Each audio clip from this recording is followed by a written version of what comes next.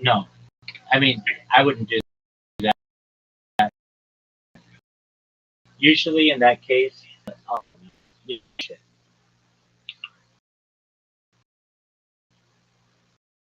You like that you get 5 links. You really want to help your friend. How do I get the links in my bio? You go to you go to your profile, yeah, and you just put his Instagram.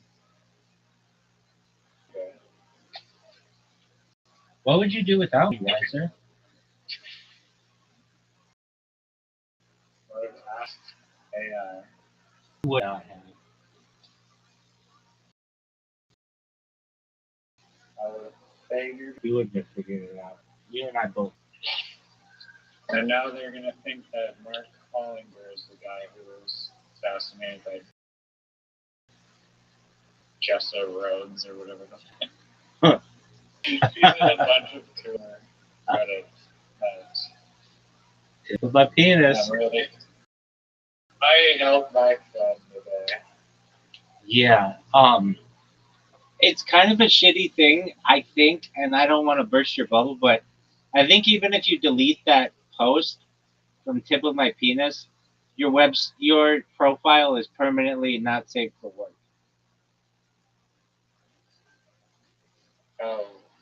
Oh, I can still post in woodworking and little spaces just fine. Yeah, I mean, if that's all you care about, then that's no big deal. But what I'm saying is like,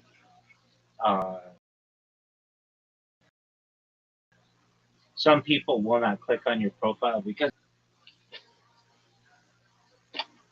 Does it actually say them? Does it actually? Oh yeah, it says 18. What the fuck? Why do I have an 18 thing? Because you posted. I posted one goddamn tumor just because I wanted to identify. Yeah. Stupid. I agree with that. Not do that. No.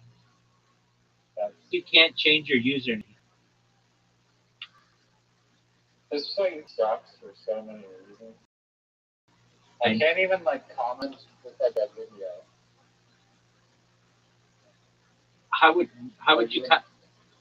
you comment with a video? Like I can't leave a comment that is a video file. It has to be a photo. Right.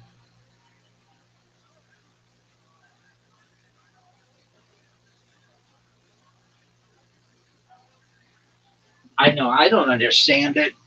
I mean, I have a theory. Well, a very good theory. I mean, I've said it before. The top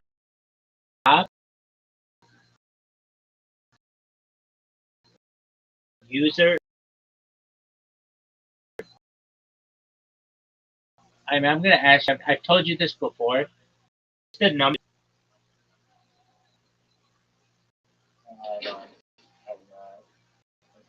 Their username is Maxwell Hill.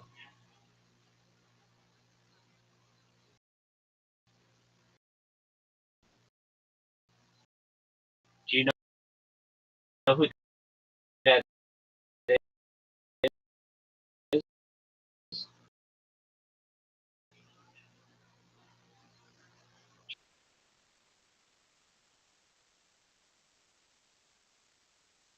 A little.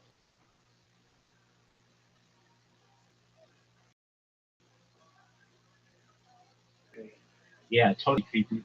I mentioned her name once, not her name, just I did an AMA, and thinking I was just being funny, I put my alternate username is Maxwell Hill, and I got banned, and I've never been able to get back on. And I'm not alone. There's like it's like the name that Shaman mentioned. Like I'm not. It's like it tagged me. like I can't do anything on that website.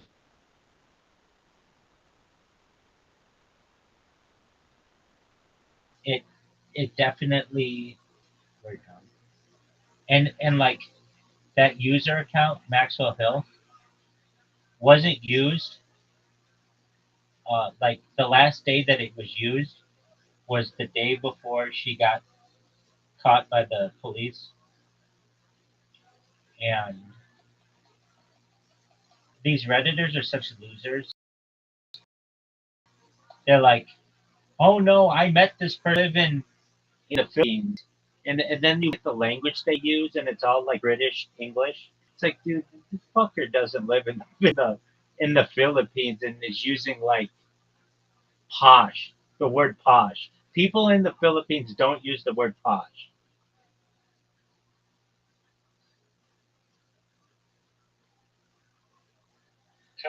I mean, probably not.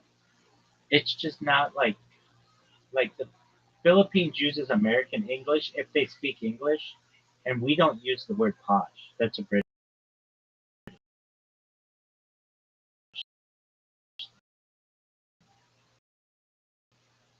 Like there are some telltale. If you say or they call it something like that, um, or a an elevator is a lift. Like if you say that, we know immediately. It's the same with Canadian people and the way that you say um, a boat. That's like a dead boat. Or or Australian people and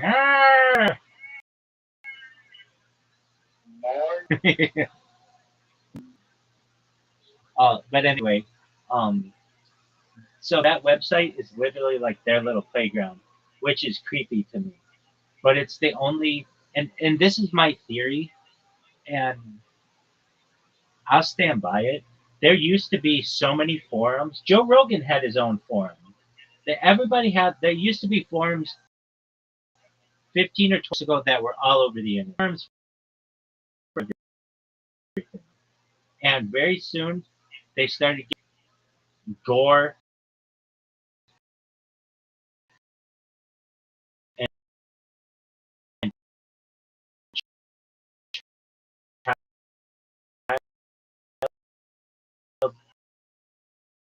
stuff, and then they could get shut down.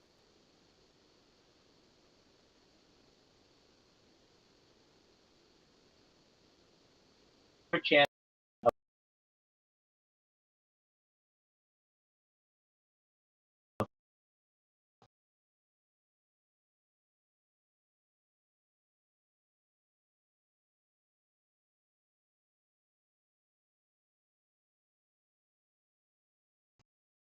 Jeffrey Epstein, which Jeffrey Epstein tells him, you need to start a politically incorrect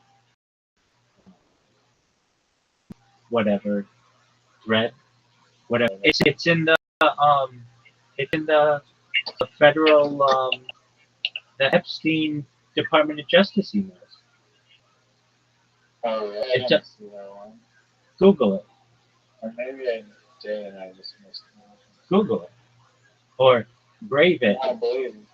No, don't believe me, because I could be making that up.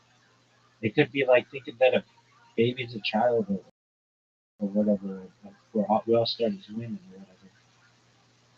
Yo, what's the deal of that email of Epstein and the founder of 4chan and politically incorrect email in the Department of Justice emails?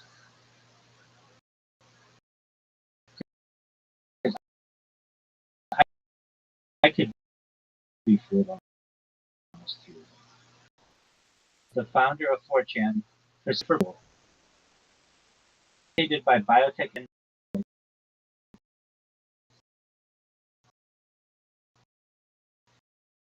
who was later named a backup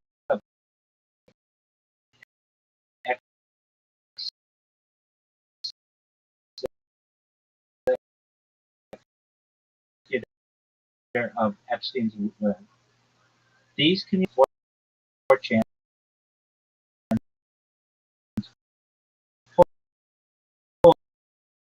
boy, a forum known for far-right and extremist content, no weeks in advance, and the board launched nearly 24 hours before his chance encounter with Epstein. Like, that's still weird. If we met like 24 hours beforehand and this thing comes about. The emails show Epstein expressed positive impressions of Poole, calling him very bright and driving him home after their meeting. So, dude, like, this is within 24 hours you meet with this guy?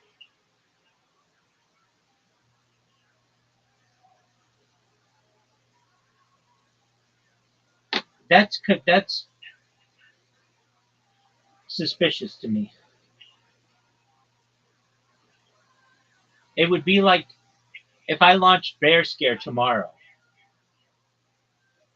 and people would be like, yo, you were talking with Riser about Bear Scare on whatever Tuesday, April 28th at 10:19, and you launched Bear Scare on Tuesday, not April, yeah, April 29th at 11 p.m.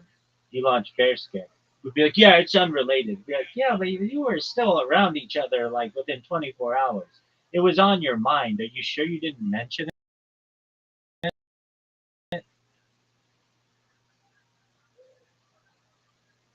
Are you ready to lose? I'm ready to watch a documentary. Later, Robbie. Okay.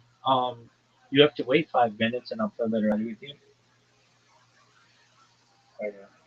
Excellent. I've just got to restart my streams. Okay. Zoo was in here, and he was in a pretty good mood. Which, when Zoo's in a good mood, it's the world is a better place.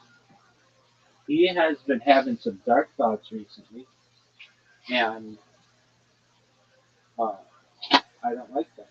He met a girl recently, like last night, and he was going to see a comedy show tonight, and that's cool. Um,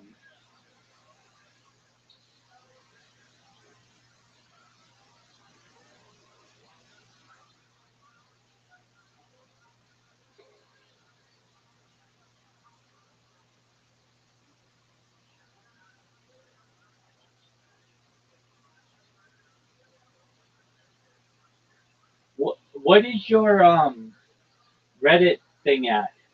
How many people upvoted your recent post? 28. 28. Yeah. Okay. How much more karma do you need before you can post in oddly satisfying? 27 or 2,800 comments. It's like 200 more. Oh, dude, you're so close. Do you know how you can get? Yeah. You know how you can get karma quickly? Post some good liminal pools that I can probably get it. There's some good liminal pools. Do you know how you can get 20? Okay, you could do that. But I told you, just go to explain to me like I'm 5 and order by newest, and then just answer some of those questions, and you'll get like 5 points here, 8 points here, 13 points here, 7 points here, all really quickly. Okay.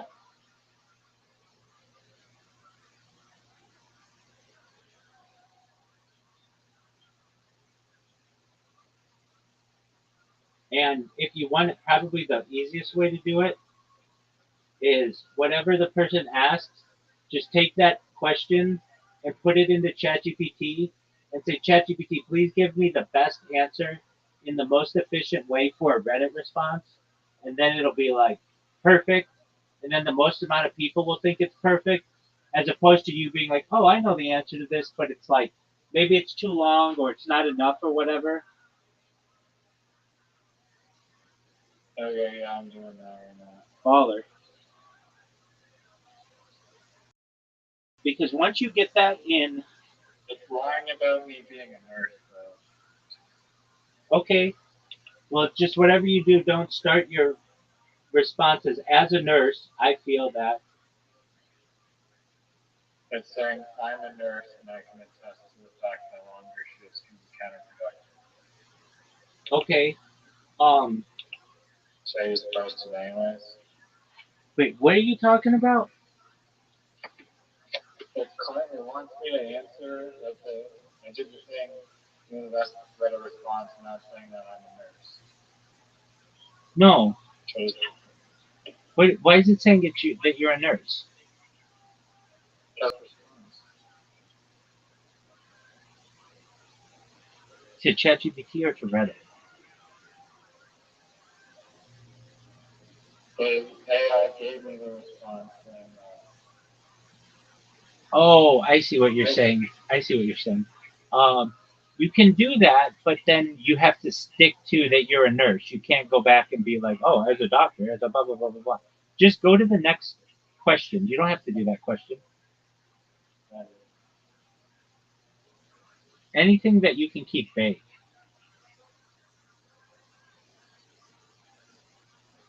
What's the next question? why is there only 2 fucking posts here? No, there's a list. They go 14 minutes ago, then 3 hours ago, then 4 hours. No. Did you organize by newest? Yeah, I did. Dude, I'm going to go look right now. And if it says anything different, I'm not going to do anything, but I am going to just tell you. I can show you my screen. No, I don't want to see your screen. Actually, I do. That probably would. Well, let me check first. So it's explain to me like I'm 5, right?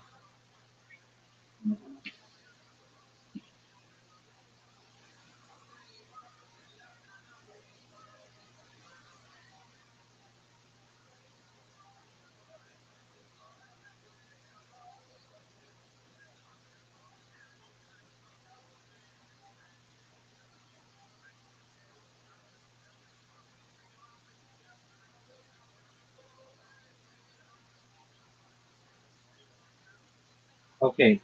Explain like I'm 5. F1 and all the fan bases. Explain to me like I'm 5. Why are longer shifts better for healthcare workers? Oh yeah, you're right. No, you're definitely right. Hold on. That's not the best one then. Just a moment. There's another one. Yo, how do I get karma really quickly on Reddit? What subreddit do I go to? And I uh, do the thing. I do the organization like uh, newest first.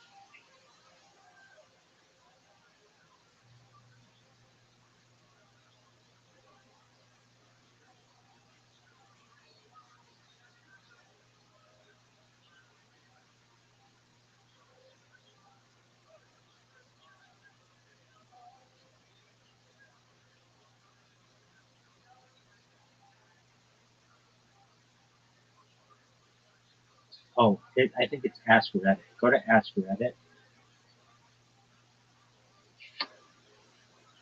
Okay.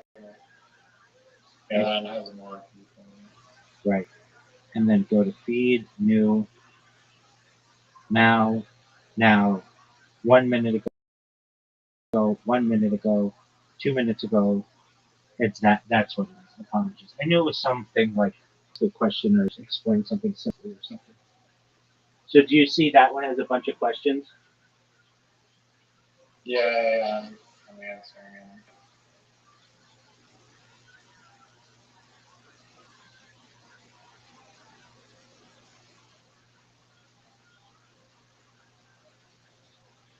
One of the worst things you can do on Reddit, it's like an absolute Reddit no-no, but I did not know this, was you you make a post or something, and then you log into another account and upvote that post. Oh, they just think that is like the worst thing in the world. It's vote manipulation. It's a very easy way to get banned. So if you can, don't ever upvote your own shit.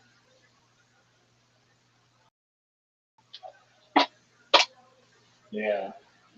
Like they consider that to be just absolute the worst like behavior.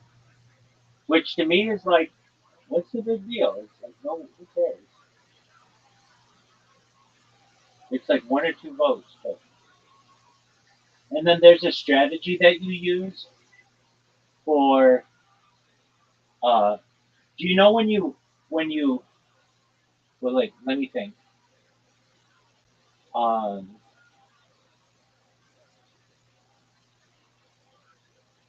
Maybe it's a strategy that people used to use, or maybe it was an Imager thing, but Imager hosts all of Reddit's images, so they're like very closely related. It's something like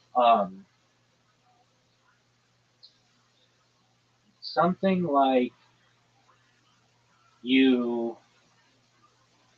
Oh, I think it's Imager.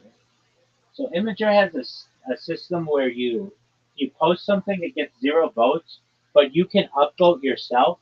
You wait to upvote yourself until somebody else upvotes your shit, and then you upvote right after it, so it looks like it's got two things, and um, you like use that momentum.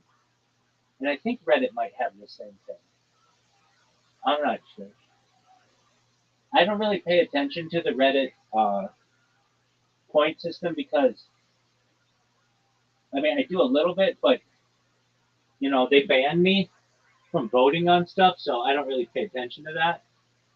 Um, Dude, I was telling you the other night about the fighter and the kid, and you're like, dude, I absolutely do not Don't give even a fuck. fucking talk about that shit. So bad. Dog, it's Later on, it's been 5 minutes. dog. It is Talk not. about it. It's not. I'm looking at the clock. It's been 3 minutes 33 seconds.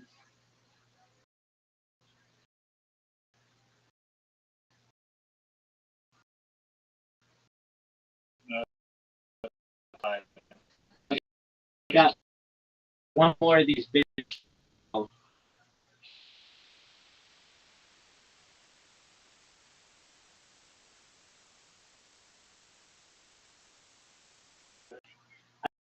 I forget what it was. I was telling you about it, and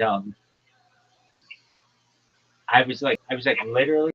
I told him all of stuff. He knows about it. He knows it very well. Does not care. He's not into it. He's not gonna be into it. It's not his thing. He thinks it's all super lame. It's like, and to me, it's absolutely fascinating. But anyway, while you're on Reddit, join the Fighter and the Kid subreddit. It's amazing. Okay. Probably join. Dog, I'm telling you, it is like the first thing I check every morning. I check it before my email because the people. It's not because it's because he's so funny, or he's not funny, but the people make fun of him. Who make fun of him are so funny. He did this I'm thing. here again today. It's but the thing is, he's the bully. He's the one who has all the stories about him bullying people. So it's like bullies bullying a person. And is that really bullying? Yeah, I guess. But like, all right, I sent you an invite. Um, he did this thing. So he's supposed to be this car guy and know like everything about cars. And somebody asked him a question. Hey, um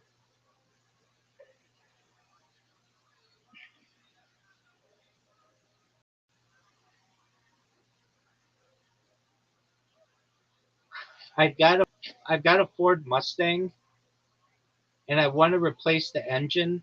Should I replace it with a Gallo 12 or a Gallo 24? And Brendan Schaub, who's supposed to be this car expert, is like, oh, Gallo 24, definitely. Not knowing that this is a line from the movie Too Fast, Too Furious, where Paul Walker asks the same question to somebody and they give the same answer, Gallo 24, which is just a made-up car term. And basically, Brendan Schaub just falls into the trap, and it's hilarious.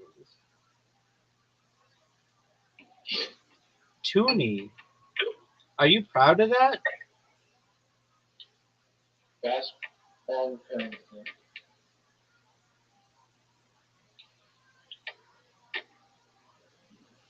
It's a disadvantage to go first.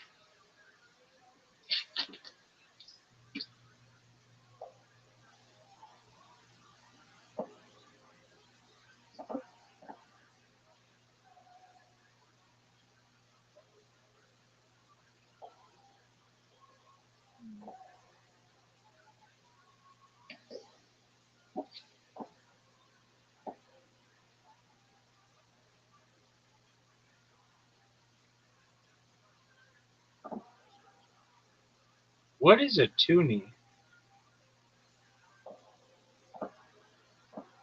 Isn't that like a $2 bill in Canada? Yeah. Every new field know that. I don't claim to be a newfie. I claim to be their biggest advocate.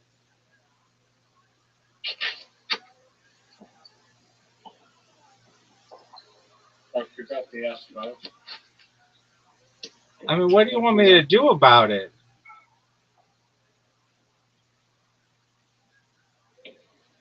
Dog, I have the worst letters of all time. You don't want to go there. You don't want to do that. You don't want to do that. Nobody wants you to do that. Don't do that, dog. Don't do that, dog. Yeah.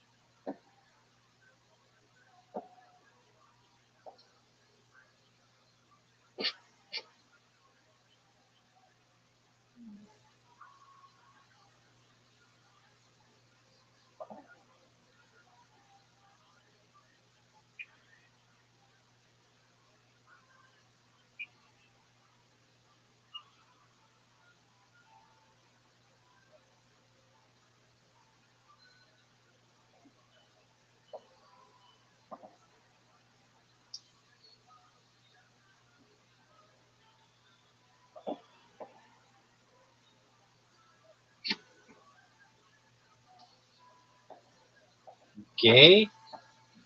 Oh, Joe.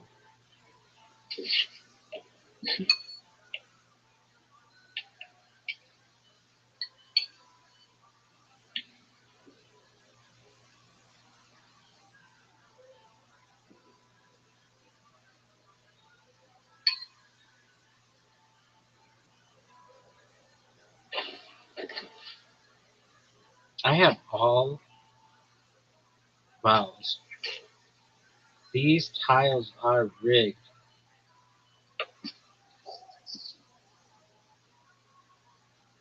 Yeah. Oh, for sure. Everybody knows that these tiles are rigged.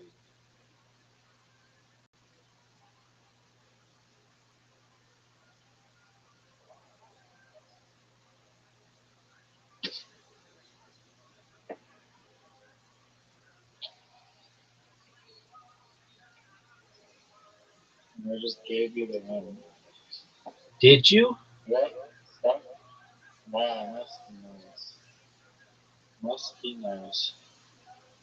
Dog, I literally have 4 A's, 2 I's, and a U.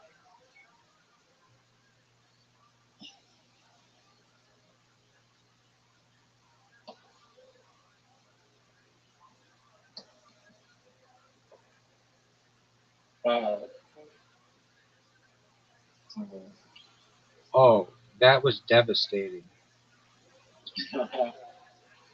Oh yeah. No, you. Oh, you swapped big horrible mistake there. Big horrible mistake there. So, oh,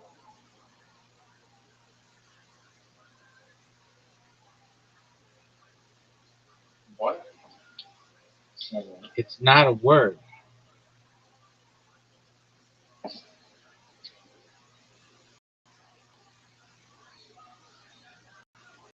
Are you just gonna give up, or you want to keep going?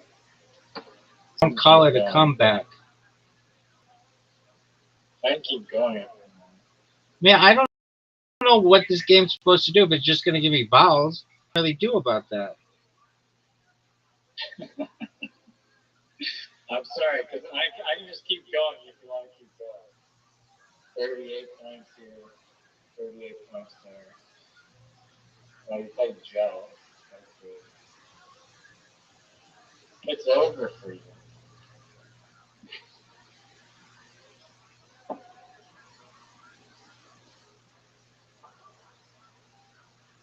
I mean, you got the S, you got the Y, you got the W. And 4 A's, 2 I's, and a U.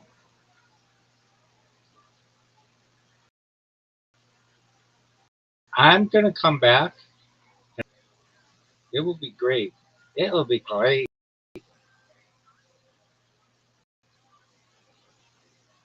Oh, look at you with these S's.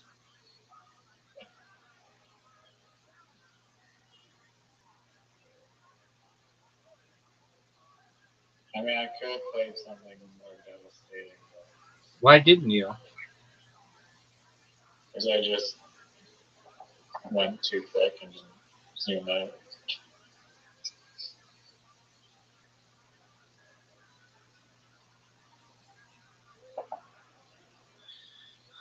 I am down 68 tiles, folks.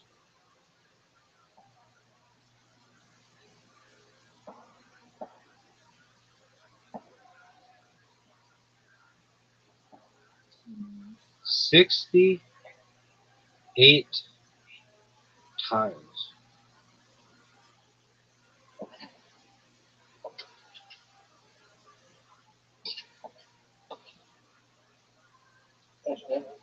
It's not a word, dog. Is Zane a word? No. Dude, you've got the Z. These suck.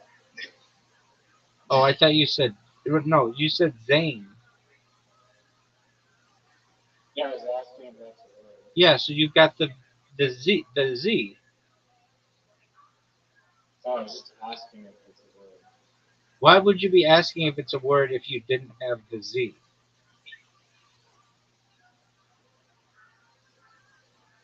Because I was curious. Why would you be so curious as to whether that was a word?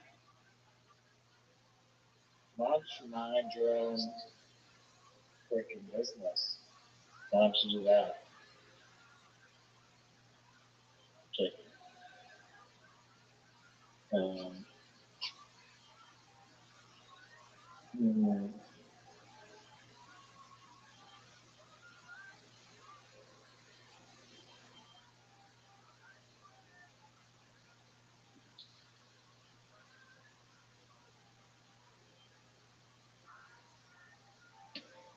I'm at such a disadvantage. I don't have the Z. You get all of the S's and the X and the W and the F, and you get the H, and you got the G and the L, and you got the N. Incredible disadvantage. Maybe one of the biggest disadvantages in the history of the world. I mean, if you want to complain to they're out there.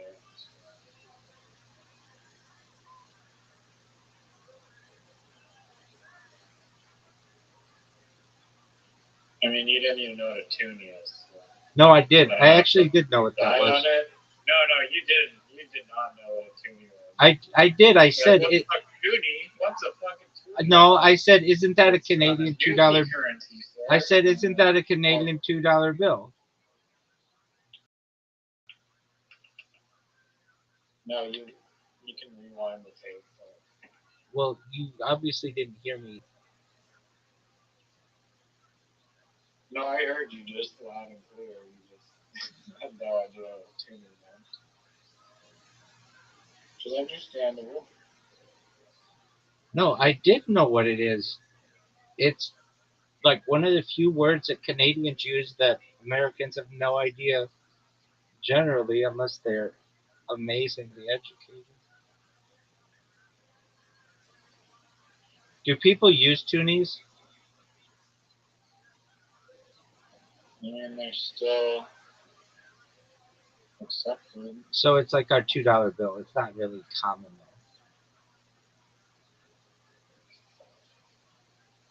though. I mean, just cash in general is not.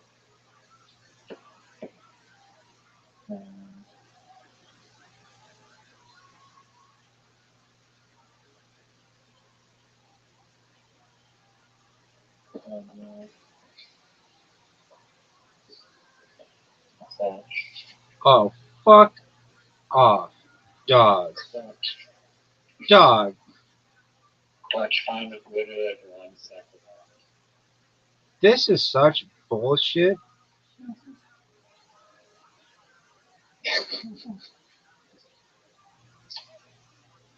No, this game is rigged. This game is rigged, dog. Everybody knows it. Saying that from the beginning. No, it's only rigged when I say it's rigged.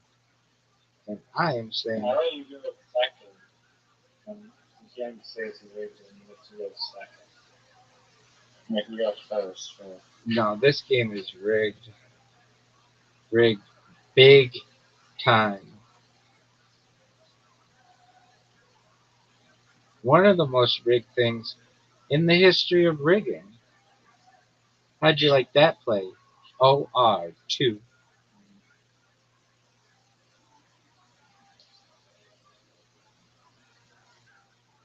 This game is rigged. What? From? It's called from. That's the word. From. No, it's from. I know. It should be pronounced from though, not from. That just tells you.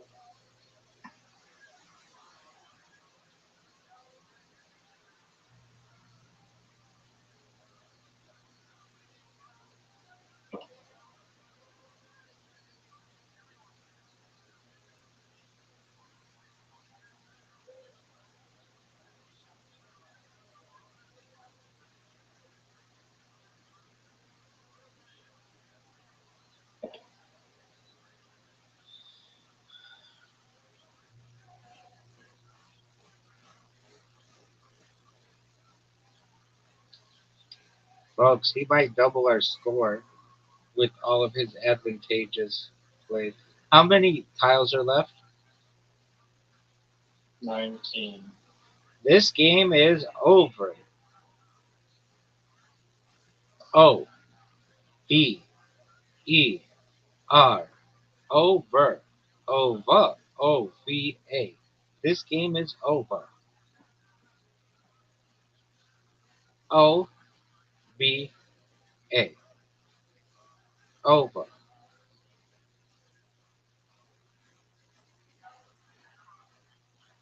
Bear scare. 19 points? What in the fuck? I think I hit a 3-letter, yeah.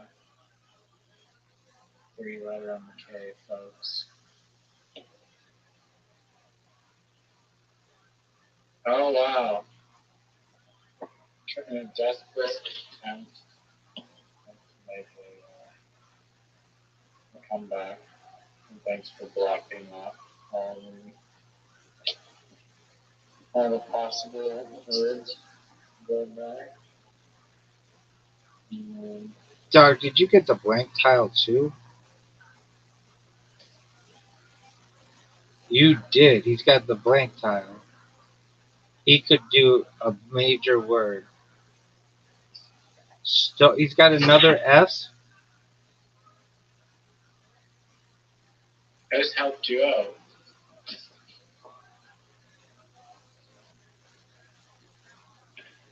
Majorly helpful.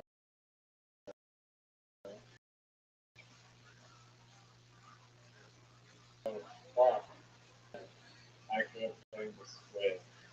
I was gonna say that. Oh my lord. Not for the best. Dude, you're still destroying this game. There you go. Oh, what a word. How beautiful was that, folks?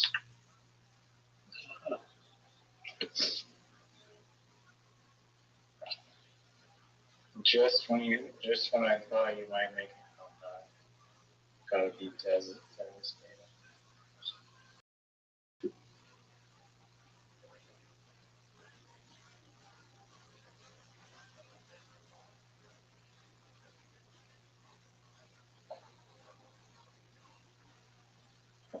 This is one of his highest scores ever, folks. A jar. That's beautiful.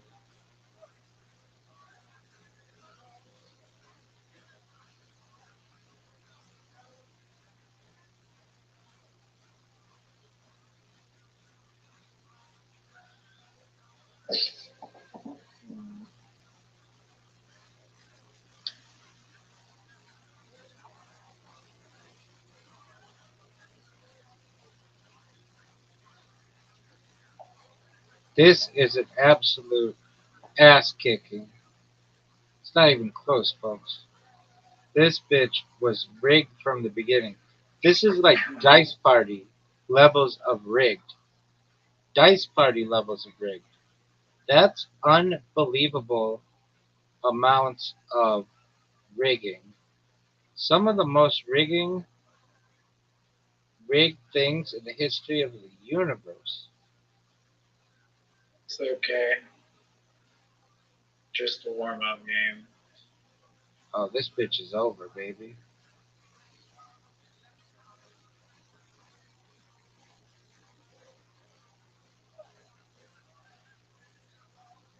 You only need 100 points here. And I got 6.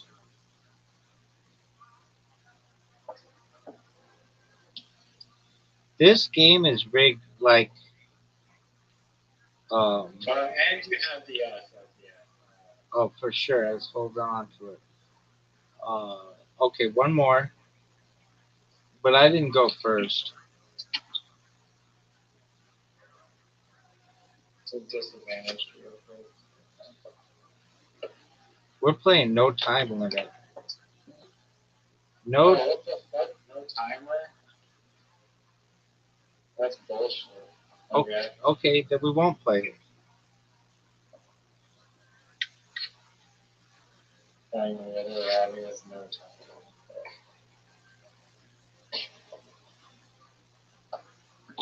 I resign. Now I'm gonna send you an invite, and you have to resign.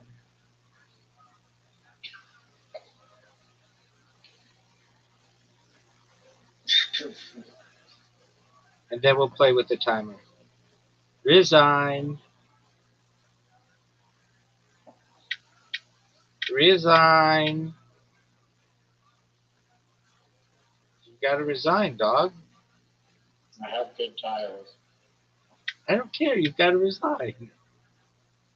I have good tiles. You have to defeat me. There should be a mode where you can see the other person's tiles. Like in Uno. And the J and the X and an A. Did you resign? I resign. Oh, you're so because I was making you go first. All right. So if that was a warm up game, now I'm gonna destroy you.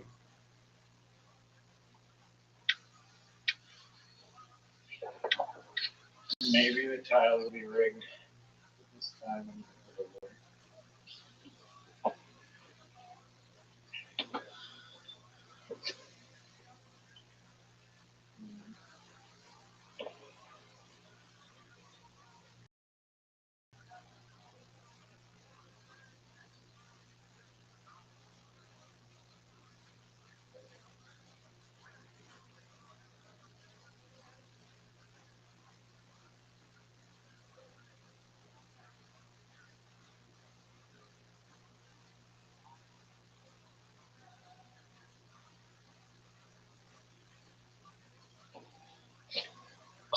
What are you doing?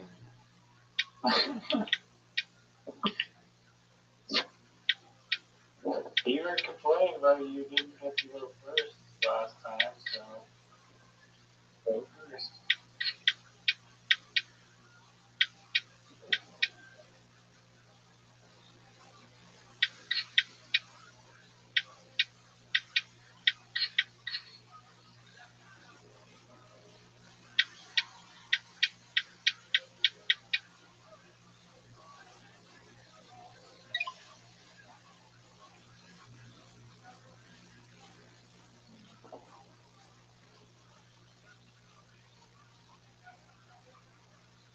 Again, I'm getting all vowels. This is just fake news.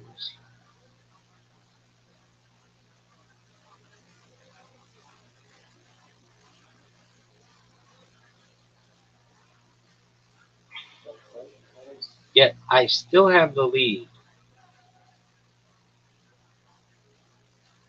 Riser has yet to score. He has 0 points, folks. I didn't know that you could have 0 points for this long in the game. He's on his second turn and he still has 0 points. Second turn, still 0 points, yet to score. Is it going to be 3 turns without a score? Oh, he got fortunate. He got fortunate. No. How did you fuck it up, son? Should have gone right there. That's it.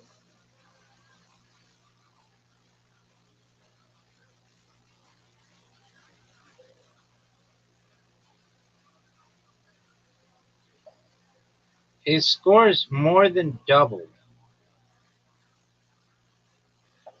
It's the most unreal, unbelievable sight.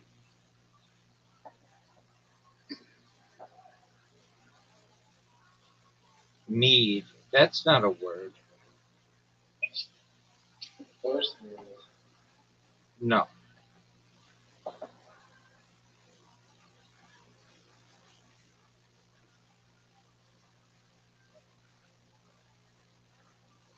She received a need of praise for her hard work. That means like a little bit.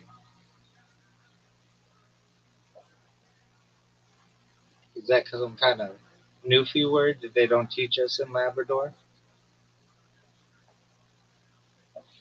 You could say that.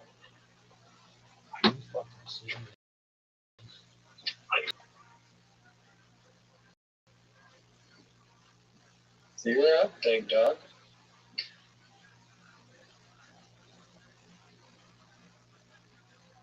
Divan? What the fuck is divan? It's like a piece of furniture. Or maybe that's too big. No, that's too big. That's what? I was thinking a different word, too big. It's a divan. It's like a diva with an M. So just a made up word? I mean, do you think I reprogrammed this app to read a certain way?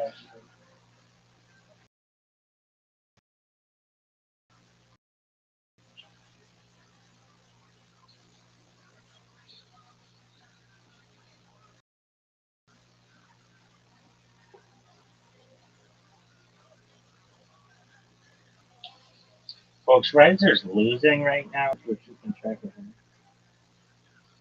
The thing is, I don't have the huge lead that I'm going to start out with. The closer Riser keeps the game, the far better chance he has of winning.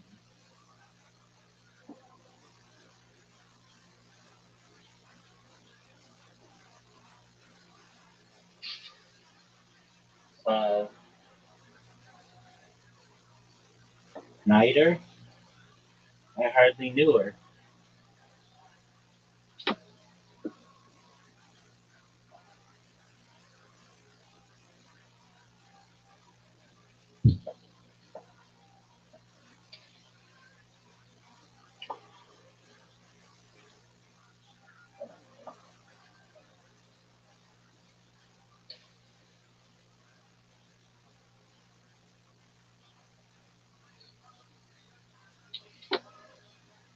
Are you fucking serious? This person plays Yar?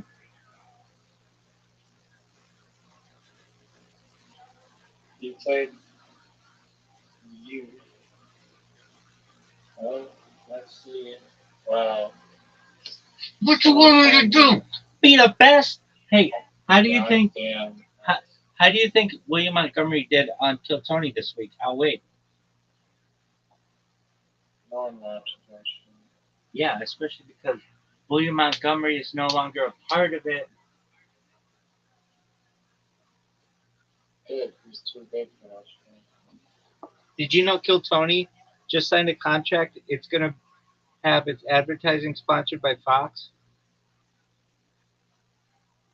Did you know, like, talking and someone's back screen is... What the fuck?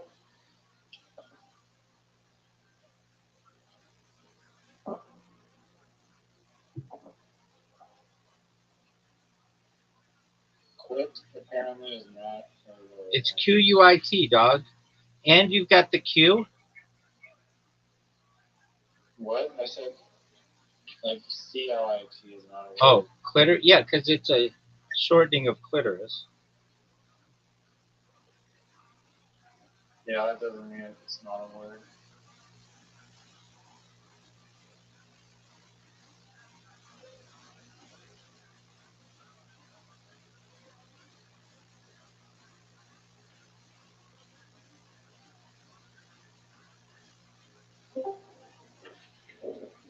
Wow, swapping? You're not swapping.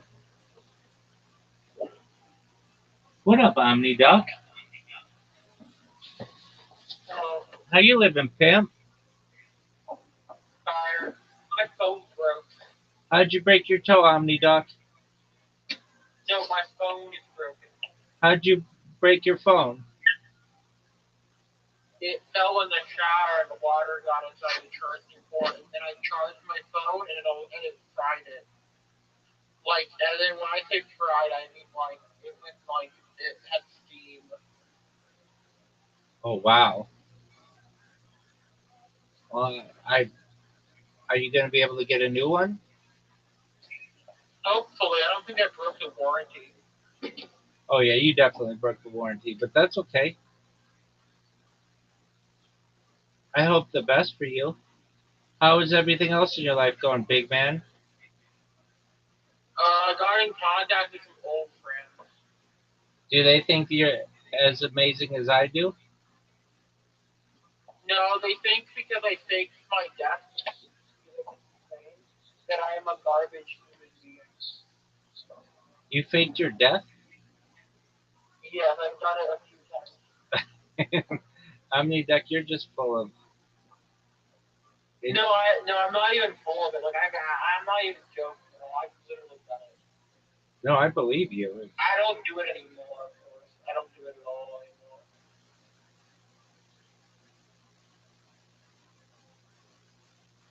So yeah, there's a lot of crazy shit going on, man. All right, well, I hope the best. Me too.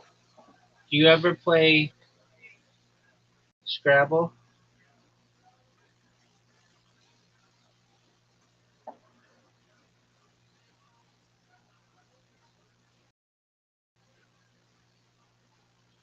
No, okay. Well, we're playing Scrabble right now, so apologies if I can't focus on you. I hope everything works out with your It's phone. okay.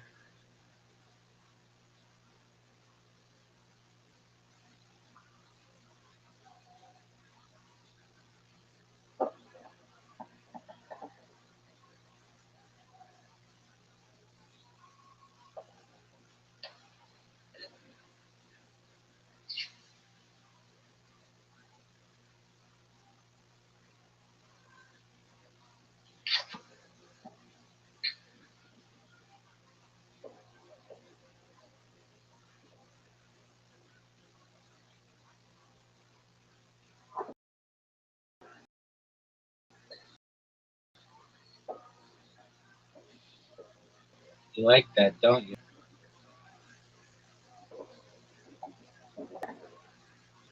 Look at this lead.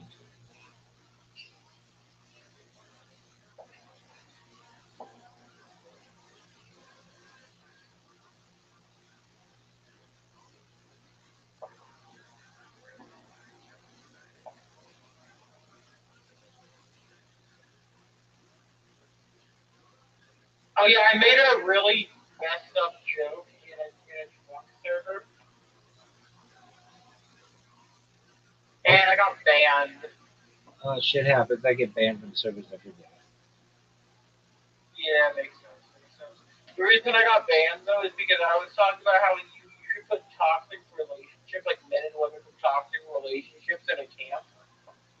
And because I had terrible phrasing, and people thought I was being a Nazi. I was just saying we should like give them like a camp, like camp day, like where you send people into the will for day. Sure, I understand. Riser, do you want your turn back? I fucked it up. What'd you say? I fucked it up. You can steal my spot. I'm not really stealing your spot when I'm just showing pure dominance in this game.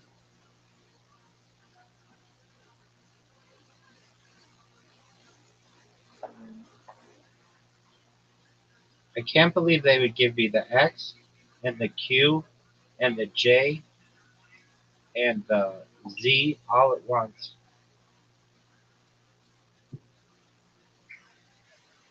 And all the blanks.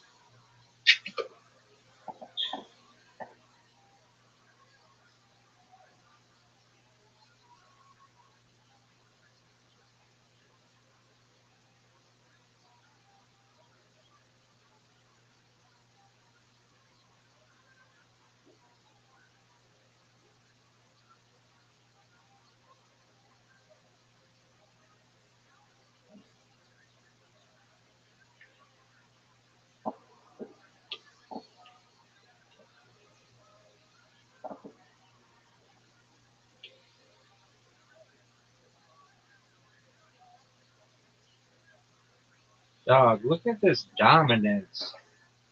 I've got a 45-point lead. Maybe one of the greatest leads we've ever had the opportunity to witness, folks. What? Oh, yes. Oh, yes.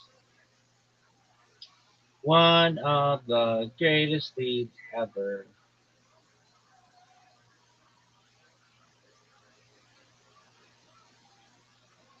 And you use the S, the blank file as an S, and you use that. That's what you're supposed to do. It's called piggybacking off of other people's hard work. You taught me that skill. Oh, did I?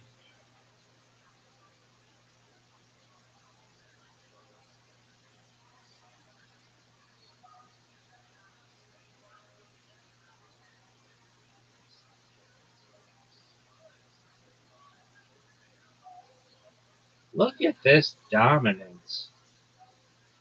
Wow.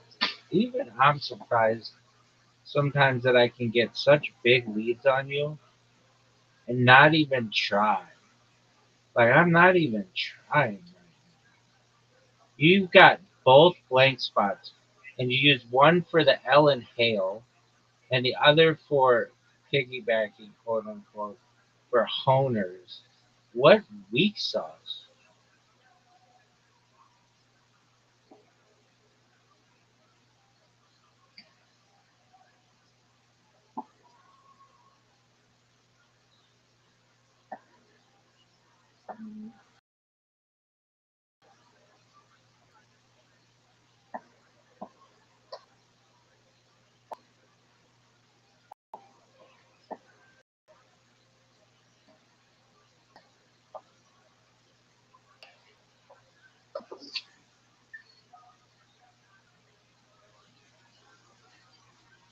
Oh, what the fuck? What bullshit is this? What bullshit is this? No. Oh, Dog. This is just. I'm in cruise control. How many tiles are left? 10? Oh, it's over. This bitch is over, folks. It's over. Wasn't even close. Was not even close. This game, I didn't sweat. I didn't panic. This game is just Dunzo. Dunzo, baby. This bitch is over. And Riser is struggling to put down tiles. Oh, shit. Oh, that's Pad. My man plays Pad. I didn't get a Q. I'm waiting for my Q. We got the X. We got 4 W's. Yeah, but you probably will get the Z. You do have the Z. And you're about to use it. Playing Zaire or something. Zaire is not a word in this. That's a proper noun. But dog, a 50-point lead,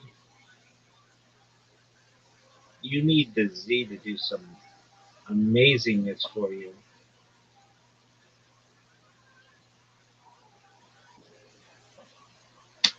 Um, He needs this Z to do some of the most amazing heavy lifting. REC, Res.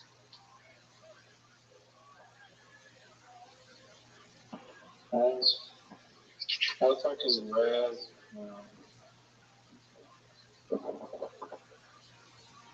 Raz. Such a rigged game.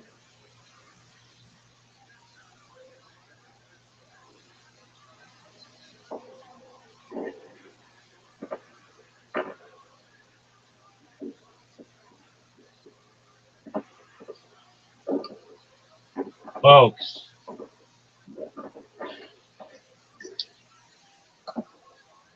my man is down.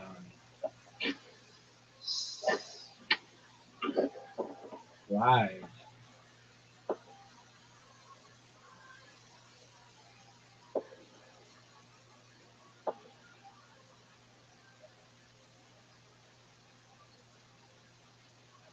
Oh, give it to me.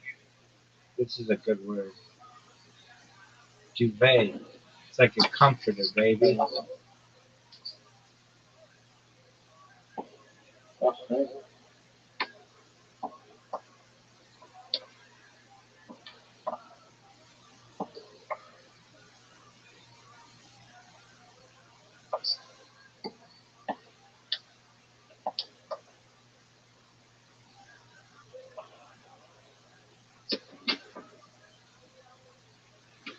Okay, that's BS. What happened, big man? I died and then activating my ability. So right. Right, so I'm not even kidding. I'm not. You you actually might win. I'm not kidding. There's a way that you. Go place down your S. No, I'm not kidding. You might win.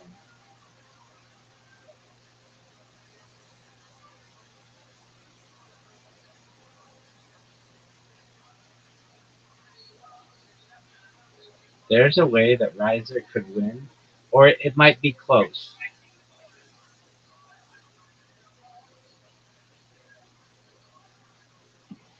Oh, he did have the Z.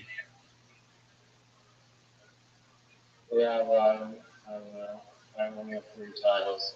Dude, I think you're gonna win. Oh man, I'm cooked. No, you're not. Oh, that was fortunate. Well, oh, wow. I got really fortunate there. If I didn't have that, I have the Q, and that would have been the J, and the Q's 10. That would have been 18 points shift.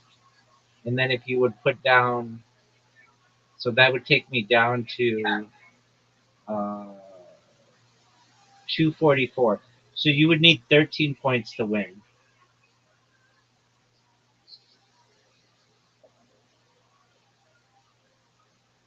Do you have, or 14 points to win? Do you have anything to put down that's 14 points? What the fuck? I thought nug was a word. Nug, N-U-G. Yeah. It's short for nugget. Yeah, but I swear to God, I played it before and it's not.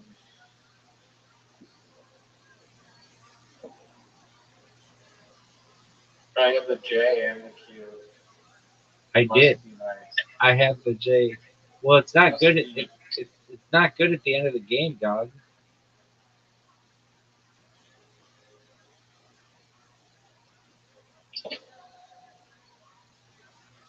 Give me a Q.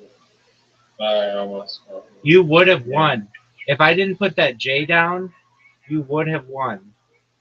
Dude, you only lost by 5. I probably should have looked harder to see if there's anywhere else to place that U. Let's see if you could have found a better one. NU. I think I only had a U. Wait, but if you played it above there, that would have been twice as many for the U. Because on is over. Maybe on is over. Okay, let's see where else. Um,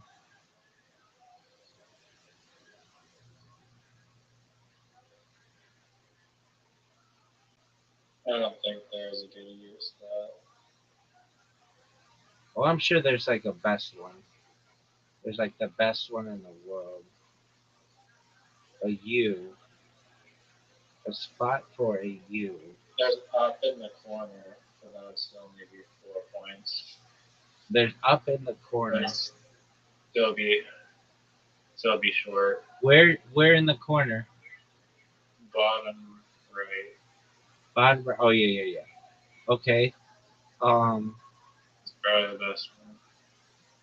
That's still the same amount. Oh yeah, that would have been 5 points. It's not even 4 points.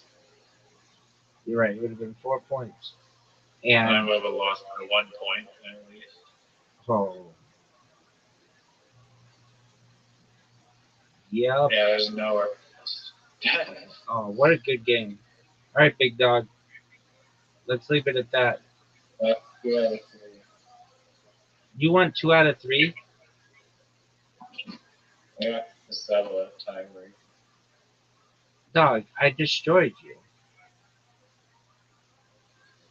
No? Or we can do a. Oh, whatever.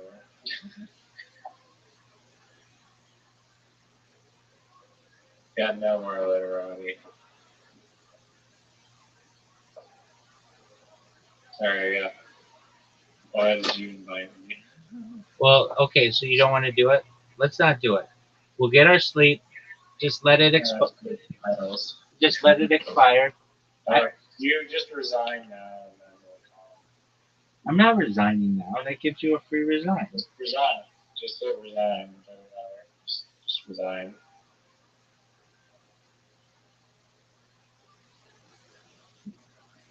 Just resign and hand me the ring and then we'll go on anywhere else. Is that how it works?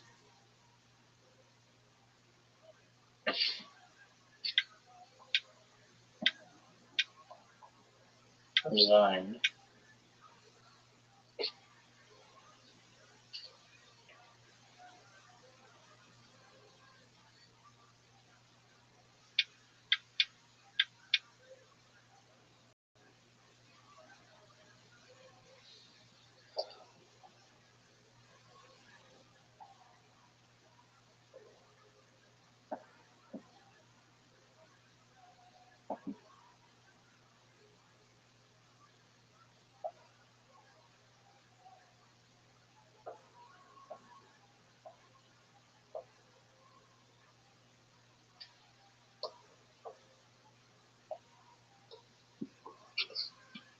Wailed? You think wailed is a good play? You sound upset because I'm triple this score of yours. Dog. I'm going to dominate so long as the tiles are not rigged against me. Yeah,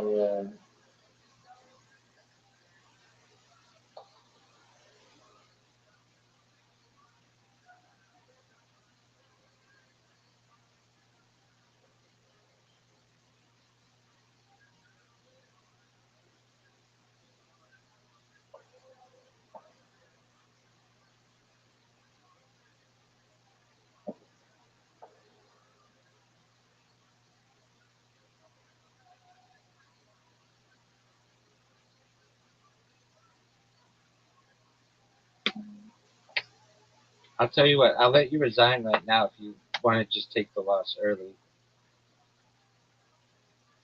it's okay if you want to.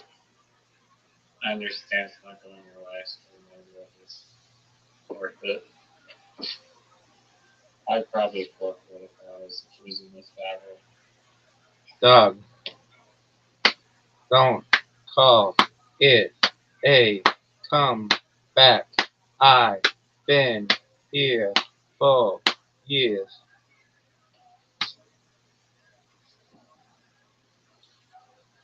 Look at this man play Veil and Wailed. Do you play anything that isn't ale? He played Wailed and Veil. I played Care, Liar, Toe, Boom, Dog. This better be a word. It's not. Oh, shut up. That's my word, baby. Now I just gave you the win on a silver flower. Silver flower. Why would you say you gave me the win on a silver platter? Look at this lead, folks. Wow. Look at this lead. Wicked, wicked, wet. Wicked, wicked, wild. Wicked, wicked, wild, wild west. Jim West. Desperado. Rough Rider. Oh, you don't want nada. He's trying to put an S on face and have something else, and it's not going to work out for him, folks, because that's not a word. We all know it's not a word. I know it's not a word. You know it's not a The word. bird is the word. The bird is a word. Have you seen that Family Guy? Yeah. Oh, fuck yeah. I love that's like my favorite Family Guy.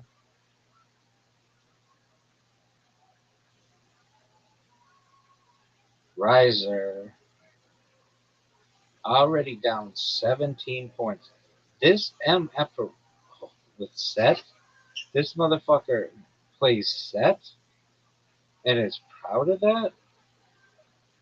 He's proud of set.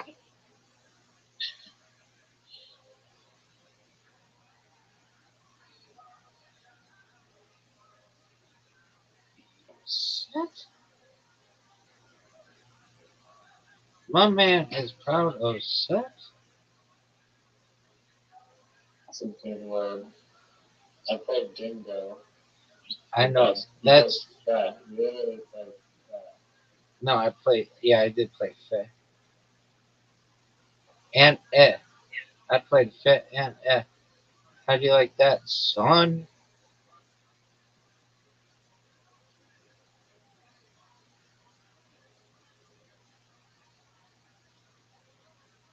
I got no hits in there. That's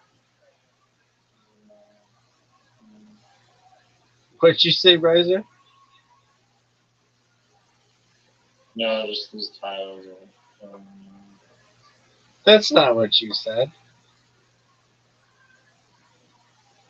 You I just said this is annoying because of like these tiles.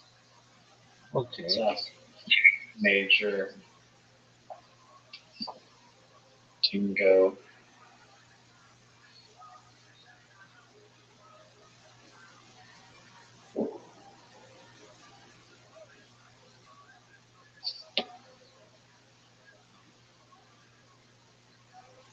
These tiles are criminally horrible.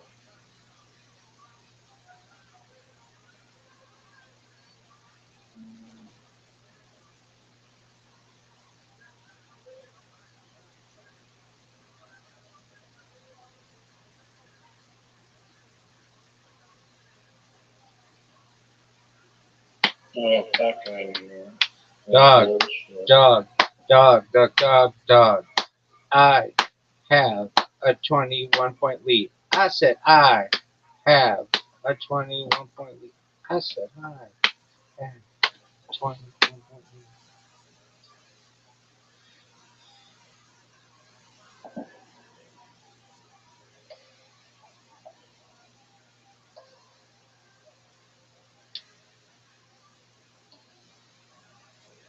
My man plays new, in, and new. In and new. Do you believe that, folks? Guys. Do you believe that, folks?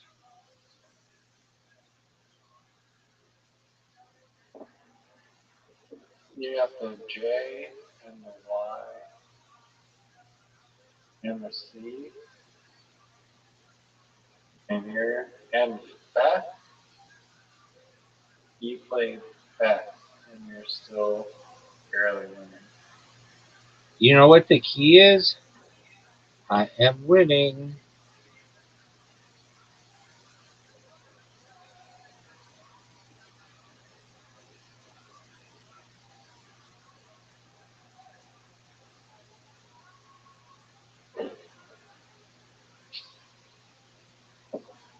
Dog. A 22-point lead at this point of the game is devastating.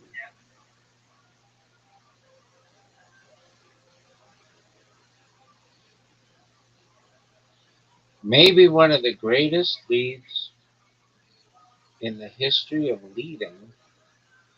Folks, if you're watching at home, you are witnessing greatness. This motherfucker plays goo. This motherfucker plays goo. Yeah, these tiles This is devastating. wow. Devastating.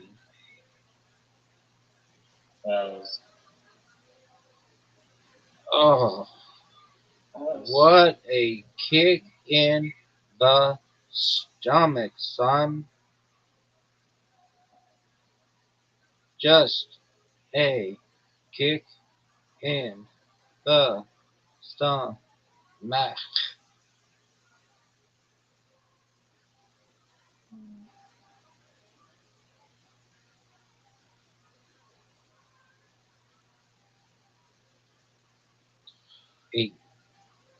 42-point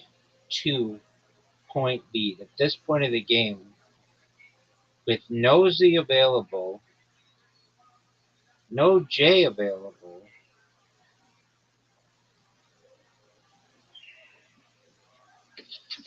No X available.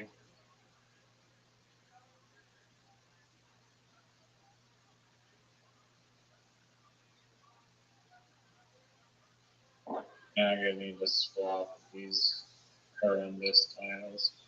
And the need to swap the tiles is maybe the most devastating aspect of the entire game.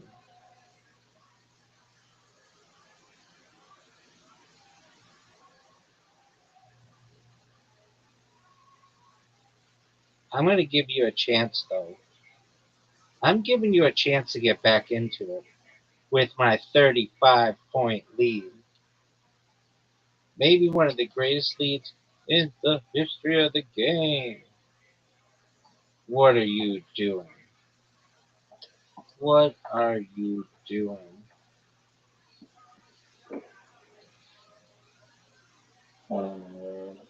Oh no.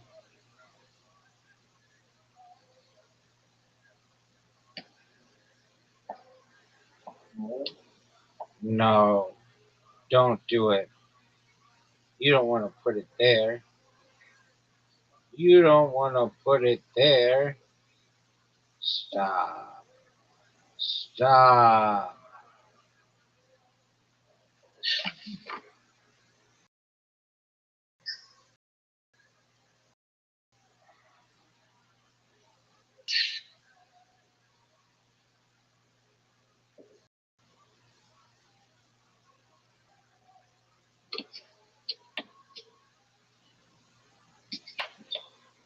These are the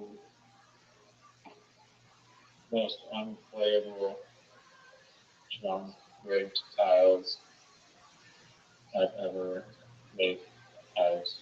How many tiles are left? 10? No, 38. No, 60. No, 48. How many tiles are left?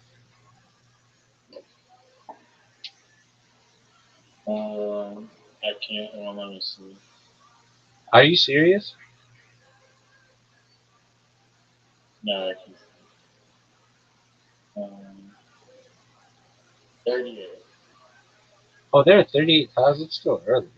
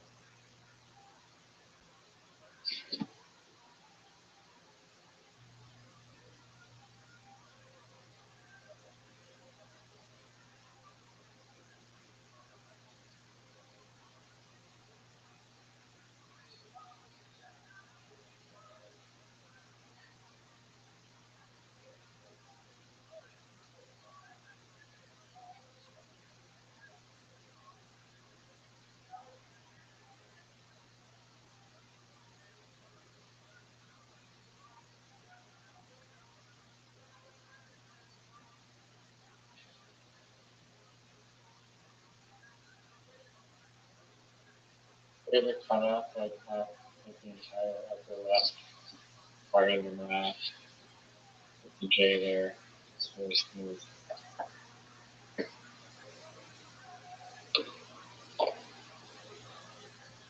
I know. Oi. Yeah, like what British people say. You're proud of it? Dog, I have a 24-point lead. You can't use the J. You can't use the Z. You can't use the X. Your only hope is in maybe a Q, and that might not even be available.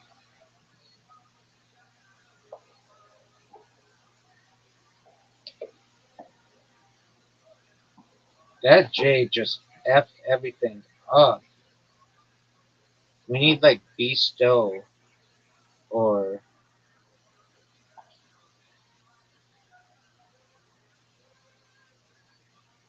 tower. Not tower doesn't work. Bestow would be big. You need something though. That time is ticking down. No, no, no. Do you want? Do you want the chat? Do you want the time back? Get it back. Yeah, get it back. I'm so kind. Here's what I was gonna play. What were you gonna put? Stow, use. Okay.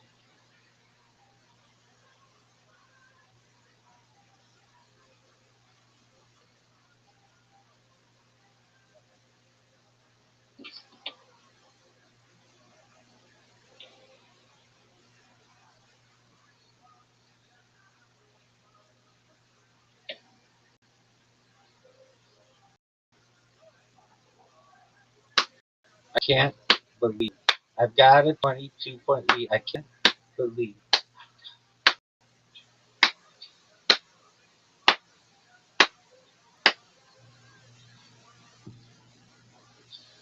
Quit with that. Quit with that thinking. That's not what you want to do, son. No, don't do that. Don't do that. Don't do that. Don't do that.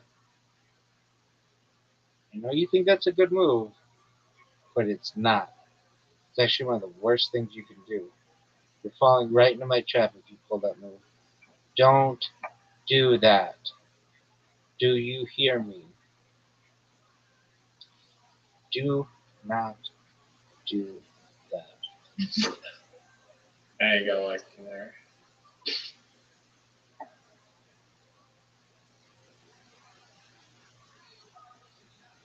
That was pretty good, son. Yeah, like there. Barely squeaking on. I like to believe this game is going to start getting these nice tiles. It's very interesting that B's going to throw things off of people.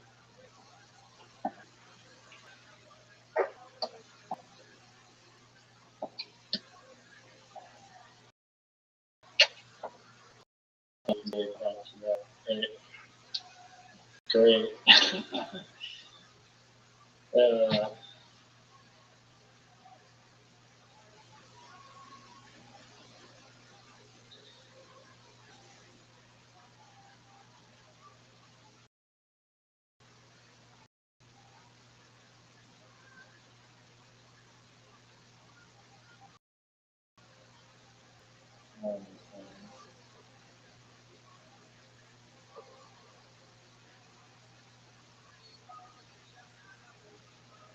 He played another new.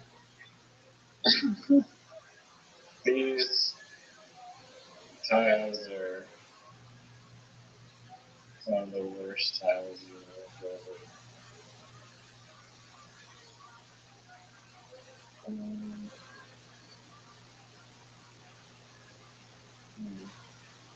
Where did he play the new? Where did he play the new?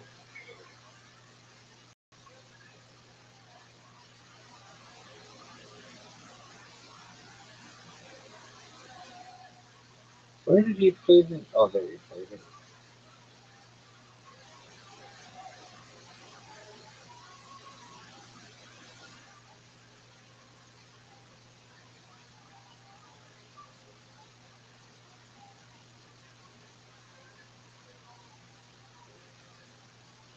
That is awful right there.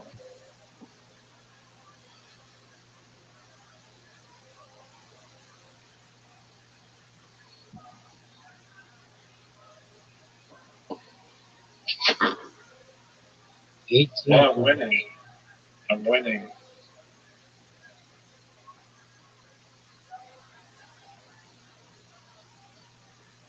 No, no, no.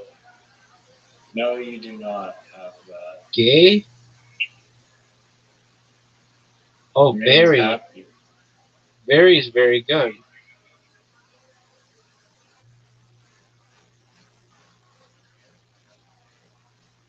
You are losing. You are behind. How many tiles are left? 18.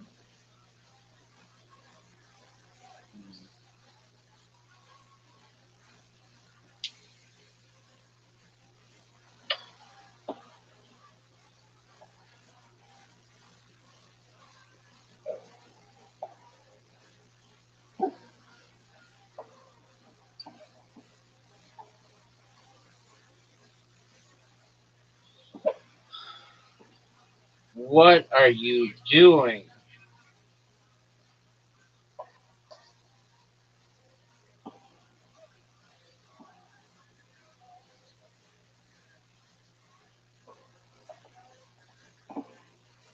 $19 points for that? Devastating. For that? Devastating. Yeah, those K's just multiply.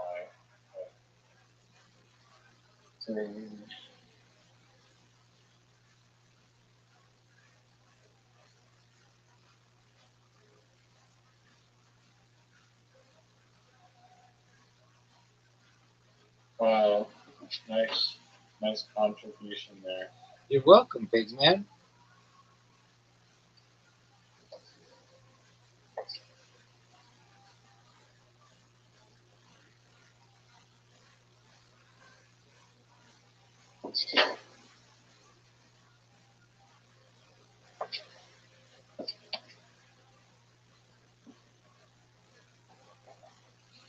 Vice?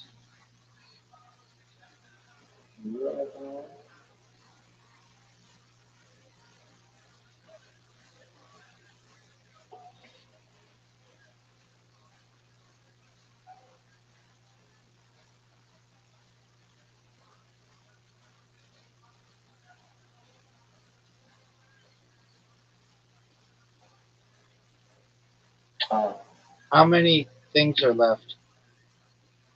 9. Is this game over?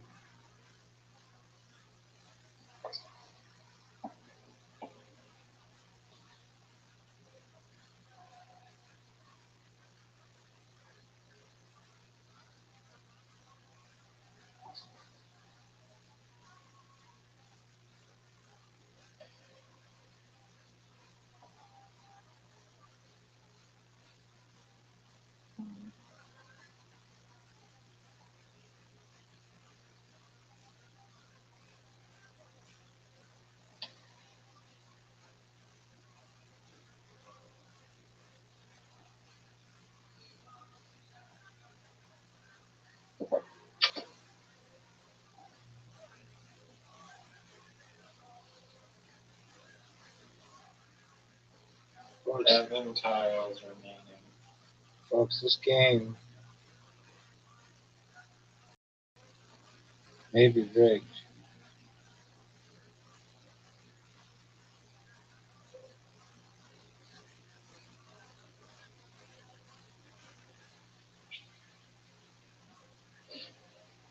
Oh, that should have been worth more points.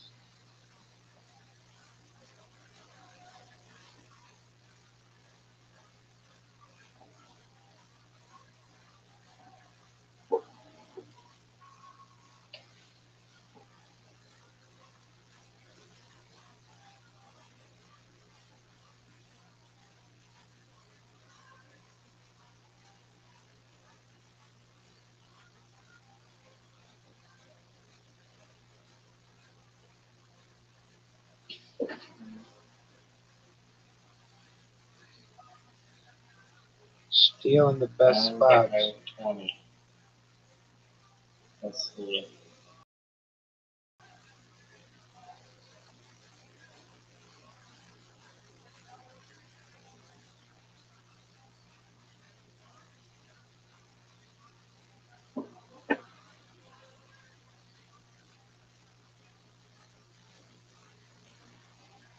That's not a word.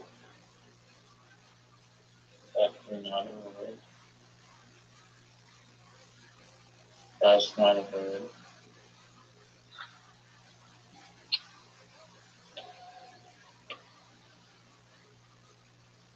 Don't call it a comeback. Wow. That's called piggyback. Folks. Don't call it a comeback. That's called piggyback. Folks. Oh, that's big time. 22 points. Folks. Folks.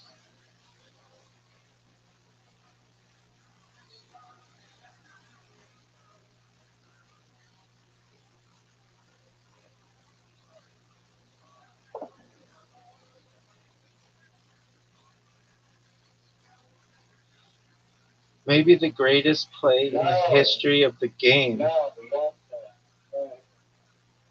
Oh my god. What a play. It's like 4 things.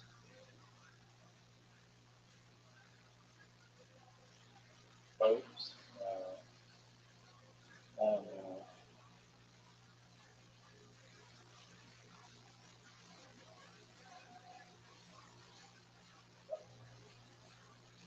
You're still going to win. It's over. It's over.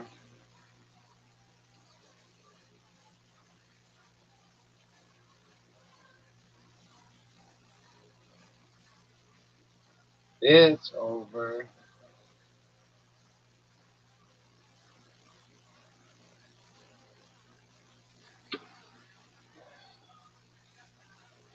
Must be nice having a yes.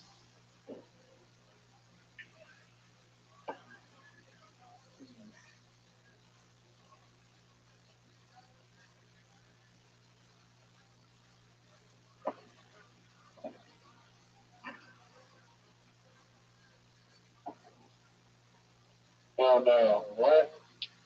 Off? Yeah, Oh, my it lord. means like often. It's still over No though. order. No, it's still over. What, you have like a keyword? Yeah, and I can't play it.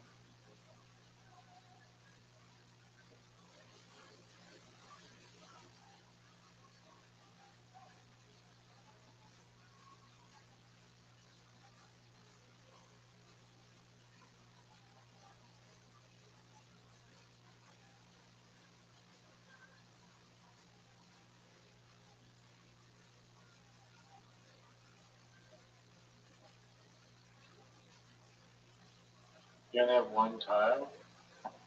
No.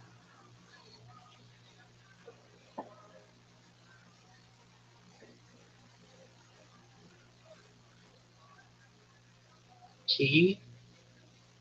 Where the fuck did you play T? At the bottom?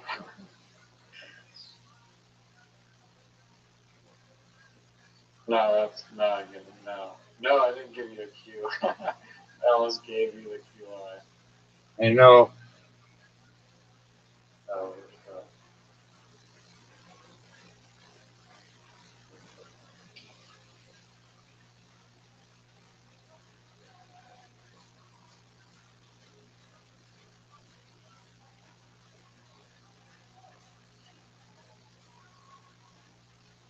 no, QI is not a word.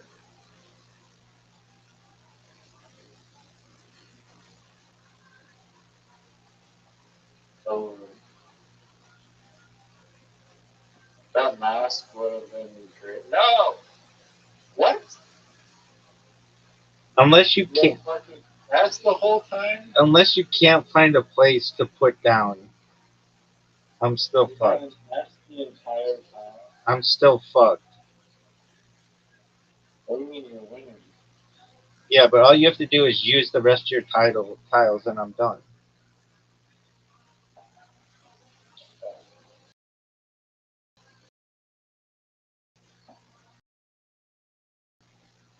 Oh, yeah. Thank God. Damn. What did you play? By the Zon, the Hag, and the right? Bullshit. This game's rigged. All right, folks. For those of you watching at home, we have one legitimate win Calling the game rigged. and one rigged game for anybody watching. All right, big dog. That's all she wrote. Thank you so much for listening to all of my vlogs. That meant a lot to me. It really did. And I came up with half. 49%. 49% at most. I gave you the buttons thing and the other idea that everything should be returnable. A bunch of amazing ideas. So that's okay.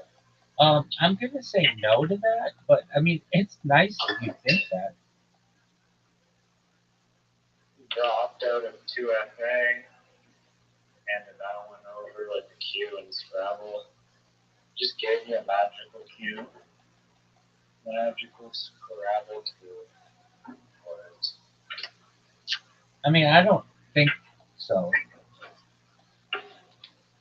But that's cool. That's a cool story that you could tell yourself. I mean, like the soccer. I have a question, a real question. The soccer helmet. That's not even a thing. More do you want, folks?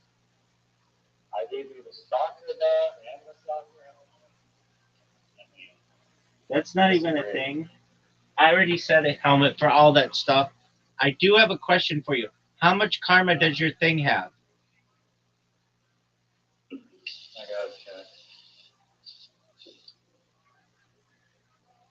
I'll have enough karma by tomorrow. Are you absolutely positive? Yeah. Have you ever been more positive of anything in your entire life? Yeah, no. I love how you talk like I do. Yeah, dog. Yo. That's how I roll. That is not how you roll. That's just how I roll. Of course it is. All right, big dog. What's the documentary tomorrow night? How to win in Scrabble without the Q. Dude, let's watch that Scrabble documentary. I've been trying to find it, but I can't find it on which says a lot about how good it is. Or they want to make you pay. Do you think it's the greatest documentary in the history of the world? Probably not. Do you think it has the opportunity to be? I mean, I haven't seen it, so I don't know how good it is. I think it'll be good, probably. But it's hard to tell. I bet I can find it in 5 seconds, maybe even more time.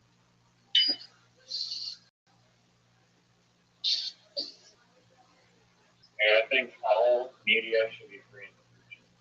I agree with that. Though.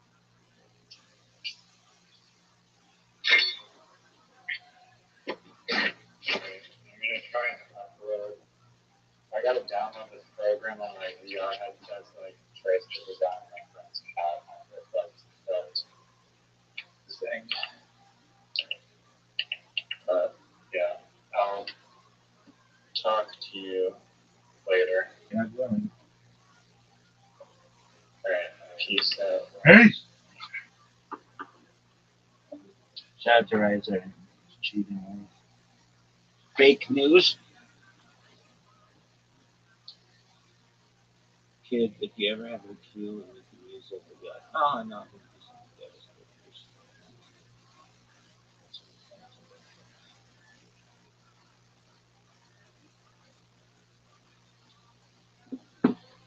Devastating.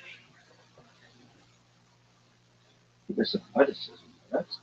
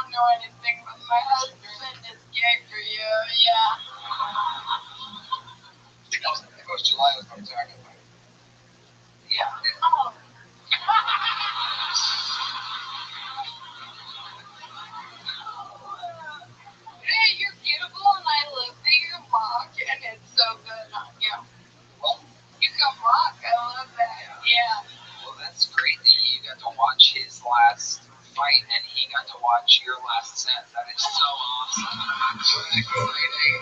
She's actually gonna leave her wheels on the stage, like you guys leave the gloves in the octagon.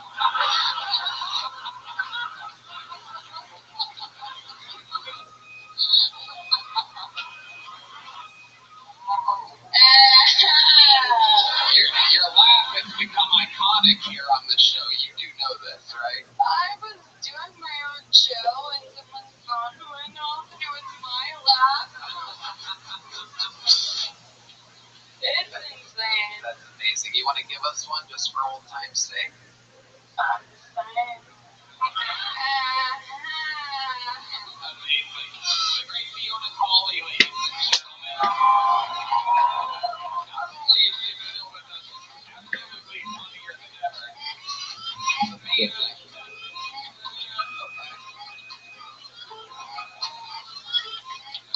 There she goes, everybody. Sorry, Maddie says he has to go pee. I think he has a wheelchair fetish. We'll see what happens. So we're just gonna go through this next fucking bonus. And you guys make some noise for him in Isaiah, Washington, everybody.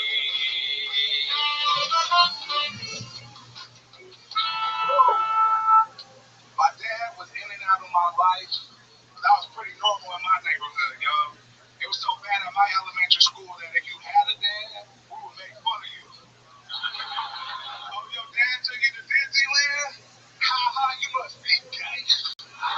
Out there sucking on Disney dick. You know what was pretty gay? Being raised by a single mother. Every Saturday I had to go shopping with her at Lane Bryant. If you don't know what that is, that's a Victoria's Secret for big bitches. I love my mom though, but she raised me super religious, like so religious, like to the point I used to feel shame about certain things when I was becoming a man. For example, the first time I seen titties, I cried. I was looking in the mirror like, yo, those not supposed to be there. Like why, God, why? I know I'm a bigger guy, but there are some women out there that like bigger men. Fuck y'all. I'm waiting for a fucking standing ovation, goddammit.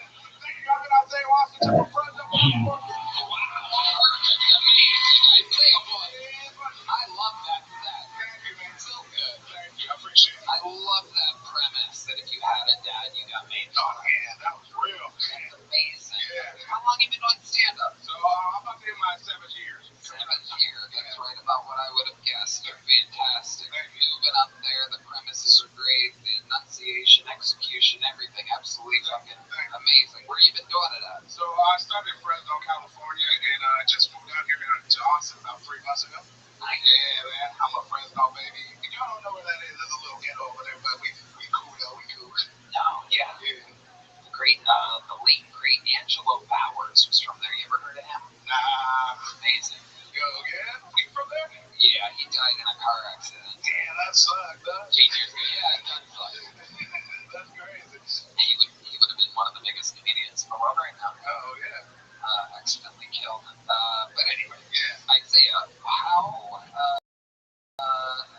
how's it been in Austin? It's been pretty good, man. Like, it's chill out here, but the first day I went out, my phone got robbed. That's on the fan on 6th Street, man. They're crazy. Like, yeah, I know I'm a big dude, but they somehow snatched my phone out of my wallet. You didn't even know? No, I didn't. I know. Yeah, it happened to me with small Indonesian children. Oh, shit. I was in Bali with my girlfriend, and then small Indonesian children got, Mister. That was so cute. And then they took my phone. I noticed it. We were back at the hotel. So then I was looking for children. Yeah, I'm pretty sure you found them too, huh? They're big. Oh, kids. That's why I keep my phone in my pants between my balls and my asshole. And crazy enough, mine got stolen by a small Indonesian child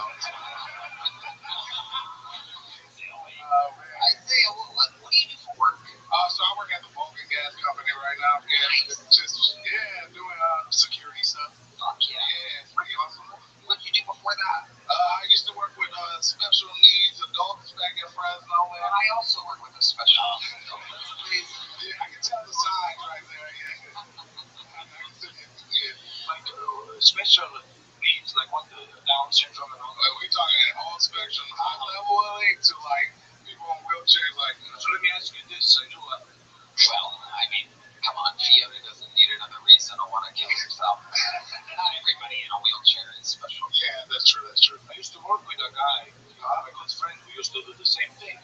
Do they fuck a lot at your clinic?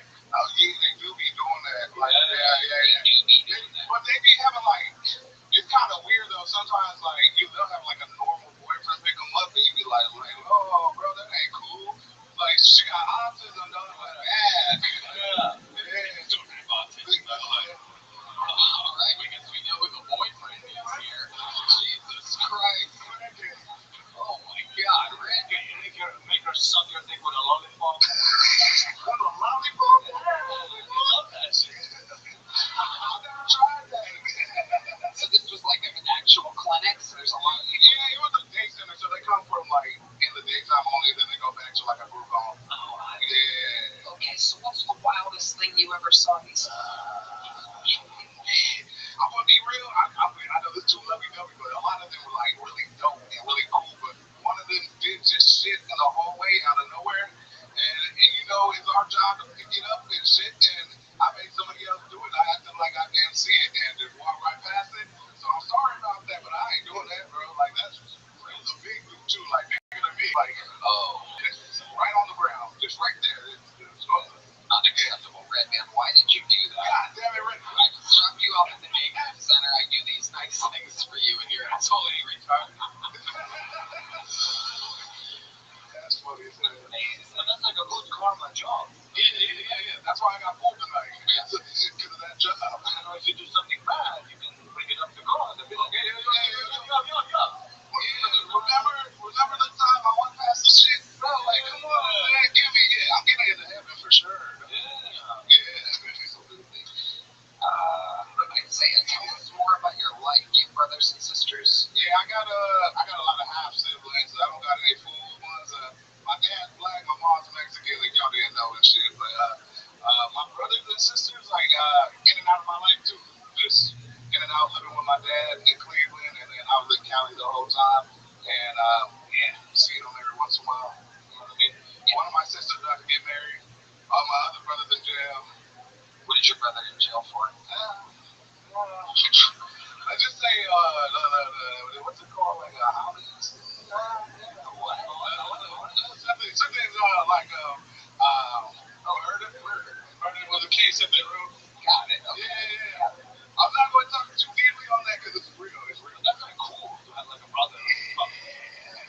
I mean, fuck with me. Yeah, fuck with me. Yeah. I'll call my brother and he's going to be like, how am I going to pay you? You're like, yo. Hell yeah. I got connections in the walls. Yeah. Amazing. And your mom's the Mexican? Yeah. She's the Mexican. Did you ever get to meet your dad? Yeah, I did. I got to like, he was in and out of my life. Like, I'll see him like in the summertime and stuff like that. He'll come by and say, what's up? Dude, in the summertime. Yeah. He was like a rapper or trying to be a rapper. Yeah. Wow. So I'll be in the studio and stuff, getting hot box at like 8 years old. And so you have something on Spotify or something? You got something on YouTube, but it's not fun. What's the rap? It's called Squadron Click. I don't even know how you would begin to spell that. But a Squadrick.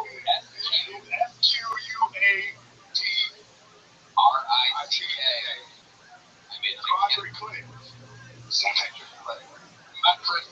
Thanks first. Yeah. This is the shit I grew up on. It's like so. It only got 1,002 views 15 years ago. Wow. It turns out a lot of people don't go to visit your daddy. It's amazing. It's good.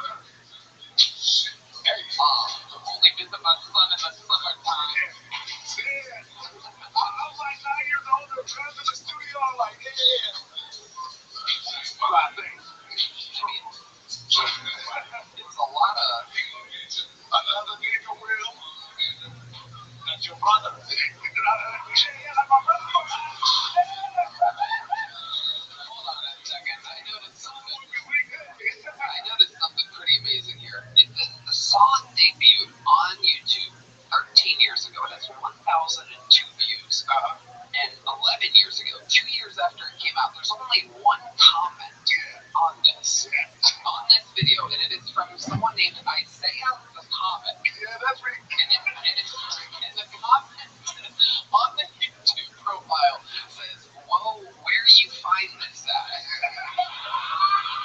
I was shocked. Would you like to know? I said, yeah, I don't know. I loved it. And all I did was have a CD of him on my CD player.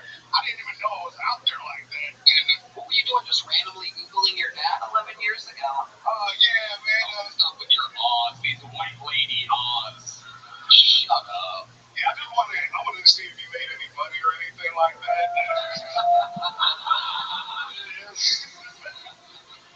Yeah, man, and I found out somebody stole his shit, and I'm gonna find them, man.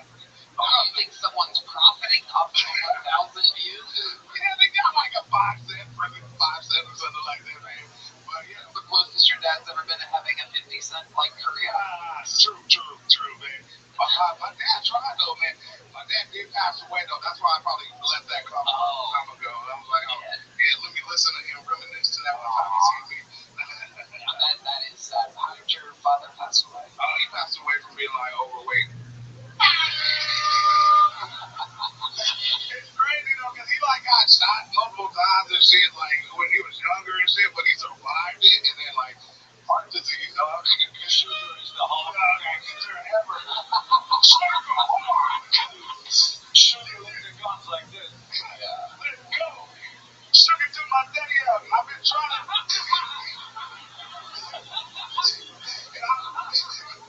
Glucose Jenkins. That's why I eat so much sugar, because I'm trying to kill all the sugar, dog. Like, That's right.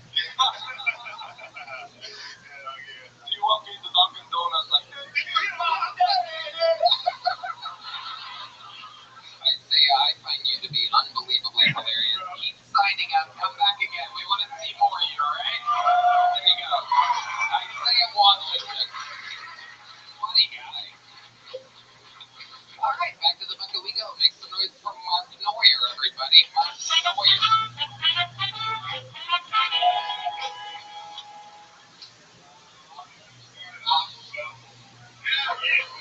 I like him a lot. I'm a big fan of Alex Jones. The thing about him is he says some things that are true, right? He's like a real controversial guy. He says some things that are true. That, for example, he said they're going to fly planes into the Twin Towers. It's not funny. It's just true. He said that in June 2001. He did, right. Now, I'm not a college-educated individual, right? But I do know that June comes before September every fucking year.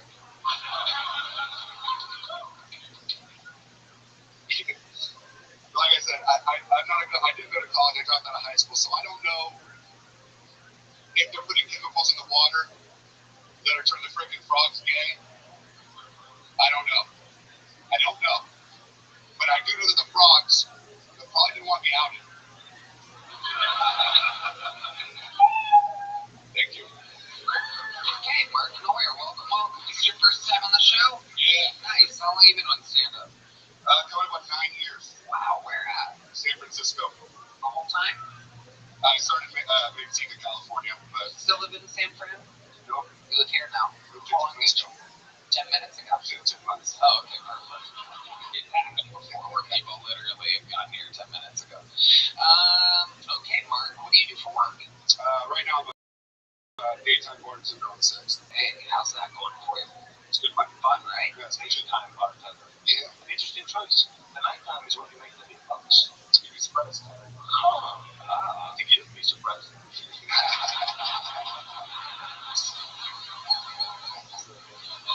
It's an inside podcast. Anyway, It's a great reference. I love it. Mark, is bartending what you were doing when you were in San Francisco? yeah, I was working comedy venues. Do you steal money as a bartender? I used to be a bartender. Not anymore. On 6th Street in San Francisco, I did that. Exactly. Yeah, I used to do that too. Yeah.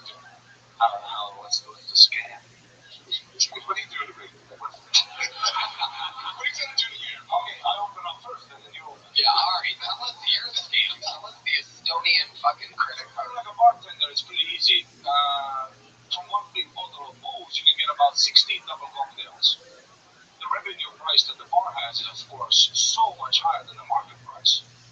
bring your own photos. And you have a side register. One for you, one for me. I was like Robin Hood, but for myself. Wow, that's a pretty good one. And then sometimes, do Americans, you guys all free pour, right? I do. Yeah, you can steal it a little bit, you know? Like if it's 4 centiliters of alcohol, every fourth cocktail is for free because you drive on shore. Mm-hmm. They're very serious about it. Very serious. And then from one draft, you know, like a big jug, draft beer, the one big can. Yeah. You get 66 beers, but with foam, it's actually 58 beers, so you can steal the 6. Mm-hmm. I gotta tell you, I'm from Stockton, California. You're losing with all these numbers. And what was yours, Dan? Avoid the drinks after. Avoid a few drinks. Not bring them in. Right. When the people paid cash, you would just take the cash. In San Francisco. Yeah. Not at my current job. Right. Exactly. Very well put. Amazing. Amazing note. Amazing footnote. You would never do that now, but you totally did it then. Yes. Nice. Mark, tell us more about your life. What exactly are you into? Do you have any hobbies or anything like that? I play a lot of League of Legends on my phone. Mm-hmm. Specifically on surprise, yeah, that dude likes League of Legends. Yeah, I did notice you can rest your microphone. I do. It's a crazy move. I'm a big boy, man. Big boy? Yeah. You are a big Fucking sugar. Yeah, I play League of Legends. League of Legends. Anything else other than League of Legends? You do anything? I've been doing a little bit of putt-putt golf. Oh, shit. All right. I bet what? How many times do you think you've putt-putted recently? Show me your putt stats. I don't think you can see the ball. Okay. Whoa, it's actually very good. That's pretty good. Wow. Look at that. We just went to the Peter Pan one, the local one. You know, the racist statues. Oh, I didn't know about this. Now I want to go. Yeah, it's great. Wow. They have a dude doing a full-blown cigar. Okay, that's... They change it now and stuff. Hey, dude. What are you trying to do to me? They changed him from like a, I don't know, essentially a Nazi to he's a pirate now, so his stick-out hand has a little hook. Are you serious? The stick-out hand off, yeah. Where is this at? It's Mama South First Spring, I think. They're about to tear it down. They saved it, yeah. Wait, what's it called? Peter Pan's putt extravaganza place or something. Damn. Yo, you've been there? No, I didn't know about it. We all know about it.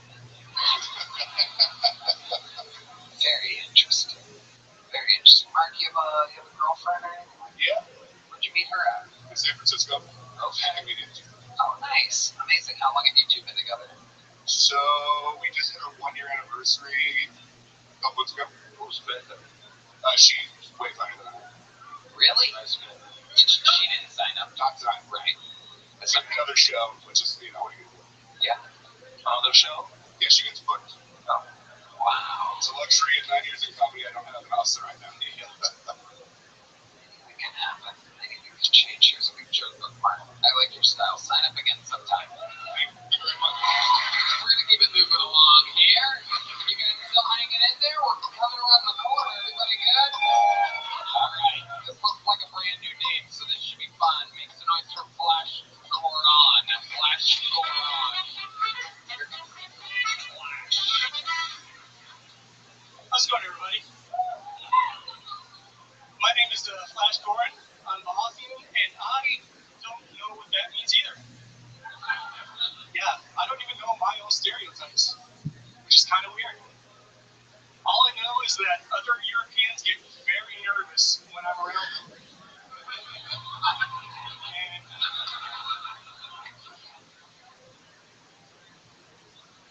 you're welcome. That's all I have to say about that. If somebody came up to me and said, you know, all Mahothians are bad drivers, my response would be, you know, what else?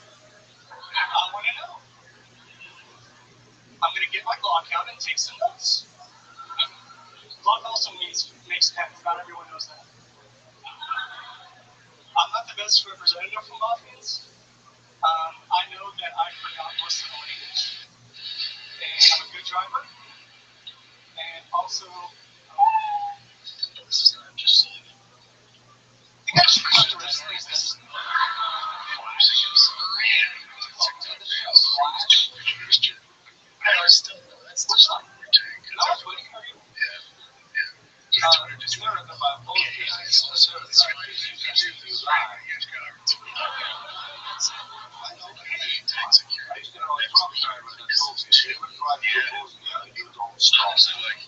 Like it's all happening in one. Flash, I'm gonna tell you right from the top here. I got friends. Like one of the nicest, most chill people. I appreciate that. Every response is like, wow, I didn't know that. Thanks a lot. You're adorable. How old are you? 37. 30 on Friday. Well, happy upcoming friend. You're very likable. How long have you been attempting stand-up comedy? First time ever. First time ever. The sound of a goat. What made you want to start here tonight? Just wanted to go out of town for a while and stop by, and I thought this would be a fun time. Where do you live now? Amarillo, I'm originally from Bosnia, but I lived in Amarillo most of my life. Okay, from one war-torn area to the next. Exactly. What made you pick Amarillo? I didn't. I was 8, so I was the youngest in my family. I don't know if you know this. One of the most interesting fun facts. Matt Mueling is from Amarillo, Texas. The original guitarist here. Are you liberal? That's a wild question there, man. I just like both sides equally. There you go. Very good answer. Amazing answer. By the way, sweet guy.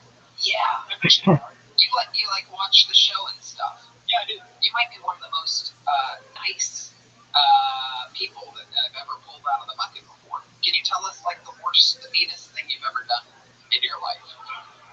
Dustin, what do you think it is? I think you grew up the door salesman.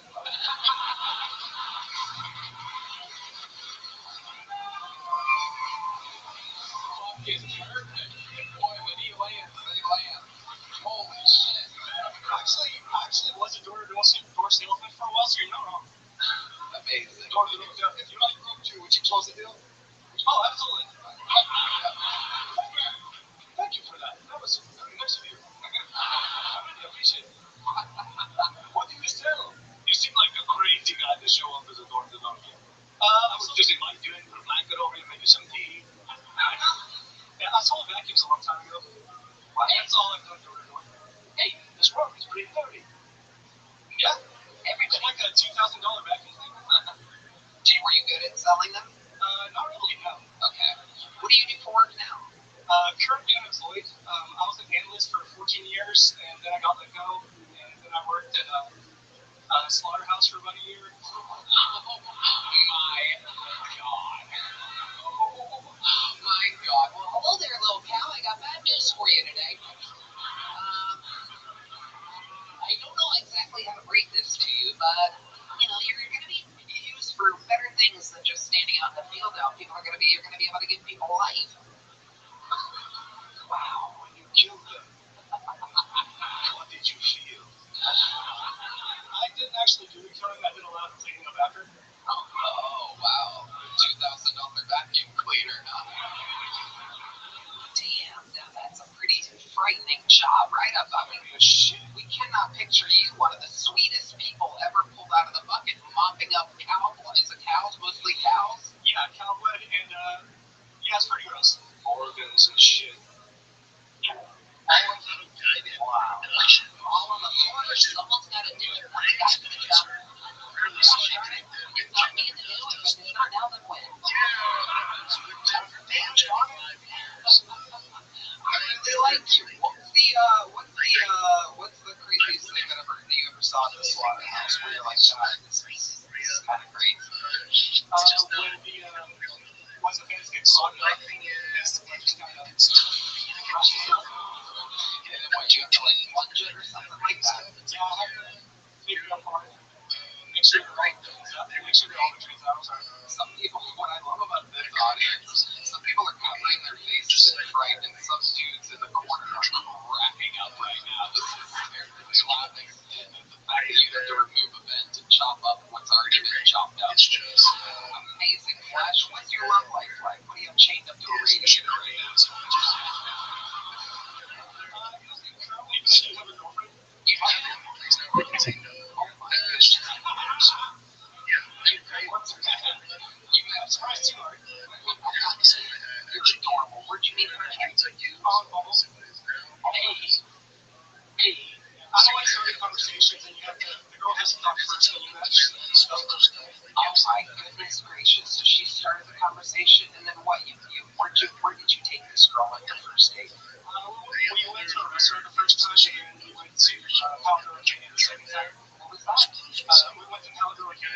What is that exactly?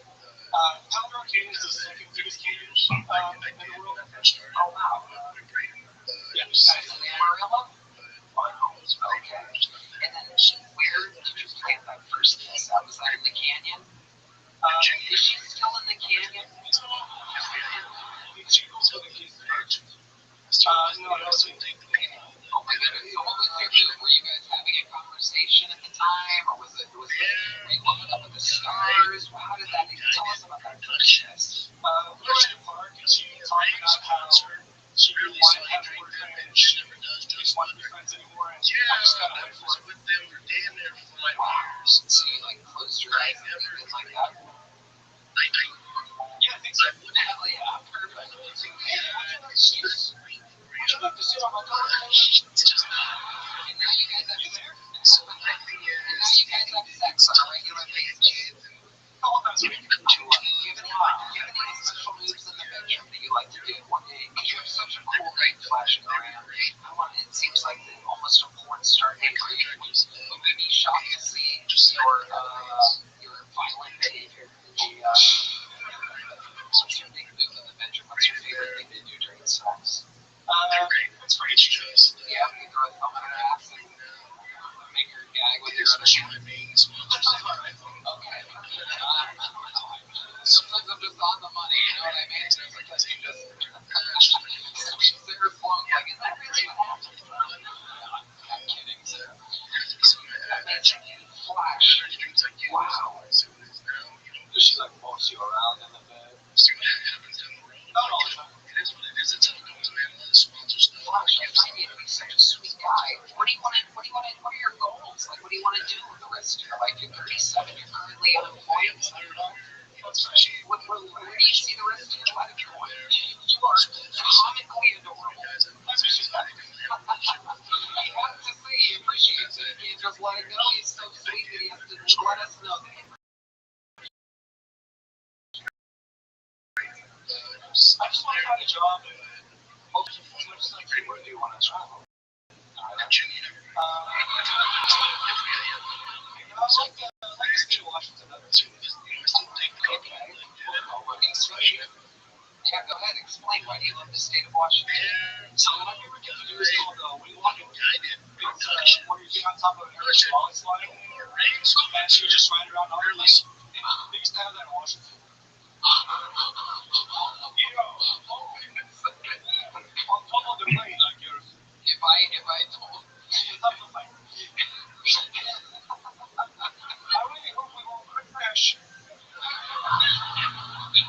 Airplane, can you please take care of me? it was a really good time up there. Quite the What are you gonna do? Tell your girlfriend like, hey, you wanna go windwalking? Actually, I did tell her that. Are you gonna take her sometime? I took her once. She didn't pass the training. What is the training for windwalking exactly? Basically, you just the flight's on the ground and you climb up and down the plane. What did she have trouble with? Climbing up. Climbing up. So is she? No, I'm doing this. Flying like she needed some carabiners and at the bottom holding the rope. And she did really good. It's just hard to do. You have to have a background in climbing and for the athletics. How many times have you windwalked? 3 times. Wow. My goodness. That is incredible. And you love it. Yeah, it's my favorite thing. Wow. What's your second favorite thing? It's an answer we've never had on this show in its history, by the way. We've never had someone that works at a slaughterhouse, and we've never had a windwalker before. And God damn it, this is the last guy that I would ever think would do either one of those things. Second favorite thing, jumping off the stratosphere building in Vegas.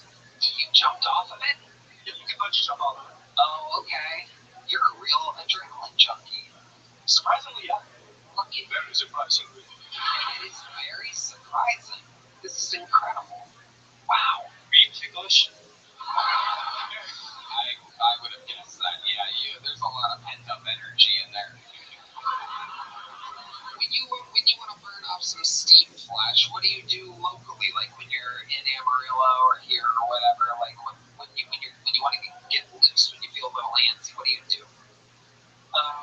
Gaining, weightlifting, video games, just pretty basic stuff. Love it. What makes you like really fucking angry? Yeah, that's a great question because I can't picture you getting angry now that I met you. Well, the last thing where you were like, yeah, exactly. Great fucking question. probably from losing my job. Short act. I tell you. Listen, you're a nice guy, but we gotta let you go. Son. Hey, look at that. Well, Flash, what's your social media in case someone that wants to hire you can reach out to you for something? Because you seem like just a decent, very decent human being. Thank you, Tony. That's it. Unbelievable. I love it. Flash Grant. That's your real name. That's your real name. No, my name is Gordon. I just have a nickname, Flash Gordon. I love it because you're so fast.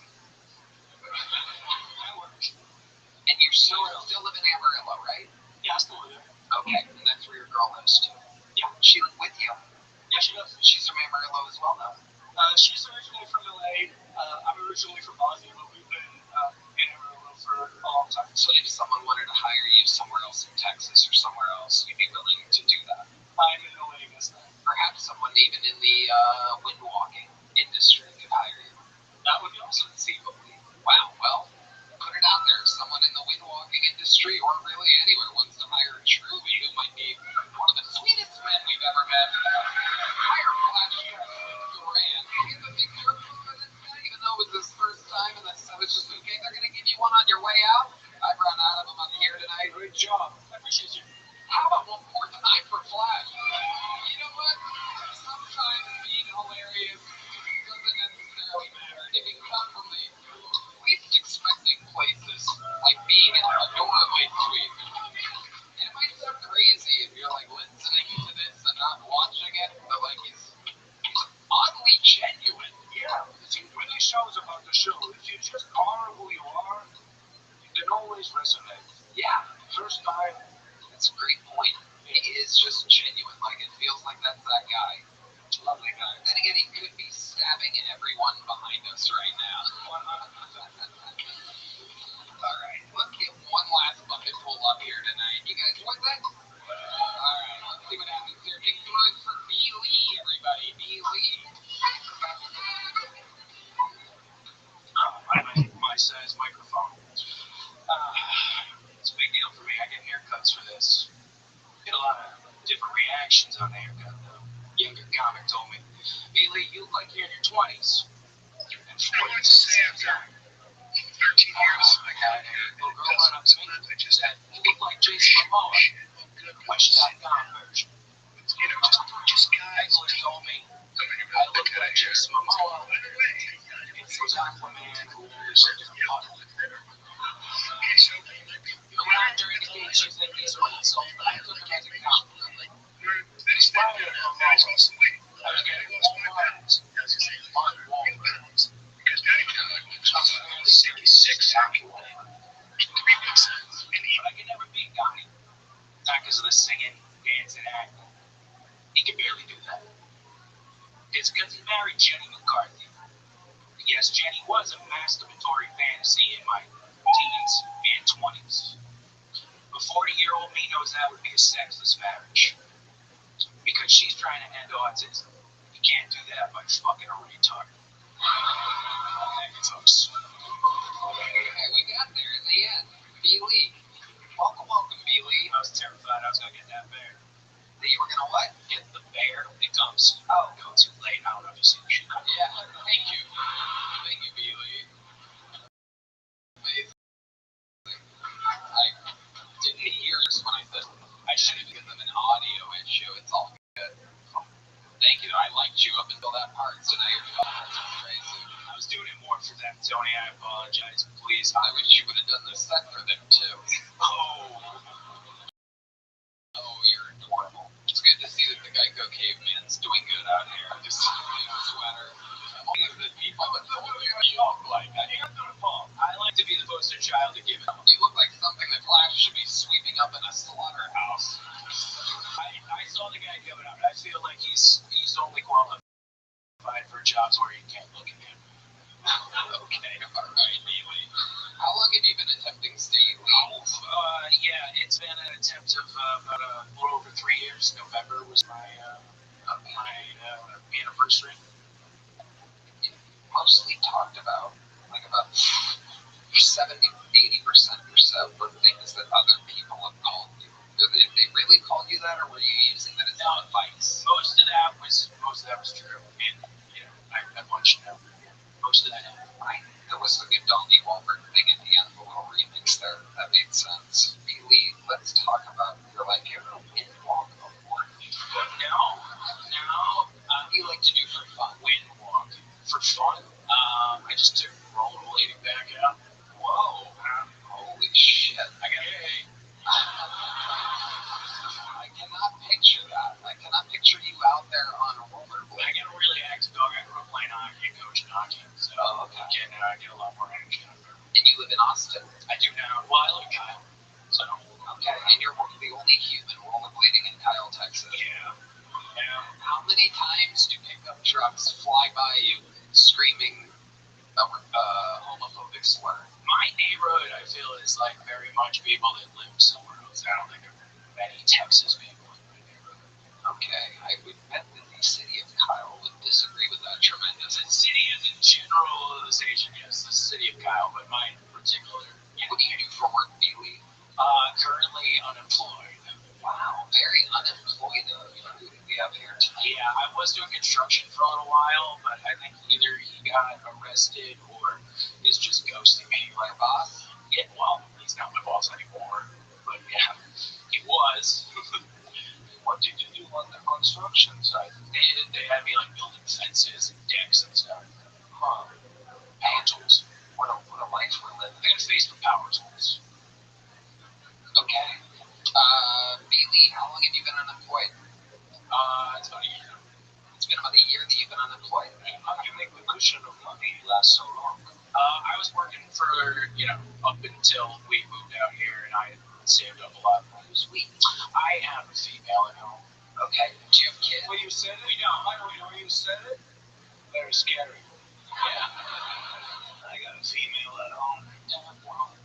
What does she like to? What does she do for a living? She's the main provider for a hero, Tony. She's a nurse. Have you ever? See, they'll tell you within seconds, nurses. Yeah. Okay. How do you contribute to this household? I clean. I do all the manly stuff, like like breaking bricks with my head, and mow the lawn. And we got a really bad ant infestation. That's a problem here in Texas. So I had to re-caulk the whole house. That was fun. But a lot of vacuuming, folding laundry, letting her vent about her day, which I would otherwise, interject if I had a job. Yeah. Why haven't you gotten a job in a year? Well, I was doing the construction, and then a year ago. No, not. Well, it was less than a year ago. I did get started at a real job. When's the last time you worked? Before I moved out here, I was selling car parts. Okay. Yeah. How long have you lived out here? It's been a little over a year. Look what's going on here. So the construction job didn't last that long. It was kind of sure. Girlfriend ever asked you, when are you gonna get a job? It's been a conversation more than once. Yeah, for sure. And what do you say? Yeah. What do you say when she asks you? I say, hey, look at this application that I'm putting in. Yeah. You got to make it very evident, with that laptop. Has it caused strain on the relationship? Not yet, but I can get there. It's coming. Yeah. If this set went better, I was going to beg Tony for a job, but I don't think it's going to work hard. That's definitely not. If I can hire Flash, I'm definitely not hiring your ass. Flash is a machine. He looks like I appreciate that, Tony. I hear him in my head. Thank you. Even though I'm God, I really the respect is. It's just overwhelming, Tony.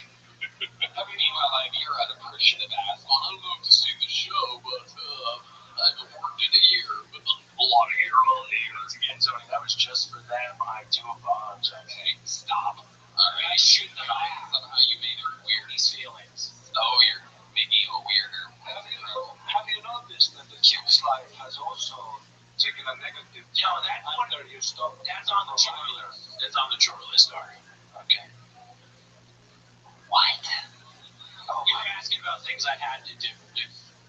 If I didn't do the sex, I'm pretty sure it would be a lot worse. Let me tell you something.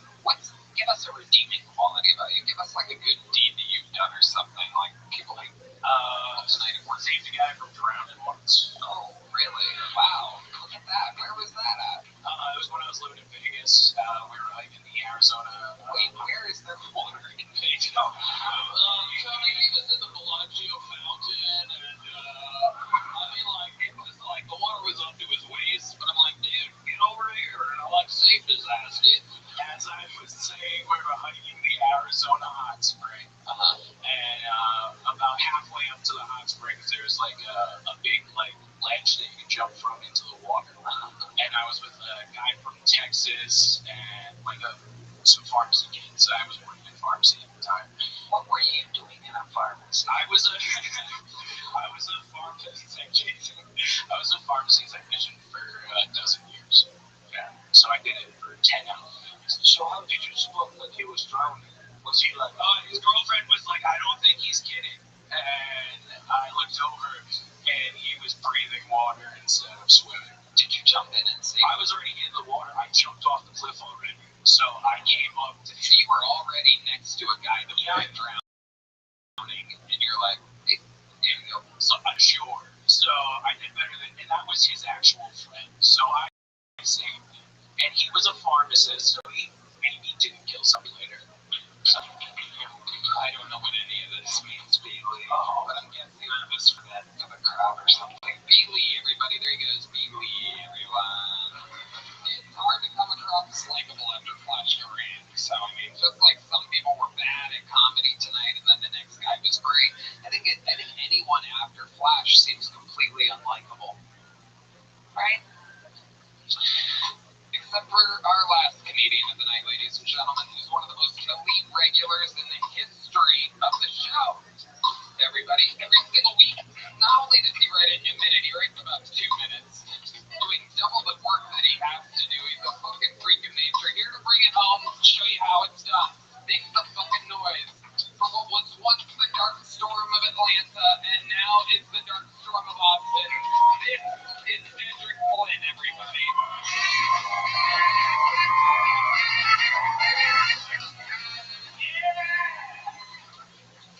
when I first moved to Austin, I was working at this car wash called Surf Through Car Wash. And they hired me as a manager, and then afterwards told me that tattoos are not exempt, like they can't be seen at the car wash. And that let me know these niggas aren't good with money.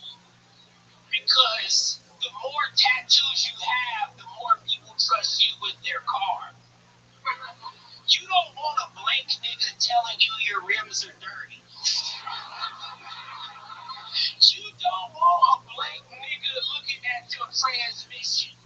You want a felon with a throat tattoo being like, your filter's dirty, like whatever you need, sir, just don't go back to jail. Tattoos let you know a motherfucker went through something to work here. Like doctors don't have tattoos, surgeons don't have tattoos. You know who do? Nurses. Nurses are sexy as fuck. If the hospitals just only had nurses, everybody would be cured.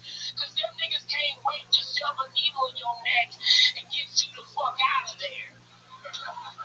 All I'm saying is if you can't punch the drywall, you shouldn't be hanging my drywall.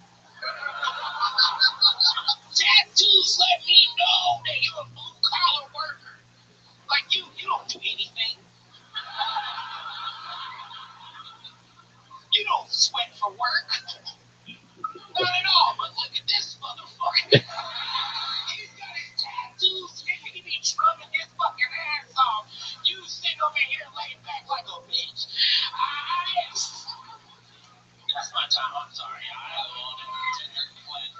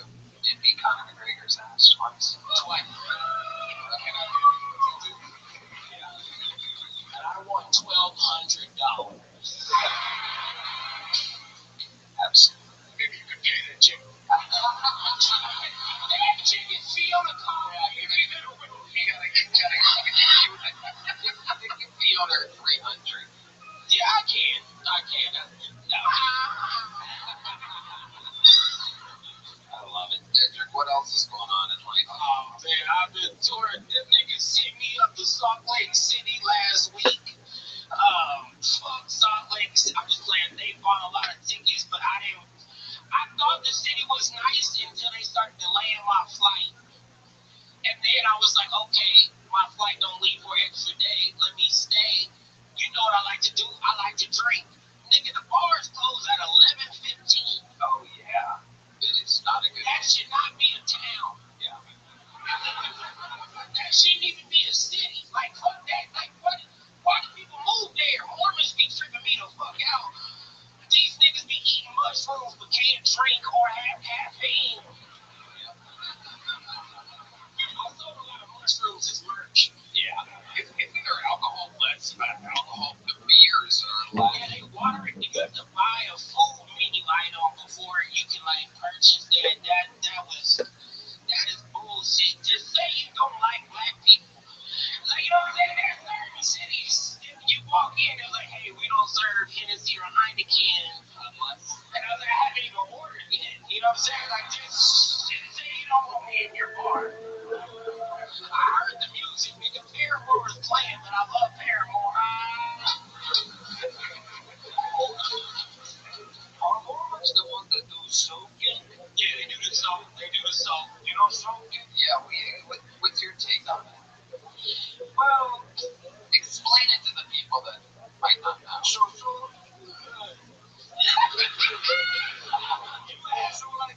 he can't like fuck the bitch, but what he can do is get me while he's around the pussy with his massive cock. Yes. And I'll shake the bed for him.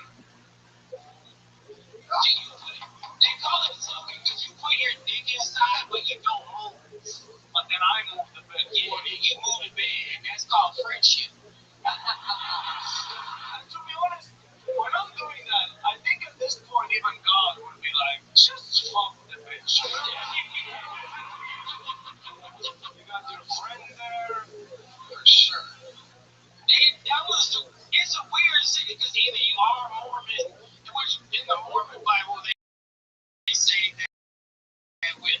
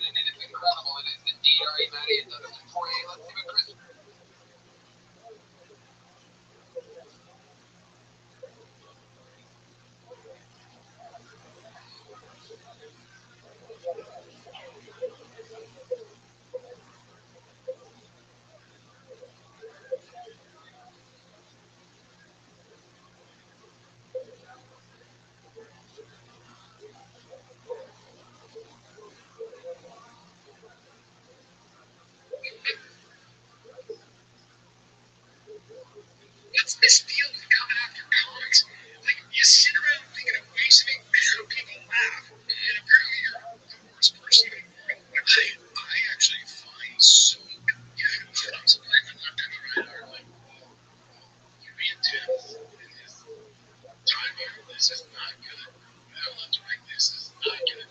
But what do you expect? The leaders of the left are essentially constantly calling for someone to use. Did you see what Jimmy Kimmel said about Melania Trump?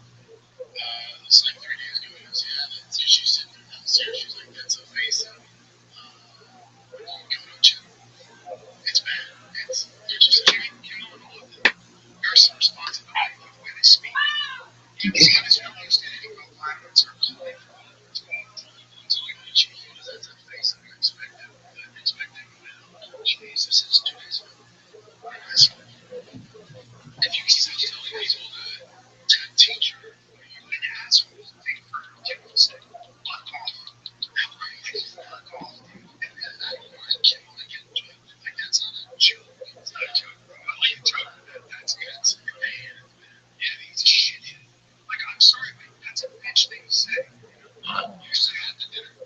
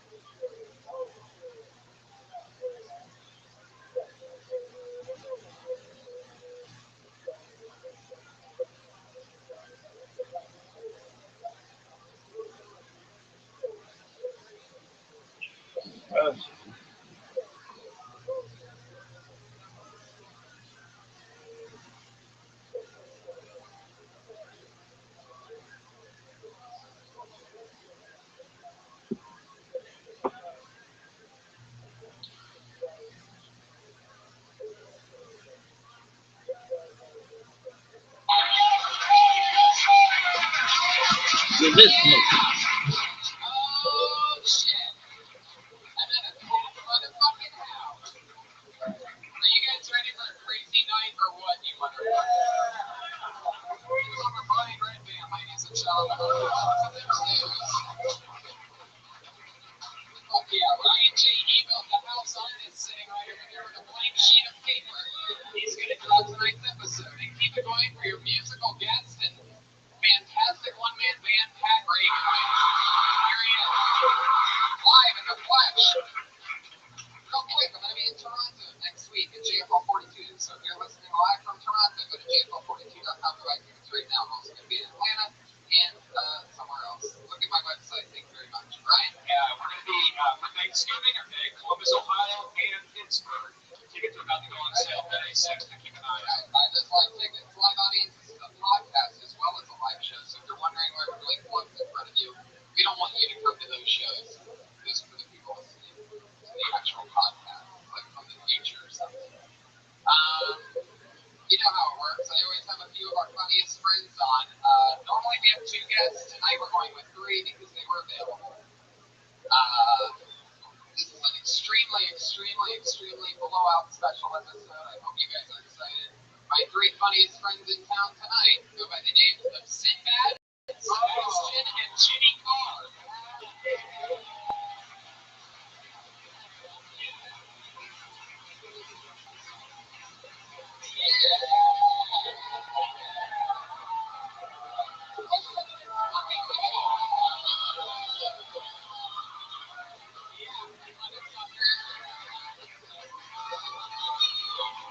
We take Mondays to a whole nother level. A bunch of people, they go out on Fridays and Fridays. Not with this crazy audience. Jimmy Carr. What's up? It's always nice to be introduced to a friend, but I think you're kind of getting ahead of yourself. You were one of my best pals that I dated in Montreal for the last festival. That's agree to disagree to move on. Jimmy Carr won the Roastmasters Invitational, which was fucking incredible. He lit everybody up in this giant 16-man roast tournament and took home a trophy. Sebastian, this is your first time on the show. So good to have you. One of my favorite comedians to watch. And so fucking cool. I've been waiting for this. No, thanks for having me. When Tony called me up and said there's an immense amount of talent coming through the belly roll, I said, sign me up. I'm looking forward to seeing the talent.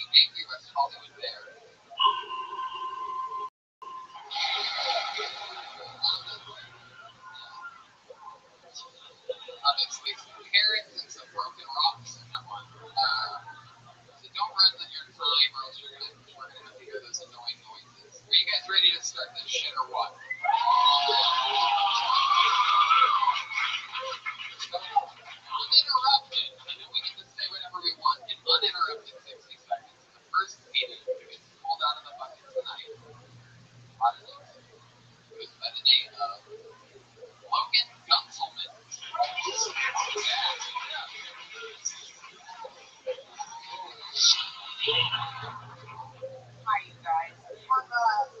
Have you been told what your type is by the opposite sex?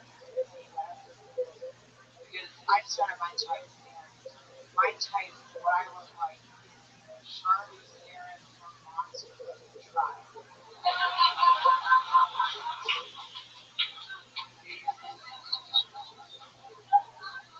And then my body, people have always described my body as solid. Like I look like a hardworking single mom already.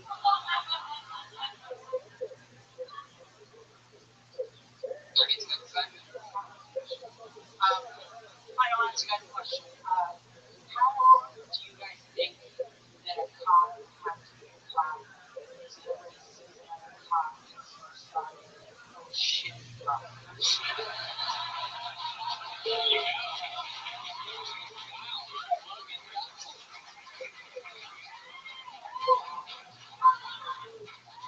Huge fan of Tim Raine. I didn't realize you were on it.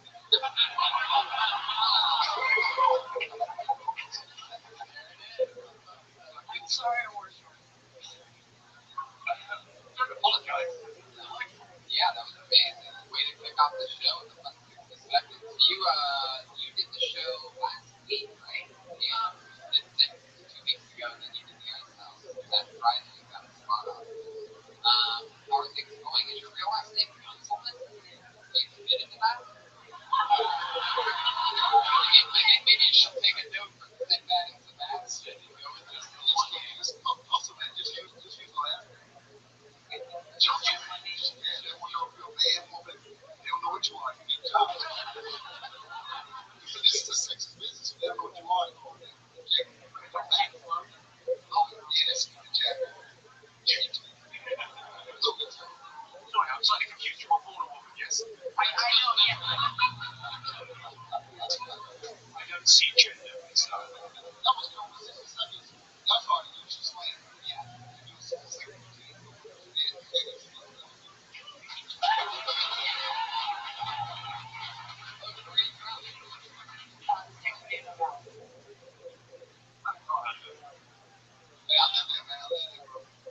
Sounds rough.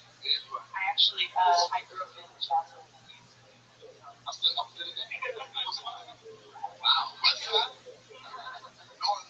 you just said that reality off the top of your head. It was my dad's deli. He was like, sit back. Everybody over 50. It's an over 50 building. Is it called Gunselman's Deli? Should it be? And it's old. It's an old one. Everybody just speaks for 40 miles a day. Sit at the table. Right at night. Wow. That's the only place to eat. It's a good deli. I presume you work at it. Absolutely. It's, wow, that's interesting. People can eat that. That was the only place to eat. That's the only place to eat. Is that deli produced by Russell Simmons?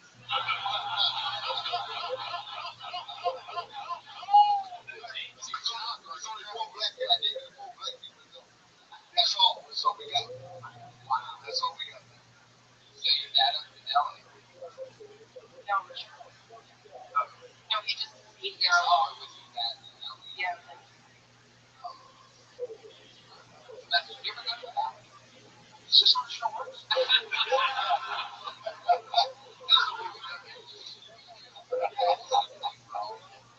Really love what you did up there. Like the self-deprecation, humor, and the short story. And I liked it. It was very good. Yeah, it was very good.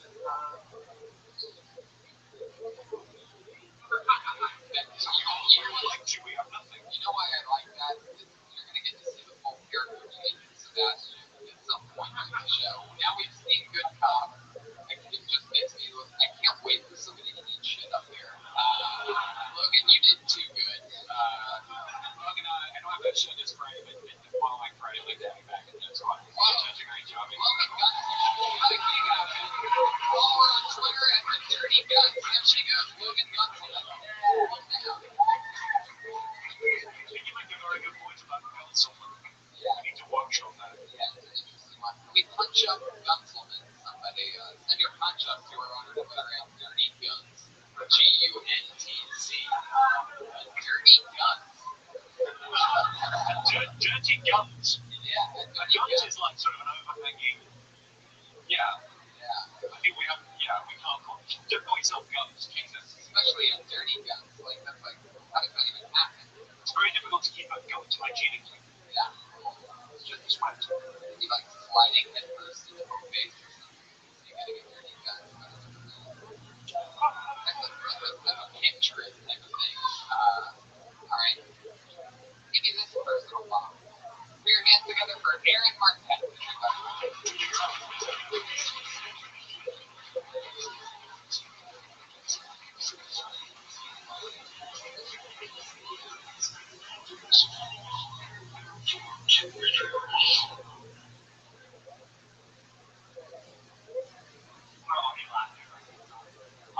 So it's very interesting here. I think there's no. I've recently been considering going to see a psychoanalyst.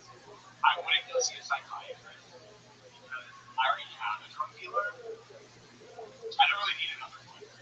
Like, I don't want to wait in line for 30 minutes to see my prescription filled.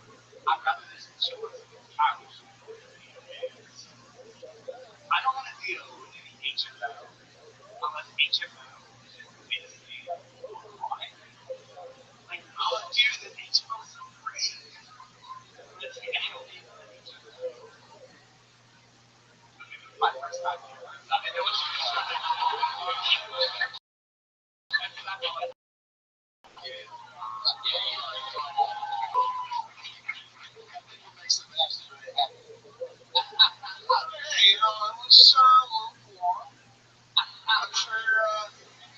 After Logan, we did see it dip.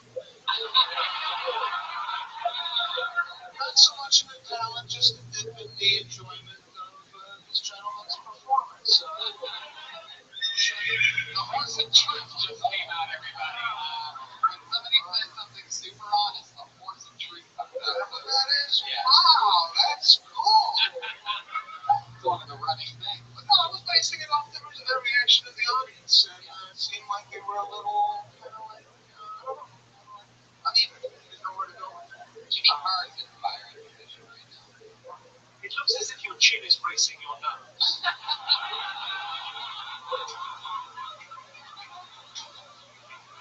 It looks as if it's just won the race. So congratulations, Chin.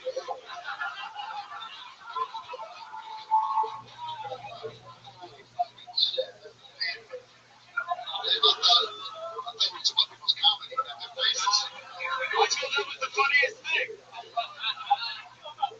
It's hard. Logan just set their bar. See, Logan came out, set their bar so high.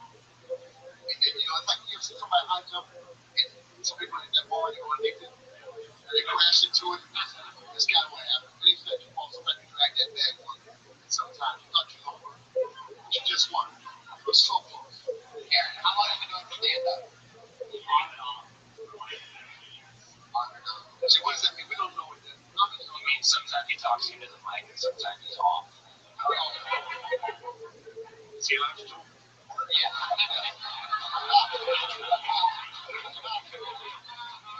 I'm just checking. I didn't love it if I'm honest. What do you mean by on and off? What does that mean to you?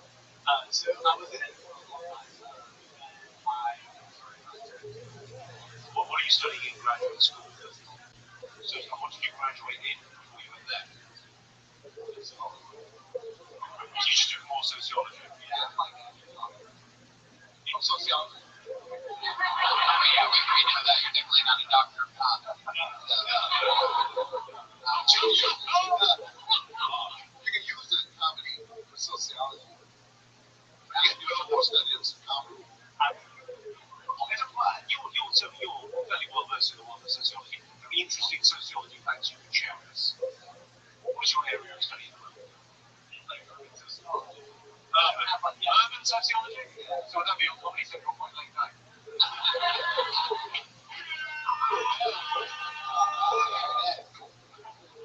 The Hornet Tree.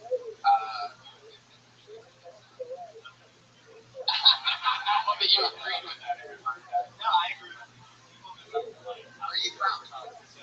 Wow. How long have you been in LA? 3 years. What do you USC?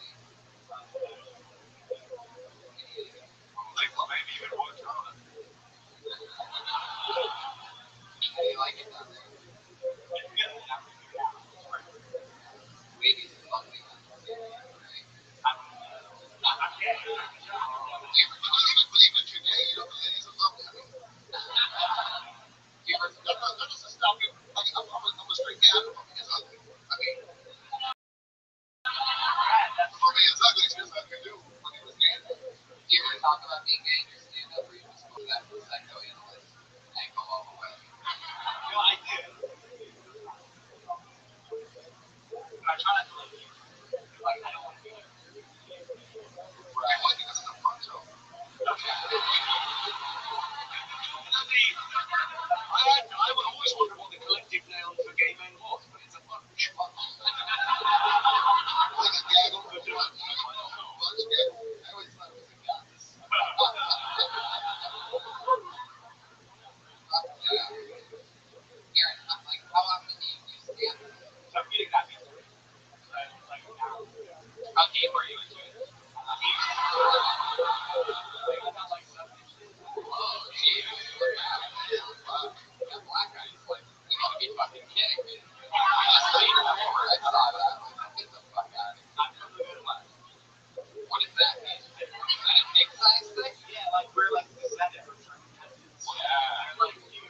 Well, like even the women. I get the feeling you know more about dick size than me, so I'll let you right on that one. Do the Germans have bigger? Do you have one of my London correspondents? Yes, I'm from Europe. I've seen a lot of their pornography. Yes, they do. Let's go with it. Why not? That is the unfortunate truth, and I also think I've seen that more in German porn, so you got me on one side. Aaron, well, fuck yeah. Good stuff. Nice to meet you. Surprisingly, Aaron is not a Twitter. He did not leave a Twitter handle. However, he did leave a Grindr handle.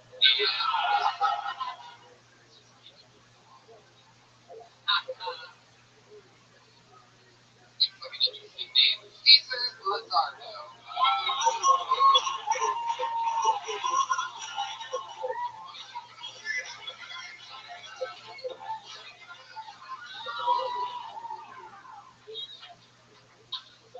What's up? So my name is Cesar Lizardo. I'm a black dude with an Italian name. People get really confused about what I am and what I like to refer to myself as ambiguous.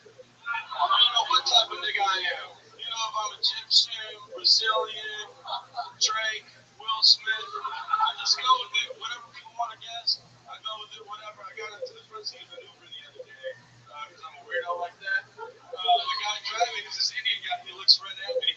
He goes, I was like, I get what he wants. Like, I'm from India. He's like, I knew it. I looked at me. You're what? I'm an Indian motherfucker. You didn't even say percent. I was like, yeah, no, I'm not. He was like, we're just better to the fucking Indians. Actually, I'm from Dominican Republic. Dominican Republic. What part of India is this? It's not. It's in the Caribbean. Actually, it's in the West Indies. I knew it. You 100 West Indian motherfucker.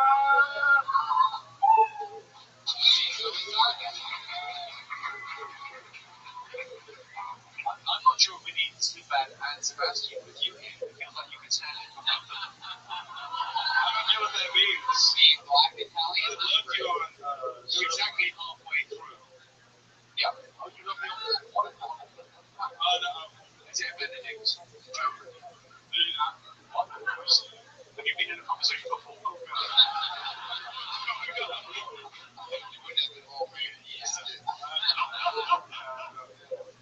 So that's incredible. It looked like your can of beer was taking a phone call the entire time.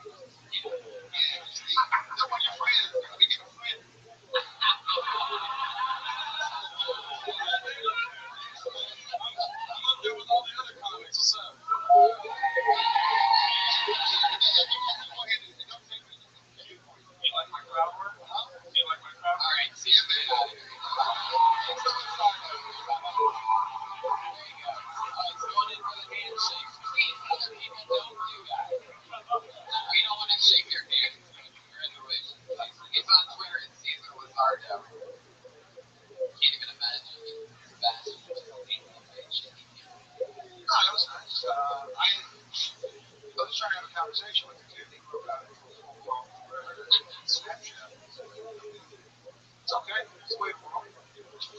Pulled another name out of the bucket. We know this guy. He's been on a few times. Your hands go for Dennis Wilson.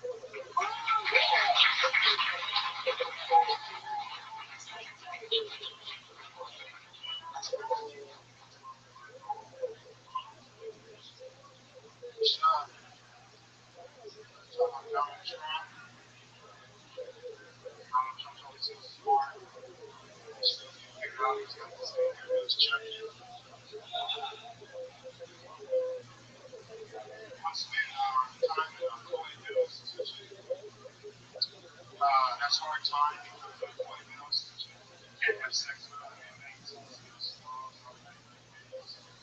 I'm gonna be in there for 72 hours. And then in that house, I'm a 10. How I got this? All right, 38 seconds for Dennis Wilson. So in single sex mental institutions, are you allowed to have sex? Well, you said in co-ed mental institutions, you're not allowed to have sex. But if it's single sex... Oh, well, that's disappointing. Without permission. No. So, but bitches be crazy.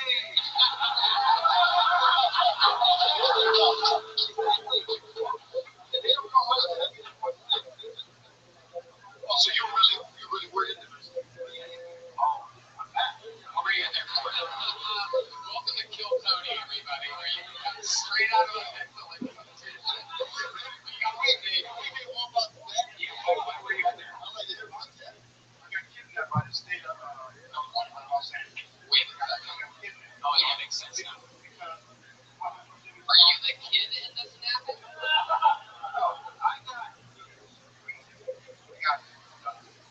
Because Wait. Let the guy talk.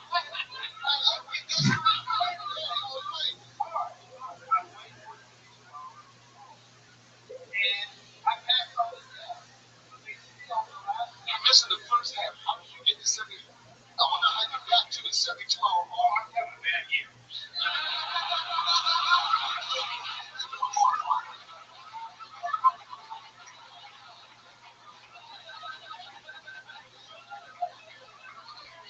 Wow. So that's how that joke starts from now on. So it's a 20-minute bit, but I don't know. 20-minute bit, you only did 38 seconds.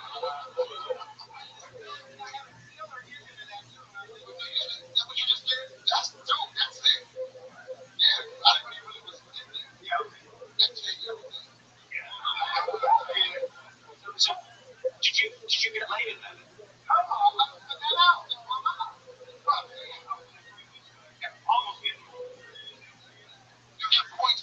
Yeah.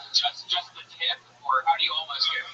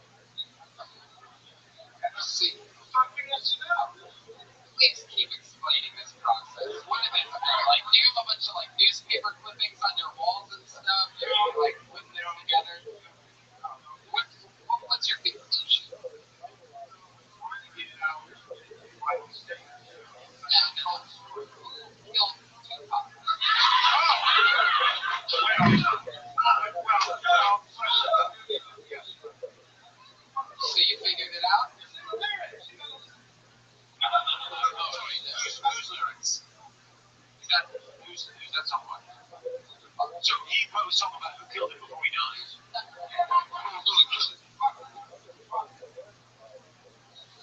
I need more of this in my life, yes. It seems to have done you the power of good. Okay, so you're trying to figure out who killed Tupac. Yeah, and I listened to the lecture a few times. And then the cops bust through your doors.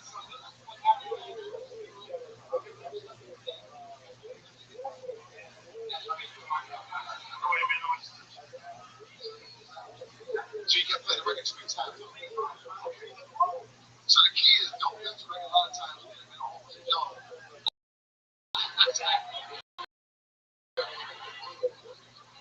you know the bit of the story when you said you didn't take your meds? Are you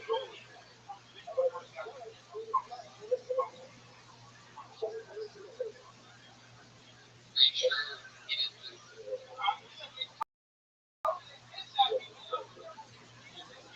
I think fine is fine.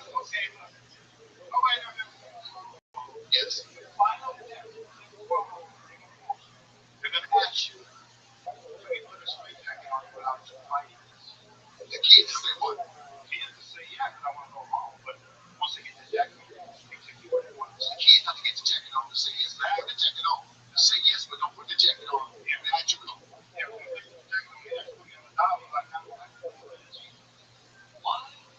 There's a lot more to this story. There's a lot more here. We're going to have to get that next time. I gotta ask you one more question. When the cops arrested you, kidnapped you, did any of this happen? How recent was this? Was Amanda Bynes anywhere near this situation?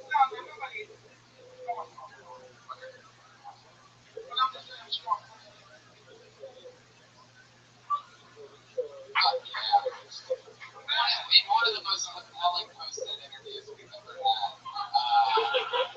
don't know what it was. I don't think you make that up.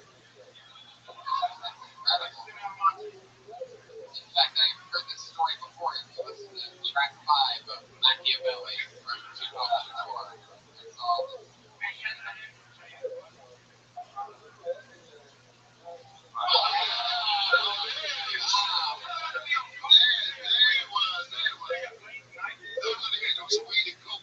Tell us what got him locked up was the weed and coke. He was doing lines of cocaine off of Tupac's. So you listen to Machiavelli and you hit it. And you hit Machiavelli. Machiavelli and then they came in. Okay, that makes more sense. Yeah. And then you got out and raided your grandson's wardrobe, and here you are today. Dennis Wilson, you did it again. There he goes. Dennis Wilson at DJ Sunset Boulevard. We don't need you. I feel like that could happen to anybody. I really do. I mean, I know that if I got arrested and they tried to put a straight jacket on me, I'd go fucking crazy, so then they think you're crazy. Do they do straight jackets in your size? They do like your children's straight jacket? No, it's not called a straight jacket. My size. It's called a gay jacket. Okay? By the way, I made a were any of these chicks downs to fuck, and only 3 people laughed at it, and for that, I blame you, audience. Downs to fuck? Scratch your hands here, ladies and gentlemen. Seriously, look at the great concert. How many royalties? Some guy was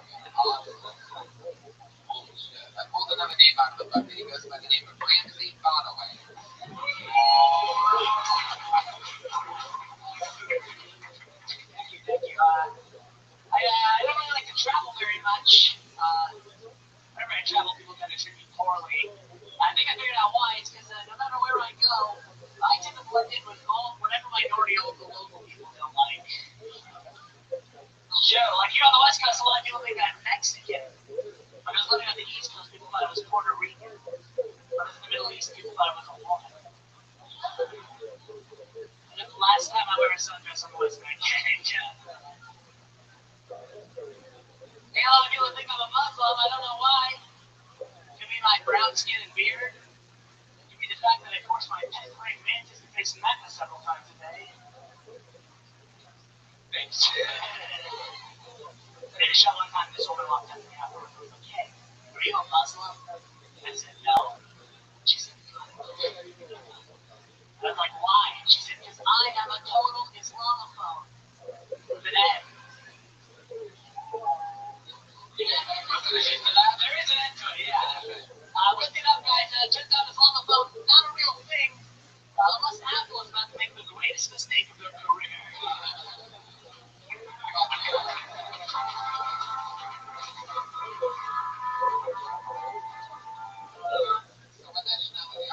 Palestinian. Young wrestling. Still mad at my parents for fucking. Yeah.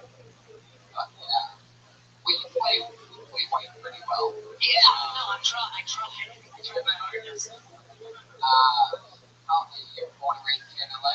Long Beach. Long Beach. Yeah. I knew I was gonna have to follow that. I was like, there's no way they're gonna pick me. And then as soon as he went up, I was like, they're gonna pick me. There's no question. Yeah. What did you think? I don't know, just the energy. I was like, oh, there's no way. That's a tough follow. Jack is just talking about Palestinian guys. He tore out a hole. There's nothing. Yeah. I mean, Indian guys are really good at following things. Like, imagine that guy that had to fly the third plane into the Pentagon.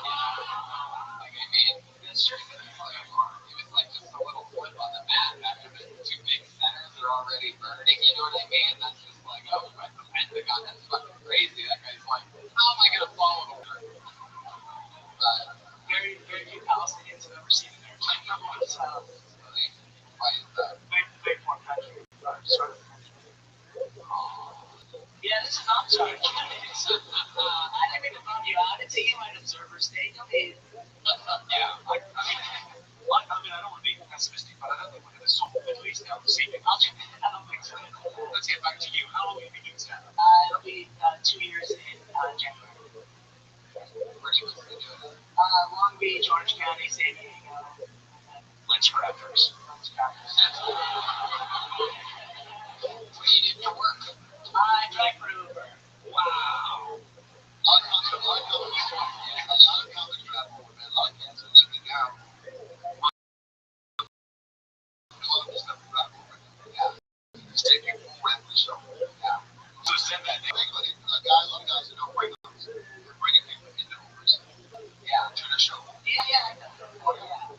When you say a lot of people, so that things not working out for you. See, there's bunch of lots of things. I'm not just the best of You can have the different time. You can have the select or the no, you just show up. People don't ask you to show up. See, just show up. You see, people wait over to show up after one. Because people feel bad about not getting in. They say, people are crazy. Because people will get in and call. But they will. People don't know how to say, oh, sorry, I didn't call you. You just don't get in. People get in when you feel like it's your fault. But you're glad we talk about it.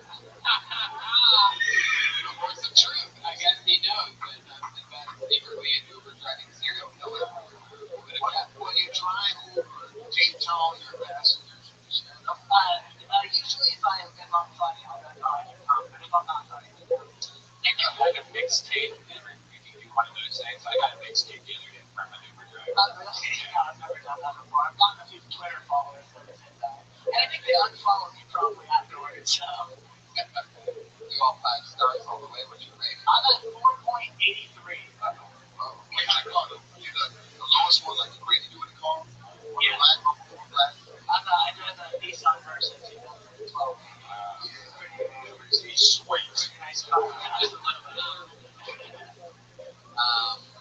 What's the craziest thing that's happened in your car? One time, someone tipped me a few months ago. That was Wow. How much did they give you? they gave me $10. That was the Really? That's the craziest story I have. Absolutely. I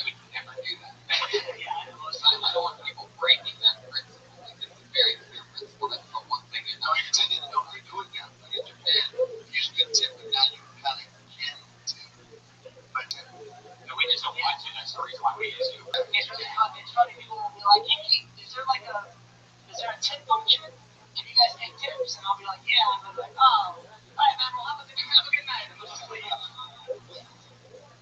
Do people ever see you and ask, like, why is this cab driver driving an Uber?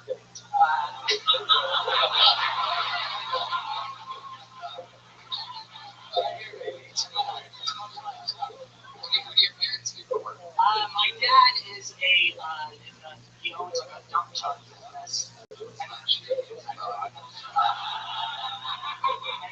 my mom is suppressed by prehistoric phones. That's right. Pretty angry. I'm very angry at it. You heard Rob say your mom never did.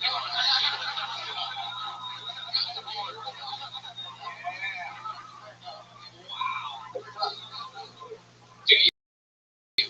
What's she not wearing? Well, that's fun, man. How long have you been for? Tears and cameras. Fun time. Thank you very much. Let me talk to you. I got you. There you go. Crazy bottom.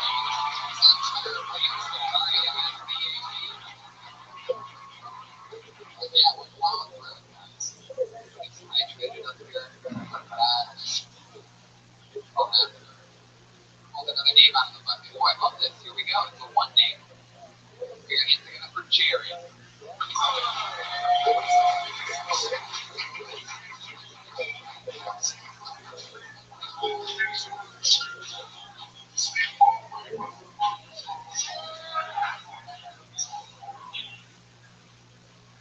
Yeah, so my mom and dad finished. My mom went before didn't do it. He tried to stay connected to the important gas station. So the first thing I did when my dad told me my mom's in China was I pissed in his face and I screamed in his ear. I don't want to hear the politics. It's like the DBA for white people. It's, well, my I love her, but I hate her. I want to divorce her. And she's way better than years than I am. So my life is thinking I can get some fucking smart. We should just sleep like we want to fish in the city. Celebrate the 9 months of pregnancy when the baby pops out in black. I can get that bitch shit for the rest of her fucking life. And then when she goes crazy, I'll divorce her.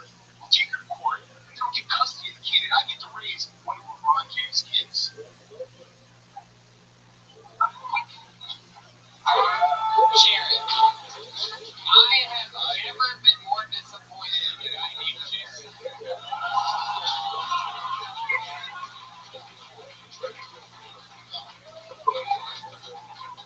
Yeah, I've been sitting on that one for 60 seconds. It was just one to interrupt him with it. Sometimes it's really hard. So, your parents presumably regret the whole abortion thing. Too harsh? I would think so. Jared, what's going on, man? What do you feel? You look really fast. There was no segue. Really interesting. You're lifting the back. I feel like you did it for 4 minutes instead of 58 seconds. I thought they would have did this guy out at 712 holdings. Yeah, because it was like, dude, you went places different. Yeah. It was how he was real. He had some real moments. Yeah, you have 2 pens connected to your shirt. They're actually pins and stylus. Actually, Stylus pen. do you ever write jokes with those pens?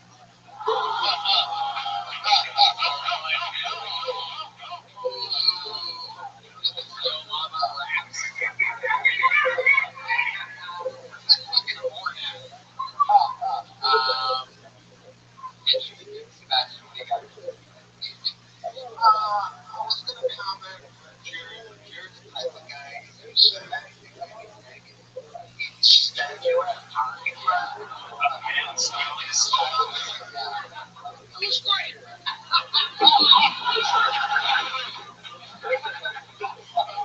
It's true, Jared. You do look like a school shooter all grown up. You got away with one earlier on in your life. I'd like to know more about your history. Yeah, me too. Who you are, where you I was born in Atlanta on the gas station. So you like True story. Okay, so they did one. Everything was true. Damn, we should probably try to rewrite that. Not so true. Yeah, that's I said, yeah, they were. For the tire. They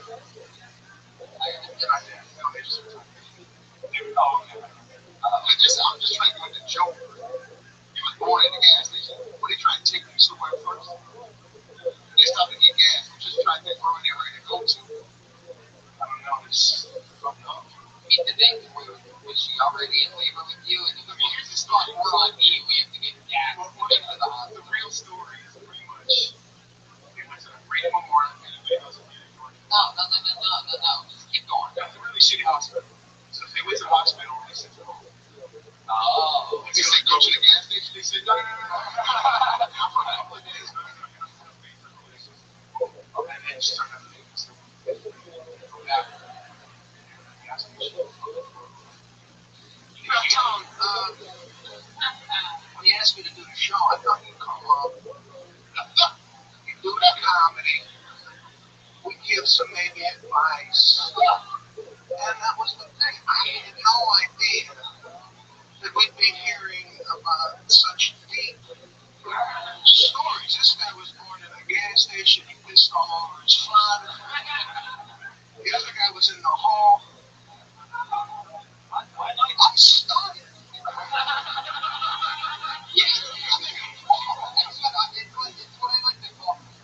It's a little something to mix in with all the funny stuff. I'm not knocking the show, Tone. I'm just amazed at how people are sharing. Can I ask a question? Because I mean, obviously, I think a lot of parents considered maybe Planned Parenthood and maybe getting rid of the baby.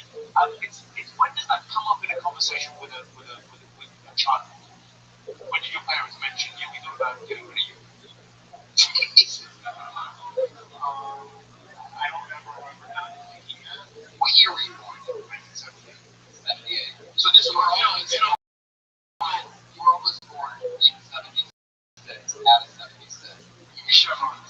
Oh, Chevron. Pretty intense, like, I noticed like every word is like fun, angry, and you say, I don't really know who told you the abortion story. Is this maybe something that you thought you like, I deserve to be aborted? Like, you have a lot of anger in you? Yeah, I'm a pretty chill. Yeah. You know what I'm saying? Now, maybe they were trying to fight you, but this is a rumor. Because even if this in his face is a rumor, you wasn't there. You this in his face could be a rumor. So you're just taking on somebody's word. Did your dad tell you you pissed his face? Were you doing something stupid at the time he said you pissed my face? I was doing it. You know, you play basketball in school and your ass is free. No, what were you doing at that moment he said you pissed my face? Were you like doing some stupid stuff? Or you just he did it like he got away with pissed my face? You go, wait, no, because, you know, you tell me the story. So now that's what we need. This is a story that comes out every birthday. And you go to the house and there, happy birthday. You have a fucking story about this. And then instantly it goes out. You know what you should do next time your dad brings it up to you? It's not his fucking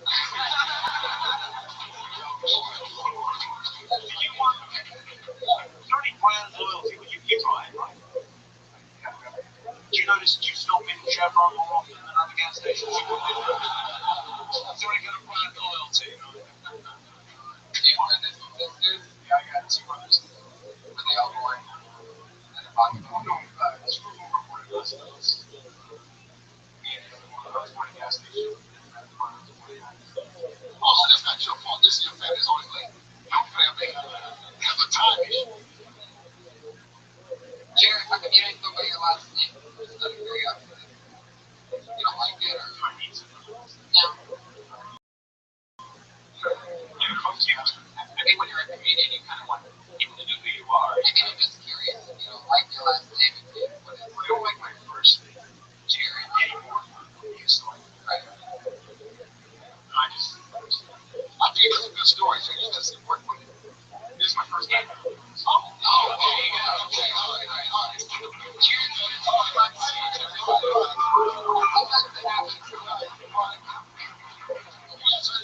Don't ask how long they've been doing stand-up comedy. This is funny, too. You got some good stories. You got born in the gas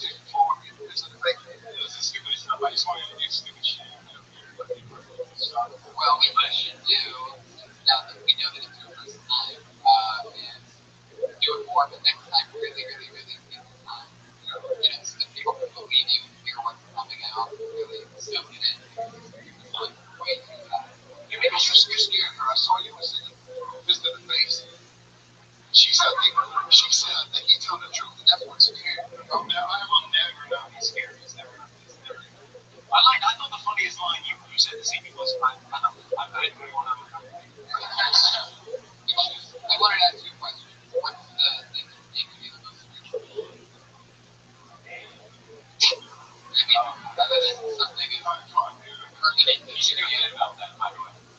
Yeah, I've been working on it. Like, something happened today where you got fucking furious for a second.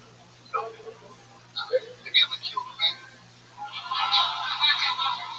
I think that's what we need to know. So close to killing a man, and they think I'm not on this. Watch this.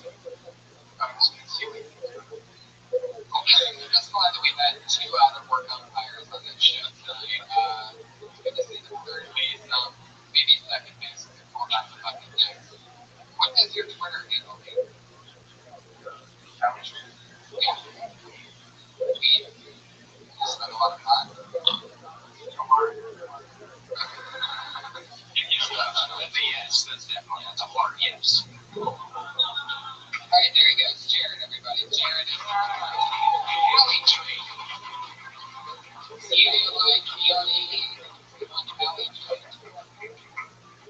Nice. Yeah. Crazy, right? Looks like a new name for your name for Richie Gaines.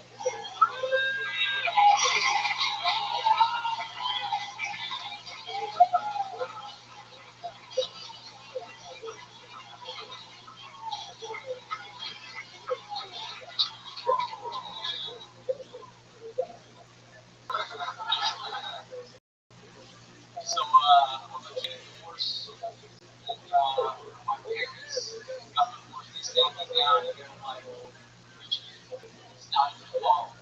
And I was like, I was really thinking, why'd you do that? Apparently, whoever's fault it is on the forefront of your mind, you know? Well, they got the sense of fault. I'm like, hey, whose fault is it then? And we bonded and we decided it was my sister's fault. Jewish? And, yeah, so, we've had some problems. I had to go to a couple AA meetings, you know, and alcohol time. I stopped going though because they're boring. All their stories end the same way, you know? Couldn't hang.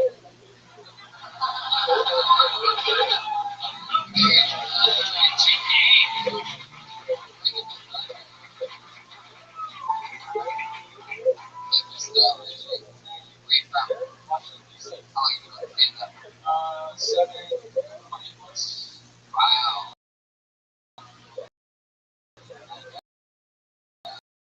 I said earlier to Josh, Sinbad is the only guest who's done the show before, and that feels so like it's just fun to say Sinbad when you get a chance to say Sinbad. Like when you're doing something with Sinbad, like I almost did it later on, so you were texting about you being on your way, so I was gonna say it again. And I caught myself. It's not a big deal just texting Sinbad. It just rolls off. Just getting that Sinbad on my phone too. Every time I see it, I'm like, I can't believe it. Like, I can't believe it. It's actually you on the other end. So yeah, I agree with you, Richie. When you get the chance to say thank you, Sinbad, you throw it the fucking shit down. How long you in LA for? Wow, congratulations. What part are you living in?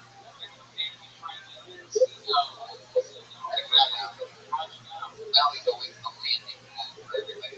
It's cheap first, man. When I first got here, my second house neighbor this year. I didn't realize LA was like 70 degrees, 105 degrees. And people in LA hate people in Valley. They don't come visit you. So they won't come visit you. Like, you gotta go distance to come to the city to see you. So you'll get out.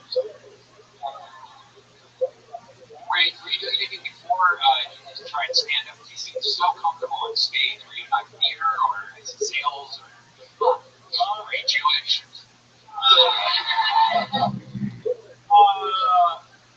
I did have a sales job. I am a Jew. 2 out of 3. I mean, you're a great man. For 7 or 8 months, you got it going on. Where did you get up around town? David started. I launched writing. First day I was here. I try to get up 2 to 4 times a night. Get the lottery. How long that site would you say you have?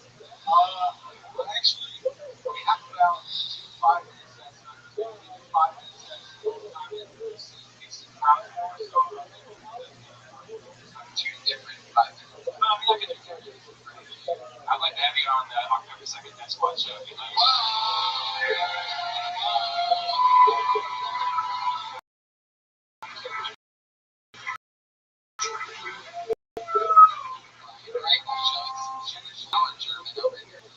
What's this called? She's pretty good.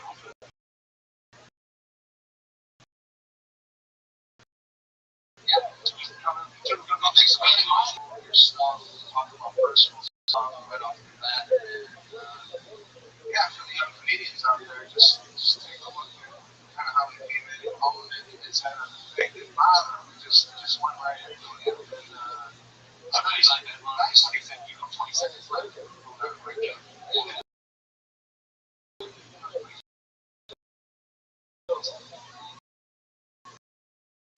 yeah, definitely why.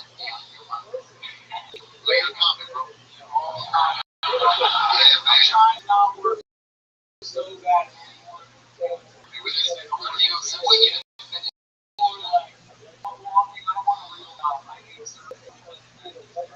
I can't work. Dude, I mean, if I can work like 2 hours a day, I think you can probably get the jumpers on there and stuff. They're around your qualified size. I can't find anything.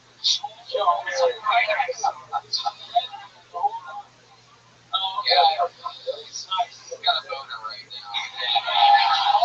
He can't laugh and have a rock hard dick. I think all the blood that are working out. I know Ron loves comedy. No, the first, me and my friends found porn tape called The Numbers. And it was trash. We watched it together. Sorry, you, buddy.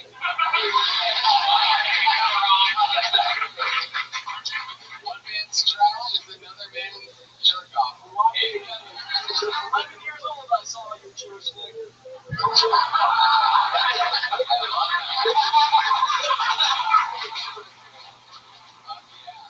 Was that a separate story again? No, I saw it just in the summer. We came back, man. All this good stuff. I'm always watching on Jeremy Fuck.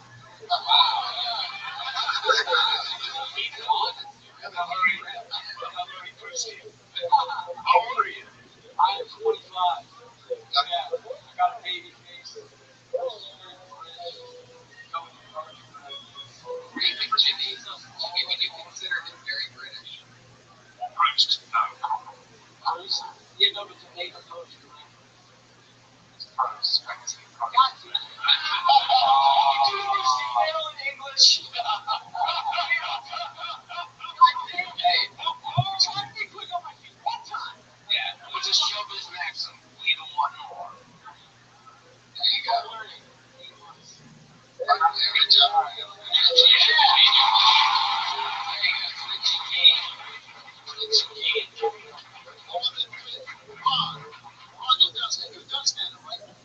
You got the center, right?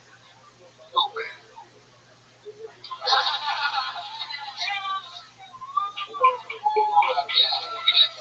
Stand up, missionary, and doggy style.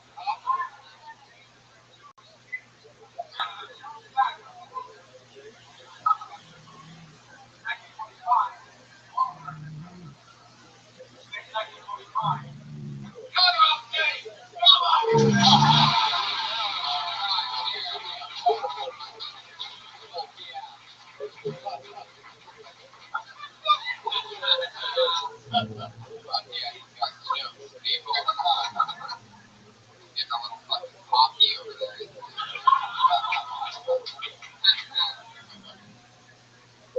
We just said, hey, whoever does that. Hey, Jim. I pulled another name out of the bucket, and his name is Adam Allgood.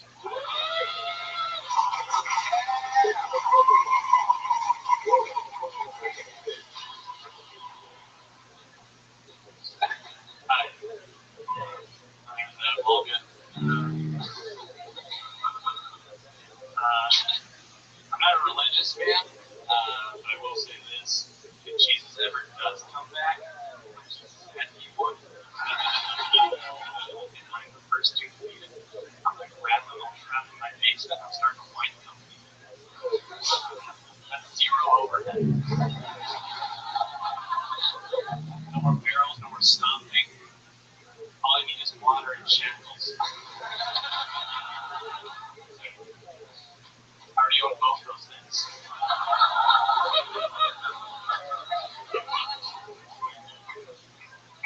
You know the best part of the deal is? You have to pray.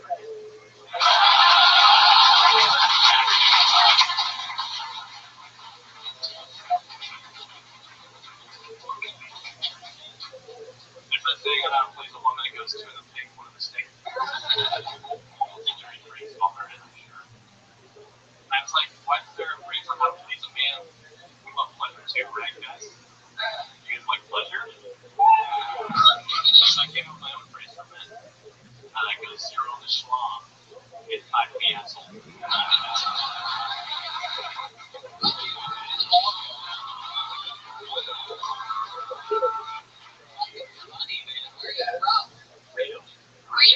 You just get marinating out in Reno. Hey, tell you what. This is my best friend. Really? Well, that's all good. Wow, that's great. Fuck that. You and top or bottom? Yeah. Stop. Switch up. There you go. Adam, you're hilarious. It's so funny. How long have you been on stand-up? 4 years. And you live in Reno still? No, I live here. That's your college even here? Not in college. I mean, it started when I was 18 years old. And then I stayed to start to see more. You do a lot of spots? Do a lot of mics. I don't know if it's like fun stuff. You're so funny, you know. Hey, anytime I hear 98% of the time that I hear Jesus too, I hate it. I fell into that 2% where I think it really helped you. Like, preaching of Jesus for Middle Ages. either that or Tom Brady got hit in the face with a shovel.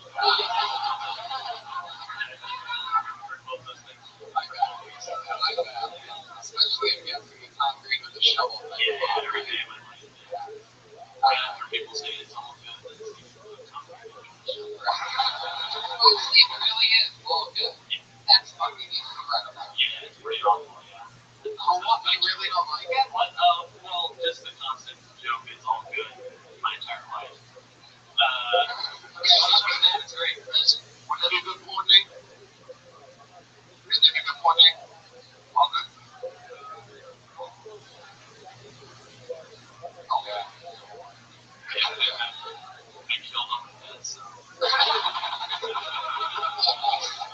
love to continue. This is my writing partner, man. That guy can almost out. He's like this fun fucking darkness. One of my favorite parts of that set was just me saying that we both of those. I think we all pictured a creepy pair of shackles just sitting at you right now in your face. You keep him in like a dirty cool.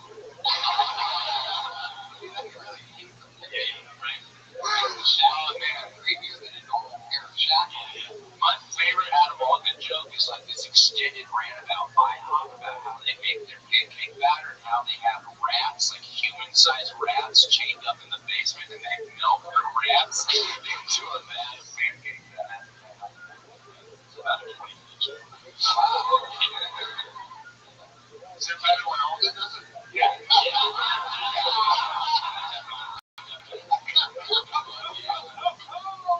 Batter up. Adam, what do you do for work? I worked in an office and I recently quit the job. So I'm nothing right now. What was the office? I was medical billing. Oh, you ever call people and ask them what? No, we never did that. It was more just like people calling it big papers. People was willing.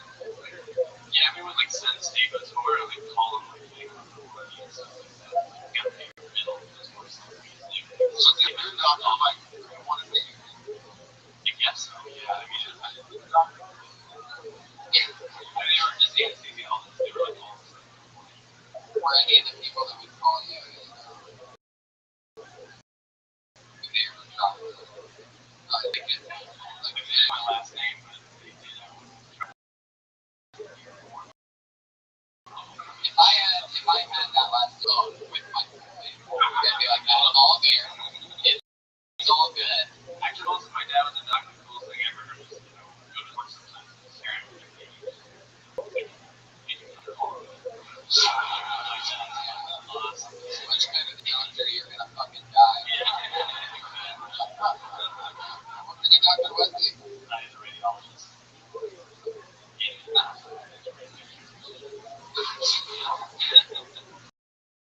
probably would have, by the looks of your face, I would have guessed you were around a lot of radio activity. He brought me to work and everything. I didn't go to school. Anything else for Adam? All good guys? Pretty much like that. Just missing your work, your father's from there. Yeah. Pictures, this is tough. No, I didn't Yeah. You talked about it later than Instagram. Yeah, he just takes fucking pictures and they pay him $10,000. I Instagram all pictures. I usually don't do 3 in one show, but I'd love to have you October 2nd. Adam, all good. Anything to that? One last thing, just on the way Cannon started to the beat, timing was really good. I think a lot of people overlook that. Like those first 3 seconds are so critical. It's one of the things that I love about watching youth events. It's so fucking smooth when you first take the stage that it makes people move forward. Like the 80 comedy store is super favorite. It cuts every show last, the transition from whatever the last guy was to Sebastian coming up with a little fun. It is on a social record. I just like to marinate in silence a little bit.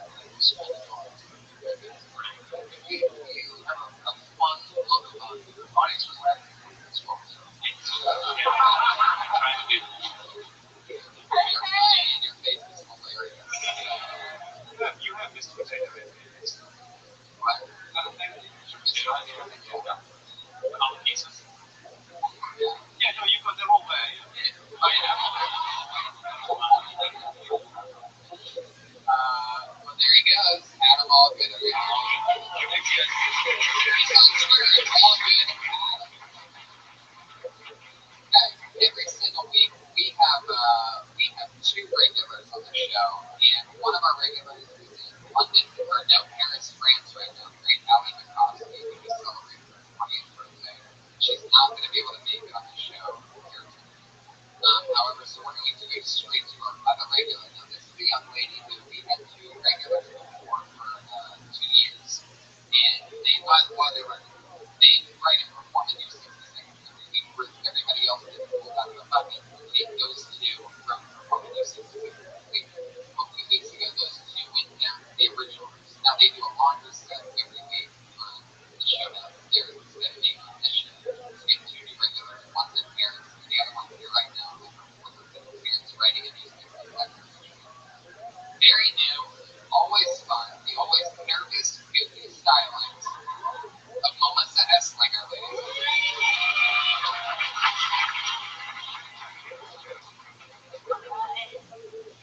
So I had to go to the dentist today. I seem angry because of him. Don't seem angry because I'm not really good at being angry. I discovered that when I'm angry, I suddenly think that I'm like the leader of the world. I was driving after this, I had a root canal, whatever, and I was stopped at a 4-way stop sign. It wasn't even my turn to go, and I was like, go ahead. And yeah, but the dentist, while he was drilling metal rods into the back of my mouth, he was like, it's just like chilling on your couch at home. I was like, no, if I'm getting drilled on my couch at home, it's because I wanted it, and I didn't pay $2,000 for it. 42 seconds.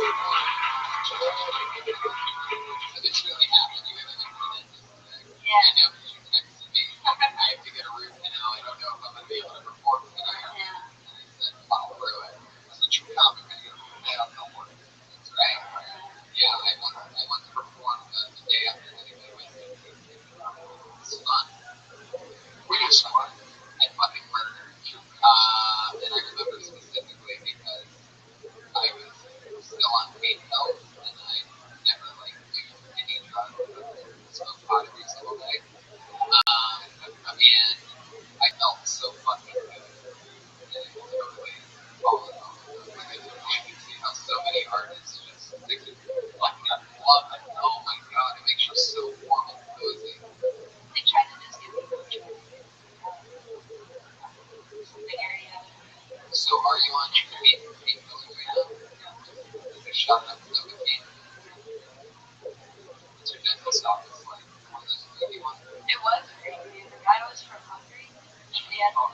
each blonde hair, but it was clearly like I Did he try to human centipede you?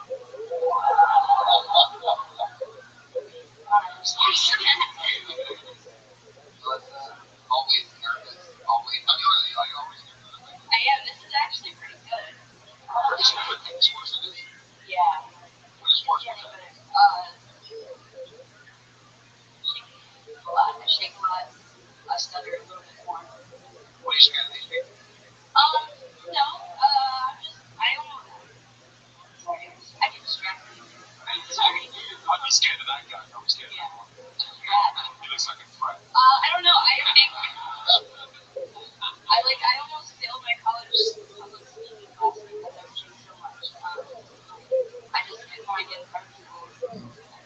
Have you written stand-up about it? I've done a little bit. It's a really interesting sort of area because there's obviously most people who get their nose never think of doing.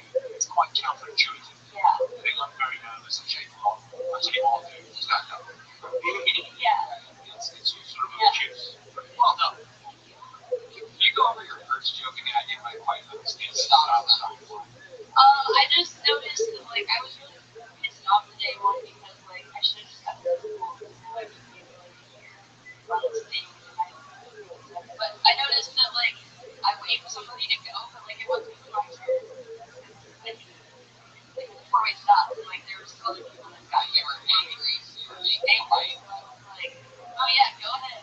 I don't know really. I understand what she's saying.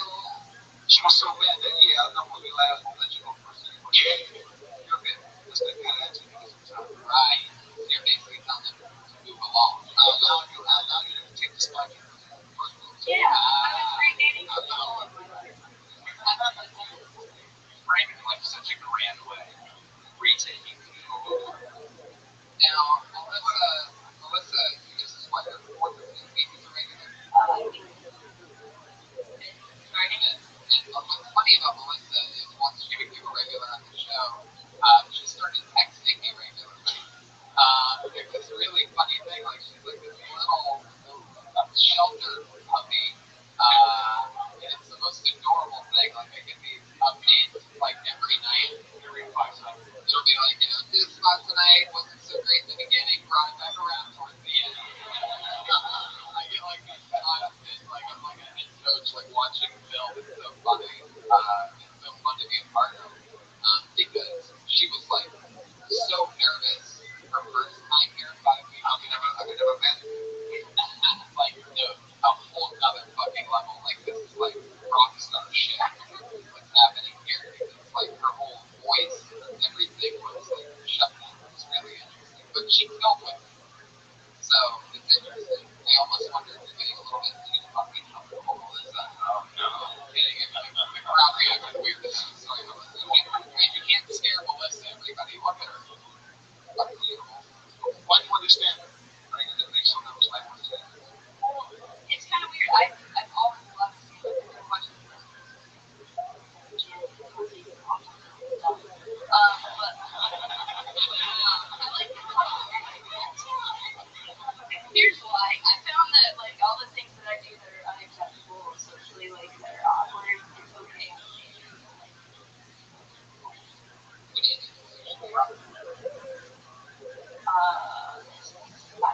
I don't know. I talk a lot. I think I usually like if I see something or I feel something, I state it. Like I don't really have a filter. We share with ADHD. That's what that's called. Yeah. We see something, we can't lie about something. We say what we get it out. We don't care. That's why we let it go. It really should have gone to us. We let it go anyway. It's such a hurry to go. Like, wrong move. I ain't know what I'm talking about. That's all that. Jimmy, what do you think about Melissa? I like it.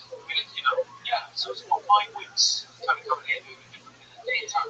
Yeah, I've done comedy for just a little bit. I did talk about nerves, and I think that could be a really funny routine.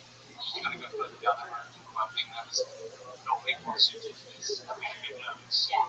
That's quite I think it's very relatable. Maybe not to an audience of comedians, but when you're talking to an audience, they think most people in comics are thinking, I've never been nervous. And you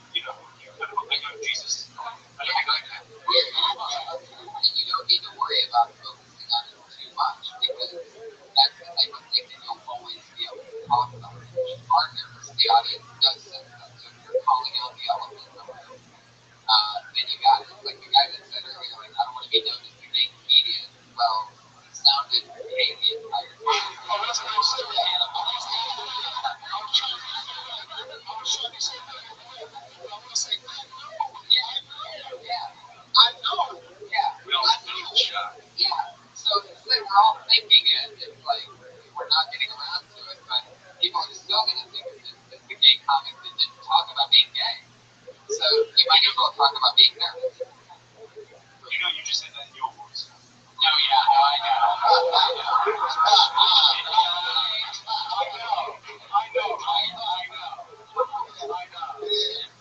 I talk about it right from the top of my very important stuff. I acknowledge it first because that's what happens the first few years of me doing stand-up. People come up to me after my stuff and just you got to be so on. Like a little handy. Oh, son of a bitch. We made it through. Melissa Enslinger, everybody. It's on the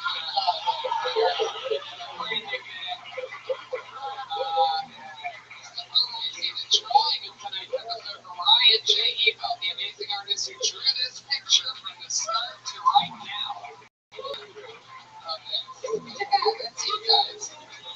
Jimmy Carr, Sebastian, Sinbad, Ray Redneck. Hey Reagan's on Twitter at Patty Reagan, Josh Martin and Josh Martin Comic. Thanks, Pat Reagan. What do you guys want to promote? There's over 100,000 downloads on this podcast per episode. This one's going to get like 200,000. I'll be in Seattle at Washington. Actually, it's outside Seattle this weekend at Skagit Casino. Check it out. I'll be Seattle too. What's that? I'm going to Seattle too this weekend. Yeah, so it's a goal, man. It's a goal, man. Yeah, it's a goal, man. Hang out with them. I had dinner with Sebastian on Friday night. Yeah, let's do it. Sinbad Bad, if you're Sinbad Bad on Twitter, Sebastian Comedy on Twitter, Sinbad. Anything else you want to promote? Seattle. I'm going to we got a band. I gotta come up and see them. You're playing the Valley, right? We play the Valley. We play the whole band. We're going to do Was it a stank and not safe? So I know for that was the name of my band. We're like, we're yellow bit band. They're like, we're steak nasty. We're so nasty, this thing. I know that makes no sense where you're from. But yeah, we're so nasty, we're steak, man. One of my best friends of all time, Jimmy Carr, was here today, everybody. Did you let us know what's coming up? Yeah, I'm not a dream. I'm bad at all this thing. I love you guys. Thank you so much for being on the show. And thank you to the live audience. Special shout out once again to the great Ron Jeremy up there. I just saw that. I can't believe you have a fucking you son of a bitch. Guys, thank you so much. That's the show. Thank you.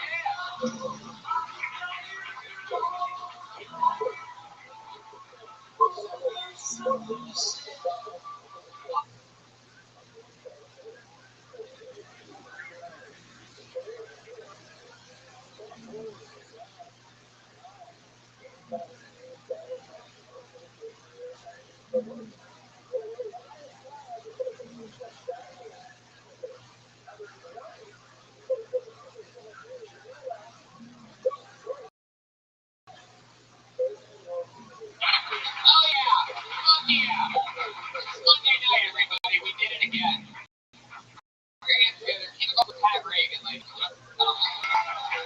He just sang his heart out to you. Live audience. This is crazy that we can do this every Monday. Brian Redband is here, ladies. Hi! So much fun. Keep it going for your house artist. Right now with a blank sheet of paper, Ryan J. Ebel sitting right over here. He's going to draw tonight's episode. Fuck yeah, at the end of the episode, there's going to be a whole drawing there of what happened right now. It's great art of Ryan J. Ebel. Check out his work at RyanJEbel.com. We have a sponsor for tonight. We are going to give a shout out to Sherman's Gourmet Cookies. These cookies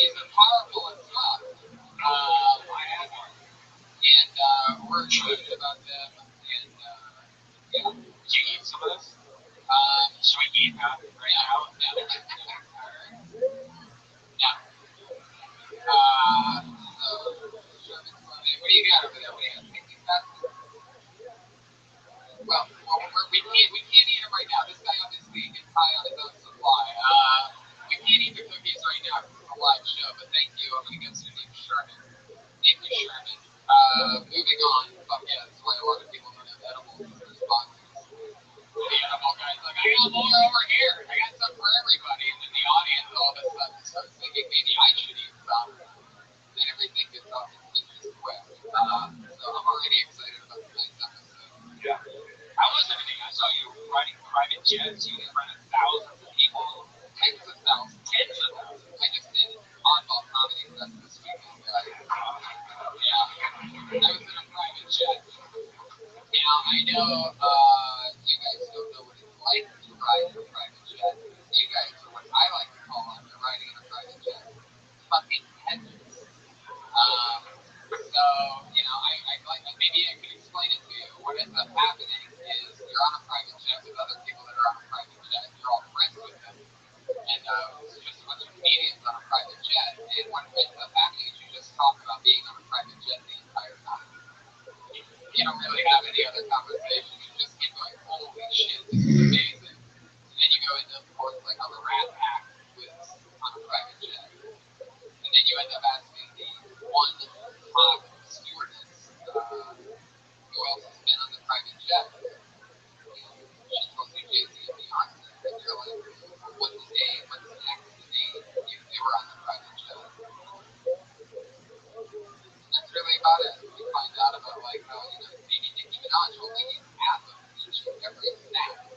He never finishes a whole snack. Maybe you learn things like that. You guys don't know that. Yeah, there's an app that you can get called Jet Smarter that anyone like us can get a private jet going anywhere for like $200 each. You're kidding me. Which is $1,200? Yeah, it sounds like a great fucking deal. I know I trust that pilot. That failed fucking Uber driver. Yeah. And that's kind of cool that there is an app that like when private jets have to like fly back to wherever their like airport is, they'll put it on the app like and go, hey, for $500 I'm ready to go to San Francisco for 12 people. Up to 12 people. So you can just like right now the edible guy is like I thought I was the sponsor for this show. No, private jets. I thought you could hire on a private jet than you can on Sherman's Gourmet. Guys, let's jump right into the episode. We have a lot of fun shows coming up. I'm in Chicago this weekend, Portland coming up. Go to TonyShow.com and buy tickets to my feature live shows for those of you that are watching live right now on Ustream. And then we're going to be in Ohio, back home. In Pittsburgh on Thanksgiving weekend, and just watch Secret Show Wednesday with Tom Herrera and a bunch of other secret guests. Fun stuff coming up, but first, shall we Monday night? Another amazing episode of Phil Tony. Here we go. Every single week, I have two of the funniest comedians in the world come on this show. This week is absolutely no different. Tonight show, Comedy Central, two of the best comedians, two of my best friends, two of the funniest writers in the entire world. I give to you the great Jason Galern and Benji Lalo. Yeah. Jason Galern, Benji Lalo, two of my favorite comedians in the world. Guys, thanks for joining. Welcome back.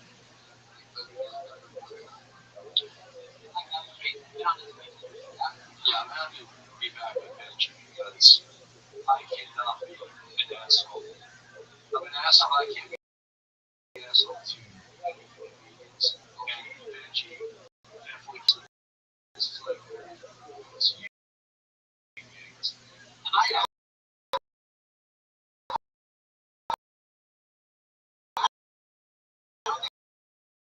I'm an asshole. You could be lucky.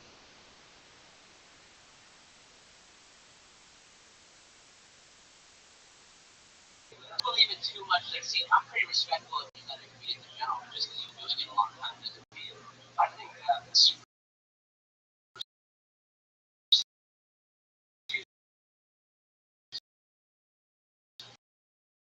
for me, like you were older than me, I think you should have this. Obviously, Jason,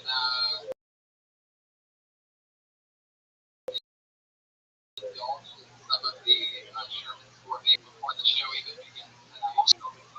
Live on, are you ready to say this crazy shit? Every week, over 50 comedians sign up for the chance to do 6 they're all scattered behind you. They're picking in 60 seconds of stage time. Comedians, you do your 60 seconds. So we do that sound of the kitty. Wow! You do. It's for, all right. You skipped that. But you skipped the Pat after the question. So. The Pat after the question. Pat, you have any questions for tonight's guest? Come on, no, ask a question. Ask a fucking question while Brian loads the soundboard and keeps crashing over and over. All right, Jason. What's your least favorite city? My least favorite city? This is why we haven't been asking questions. Comedian, there's that kitty. What's your least favorite? He's too positive. We just talked. Yeah, he's too positive. The angers you know it is. Yeah, he never gets angry. No. I was just yelling at my kid about some of the homework stuff like that. You're a teacher. That I feel like a real slap in the face. Yeah. Well, he just wanted me to just do anything fucking done what you do. In school, that's what kids. That's what you want to do for fucking homework. Do people ever come up to you and be like, oh, it's Rob Halper from Judas Priest. Can I get your autograph? Yeah. I don't have a least favorite city, but you're my least favorite comic. Oh, there it is. Set us up for that one. What's the truth? But I do love praise, though, for the record. Pat, what's your question for Benji? Trying to dig yourself out of this fucking hole. Okay. All right, Benji. Hey, I saw your Vimeo video. Oh, cool. Benji hasn't been here in a pile with the lesson. Yeah. You have what's up? Oh, shit. Oh, my God. Wow. That's the cat that lets you know that your time is up. Comedians, can you hear that after 60 seconds? Wrap it up then. I'm not going to bring out the angry when Polly was there. Yeah, there it is. That's what it sounds like. So don't go over your time, or else we're going to have to hear that. Yeah, wait, I'd like to answer his question of what's up. Yeah. Not much. Going back a few seconds earlier in the podcast, question. Not much. What is that? I went to Target yesterday with my mom. How was that? It was awesome. She paid for everything. You guys are random Target? Well, this is what I was like, Mom, I need some knives. And she was like, let's go to Williams-Sonoma. And I'm like, we're going to go to Williams-Sonoma. You're giving me two things. Let's go to Target. Just fucking really hit it. Get some Swiffers. Get all my marks. Wow. How much did you spend at Target? A lot. Come on. It was hard to say because she bought some stuff too, but I probably hit around $300 at Target. Whoa. That's how rich people shop at Target. That's like 4 cardboard. I can say this. Sorry, I just hit that. Wow. That's impressive. Love hanging out with my mom. Did you have the Mexican maid bring it all inside when you pulled up to the... I took so long shopping at Target that by the time I got home, the date was gone. Wow. Now it's just piled up in a pile for her to get back in. Yeah. What's her name again? Dolores. What's the old one? Yolanda. Yolanda raised me, but Dolores is the one. Yolanda's my parents' husband, so now Dolores. She's the best. That's disgusting, dude. Wow. Right. Okay, one. Guys, I pulled a name out of the bucket. Are you ready for the show? Your first comedian doing 60 seconds tonight goes by the name of Mike Wesley.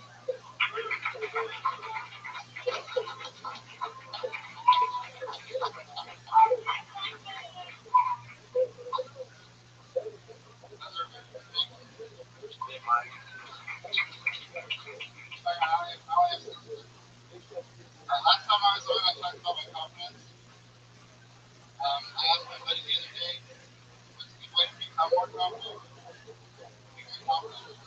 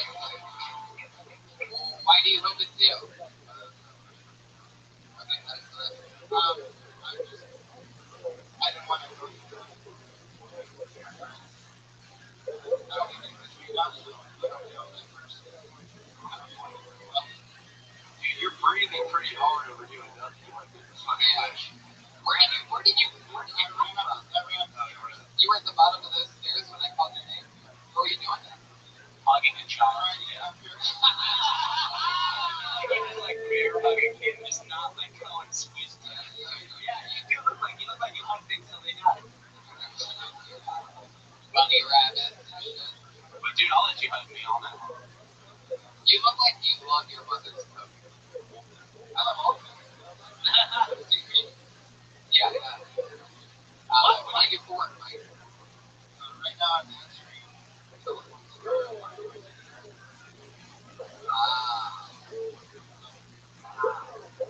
the whitest Indians you've ever seen.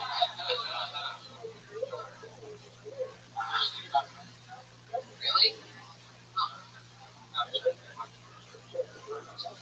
Do your parents fuck like in Little Armenia? I'm assuming that's where they got that. That's where those people cross over. You from LA? Dale did mention it.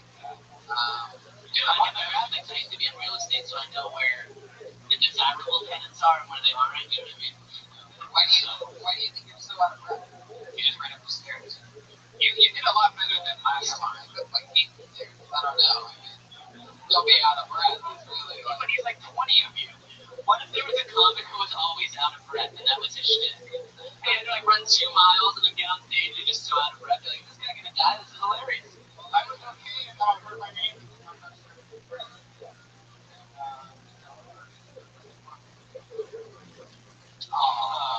Real monster told you. You did a lot better than last time, but this time you just became, you were really depressing with the subject material. So it's like you're either nervous or you're nervous with. Yeah, but I didn't like lyrics. I half remember you on that. Maybe your first time on stage or something. Yeah. So how many like you got to do?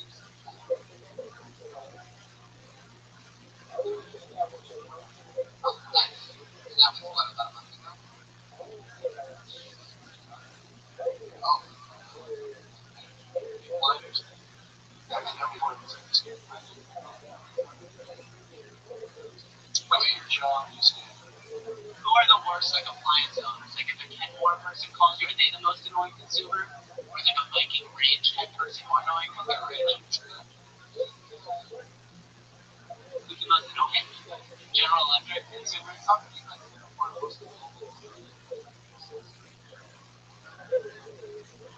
Worst customers. Rothschild'S.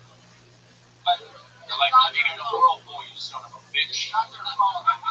The company that I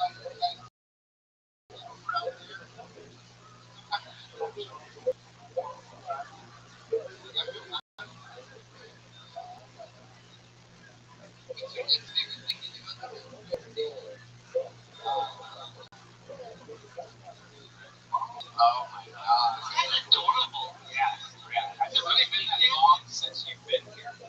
Sweet. Yeah. When's the last time you went sweeping?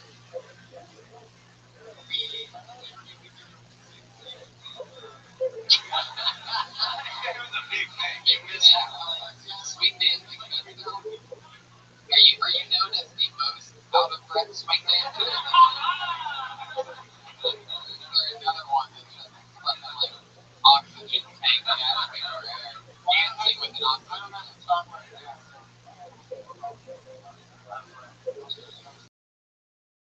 Did you get sweat stains in your suits? Suit joke, guys, come on. I think you seem like a really fucking nice guy. I hope you don't really want to die right before the long time. See what happens. I just wish that if I got the guy. I think you need to get out of swing dancing, man. It's leading you down a road of weird shit. But I want to see a friend swing.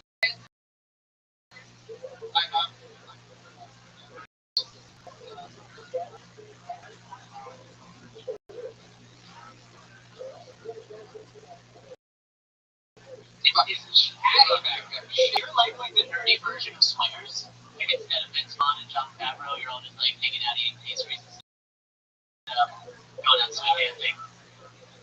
The great things that can happen to you while swinging. Oh wow. Jeez. I'm not so crazy.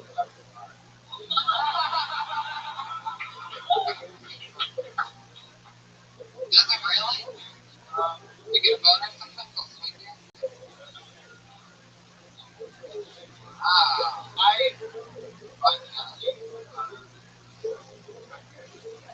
Did you get a boner? What's that called? The Balboa? Holy Balboa. It's the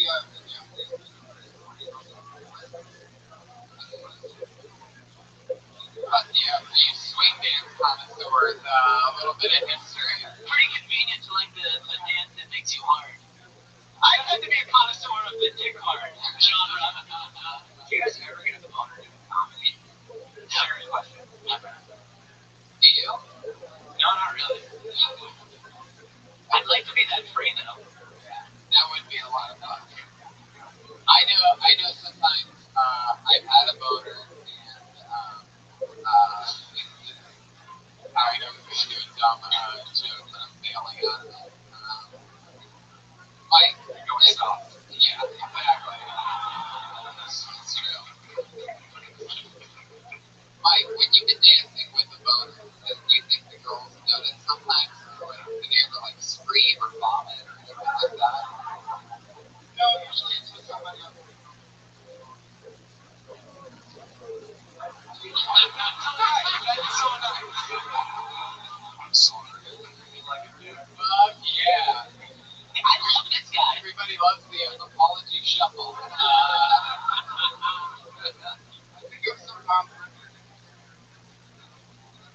right? Again, you probably have more odds than any comedian I've ever had on the show. And that was mostly women. He's inventing any boners on unsuspecting women. And he's so likable that the girls are like, oh. Fuck yeah. You can sell something, man. You can sell, like, I feel like you can be on the face of something adorable. Right? Like, if you tried to sell me a muffin or a comforter, I'd be like, okay. Do you have a lot of or you just have to talk about them all day? I don't have to sell anything.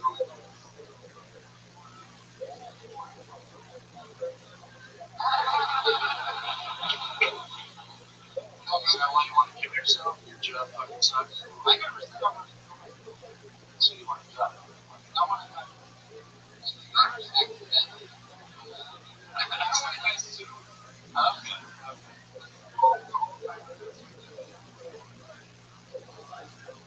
So it's a lot of older people. Older people, it's like the main swing. It's like bridge. No, there's a generation of people.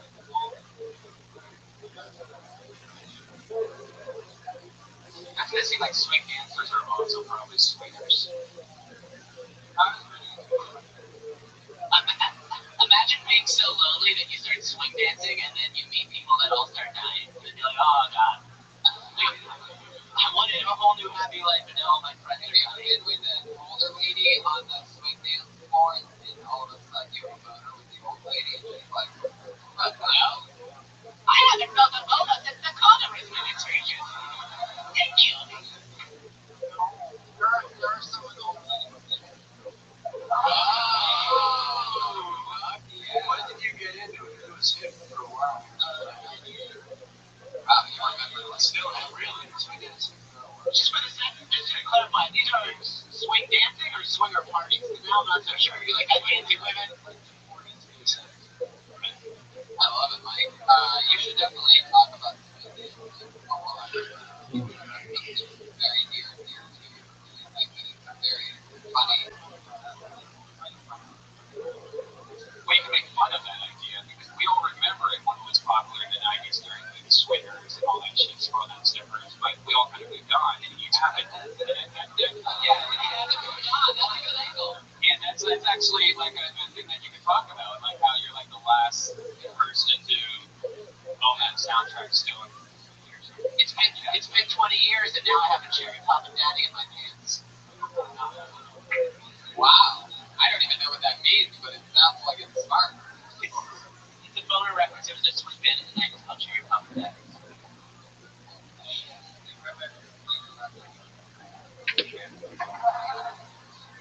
Can we get you to dance a little bit on stage? I'll be the girl if you want to dance with me. I do swing dancing in summer camp.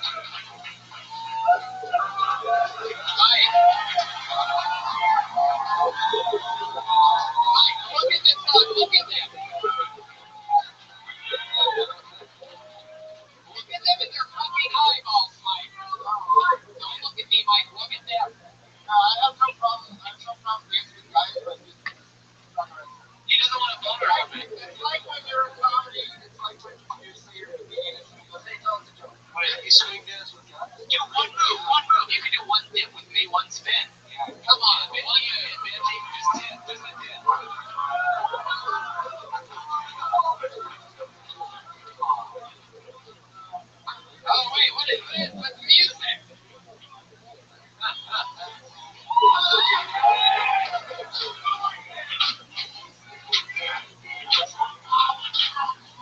Next time I'm on, I'll bring somebody. Oh yeah, come on, Mike. Look, you're so lovable. All these people that have been eyeing you all night are now booing you. Give them 5 seconds. They would all have. I asked you to stop before you started. By the way, I have no idea what he just said because I was listening to Jason. Remember Mr. Nice Guy Jason, everybody? He just said, tell him that he has to fucking dance so he can never come back on again. I swear to God, the Mr. Nice Guy Jason. My dear, let's see how he fucking said. What about a girl? What if a girl do one move with him and maybe it's a man thing? Is there one girl who'll do one dip with this man? Come on, is there a volunteer that... Okay, we got a hand there. She'll do a dip with you. One dip! One dip!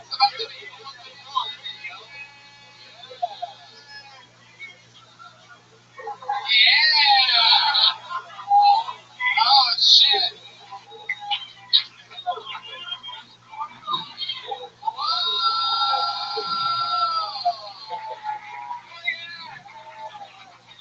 Ladies and gentlemen, listen to that crowd, Mike. Ladies and gentlemen, Mike Wesley, everybody. Come on, there you go. I have been hard on stage. Thank you. Oh, yeah. It's the first time we've ever had one of the comedians come on stage before. Another piece of Phil Tony history. Mike Wesley. Follow him on Twitter at IQ Wesley. WESLEY. That was fucking fun. Great job, Mike. Thank you to our special volunteer, Gary Ballsy. Thank you. So there we go. That's the way thanks, Pierce. I had a whole stand-up bits about how fucking gay he is. I can't remember that. I wrote it back before the shit started. Did you guys have to go? Like, I went dancing once, because when that was popular, like, all the girls wanted to go. I actually had to do that once. I got a swing dancing pageant somewhere. Yeah, the truth is out loud. Really? You look like it's like a run. That was my focus. I remember when people were like, this. Yeah, no, that's it. I can show you my style. Mine isn't the boner kind. I know it. It just seemed like a one-year version. Yeah, I think this whole swing thing's a ruse. No, it's legit. Well, I started like that, everybody. You will not let us insult swing dance things. I'm sorry, Spotify and Apple Music doesn't have any swing music anymore. They just refuse to. Right, you do well enough.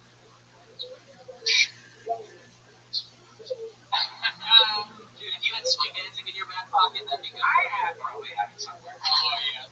Redman's definitely one of those guys that, like, waits until it's, like just do the whole thing. Gets in the middle of the dance or starts the whole thing out. Yeah. We finally invited Redman to a wedding. He knows the tango. We're like, Redman, we never knew the side of you. I learned it from Mike Wesley. Guys, I pulled another name out of the bucket. This comedian goes by the name of Jonathan Harwood. All right, Jonathan.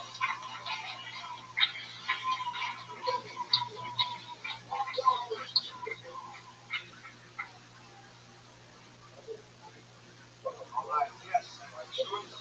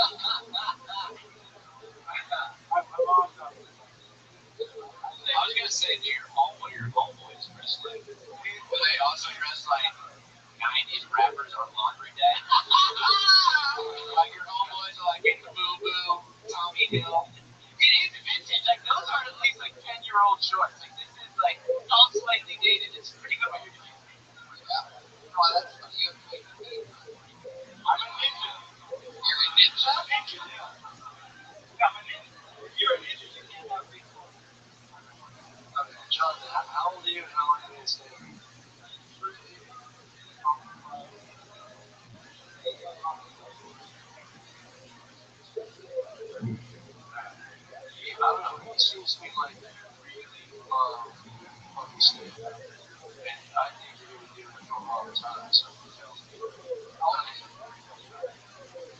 So you're just going to have to ditch. You're making shit up that doesn't make sense. Like all that jokey joke bullshit has got to go quicker. You get rid of that. You talk about your grandfather. That's a good idea. Better off. I mean, 1,000%. Because I can tell you're probably the real deal feeling that.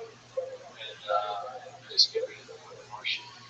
Yeah, it is good advice. Have you ever been a good one? Not really, hasn't. Kind of use that. What do you really do to make money? Rabbi. Okay, what do you do the other 11 months out of the year?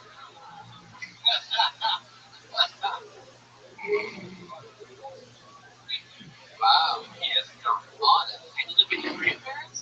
I did. Was it because he walked in on you masturbating? Had like a sad heart attack? Not him. I believe my father had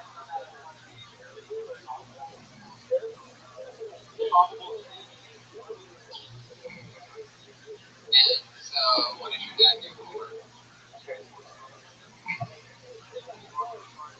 Parking.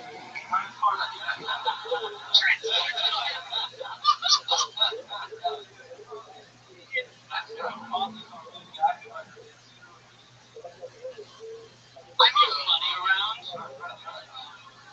When your grandpa died, your dad was like moving into the house with full on, getting out of the pit, ready to bounce. Yeah. What's your background? Like, what's your mix? You look like a Jewish Mexican.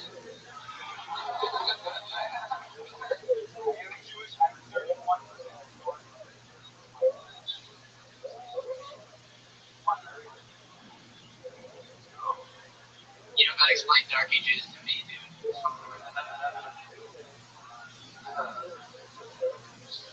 And then what's the rest of you?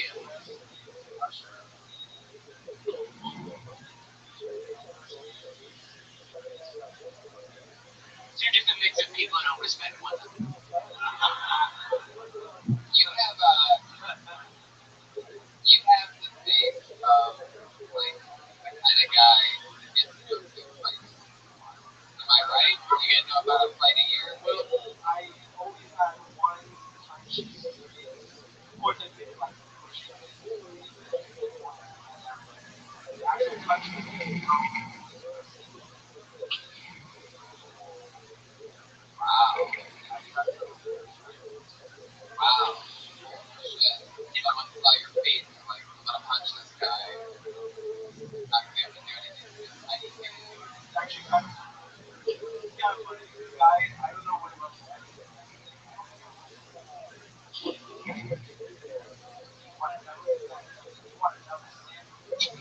I just say yes.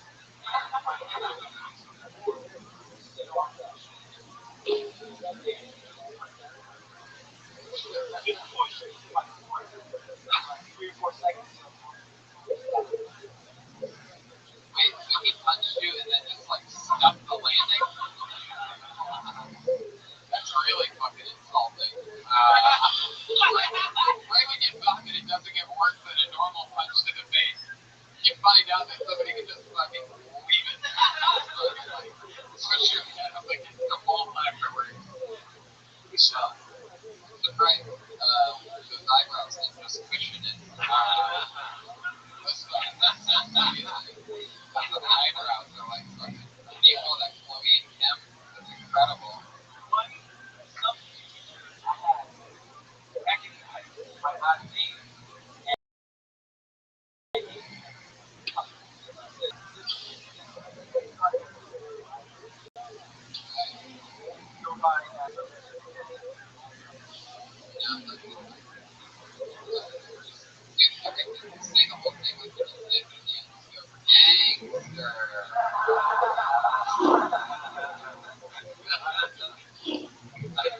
Jonathan, what's your second favorite thing to do on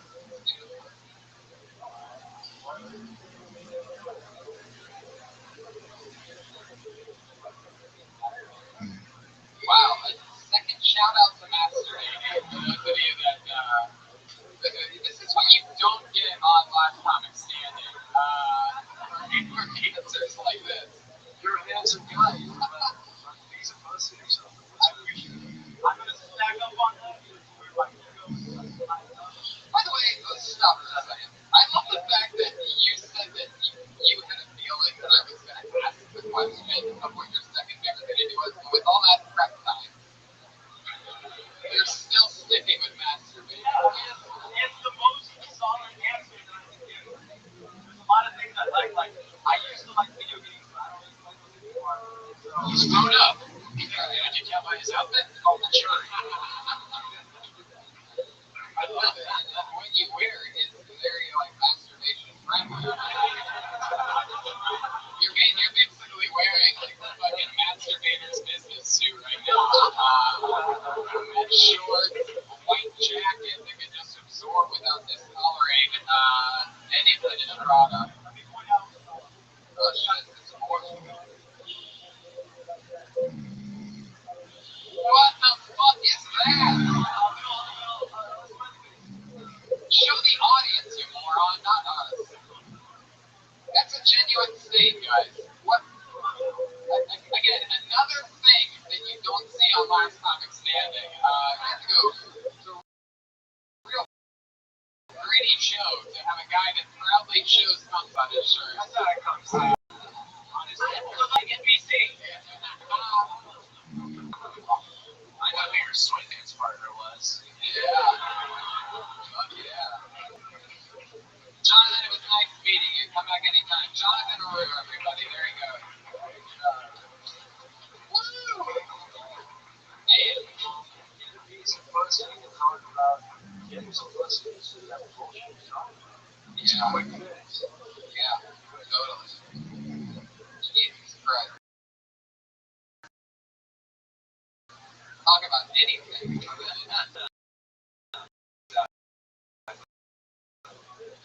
It's adorable though. Like, you started to just have this really dog shit joke about pedestrians. Like, you have any pedestrians stuff, right? It's just like, you know, what it sort of reminds me of. I mean, I only did like once or twice when I wrote new shit and started fucking murdering all the time. But maybe a better one. Jonathan, you're not on Twitter, huh? None of that social media shit. Oh, Jesus. Man just jerks off all day. That's pretty respectable. He finally gets an agent, and the agent's like, you follow a whole lot of whores on Twitter. Is your brand? I pulled another name out of the bucket. It's Victor Martinez.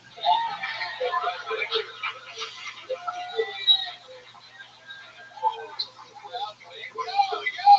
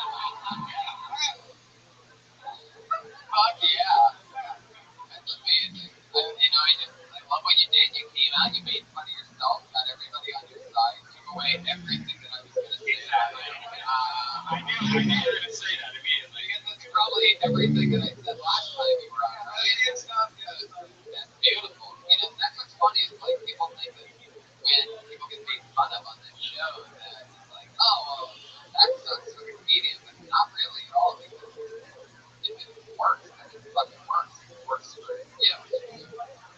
That's right. I mean, you love yourself. You're really good. Hell yeah. So fun. How long have you been on the stand-up, Victor? 4 years. I did a few years in Dallas. So fun. What do you like? I love that you had one rep in one pocket. I saw that too. Immediately. Very impressive. You're supposed to before your set. Every set. It's good for real funny too. Jason, you blew your, I think you're going to do really good at comedy on the last guy. Great, buddy. You pussy, you smoke weed, you're all on your fucking side. I appreciate it. Yeah, I thought you were really funny, dude. And that's cool that you put your blunt wraps away and didn't break. You didn't break, you still did material. That part of his mind was doing material, the other part was like, I want my blunt so out of my pocket. And you guys didn't notice, we did. I would keep going like the transgender bit. Nothing you. So it's like, he's like, oh, but like, you can write, you can talk, it's funny. Yeah, I'll bet you could even like pull on hooking up with one of those like hotline bands. You know what I mean? Like, you can just go in there and, you know, she'll be like, oh my god, that's like the type of butch chick that I love. And then at the end of the night, when you pull your dick out, it'll just be like, let's do this. It's like a permanent strap on. And that's when you can look at the beautiful girl right in the face and go, you wouldn't have wanted to eat my pussy anyway.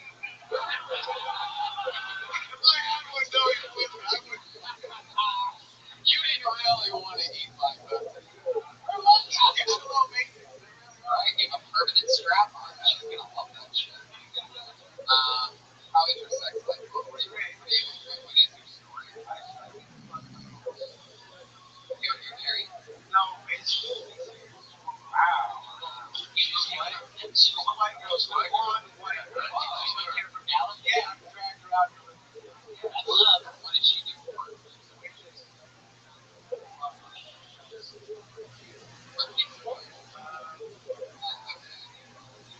I like that you're pretending like you don't know what kind of pizza she works at. Where do the wives bring your girlfriend from a different city because they're all trashy? Yeah. And she born and raised in Beverly Hills. I know it. Horrible thing to say. Women from other places are fresh. They're not like LA shit rolls. They're not going to shit here the whole entire life. You know? I mean, I'm just saying, we're going to bring it from out. I thought you said they were worse. No, I'm saying bring your girlfriends from other places because 98% of them here are just little baby idiots. Yeah. Especially Texas girls. Yeah. Victor, what is your second music that you do? All right, how about your third? Watch TV. Really binge out? I highly doubt that. Yeah. With some celery sticks. Enjoy myself if I'm not working. What's the snack that you always buy? Spicy Cheetos. Well, why are you answering for him? How do you have a many snaps again? No, ice cream, like Oreos. Right. Chunky ice cream, like if your ice cream doesn't have pieces of stuff in it. Yeah. It's a waste of time. Like the texture. Yeah. You go to Yogurt Lab? No. You gotta try Yogurt Lab. Too healthy, man. Shout out to Yogurt Lab. I want to give a shout out. Yeah, that's our first time we heard that one. Go get yogurt sometime. Why do you guys go get yogurt? And you really have never had a good time at a yogurt place? Have you been? Yeah. And the coolest part about the yogurt is that's what it is, yeah. It's a brownie. Or on the show Nathan for you. Pilot episode, they had 8 flavored yogurt. That's my story. It's a great show.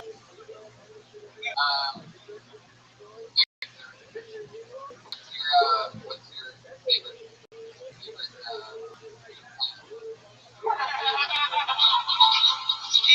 keep doing this shit till I get famous, man. Just keep doing the show. Keep showing up, you know. What's like your main goal? Like, if you can do anything in the world, like, what do you? Just how to do all this stuff. It's coming, yeah, thank you. That's right. You know, that's right. You can't. When I think about anything else, it sounds boring as shit. What do you do for money? Get the fuck out of here, really? Wow. Yeah, time flies. Craziest thing that's happened in your Uber. I think the little white girl, right? Her name was so the playground? Yeah, she FaceTimes her old girl. And while she's FaceTiming her, she was like, I in my back seat, and we're in an Uber pool on the way to pick up someone else. She fucking chill out. Yeah. She didn't even give you 5 stars. No.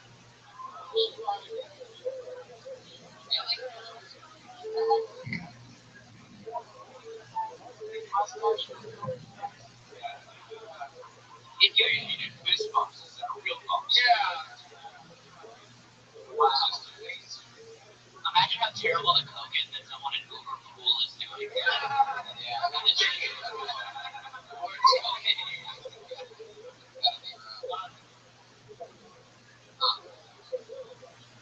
Has anybody ever gotten into an argument or anything in the Uber pool?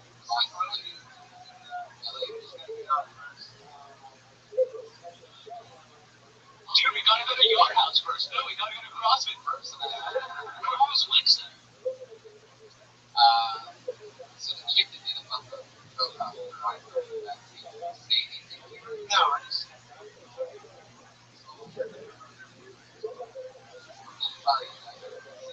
right now it's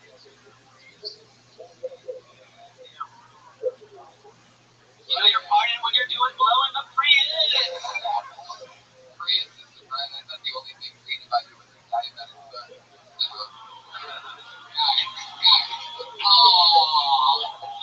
It's your weekly diabetic foot joke, everybody. There you go. It's Victor Martinez. That's how it's done. Victor Martinez comes in, energy blazing, and just very it's too good. Looks like a new name for your Instagram for Alan Peterson.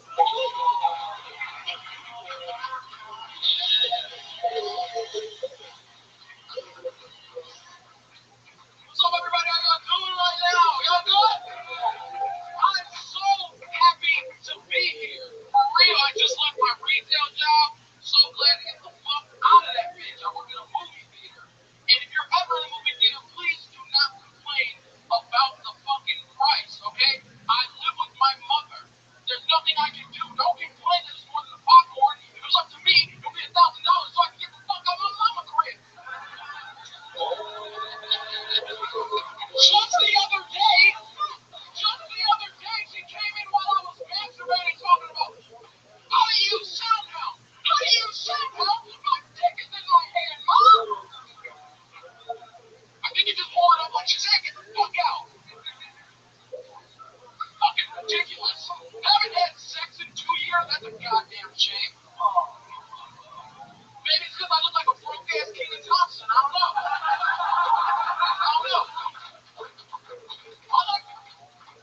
Thank you. Wow. Another murder. Look at that serious look on his face right now. I love that. There's a look on his face like he just tackled somebody in the NFL. Like a mean look. I love that. Alan Peterson, you are legit. Your energy feels like you quit your fucking job like today. Like you like just walked in, you're like,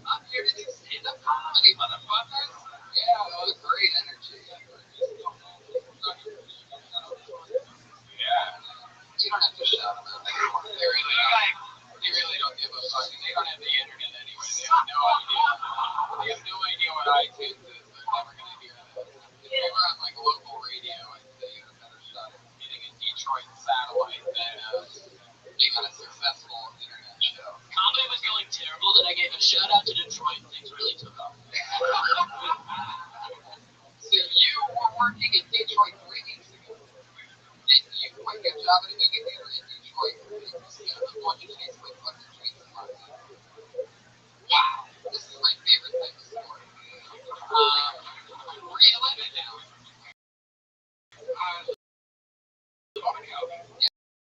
My friends just off of everybody from the Midwest, but actually way to the valley. How's it going? I love it, man.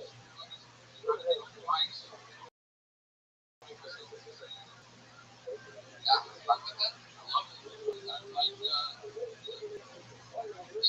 Yeah, man, yo, same way. Like, I can't do anything else, man. I gotta be. Okay, look, yeah, you two are nice. I can just feel it. You guys are gonna over 2 goals and get all the chunky goodness. Oh, it's gonna be glorious. I'm talking about how hard you killed. Oh, yeah, those other people, they just weren't as funny as us. It's gonna be amazing.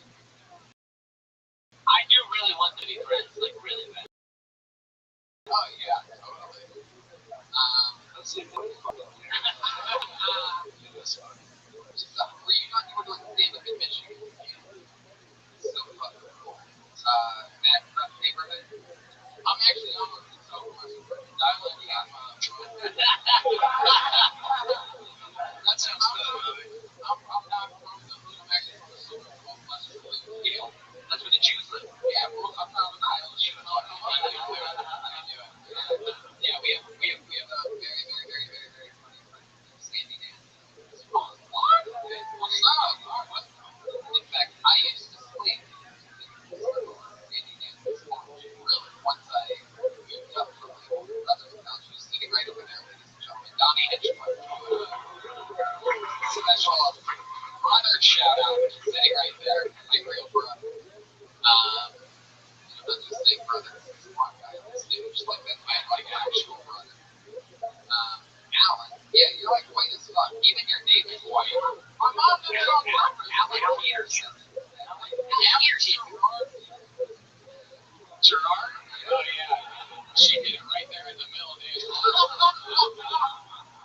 Alan, going next Peterson. I'm going with Jews. You're gonna have a white name. This is how it is.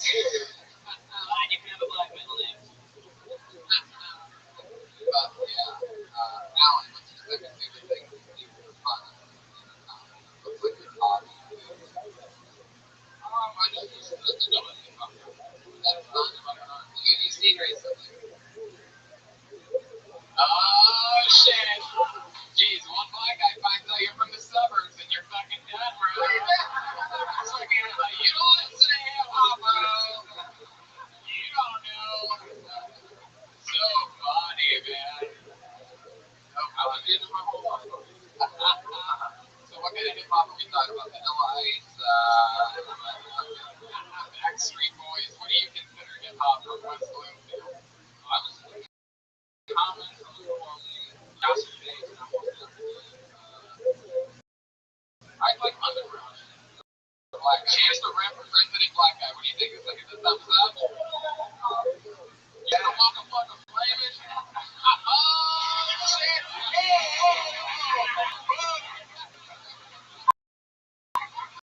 It happened that quick! I'm fucking you up and shit! You should go my way! That's just it! Oh, shit, Alan Peterson just tagged a gunshot. Just fucking riding the gunshot momentum. Street cred advantage alligators.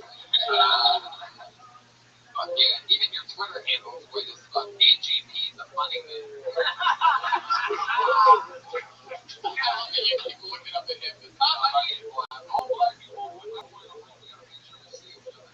White people, you are good? Yeah. But seriously, I bet you don't see that one up against that wall right there, am I right? I actually don't like that one, but look at you still don't see him. You think I'm fucking around. That one. Wait here. That'd be a funny podcast. You knock in the store.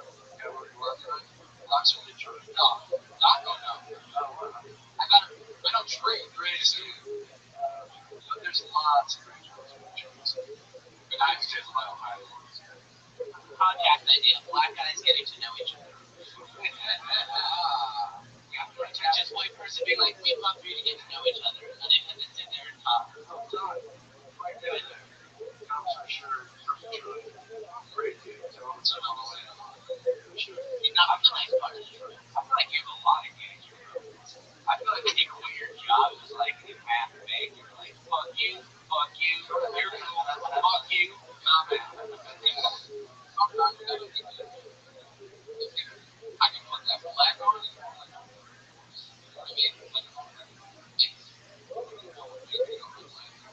The day that you quit the movie theater, like, was there like, did you do something wrong and like resigned on the spot? Like, I know, like, oftentimes when I quit a job, it's also like I'm like about to get fired, so I'm like, yeah, I quit. Was it that type of thing? Like, were you getting into like, were you like talking in the movie theater or something like that? When you talk to movies, but no, I actually just like I'm funny.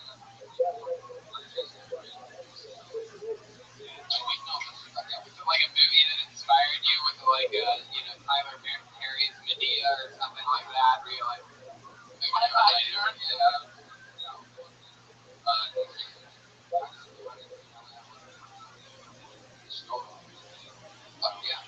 Alan, I really like your style, man. Welcome to the LA comedy scene, and you know what? You're just white enough to be one of my new black friends. So, welcome to the family, Alan. Anything else for Alan, guys?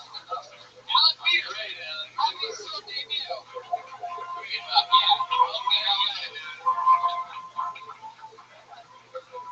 It's class of the Michigan. They're getting played off with a little of that sweet Buckeye fucking music.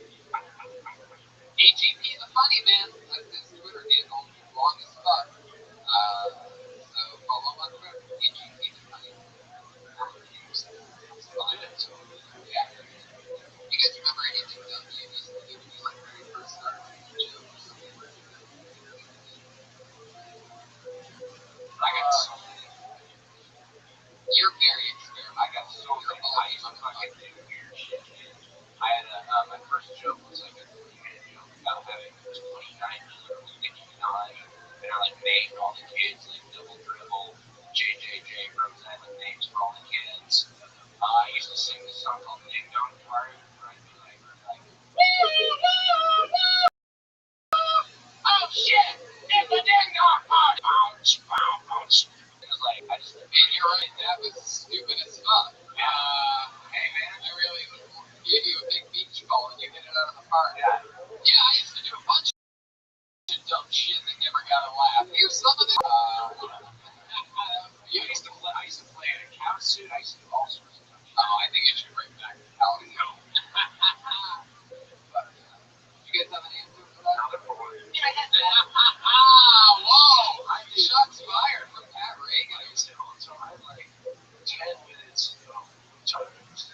Like 95 minutes of just straight retards. And now it's like 7 minutes of retards. That's fine too. But I look back, that was like a different time. But yeah, not like straight, but hard. You had like, that was like the thing back then. Retards were like better. There was no like transgender or like, movie theater shooting, like that. It was just like retards. It was horrible. So you were like a hard comment. R stands for retard. Yeah, I mean, I still do a fucking, I still do retard bits, but not as hard as retard. Yeah, so that fucks retard. But yeah, start like, start your voice, like, let yourself out and shit. My shit was always dope.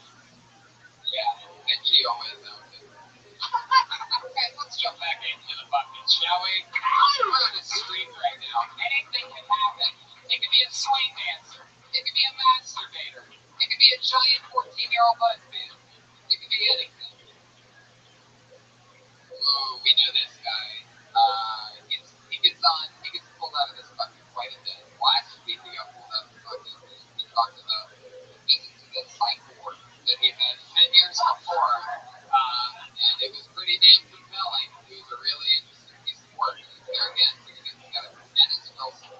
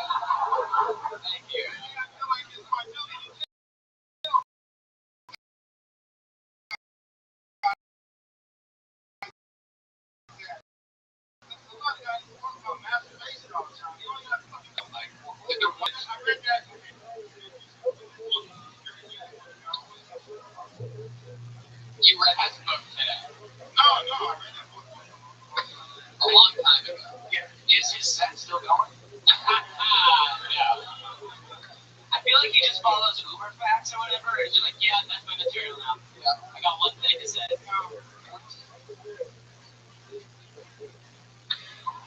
What do you want to talk about? What did you want to do? What is that? Why?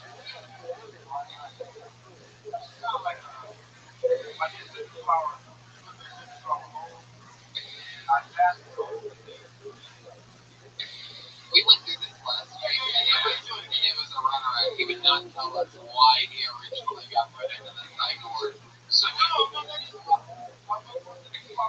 why go for 72? No, just listen to last week's. Let's go to this joke. So the joke is that we did 14 quarts of coffee.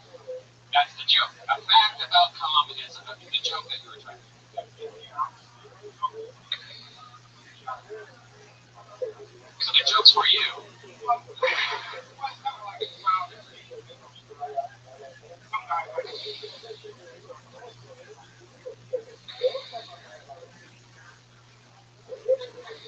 How many loads? I would say about 100 loads of half quart. That's 200 loads of quart. You know what's crazy about that? 3 times a day.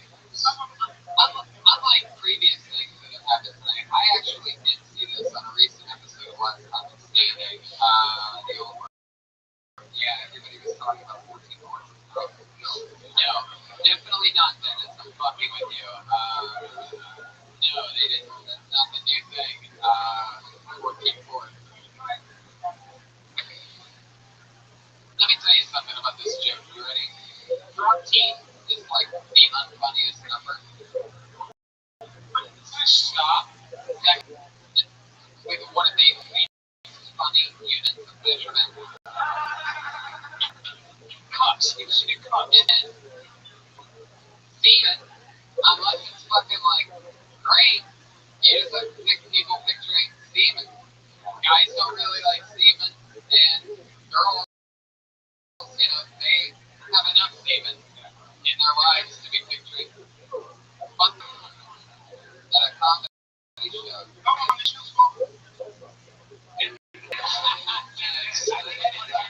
I think we're about to put you into another 72-hour hold.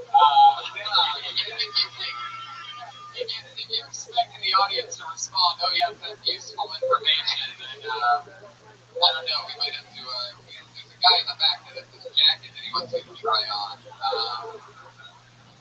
Dennis, I want to hear you talk about yourself and your life. How much cum do you think you produce? Do you have any kids? How's your daughter? She's 14 years old.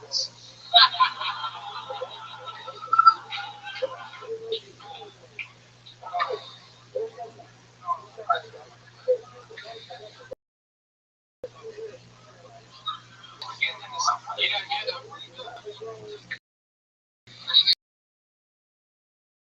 What? Jesus Christ. You don't seem like a nerdy guy like you. I don't really consider your personality. You don't seem like a funny dude.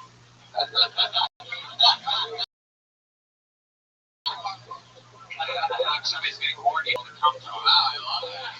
I mean, a couple hanging out up there. Dennis Wilson. Everybody's pheromones going crazy in here. You know, how old was your daughter when you went to the mental institution? She was 8. I already did the math on it. I decided it was so sad to not go back and cover it. There's a lot of mental illness and fucked up. Yeah.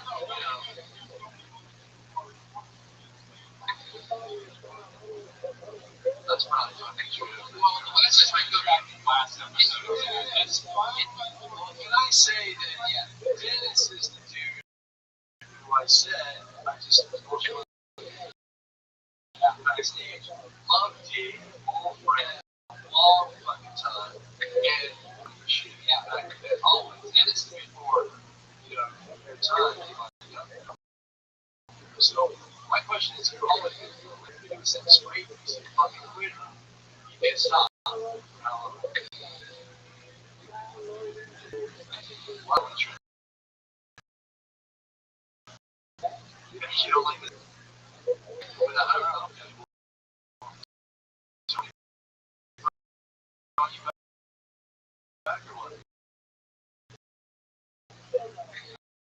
Let's go. Let's go. It's a standard for the most because if you're not doing it, you're not on your fucking shit. Whether it's a week, 2 weeks, or whatever. So I'm just gonna tell you, there's always been funny shit, always doing shit. So stand up is the hardest thing. Second hardest thing. Like what? Dennis Wilson, everybody. All right, Dave. Another black guy with a white name for those who are keeping track on your Bill Tony bingo card. Another black guy with a white name, Dennis Wilson. He's on Twitter at DJ Sunset Boulevard. Yeah, and Jeffrey, black names are Jeffrey. I still remember the fucking front of the show. Oh, really? I remember it all. Yeah. Here, do it real quick. It's great. You gotta kill. Hurry up, Dennis. Come on, this isn't fucking Rachel's right or anything. It's a legendary comedy store bit. Come on, bring him up. Dennis Wilson, ladies and gentlemen. We need black games.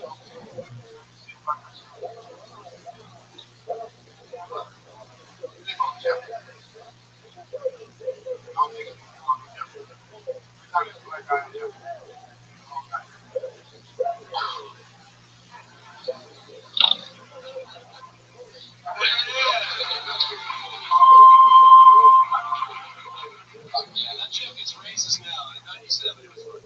You're racist. Good shit, dude. I love it. Guys, let's jump into the next part of the show. We have two regulars that do a brand new minute every single week where everybody else gets pulled out of the bucket. These two have a locked in spot. There was two girls that did it every single week for 2 years. They recently moved on to another level of the comedy score in an entirely different show. So we started with two brand new regulars about our 6th or 7th week on them, and it's super exciting to see the styling. One is 19, the other one is always nervous. And let's start with her. Got to open up for Adam Sandler and David and Rothschild'S last week. It was an amazing set. She's brand new, and she is one of our favorites. And she's a new regular. So Tony, put your hands together for styling. And the always nervous and adorable Melissa Esslinger, everybody. Melissa.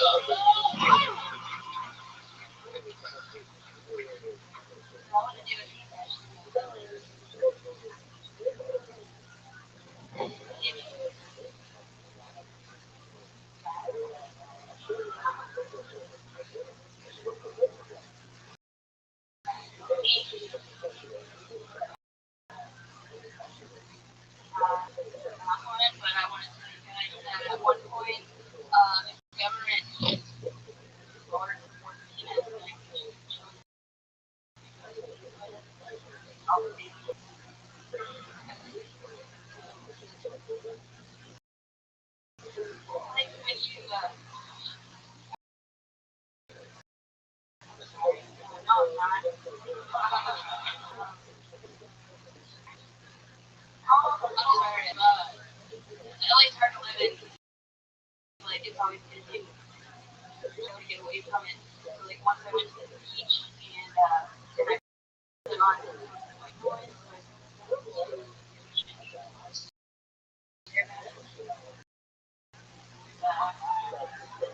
Okay, Melissa Esslinger. You're so likable. You're so awesome. You know, you can just like move on to the next joke instead of saying, that's all I have for that one.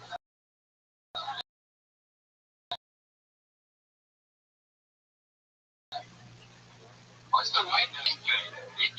What's the white note?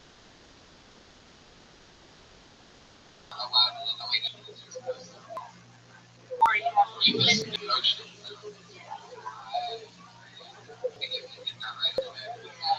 I listen to Ocean.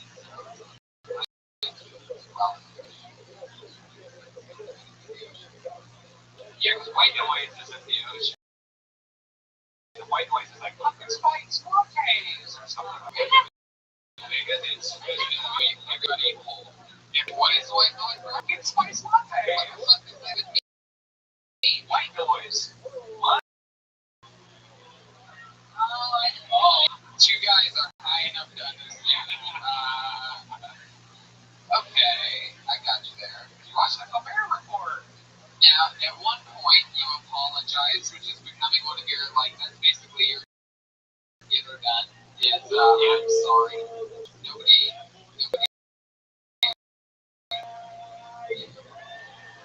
Quiet the whole time, really. We don't have to do anything with the microphone the whole time. Yeah. Yeah, we like it. We're going to do, like, more careful. Yeah. No more touching the microphone. We're going to have more. Point out for the standard 40 result from the activity fun. Easy set. Yeah. When you do a regular set for like a real audience, do you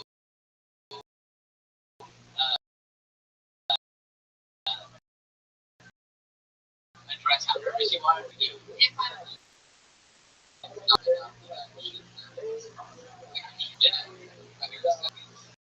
What was the first joke you did? Yeah, what happened? Jesus, what are you going to beat her? Well, no, she kind of ended it. Remember, she kind of ended it. She's like, that's all I have to say, I guess, about that. You kind of didn't really have to answer that. Well, it did. It was working. You were working games on it. At the end, that's all that you have on that.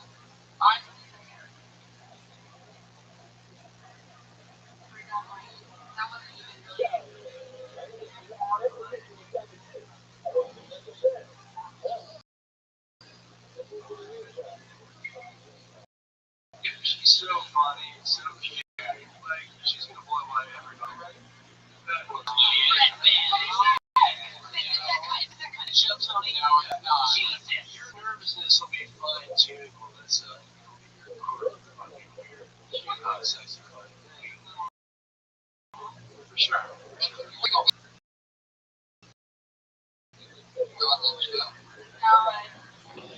I like people hand you clothes because you're always shivering. I have an idea. Yeah.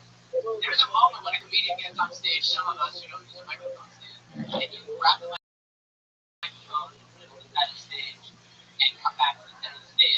I wonder if that would be an interesting exercise to her, because it's sort of an assertive moment. Yeah, do it out without the mic. Well, you get on stage, you grab the microphone. I don't know. I'm saying when you move it to the side. There's that moment when you move it to the side. Speaking to the mic. I'm saying that it would be helpful for you if you took the microphone out of the stand, put it to the side, and stood in front of you.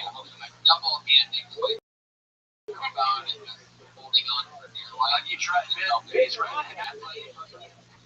Give me a more exercise. That looks better. Yeah, you get more in the room watching the show right now. Melissa is also the only person we've seen tonight on the show that is currently up for adoption. She seems like a battered chihuahua, like an LA shelter. Isn't it adorable? One of the coolest things about Melissa is that, which I absolutely love, is like she texts all the time with me and Brian, and I believe Josh as well. And like we just all text now. Melissa's adorable. She called me the other day. I could actually. I was on the road for 12 hours. I never answered phone calls. She called. And I texted her back, like, what's up? And she's like, oh, I'm just very happy and excited. I want to talk to you about it. Yeah, like, it is so true. I love it. Yeah. Do you, like, you've clearly been, like, abused or something. I wonder, like, do you have any tips? Like, if someone turns on vacuum, do you stab somebody? Or, like, is there anything where the nervousness turns into rage really fast? What else makes you nervous?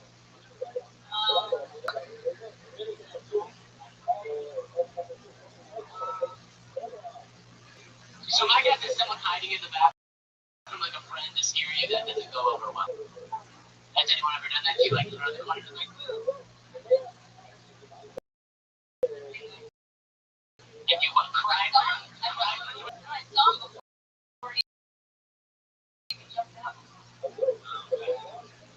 you said bad. You so know you can't treat your bad like you're never treated like otherwise. I don't know.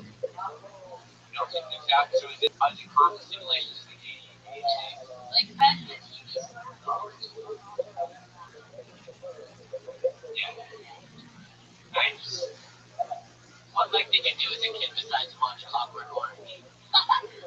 No. Were you nervous as a kid? Actually, I was probably more confident. Did your parents keep you in a good area when you were a child? Like, maybe with a long date? Oh, wow. Were you a Harry Potter sister who's also connected to cover? One of we learned here tonight is that Melissa is completely adorable and super likable. And what's your stuff with each other? Like, I think the biggest laugh that you got was when you said, sorry, no, I'm not. But then you apologized to her. Yeah, you did. It's a funny bag. I'm sorry. That's all you know. Not being sorry. Not being sorry. I don't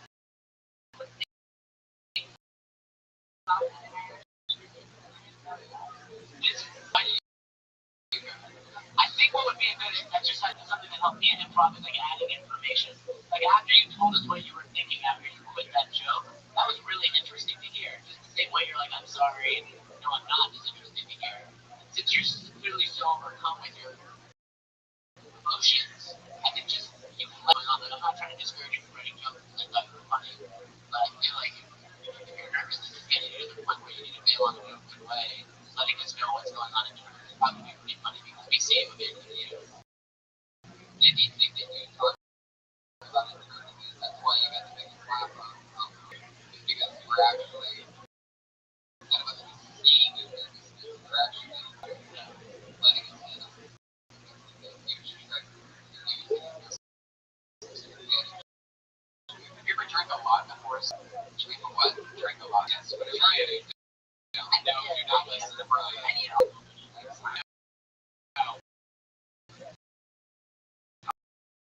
I would love to see you drunk next week. Do not listen to him. That's what the people want next week is for just be vomiting and crying. I'm talking. She said she almost threw up tonight because she couldn't remember part of it.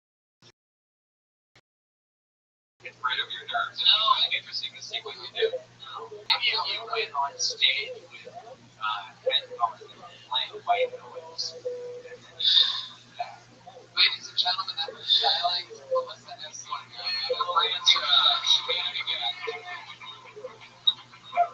Brian's advice: get drunk, do heroin, and kill it next week. Brian the Snake.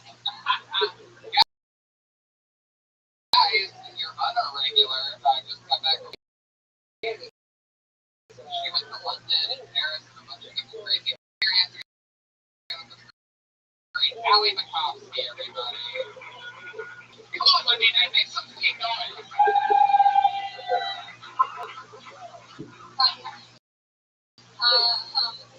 Just got back. Also, a little bit hurt by the group text thing, but that's okay. I was in London, which was cool, and I noticed outside of my window there was like a parade happening on the street, and I was like, this is so cute. Like, just a little parade, everyone's walking by, and I realized after that it was a riot. However, in London, they don't have guns, so every day is just so much happier there. No jokes suck. I was also in Germany, which is pretty cool. I'm better than all of you. I traveled. I was in Germany, but I hate when Jewish people and German people meet. Like, they think it's some big deal. You know, like, oh, what's going to happen now? It's like nothing. You guys have been denying it for so long. Or fuck me, you know? Fuck yeah. Allie McCoskey, bringing that London German thunder. Let's talk about your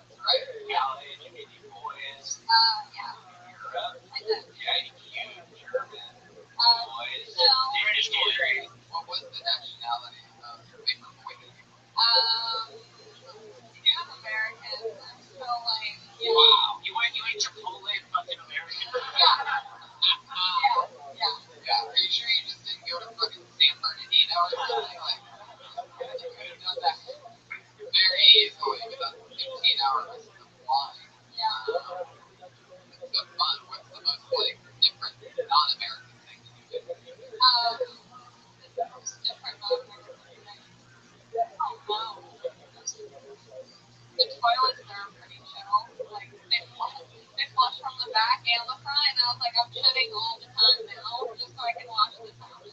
Well, yeah, well, you're also, you had no choice but to. Chipotle, you know, you gotta use the bathroom. Absolutely. Right. So when you say it's flush the back and the front, Yeah. what does that mean? Oh, Two man. bowls? Yeah, it's like a threesome of joy. It's the best threesome I've ever had. Also, the whole Cuban. That's besides the point. Wait, so when you say two bowls in the toilet, Yeah, one from the front, one from the back, and then, you know, just woo! I think this would be that's like more of like a PowerPoint presentation. I mean, if we had a screen, I would just get it ready. Yeah. It'd probably be funnier than my set, You get too. a bidet toilet combination. No accident. No. Toilets have two holes. Well, they don't have two holes, but there's water coming from the front, there's water coming from the back. Yeah, Here, that was amazing. are we done? Allie, Oh, thank God. Allie, it was good. Another fun set from Allie McCoskey, everybody. Welcome back, Ellie.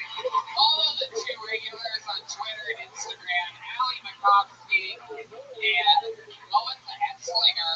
All one word for both of them. Follow them, join us. Guys, the drawing for Brian J.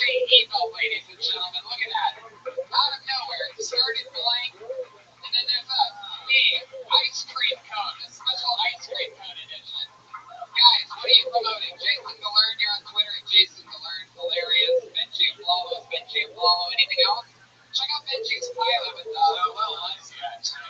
link's in my Twitter if you guys want to watch it. I tweeted it as well. Thank you for doing that. Yeah, Actually, both of you. check it out and tell your local TV channel that you want to see that pilot as a TV show. Like, how many laugh out loud jokes? Like, I look for like 5, 7 Jason, anything else you want to promote? No. Patty Reagan's on Twitter at Patty Reagan. That's our episode. Thank you, live audience. Thank you.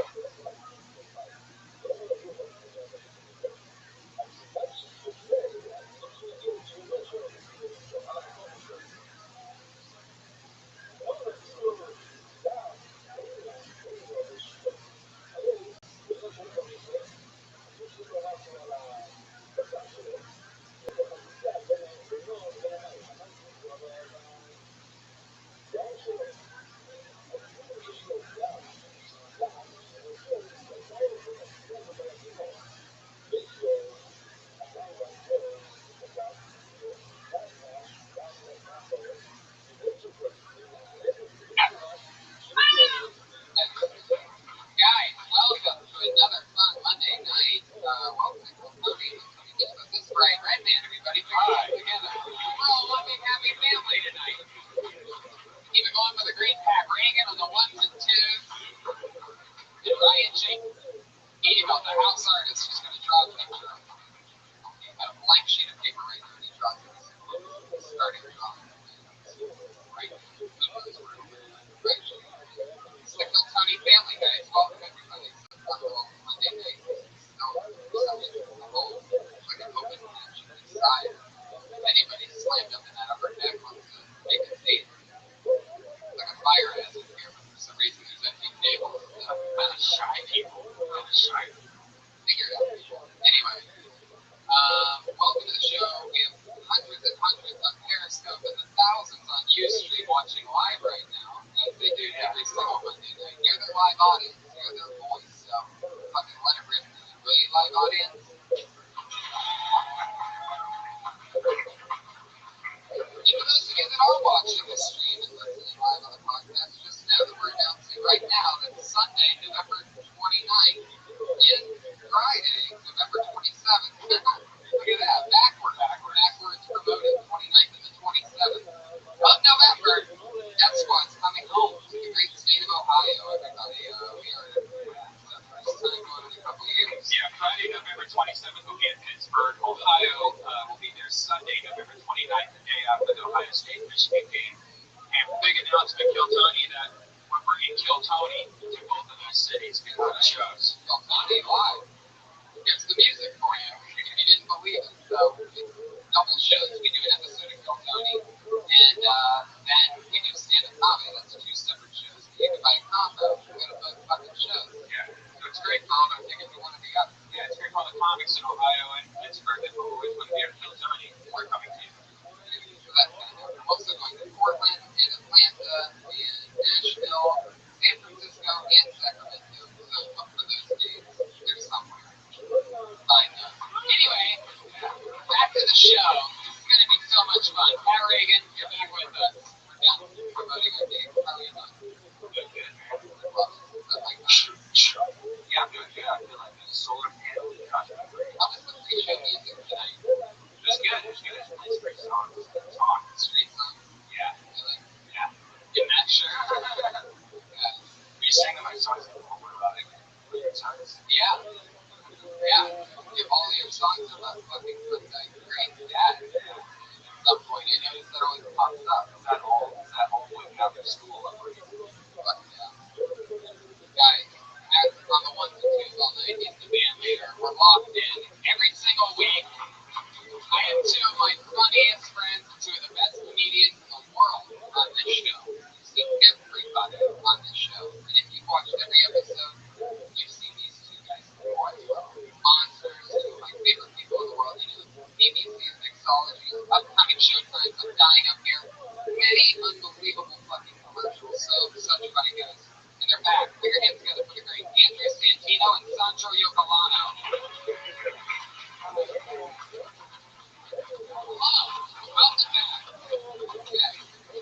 Good Italian boys. That's what's happening up here tonight. Very Italian names. Santino, hello. Hi. I didn't find anything more around the way or something. I like all of it. Yeah. You fucked the guy named Greg Stat before. Yeah, Mark. His name's Jeff. I think Rich Brand was Jeff. Did somebody fuck the worst? I fucked Jeff. You get to fund all of them.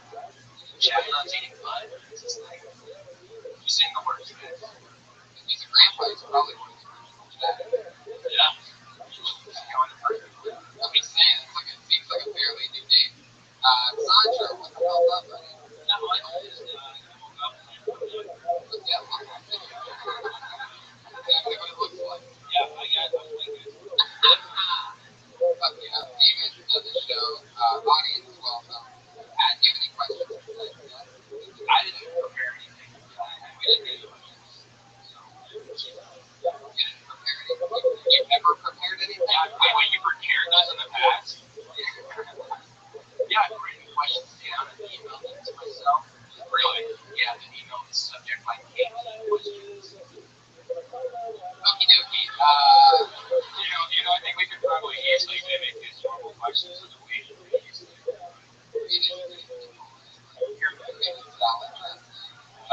You ever looked at yourself while going poop, and then I looked in your mirror of your father, and then you feel yourself, and then you go,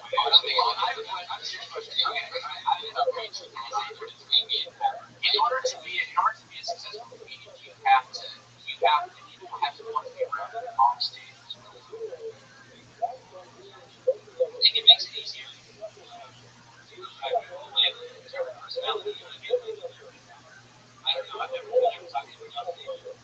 Although there's a lot of people that are. What was a successful comedian?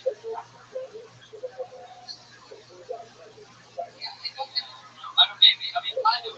There's a lot of guys that are successful that are shooting up. Oh, yeah. So I guess not really. Like I plan. I'm just thinking. I'm like, I don't get people like interactively enough. So I'm like, this is way so like make me like I play Asperger's, like social anxiety. No, it doesn't matter. I was just wondering what you guys think about that. That's listening to you. Guys, I've been waiting for a long time to get rid of the question part of this show. It stalls the front end and the back end tonight. It's funny because I sort of just wanted to bail out on it a couple weeks ago, but I say we can give it one more chance. So from now on, we know why there's no more questions for the guests. Every show does that. It's just slow, no matter what. So we're not doing that anymore. So congratulations. By the way, this is Kill Tony, episode 100.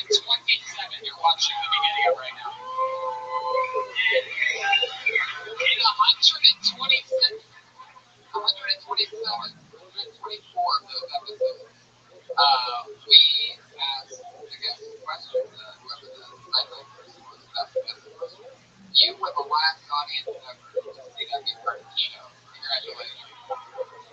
That's it. The retirement of the pre-show question.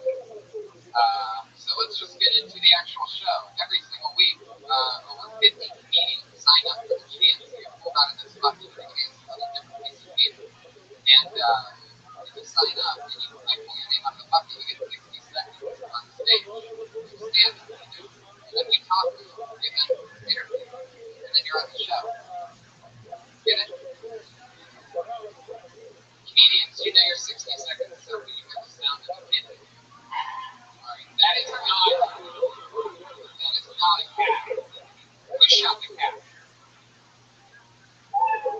That's the sound that you hear. Don't go over your time or else you're going to bring out the angry West Hollywood bear.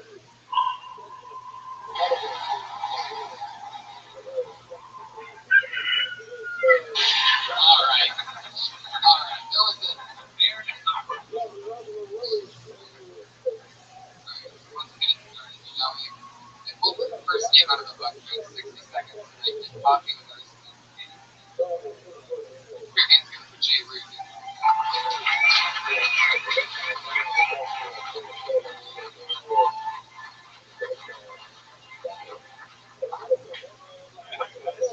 Hey, I was a teacher for a lot of years, and I was a teacher for a lot of years, and you have to do this self-esteem curriculum. There's a lot of, you can do it, don't give up, keep with it. So I quit. I quit because I wanted to see if I could, I wanted to see if I could make less money, which I'm doing. I'm a success. Success is really easy though, if you set the bar real low. I learned teaching self-esteem. But the kids were great. And they were good kids. I mean, technically the game gamers would be called dumb kids, but most of the kids, they were good kids. They just weren't successful in the regular high school setting, because they didn't show up. But the kids that did show up, they just had a hard time concentrating because they were just doing drugs. But it goes well. Not so. All right, here we go. Wait. You don't get to decide. That's not how it works. You made the bear angry. That's why it's an angry bear. You gotta commit to one or the other. You sidestep there. Jay, I like your style. You look like Dexter's stepfather. How long have you been on stand-up? I've been here for a couple months. I got on stage a year ago and was successful and bombed and got terrified to back a year later. Oh, yeah. Excellent. I like that creepy laugh. I've been told I have a Disney going laugh. Not a scary one laugh, but a Disney going laugh. I'll scary. Yeah. All right. How long have you been teaching? I got my bachelor's in 92. And you still teach? No, I actually quit last year. Wow. For comedy? Well, and acting. I'm substitute too. So what's your specialty? In acting. Teaching. No, what is it in acting first? What's the other? Well, I just wrote the film with television. No, my turn. Every actor. Jay, what's your specialty in school? I started out teaching English and then world history and economics. So now, how do you make it money? Substitute. You're doing that a lot? Hopefully more. How does that really work? Do you like a lot of calls a day? Yeah, LA, they need teachers. It's always day up. That's why you do something because that's you don't have to work every day. What's your favorite area in Los Angeles to substitute teaching? I don't really have a favorite area, I guess. Okay, so let me be more specific, Jay. What's your favorite race?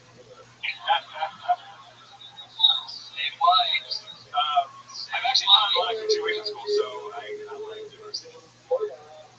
The rich white kids actually are harder than the kids doing. Wow. I mean, what? Okay.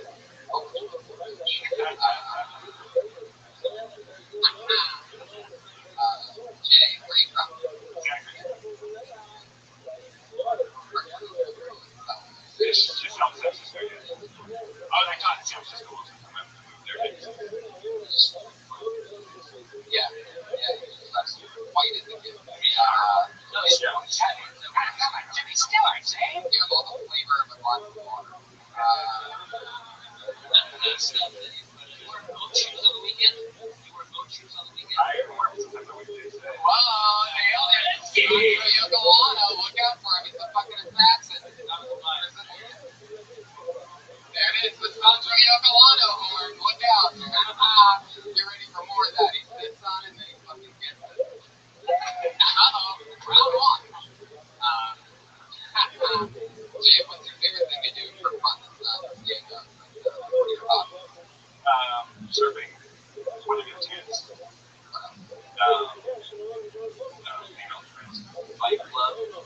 I can see. I'm just with you on this. I'm fucking with you on this. Like, there's definitely something that I can picture you sneaking off to every night. My buddy's a tattoo artist. Oh, here we go. It's always where the entrance to whatever shady shit is going on in Instagram. Oh, yeah, totally. Am I right? Well, yeah, tattoo for others. Yeah. Definitely off the hook. Right. And you don't do a lot of shady shit. No, I have one. It's That's not about right. It's a tattoo. Even with the tattoo, even his tattoo is white. It's a tattoo. It's abstract. It's a Prince Albert tattooed on his arm. It's a cresting wave with a moon. Say that out. And the dolphin's penis. A cresting wave with a moon and a dolphin's penis. Yeah, I call this my tattoo Rorschach test. This is a lot about you. You know what you're talking about. What you see is tell me something about you. What do you see? I know a lot about you, right, Jay? I watched a 60-second set, okay? It's not a bitch. Don't judge me. Oh, I know a lot about you.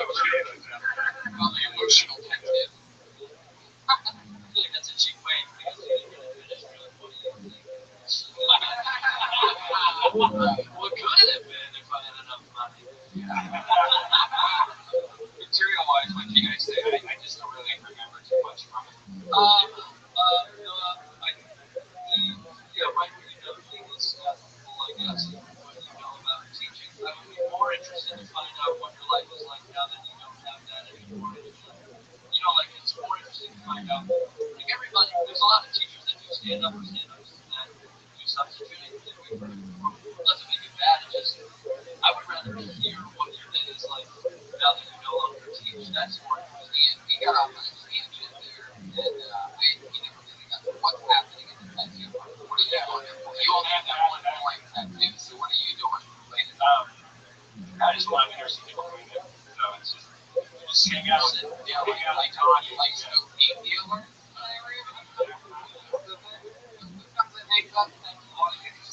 Put in there like the school tattoo. All the teachers. I just imagine like what if it's just the most boring tattoo part? And it's all just like Anderson Cooper type. That guy. I don't know why, but that's fitting. You don't have drugs or drink or anything, right? Yeah. That's why we're interested in knowing what goes on in the office. It's like, what Yeah. you get home late at night, you're up. What's what you do? How do you indulge? Like, how do I go? What's drink? You go smoke with me? Yeah, what's your best? Then you're like, fuck, I wish I know. Whatever it is, yeah. You do, or you love it. Yeah, no. I don't. Yeah, I can't. Watch Miami Vice. I feel like you gotta see what they want to tell us. I mean, you're looking at it. You no married, no kids. Oh, no. Oh, okay. There you go. I have a bit about that. I have 2 kids with different moms. Moms. Yeah. Nice. Whoa! Here we go. All right, now we're playing with fire. Kids work at the tattoo shop. That was happening. Actually, one of my son's 20 is trying to be a tattoo artist. All right. Why do you drag it out of you? Yeah, we had to pull all the way together. Some 2 different women. And it's funny, you listen to contributions for cheating on one of them. No.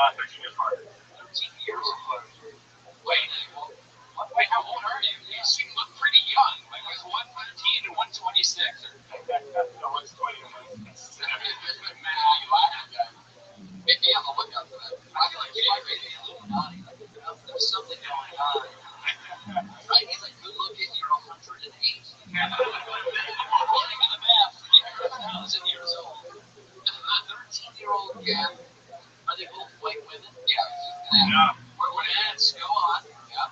My first kid's mom is Jewish. I'm not Jewish. That doesn't count. We don't Okay. have those. Yeah, it's like a little bit. Yeah. We don't believe in that. Yeah. Yeah. What's the good one? Normal. It's a Jews like women. What's the other one? Brazilian. Whoa! Sweet culture. Yeah, there it is. What's the Jewish kid's name? Ari. Harris. Harris? Yeah. So what's the Brazilian kid's name? Antonio. Whoa! Yeah. Well, I'm gonna have you play that all night. Yeah. I love that. That's so great. The only thing we found out is that there's so much life. You know, I'm trying to still find out what this is, but we'll have to expect, you know, to go on from stage. What did the two women have in common?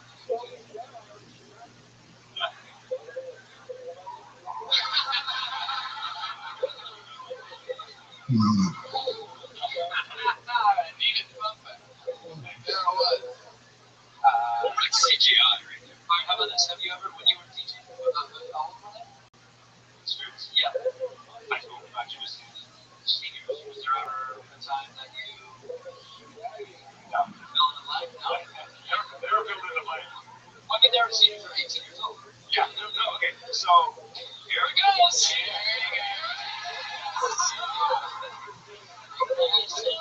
She's sucking my dick in the stuff. You have a 5-year-old with a 22-year-old. Oh, the Yes. Tell us what happened to these two. So no, nothing really. Right. So you're coaching her in volleyball, and you're teaching her how to serve. Next thing you know, she's pregnant. Right? How did it go? They both went to Subway. I tell us what it does. So Could have been quick.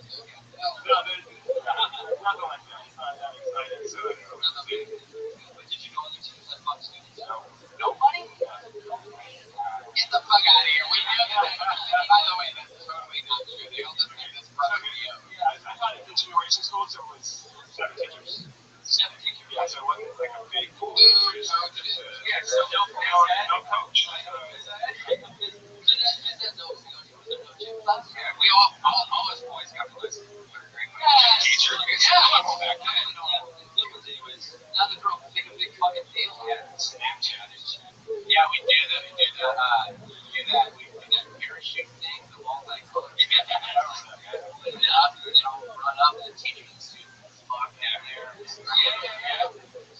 I'm like, hold it down on the corners. These kids live with their moms. No, not the real person. Oh, you got a 20-year-old boy. Yeah, Boys. Holy shit. How old are you? 28. Yeah. So the 20-year-old hanging out at tattoo shops, that's where you're skipping. Did the 20-year-old bring home girls? No? Well, okay, well, yeah. Well, not for you. Honestly, it's all right. I wasn't sure what you meant there. No, you knew what I thought. Yeah, you went right for it. You ever hang out with a tattoo partner? Oh, yeah. Oh, yeah. Like that.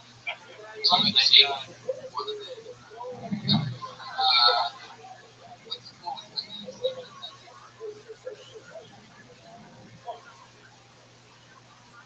Set yourself first.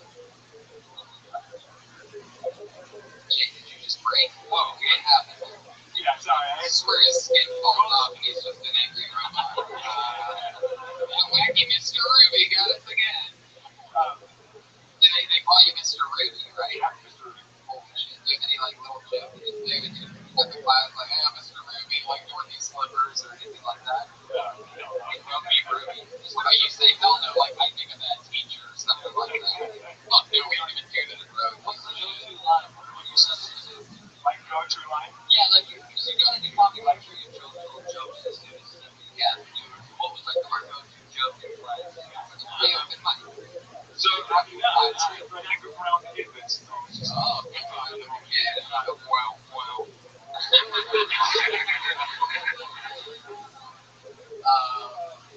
What do you mean by be brown? Do they call you reach around Ruby? I know I would.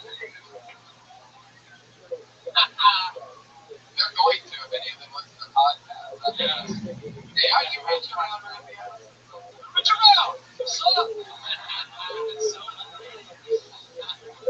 well, good stuff. I have write some more stuff of what you do. We're trying to really trying to see if we can get big. I don't know. There's got to be something else that you do that's unlike the guy that we see on stage. You know, like, you don't have to lie. Just give us the shot.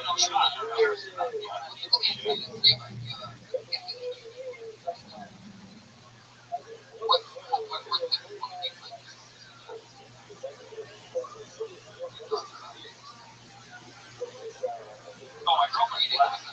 Your girlfriend's black. Exactly. Nailed it. The black lady loves that. So you went from Jewish church and Brazilian to black to what's that? Yeah, what's the future? Yeah. Perhaps green or Simpson Tail. Are you into any music? I can see you smile. You can barely hide it in the mask right now. Are you a furry? What do you like to do? No, nothing like that. What's your favorite position? Like when he's on top, what's your favorite position? Oh man, what's your favorite position? I don't know. Really. Well, how about what the girl that you're with right now? She has longer legs and arms. You like that? You like it? I love her legs and arms. You like being on bottom with the black girl? Yeah. Well, are you into like show fantasy or anything like that? No. I mean, you pay your taxes, you don't have to do credit, just like fuck up in your life. I don't know, your parents were always there? Were your parents always there? Yeah. Let me ask you this. Question. No holes in this guy. When you're masturbating, how long do you let yourself hang in the noose? Well, like, what's your cutoff time? 7 seconds, 20, or are you like all the way like Robbie Williams? Oh my God. David Carradine. Robin wasn't jacking off. David Carradine was. Correction. Sorry, Robin. Nothing of good dreams. Anyway, Jay, we spent way too much time with you. It's so fun to meet you, though. Nice to meet you, Jay. Come on, let's sing a stand-up. All of a sudden, we know we're all practically related to Jay. Oh, you know what I want to say to Jay? Jay, you said you bombed and then you quit, right? Don't quit just because you bombed. Just keep bombing and don't do that again. Yeah, you're never gonna keep doing it. Always record your sets and listen to them. Also, so just hang out, around this fucking place where you can just stop. We didn't make any source. When people miss their set next to Stanley Joseph, they need a substitute. Do better than fucking you, Jay. That's right. Give it up for Reach Around Ruby. Yes. That's not his first stand-up album. I'll be so disappointed. Reach Around Ruby the Sun. Buy tickets for his next show. Subpub.com. I don't know why. He's on Twitter at Jay Ruby. That's pretty simple, right? Something kind of gonna do it. Somebody. Mr. Ruby sounds like an ABC like burger.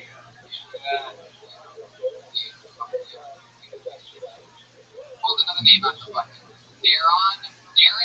Darren Davis.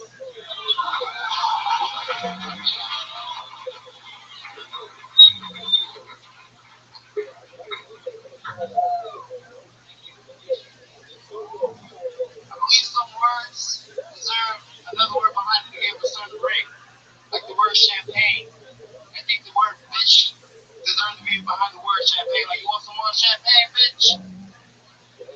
Pass me some more champagne, bitch. Champagne, bitch, underneath the cupboard. Appreciate it. It's kind of sad that Obama's leaving office so soon. They always talk about how black he was. I don't think Obama did anything too black.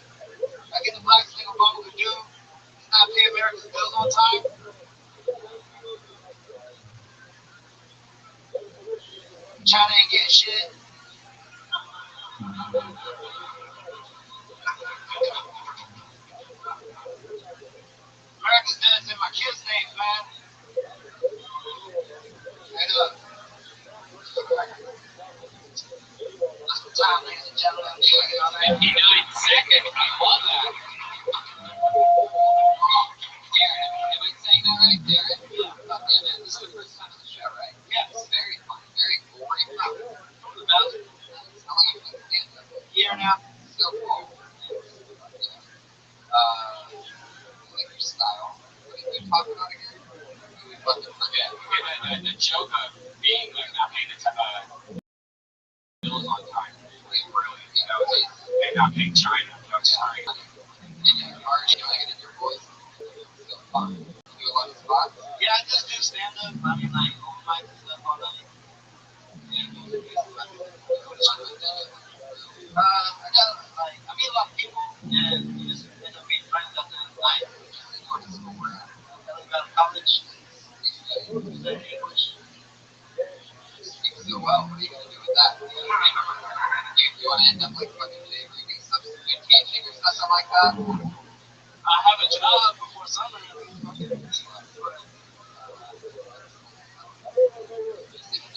Yeah. Arlena? Yeah, it's a little small town. Like right next to yeah, Rodney King got beat up like maybe 5 miles. Fucking nailed it. Yeah. Yeah, a lot of you got judgy on that one. We need what was the difference? Picture it in the bottom next to like we do tours, like one looking around the city. Some I've never heard of. Yeah. You know, all the ones that you've never seen. It's just far as by the hills, like up the valley by the mountains. Yeah, like here's my valley. Yeah, it's over by Rothschild'S. Canyon Boulevard. Dogtown. It's by Dogtown. It's by Stevenstown. It's a little east. I'm thinking of Billings, Clarksville, Billings, Montana. Other than stand-up, what do you like to do? I like to turn up and play. Yeah, that's what I'm talking about.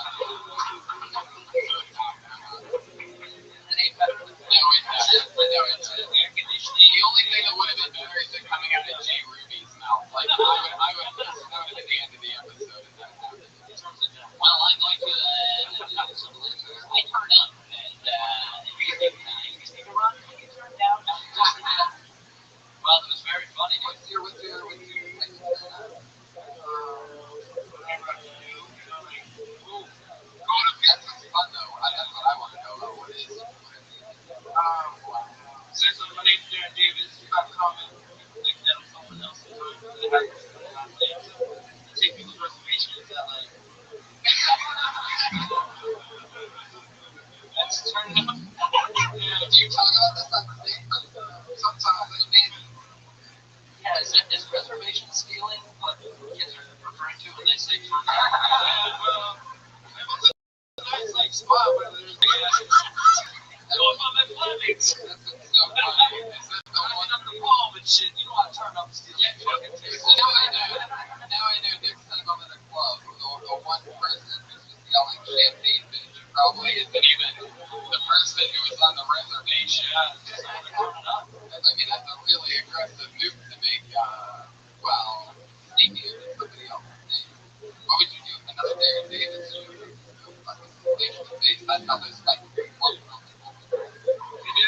Same last names. Yeah, it's the same last name. Okay, fine. That's the same last name I do. Do you live with the family up there? Yeah. How long have you been doing that? Less than an hour. How long have you been doing that? Yeah. How long are you? 25. Very funny stuff.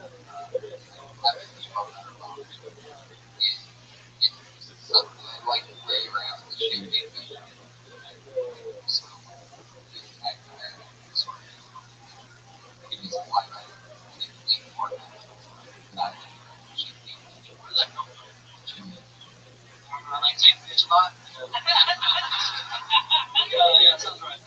some of your favorite uses of it.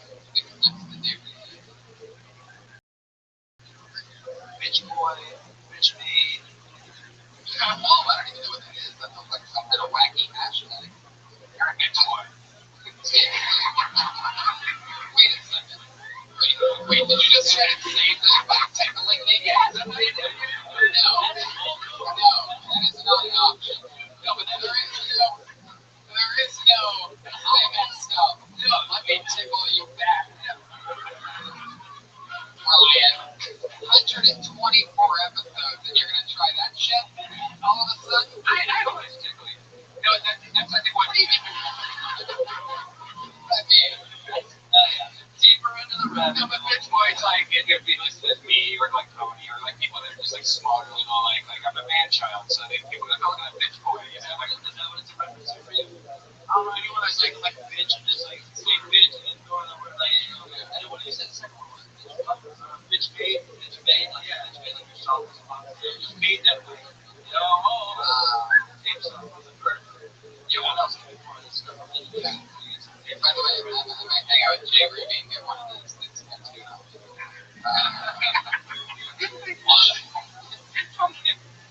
Yeah, no, I'm serious, Brian. I'm gonna get bitch boy tattooed on me. It's a great adventure. That's how I like advice. Don't actually do that. Give everyone The guy that just tickled me. Yeah, give all of us one of the bitch cat cats, like a bitch thing. Let's do that. This guy, he's currently bitch, am I right? Like, Have a bitch smile. That's a compliment. I take that as a compliment. Like, thank you very much. I already see it. This is your show, dude. What type of bitch are you with Darren Davis? Alright, get Andrew Santino. Come on. What kind of bitch is Andrew Santino? I don't do race shows, man. I don't do race shows. Degrading to women, yeah. Race, no way, buddy. You gotta draw the line sometimes. Yeah, they cross that shit. Yeah. What kind of bitch is this? What kind of bitch? Shay bitch.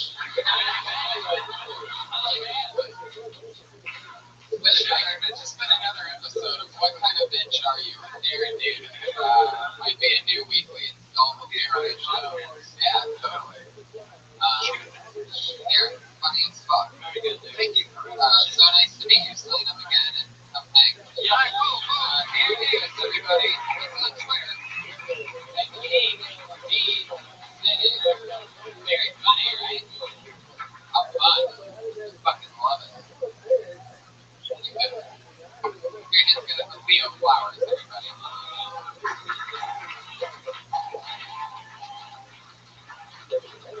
Oh no, he missed his spot. oh, shit. You know what that means? That means he gets flat. So is he on the back there? Someone yell Leo in that hallway. He's probably gone. It's alright. Thanks, poor guy. We'll just move it. Your hand's gonna for Ryan County, everybody. Come on, motherfuckers. Let's go. Let's do this. Wow. Even I was fooled on that one. I got no way. What's that? They all like play in the bathroom together? Like in the bathroom? I don't know. They might be making friends. They might be. Ryan County. Yeah. Yes, indeed. Okay, next comedian. Will Moore. We know Will. We love Will. Here's the catch with Will is he's not in the ring because he's under 21 and he's not allowed in the club technically. So this is where Josh Martin goes. Go, Josh, go. You know Will Needles Ford. He's a comedian from Ohio and yeah, great state of Ohio and where we are going to be on November 29th. Anyway, and Will actually started stand-up like 3 years ago at the age of 16 or 17 there. Yeah, he's amazing. And he's so fucking cool, such a nice guy. And the first time that we did a show in Columbus, we did it 4 or 5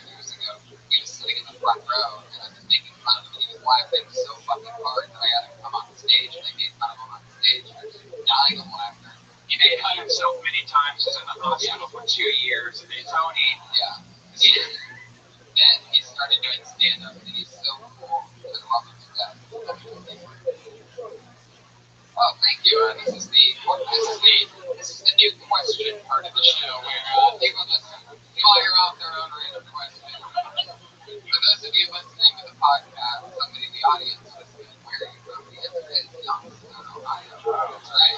There you go. We would have accepted his mom's butt. Ryan, tickling you is not going to save you on that. Are you guys tickled? Yeah. Are you tickled? Are you tickled? Are you Tickle it? Yeah, see what I'm tickling.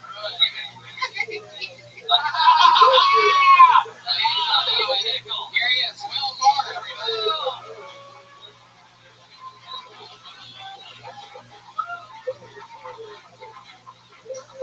Hello, everyone. So I'm Brett. Not a joke about what's happening right now. Alright. So don't you hate when you see somebody cry? Just sobbing, clear from the worst day of their life. You just get made of for them. Like, hey man, what the fuck are you doing in my mirror?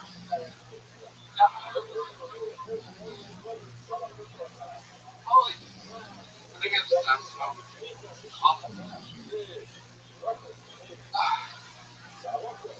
I called the suicide hotline once, and I got put on hold. Which is ironic, because if somebody helped me, I probably wouldn't have had to call them.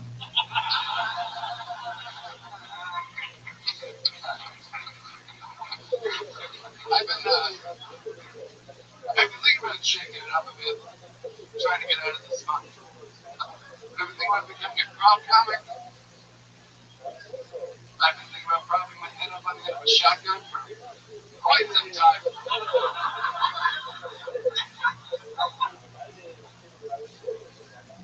I'm 19, but I think I've become a bit of a casual drinker. I get real fucked up and I'm super casual about it. Just like, oh, you should drive. That would be safe. Fuck yeah, there you go. Out of the airport. Will Moore. I love it. I love it. How far away were you from the all the way around? Yeah. How old are you, Will? 19 years old, ladies and gentlemen. That's right. That's right. Yeah. Yeah. Monsters. Monsters. Will Moore. Motherfucking Moore. You know, I'm visiting LA. What is it? Cincinnati area? Yeah, Cincinnati. Gomez Comedy Club. Shout out again. Don't give a shout out to Gomez. I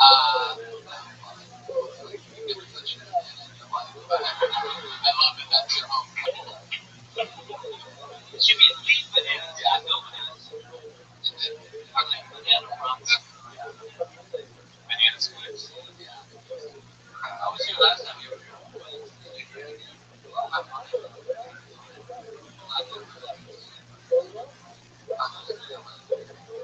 How long are you here for? I'm here till Thursday. Just here for vacation or for stand-up? I guess I mean technically vacation because I don't have a real job. Stand up, writing, going to move here eventually. Did you drive? A little bit. Yeah. Nothing important.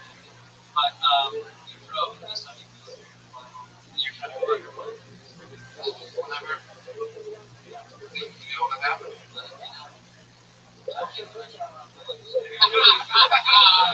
It's true. Yeah. Thank you for offering. Thank you. Yeah. Thank you. Andrew is actually my place for helping me. One question I've been asking you tonight is what's your fun hobby? What's your second favorite thing to do?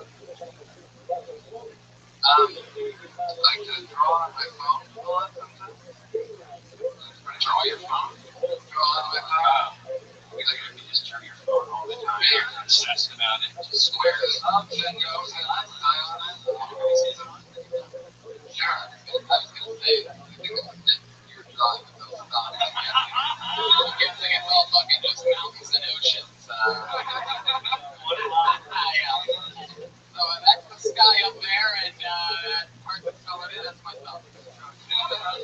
Killer stick figure.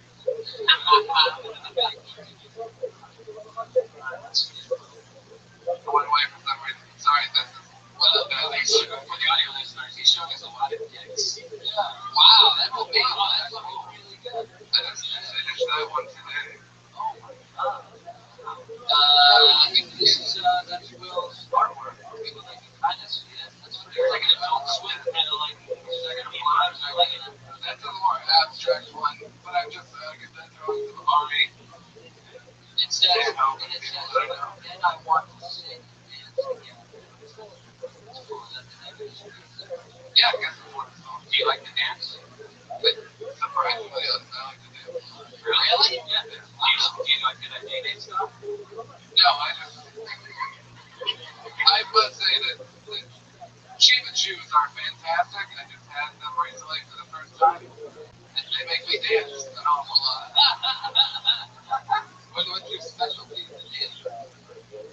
Oh, nothing. I just like that. Just feel the groove. Just get my body into this. Don't have one. It's really just whatever song I heard. Have you heard Reagan's album?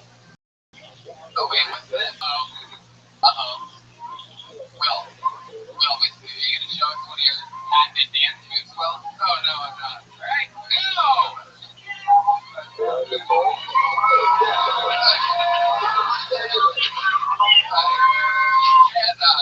I cannot. Did you guys see how much my legs were shaking just a second ago from how nervous I was? I cannot. Right now. Everybody just took it so seriously. I'm like, all right, man, we get it. All right. Normally that's when the second rush up. No, come on. But no, with you, it's like, all right, cool. We had that. Well, you're so funny. And you're one of the guys that I love when you come in and swing through. And it's so fun to watch you run. Get better and better. You're amazing. 19, by the time you're legally allowed to be in this sport, you're going to be one of the best comedians anyway. So, keep that in mind. Anything more for Will, guys? Will Moore. There you go, Will. It's on Twitter at the Needles M. The Needles M. Will Moore. My favorite.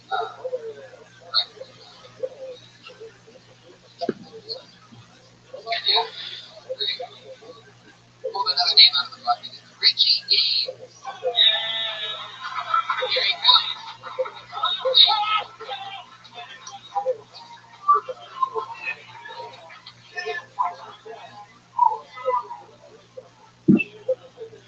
Hi. Shut up. So I got with this girl recently. Yeah. And thank you. Yeah, and me personally, I don't really mind like a bush or anything like that. I don't care what's going on down there.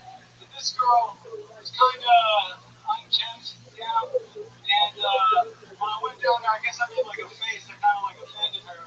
And she was like, well, what'd you expect? You know, I'm not a little girl. And I was like, all right, well, why don't you start acting like an adult and take some responsibility for the situation, you know?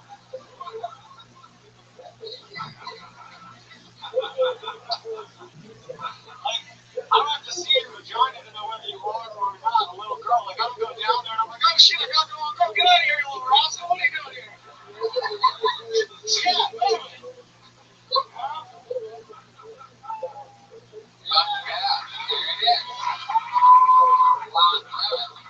Richie Gaines.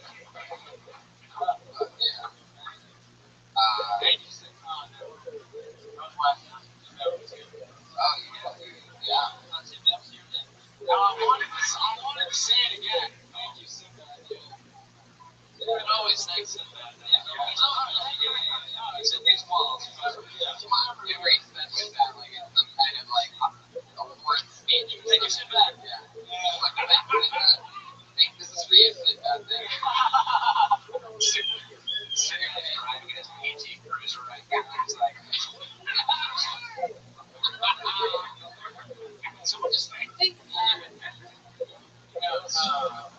Richie's actually going to be on the Ice House. That's right. Friday's been on like 4 canceled items. But I can't wait to see more of you, man. Again, you had a great set again, man. That was, I mean, I guess one bit, but that was perfect. What were you from again? Washington, D.C. How long have you been here? Now, about 5 months. Where you live? Encino. Friends out there. Where you living? Jews. Jews. Yeah. Like, I'm Jewish, and then Jews. You gotta stick with your people. Yeah, we prefer because That's actually how Warfare started. But, yeah, I get it. nonetheless, everything is your pros and cons. It's, Are there a lot of the big Jewish community out there? I guess, that's your where are they? Yeah. The thing about that, the brand thing, and honestly, I know he's a crazy guy, but he's kind of, Oh, shit. no, that's it, he's kind of right. Around every major city. Here though, the mothers, especially across the room right now, you smell them. Yeah. But there's one, there's many.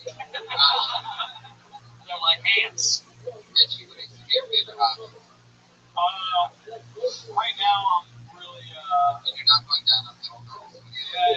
I'm a loser in the over right now. Pretty much all I do is I wake up and then I try to write or do something or look for a job, and then I go out and do stand-up. That's what like, What kind of job is real? What is your specialty? So ideally, Let me guess, you have a friend in real estate. no, ideally I would want to do like something great, say or internship really for controlling me, like writer assistant. Tuition. But selling the JS, come on, JS. about selling Mary Kay products. Avon. How old are you? 25. Did you go to school in DC? I went to University of Maryland. Yeah. College Park. Yeah. What do they call you in college? College Richie. Preacher after I mean, honestly, so I took like 2 years off, so I went to University of Maryland. I didn't even, I had a problem with that. I started in Boulder, University of Maryland. I started there. Boulder University, big party school. So you went there. You had your nasal cavity. I did actually, yeah. Really? Yeah. I don't do anything anymore. I did all I needed to. Did it all Five in years. Yeah. Yeah, that's quite awesome. But I It's like a place to go get fucked up and go to rehab, and then you're out. It's like a trip to Vegas. that's right.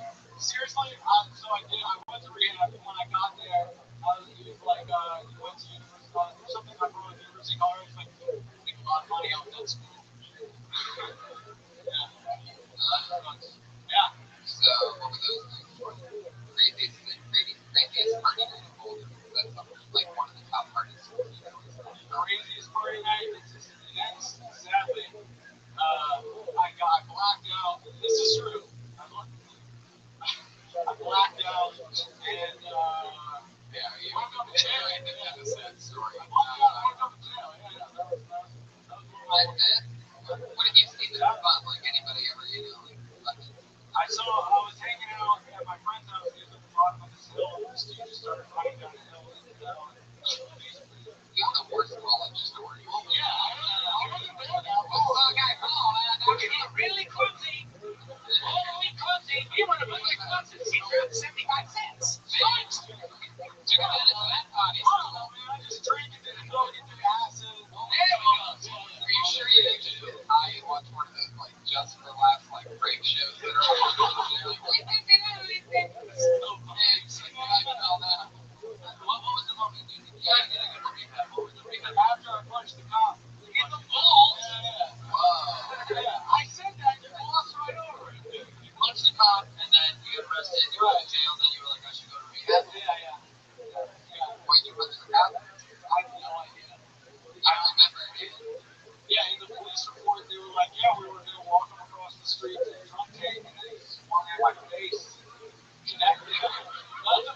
Essentially, that's what the police report said, yeah. Wow. Yeah, so you're sober now, right? Yeah. You staying sober?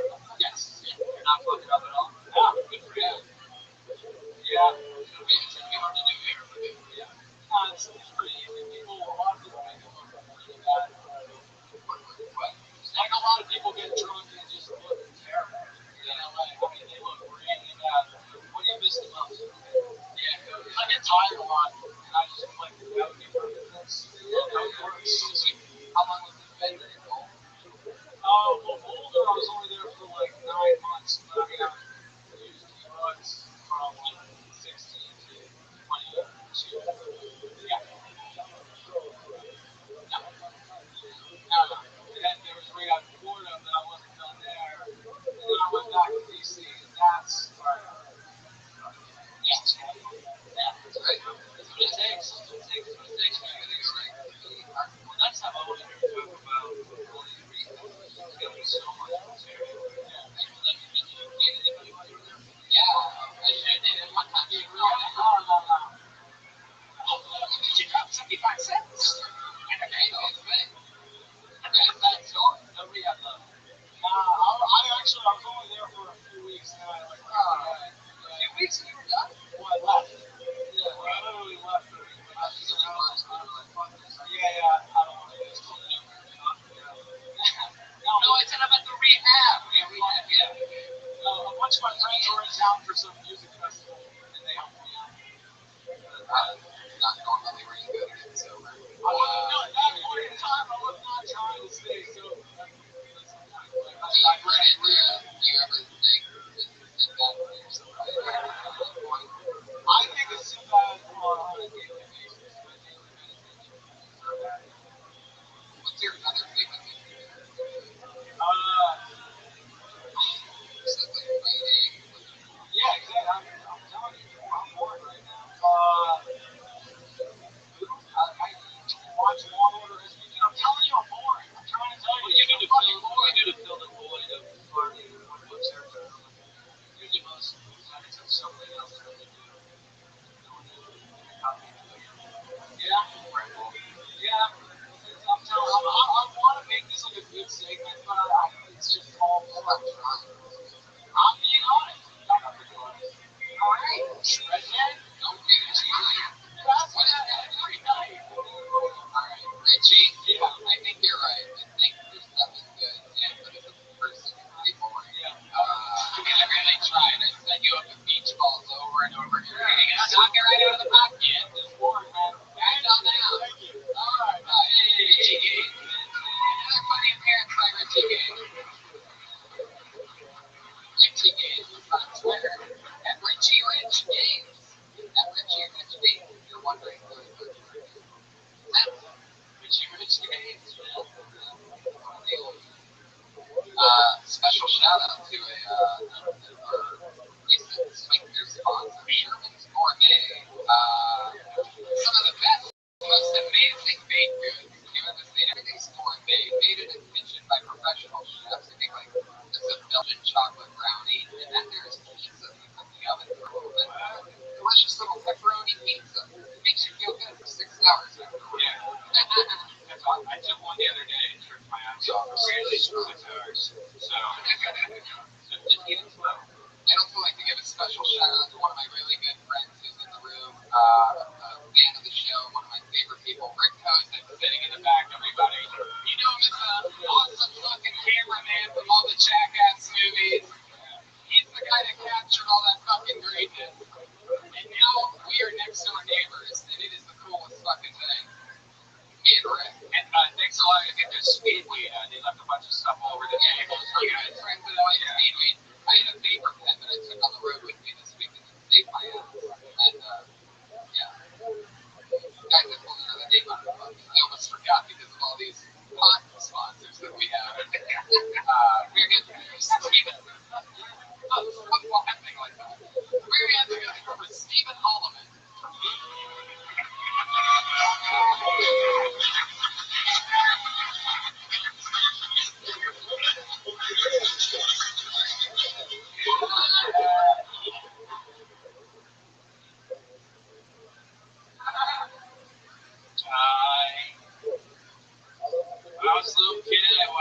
their own Schwarzenegger movies. They were cool.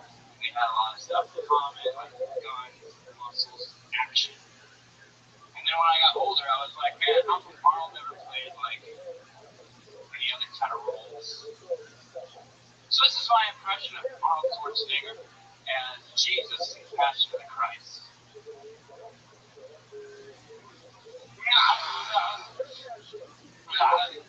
I don't wear my clothes because I have such excellent abs. It's still baby. No, it's not a tool, but it's okay. My name is Disciple John Campbell. This is such a horrible joke to do, so I'm gonna just go with this some more. He's on the cross, you guys. Okay, and he's getting tortured, and he's like, ow! Ow! Stop it! Just terminate me! Wow, look at that. You were meant to fucking kill yourself on stage. And you turned it around by acknowledging how terrible it was. Yeah, fucking, yeah. Reverse psychology, everybody. I like that. You're like, fucking stop. You're like the Kid Rock of the open mic. Really like Detroit. You see, like, I mean, like, I've met you here quite a few times. You hang out a lot. And I don't think I've ever gotten to see your personal show, right? Like yourself. There's something very vintage and Dan about you. Yeah. And what's that shirt that sits on my legs? Is it, what's that? Oh, bubble gum. Yeah, it was weird because at first I thought you were like a waiter at bubble gums, like telling me a joke, and I was just like, oh, fucking kill me. But how you actually turned it around, you actually turned it around, and it actually was funny. But I don't know if that would work every time. No, not at all. I like your style. So, where you from? Prosecute, Arizona. Oh, you want to stand up? This is my fourth year. Fourth year? You started in Arizona? Yeah, I worked at the Tokyo. How long have you been in LA? A year and a half. What do you about Dan Martin? Well, he's, rest in peace. I apologize to everybody about that. Yeah, made no sense. Well, tell him what happened. Yeah, son of a. It's just one of the owners of the Tippy Improv, if you're a comedian or something like the Tippy Bunch, the guy that used to own the place, and he passed away recently. So it's one of those you had to be there. You guys had to be there. He was a legend, though. I don't fucking know. You say I don't fucking know, like you really don't recall because the guy looked like a skateboard, but meanwhile, where's your fucking skateboard? It's out there. It's in the kitchen. It's so fucking funny. What's the guy's name that I'm thinking of? I still don't know. Have you always Sure, of course it is. Thanks for not saying it the first time when I said it. You look like the kind of guy that rides a skateboard, but I get the feeling that you know a few magic tricks. I wish I did. Getting laid as a musician, yeah, that's sweet. That's fun. Do you get laid a lot? Yeah. What do you do for fun? Motorcycles and bikes. Wow, that's fun. Motorcycle bikes. You ride like toy motorcycles? Yeah, I ride them. I work on them. Stuff like that. Everything else has your preference. No, actually. Reach around, you're out of luck, man. That's right. Wait a minute, so yeah, you're a big my bike guy, you have a bike. Yeah, you do. Are you running down? Are you afraid that it's gonna happen? Is it gonna happen? Oh shit. I rode my skateboard here. Why was it? We have a motorcycle here, guys. Will Moore is gonna bring it up the stairs. And, okay, yeah. But they don't remember my material. Yeah, we made it alright. Jesus Christ. I never crashed into you. Afraid of crashing, bro? Terrified. Yeah. Why not? You know where it is. Yeah, I heard about it. It's right. Where's the guy? Yeah, someone stole a car. Like, stole a car, hit it with like 8 miles per hour, and just slid up the whole side. And he didn't want to ever ride a motorcycle again and find like a Japanese truck car. Need for speed 7.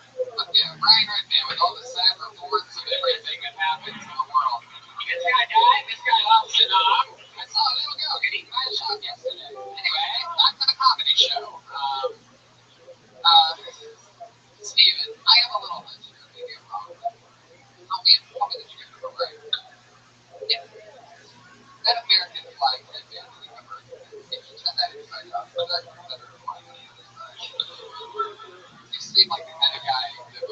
it, but like only when the time is right. Like only if like your coffee shop or something like that. I think middle-aged Willie Nelson. I'll take that. Willie Nelson. Is the hair attached to it? Because what if it's like, wait, it's like, I'm not Brett Michael. Spencer's hair.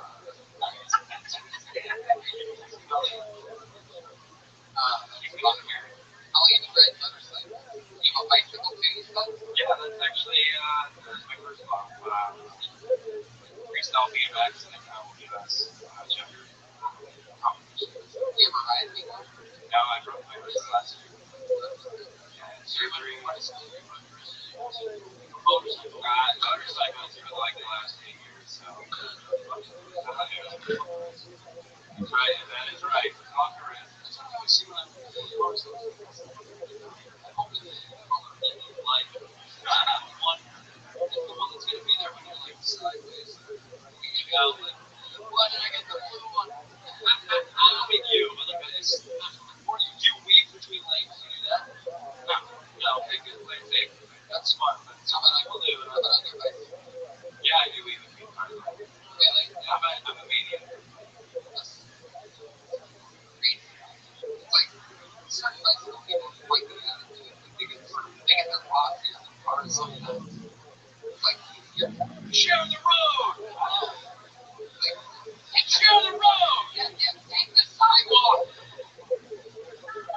I'll yell back. I'm gonna yell back. Yeah. Take the sidewalk. It's a path for you in small children. Yeah. It's one, is it illegal to ride the sidewalk? Yeah. But you know what the benefit is? Breaking the law versus getting The people arguing this town rally that just fucking started over there. You got a ticket for it, it's Silver Lake!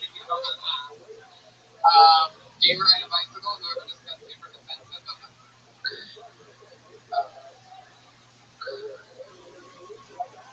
Bullshit. Why can't you? Sunset. It's okay, everybody. Obviously I just lost control of my own show. Sorry for the bicycle talk. There's not really people on Sunset. Like, when are you bicycling on Sunset? You can just 72. Yeah, and you can just take the street right next that you can go on. It's like a major artery into Hollywood. You know, there's side streets. You ever take the sidewalk? You ever take people out? I feel like you're the kind of guy who would ride on the sidewalk and just grab a girl by the waist and make out with her. Like, and ride her off into the sunset. She just gets on my back, so we just go into tomorrow and let's do it. No, I've never done that. I've pissed people off. They've definitely been like, fuck you! Just so we have someone you're not ready for. You make me next videos. Yeah, actually, yeah. Not like a porno. Yeah, that's awesome. Yeah, you and me and next time. Yeah, I'm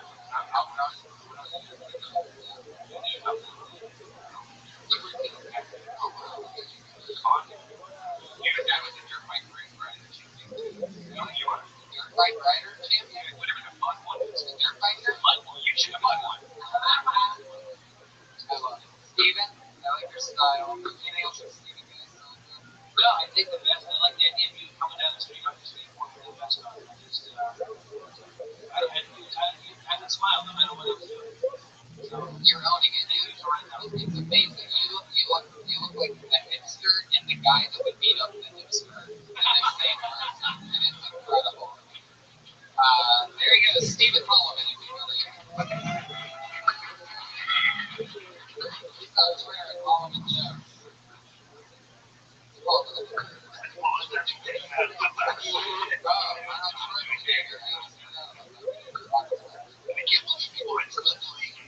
So you know what? As long as you're talking about how bad it is, then it works out.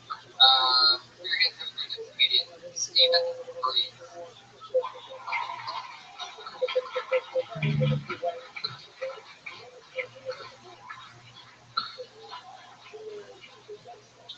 hey everybody, just got a job as a cashier. Thank you.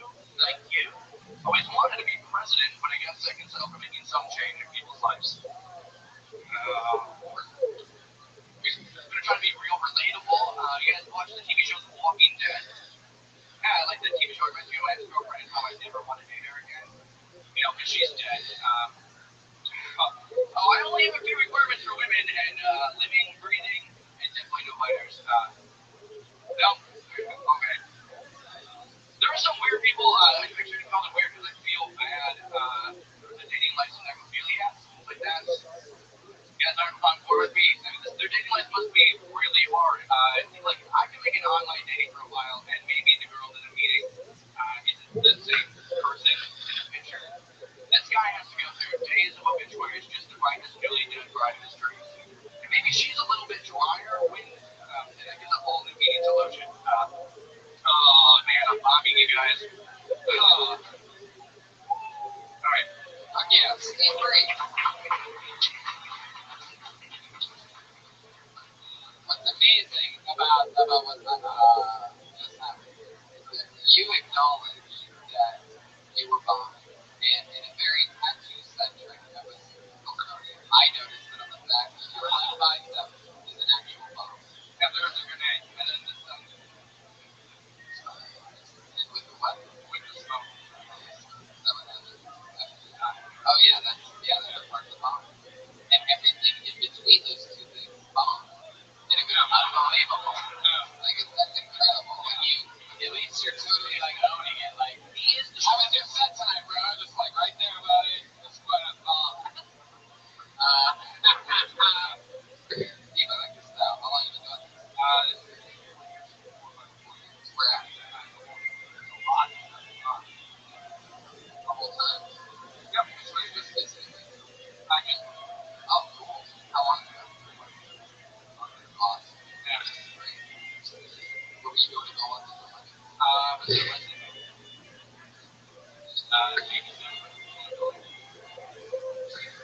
That's awesome. I don't think you bomb. I'm the stone. That's why I see all the time. I think the necrophilia stuff is probably hard. I think as you said, as you said, I think it's more relatable here. Yeah. And you Walking Dead and I don't think you go from like relatable Walking Dead to be like, you guys know about people. It's a tough transition. I don't think it's common enough. I see where he was going though. Me too. I try to make it romantic. I mean, there's more than one. Yeah, that was good. I'm just trying to figure out when you were involved. Right. Are you fascinated with like feelings? Not really. It's just a job. Yeah, just Milwaukee is a serial killer. Yeah, he people there. But what's his name? He's from live by campus. Yeah, right. Sort of. Yeah. Actually, before I left, I filmed this short. You know, so you're totally fucked up. Yeah, I'm totally fucked up. Yeah, that's awesome. Did you move out here alone? What fucked up shit? Where do you I did for less. What part of the guest house? Where do you live now? Where do I live now? I live in West Hollywood. I'm staying with the rest. And this is part of the transition now. Yeah, I quit my job. Yeah, well, I got a new I lost my social security card. I just got a job, but I need that to like get the job. Yeah, that's real. Where did you go? Passporting. A lot of that too. I learned a lot of shit. You lost your social and your passport? Yeah. I don't know if I believe this. Hold on a second. That's fun. Oh, totally, man. Yeah. That was my day. I found out that I didn't have to. How do you lose both of them? Maybe you keep them both together and you're out in trouble with her and Shirley. Right. I just lose shit. What do you do for fun? Not much right now. You know, I take a lot of walks. That's what I do. I like walking this a lot. Smoking, yeah. You smoke too? Yeah. I really want a cigarette. How much better is the podcast than the walk? It's been good.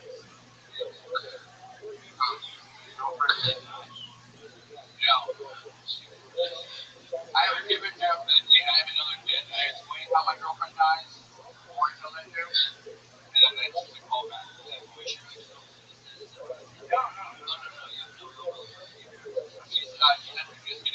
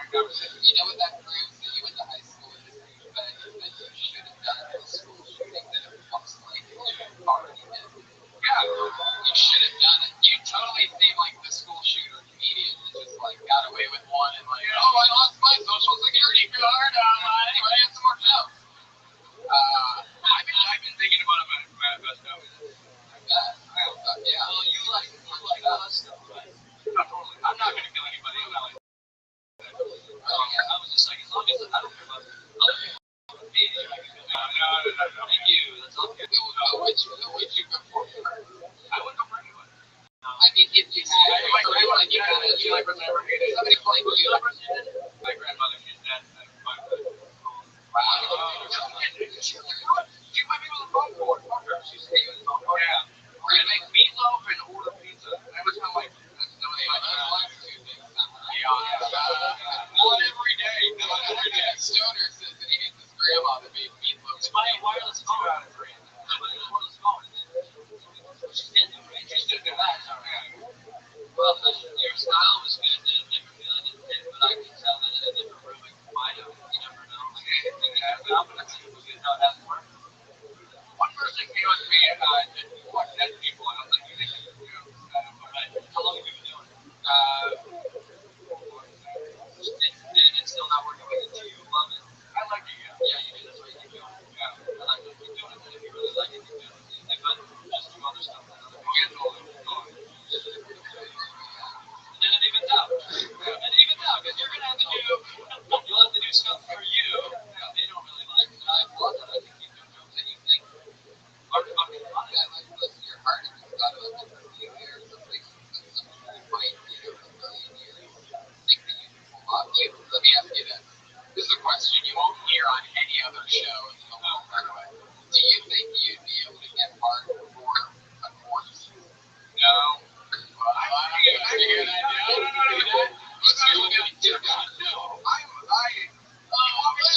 you were talking about fetishes earlier. You want to hear my sexual appointment? Yes. Oh, yeah. Talking about what if I'm a motherfucker?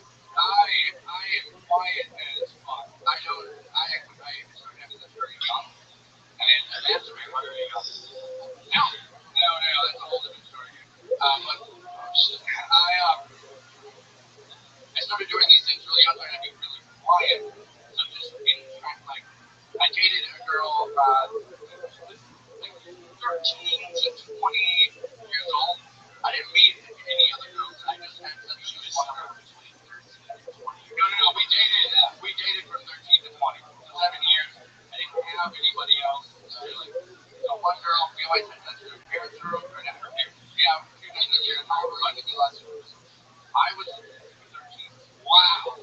So what's your crazy? I'm really quiet. I don't like any sort of noise during sex.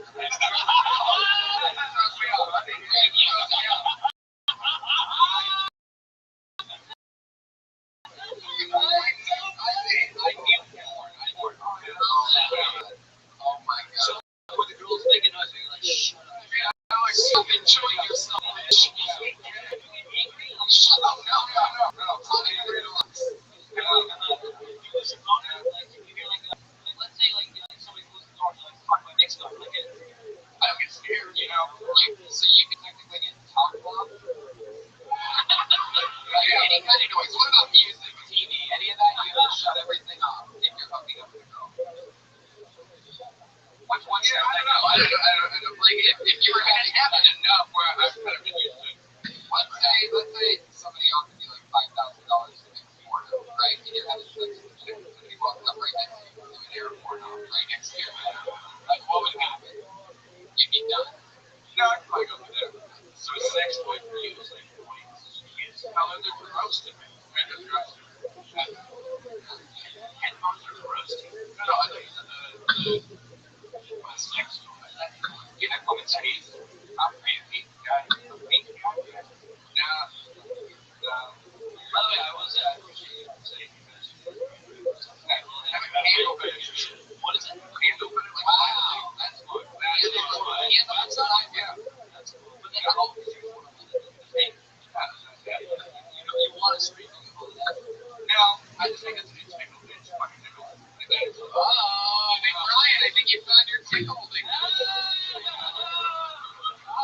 Tickle buddy! Tickle away, motherfucker! I'm gonna sneak up behind him later and just tickle him. I can turn it off. You can't turn the tickle off. Yes, I can. And I can now that I know it's gonna happen. It's so no. So that's good. I think the sex thing is funny. We should talk about that.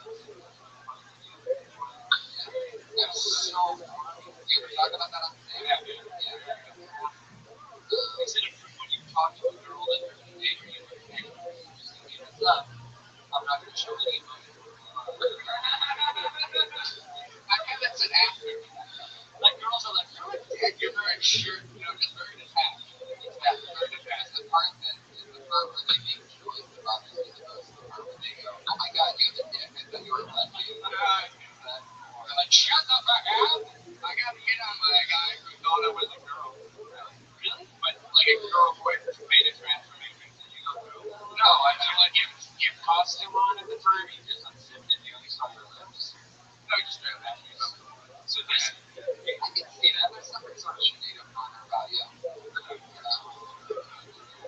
can see it. It's true. let's be honest. Yeah. Your face right now, is that your no face? No, I wouldn't believe so. So let me ask you, you're having sex with her, okay? And she's not like most of the time I saw her for a little while, maybe it'll just go away by itself. Like that. You sigh during sex? You sigh during sex? It's like, oh my god. That's no bad. Steve, can you give us an example of your side that you would say if you're like a fish? Come on, really? You know, it's when you show emotion, dude. But that's when you come. What do you have?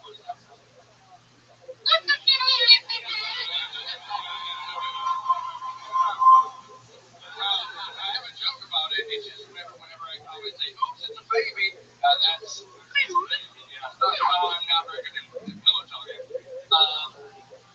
Yeah. Interesting.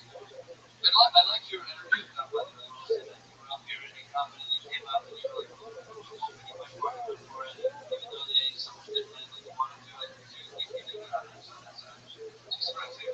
Yeah, it's so fun meeting you. You totally see, the way that you've been working hard in Milwaukee and excited that you're part of the team. Yeah, it's going to be great for you. You seem really committed and go for it. We see future first like school, like shootings. If you're going to shoot at school, shoot that regular Grenades. Grenade. School grenade. You're going to be a grenadier.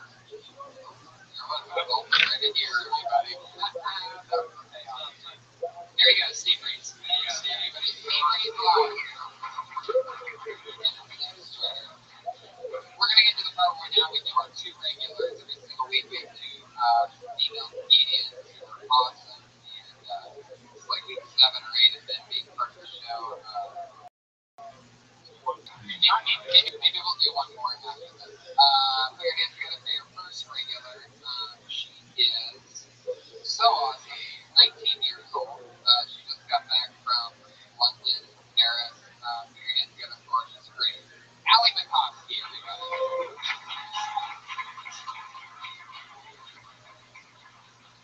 Thank you. I was fucking this guy, as you do, and after it was done, he was like, I'm so good at this. Like, I was so good. And I was like, no, you weren't. I'm so good at this. And he was like, no, I'm really good at this. He was like, maybe you come in like a close second. I was like, I don't come at all. You suck. Listening to a lot of Drake lately. Really like Drake. I noticed that he says the N-word a lot in his songs. For a half black, half Jewish guy, I'm disappointed with how little he says hype.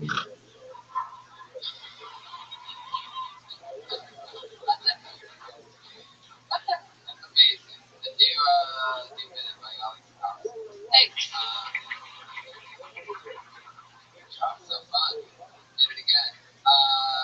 Yeah, Drake's fun, right? Can you believe Drake lives in California? What if it's houses? Yeah, but like that's like a state. That's right. Why is that crazy? How do you guys know so much about Drake? He's a native Mexican. Drake's an inspiration. Everybody wants to hate when you're on top. He's an inspiration. Absolutely. What more? Drake fucking sucks. You're wrong. You're wrong. You gotta go. Why does he suck so much? Drake is jogging music. I listen to it. You know how good right. I can't. Nobody else can tell you. It's your ears. That's what you listen to when you're jogging. You don't jog. It's from a bong. It's from a bong. I mean, Drake was like this. Yeah. What kind of hip hop do you listen to? Cypress Hill. Really? You're committed to that? Number one answer? Yeah. Okay. All right. Well, you can see why we love David. We'll never come close to Drake. I'm really enjoying myself up here. Oh, yeah. Allie's jumping in. You listen to Drake a lot? No. I just was listening to him with a friend and he was saying the N-word so so much, and I was like, isn't he half Jewish? I feel like it's a little bit wrong that he's saying this so often. Part Jew, half. Yeah. Yeah, no, I think that's true. Like, it just feels so good, you know? It's like empowering. You're taking it back. I'm not. Good. Let's get it started. You ever saw anybody go flanking? No.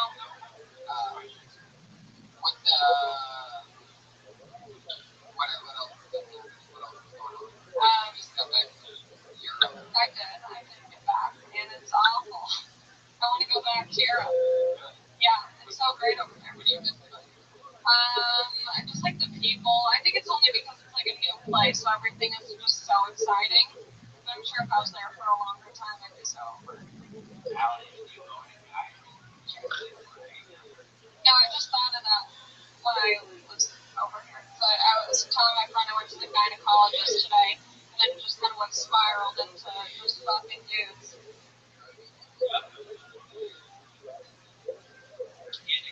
Organic, so organic. Did you do a lot of comedy stuff out there? Yeah, I did some shows over there, and they were really great. There's intermissions during shows over there. It worked out really well, though. It's really cool. No, it's chill. Have you ever been in a show where like, you're watching and it's like, yeah, it's getting better and better and better and better, then they just stop it? And like all the power and energy that was in that show, it's just not reset. No. Yeah, I've been at this. Get more drinks. Well, over there, I'm both smoking cigarettes, so they're just like, I need this. And they do. Yeah, they do. Come back in where there's smoke and whatever, and then Yeah. Catholic.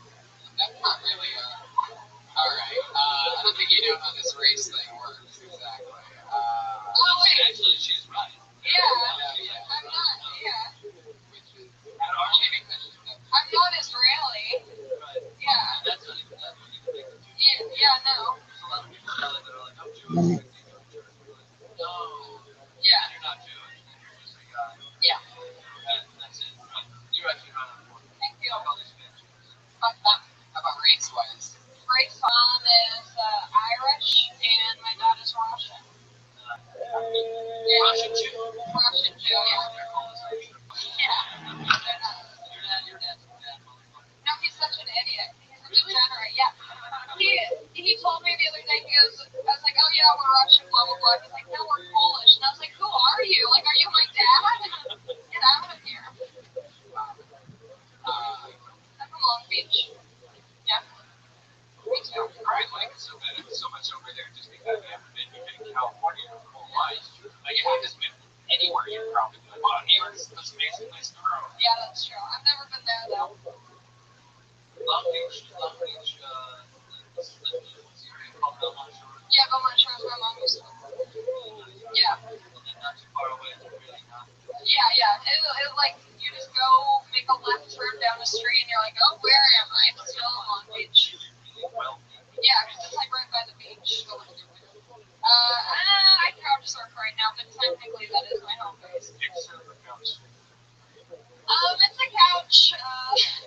There's mattresses on it, and yeah, there's so many mattresses.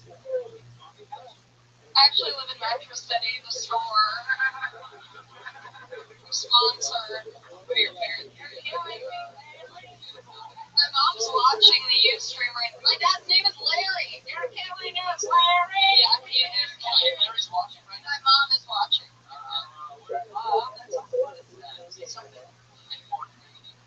Sorry for fucking people. Look what you created. The cross team. Yeah, there she goes.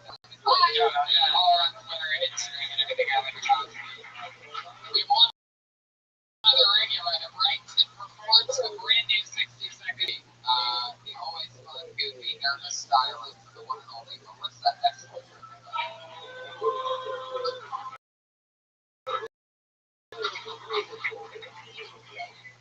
My mom's Jewish, so I'm a big Jew.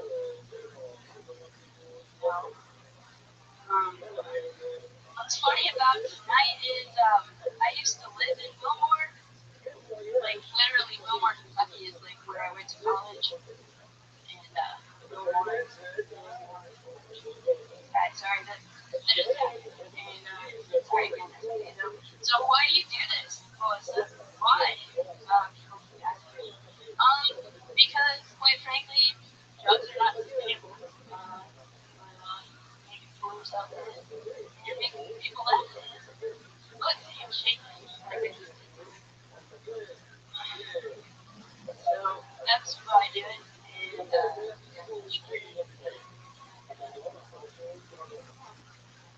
I did, but then I was taking over me. Well,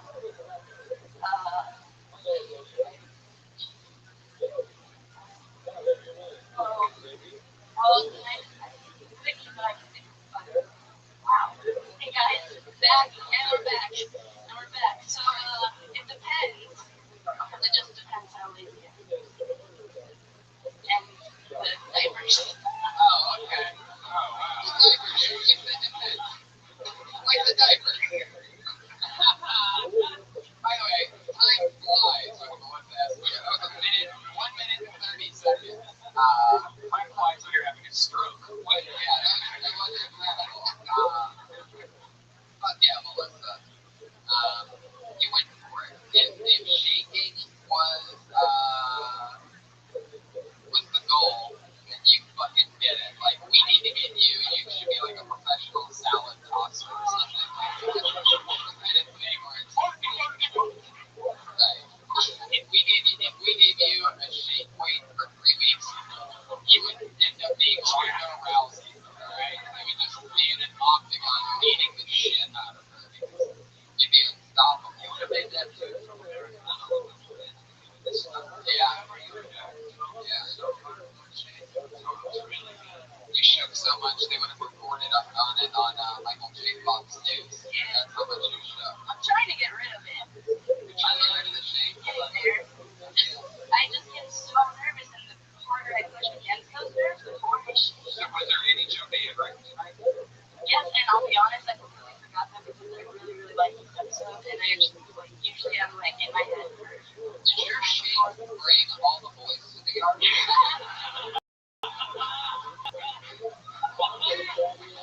Shake it off. It's yours now. I'm never able to use that. So now there you go. You wrote your joke for the day. That's all. What else has been happening? Even though we're full-time dating on that's incredible. Doing stuff. You just started stand-up here and you were at it, and even Billy the Cosby is 20. That's right. You had a birthday.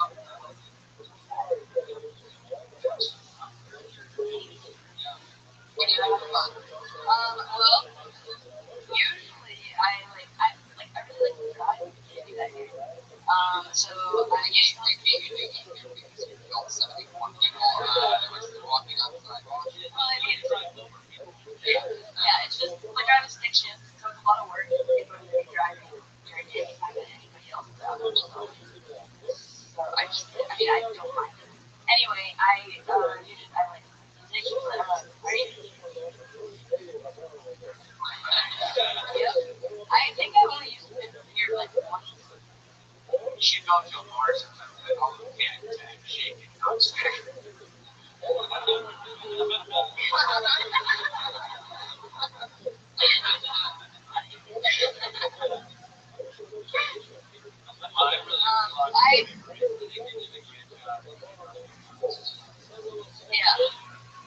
It's funny that you said you get more nervous and you go right into the nerves and make you even worse. I thought it would. I'm still. No, but I think that's a good thing. You're just you fucking do it. I think that's the only way to do it.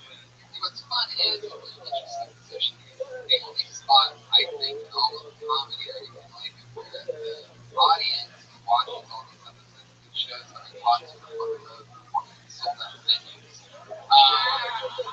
They often come up to me and they go, the part with the regulars is so cool because we get to watch them grow. There's no other show where you get to watch somebody really get better at stand-up comedy other than this one week after week. And either you're going to be like this amazing turnaround storyline or it's going to be the saddest ending. But either way, that's what's fun. It's like taking a chance to commit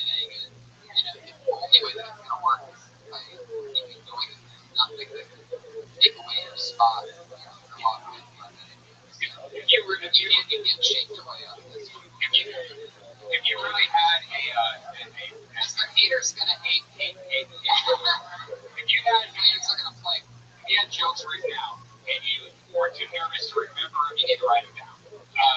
Because you fucking scribble. It was really literally a minute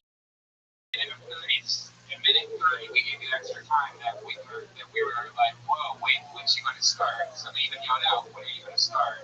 Which is not a good thing to do. I mean, it's very important that we actually see material because I mean, this is the whole point. Is that we can't watch you guys every week and we can see like improvement in writing and stuff like that. I don't know what this is like the 5th or 6th or 7th week we've seen, and you actually did better on your first time on the show.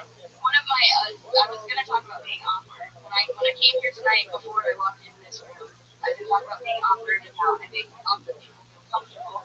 I was gonna talk about how someone once, like, I was meeting new friends and they were like, maybe since you had autistic friends. That's So maybe that's what I want. maybe there's like write it down. I mean, we just have that. Yeah, I haven't been doing that. I guess that is also, by the way, that's the way to learn that it's not. I was never one to really like write down stuff that you guys were, but now when you learn without needing a set list, it's going to see the swim about the word. And unfortunately, when you're going on stage, you don't remember your shit. End up remembering more the next time because you know what that fucking feels. Yeah. So I don't know whether I'm going to be writing it down or not writing it down. Maybe it's fucking question to try to remember it. How much better it feels in the lab. So just like try to remember what to do. So I like to watch. It's like watching a puppy like panic. Melissa at a shelter. Adorable. And I'm looking to do this. You're going to get watching. This is so much fun. I think it's good that people see you shaking so fucking violently. So they know what kind of emotion it can evoke out of people. Because there's so many things that but it's really, really tough, right? Is it really tough? Is it the hardest thing you've ever done? Every time I go up, I want to puke, not go up. Listen, Like, almost every time. I get excited. Mitch Hedberg wore sunglasses back then, so maybe you could try performing the sensory deprivation tag.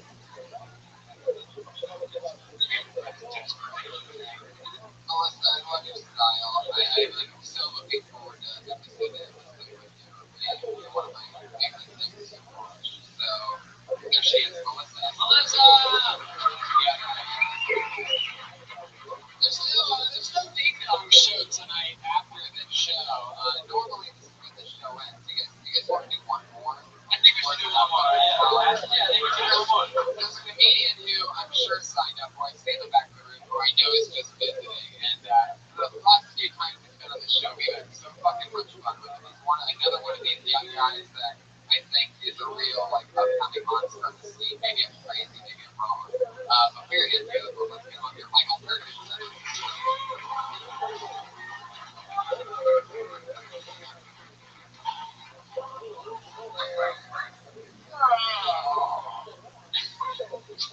You guys remember the Bloods and the Crips? Hey, you think the Bloods ever get mad when the blue team wins on Wild and Out? Gangsters. Entertainment kids, right? I got a pocket pussy, but it's pretty hard to fuck while it's in my pocket. Or at least that's what I told TSA while they were searching my bags.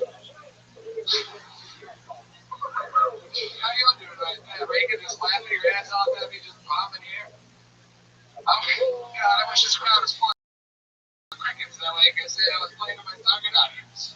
You sons of bitches. You sons of fucking bitches. What's with people naming their junk after animals? You got, like, hey, suck my cock. You realize a cock is also pre-rubbed as a chicken, right? So technically everybody here is eating some cock, right? You got the beaver, you got the moose knuckle, the camel toe.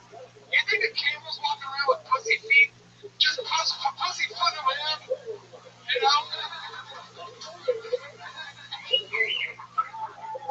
Right?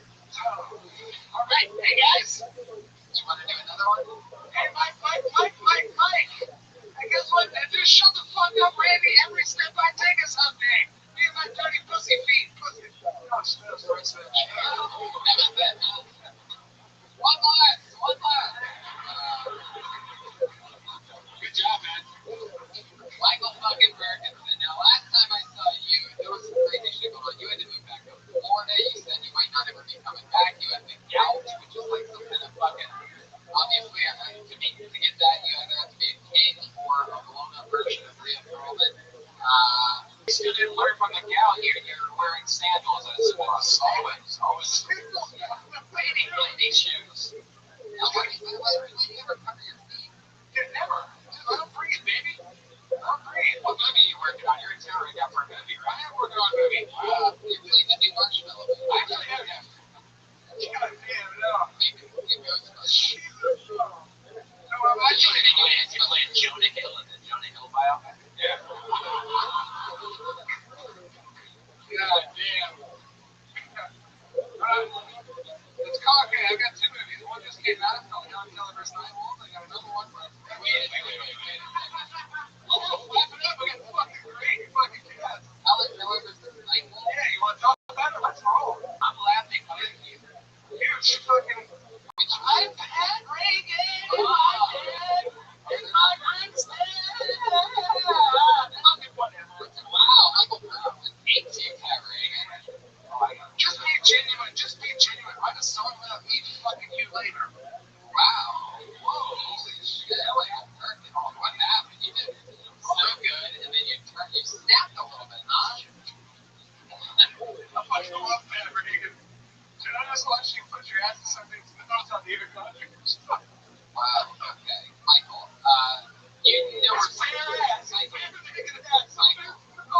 Michael, you know we're still on the air, right? Sure. It's like a whole still crowd in front of you and everything. Sure. So I'm in Hell Gulliver's Nightmares. The movie I came to film this week is called Range 15. It's one of my military veterans. One of those more list of who's like male movies. Yeah. We got William Shatner in Range 15. We got Danny Trejo. We got Dale Dye. We got Dale Dye. Wait a second. You went to gay porn stars real quick. Who is that? Dale Dye was a general in Saving Private Ryan. He plays the president in Range 15. We got Jim O'Hare from Parks and Rec. We got Richard Reilly. I have dialogue with Richard Reilly from Office Space. He's the jump to conclusions guy. I'm a Bible person. God damn it, what's wrong with you guys? Yeah, that's the giant lesbian horn, everybody. You know it, you love it. Anytime there's a giant lesbian on the show. I love your show. There it is. This show's so great. It's not going anywhere. The only thing that can kill Tony is this T-cell count. He's trying it again. He's saying you got AIDS. You son of a bitch. You always try to do it. Every time you get on the show, you always start a little roast battle, and you're crying to me afterwards. I'm crying. I'm just happy you had me on, man. It's such a fucking pleasure to be here. Now, still like you. Now, God damn it. Right here, now I see that you have a lot of writing on your hand. There's jokes in this recipe. You want to do this, Michael Ferguson? You want to do this? Yeah, throw off your glasses. He's fucking shit. You look like Steve Buscemi's lesbian sister. That doesn't even make sense. And how dare you owe that? I already lesbian him. You can't double lesbian and scissoring, okay? You can't lesbian a lesbian. Michael fucking Ferguson. God damn it! How dare you?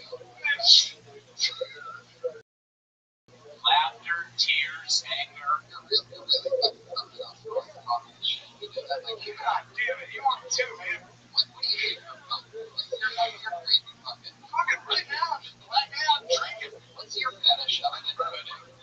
What's your second biggest fetish in pudding? Pudding? Yeah. I like it. I like watching porn where chicks like each other's assholes. Really? Yeah. Some kind of commitment to that, right? All of his toes look like thumbs. That is true. It's pretty. I think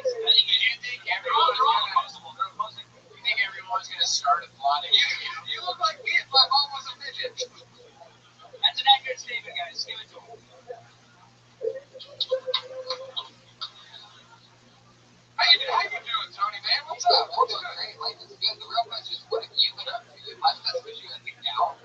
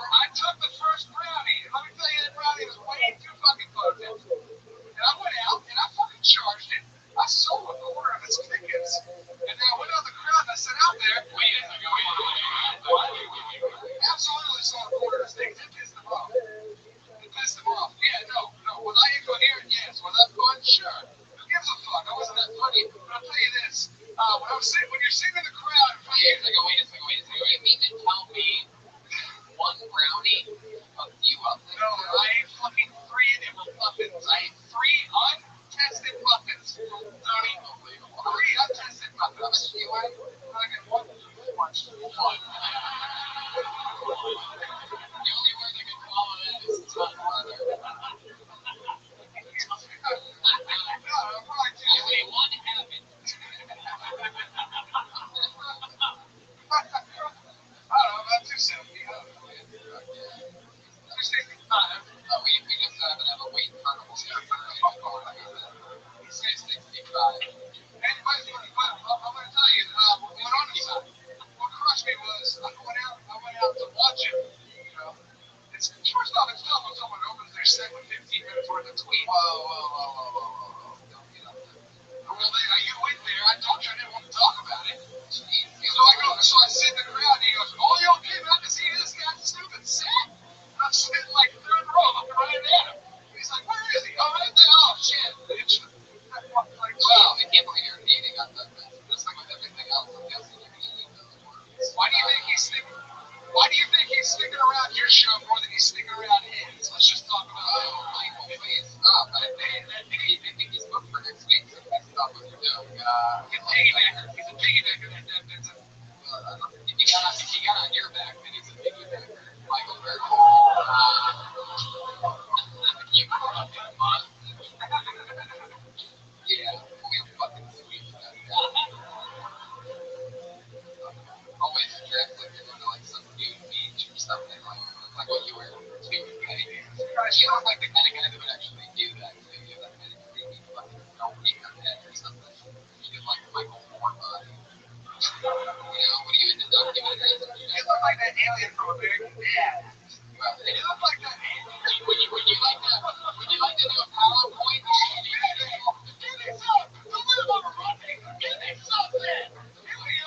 fat people all on your back. It's so exciting to watch. Those fat hands all clapping together. It almost sounds like more than 3 fat guys, but no, just 3 fat hands clapping together. Michael Berger, what's your favorite food? Everything? What the fuck? Like, what isn't my What favorite? do you eat today? Today? Nothing. You know why? Because I ate a whole pizza around 4 o'clock. Yeah, Big Mama's and Papa's Pizza with a meatball and garlic, 2 for $26.99. Fucking delicious! Look it, count it. I like that. Whole pizza. I ate a whole pizza last night. Saturday night, had some beers, hanging out, you know. Trying to find somewhere cool to jerk off, just can't find any privacy. Venue, where do you live? I live on the couches. I don't even live anywhere here. But I love this guy's couch. Fucking 5 of us here. Fucking another dude on the couch, another dude in the living room. How many? So you guys like just spit on the couch? No. On the mattress, they just lay on top of me. I try to avoid my boner. My boner separates 2 people. Is it like you and like Danny Trejo and the guy from Office Space? All just chilling out on the couch. They just watch you low blood sugar attacks every half hour. Yeah, it's such a range of emotions. I can't get over that. Literally, like when you laugh, you sound like you cry. When you laugh, you sound like a trust fund. So.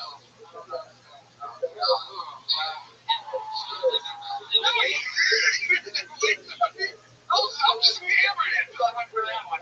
Oh, the price is fat.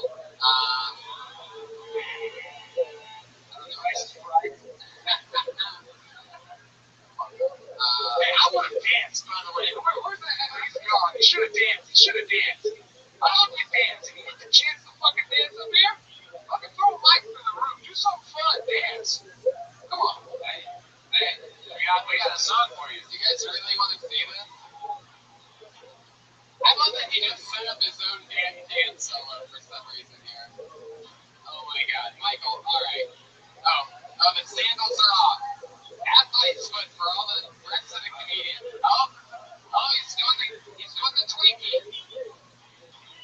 Oh shit. Oh my god. It's already smelling 250 pounds up here. Right.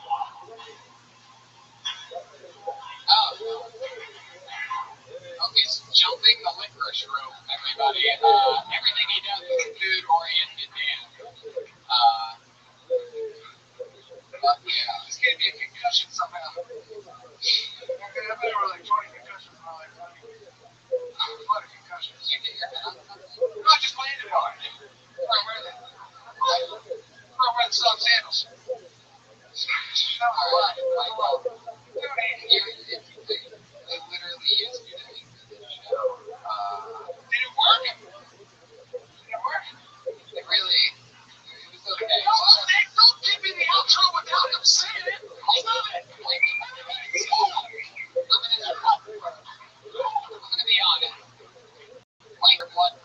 There was a lot of highs and a lot of lows. And in the end, it was worth it. Michael Perkins and everybody. Thank you. Alright, that's good. We did a live show. That's how it works. Thank you to Josh Martin Comic for running around doing everything for us. Allie McCoskey, Melissa Eslinger. Here's our drawing for Ryan J. Email. This all happened. Oh my God, the bitch boys.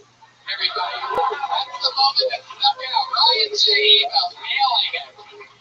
Check out all of his work at RyanJEvelt.com and on Instagram and on Twitter. He's now selling these prints. His drawings from all the shows. Check us out at DeathSquad.tv, TonyHedgeworth.com. At Reagan's Patty Reagan on Twitter, PattyRegan. Sherman's Gourmet Edibles. Pat, anything else? No. Sandra Yokomano is Sandra Yokomano on Twitter, SANDROIO. Yeah. And Andrew Santino. So much fun. Any other dates coming up or anything you guys want to promote? No, I think we'll really hear anymore. No, it's to the podcast. Oh, yeah. What's my special on that? Oh, that's great. November 27th. What's it called? November 27th, Comedy Central, the Andrew Santino 1 hour special. Brian Redband. Hey, we're going to be in Columbus, Ohio, and Pittsburgh Thanksgiving weekend. Go to DeathSquad.tv. Click on Fridays. And I'm in Portland, Sacramento, San Francisco, Atlanta, and some other places. Stay tuned for all that. Hey, get your weed quick and speak weed.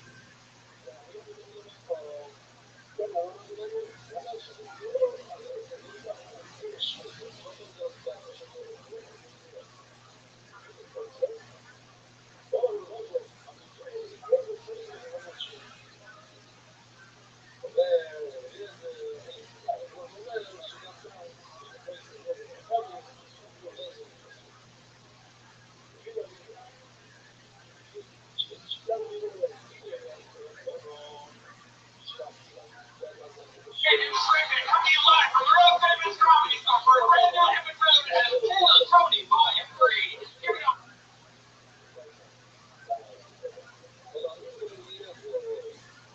Tony, it's good. Yeah! What's up, everybody? Fuck yeah! Here we are!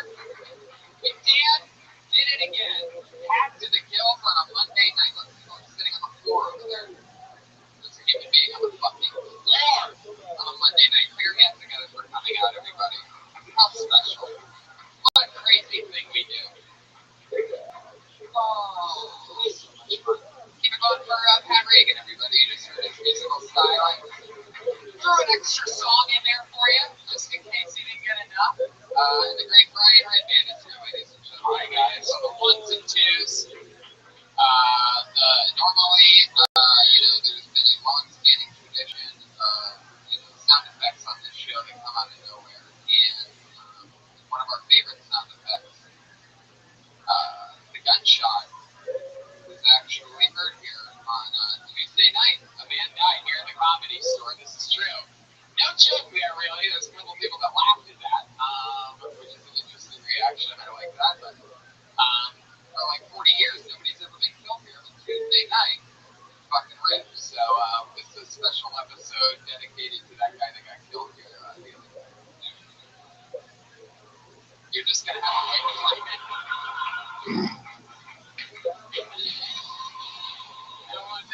Alright. Jesus, Brian. Oh my. What's that? Wait a second. Okay, I'm pretty sure. There was a grenade launcher in there at some point. There was definitely some phasers and some lasers. Brian, you're gonna do. Oh, wait a second. Alright, I guess somebody's shooting a pig with a fucking laser. Guys, we're live. Life is good.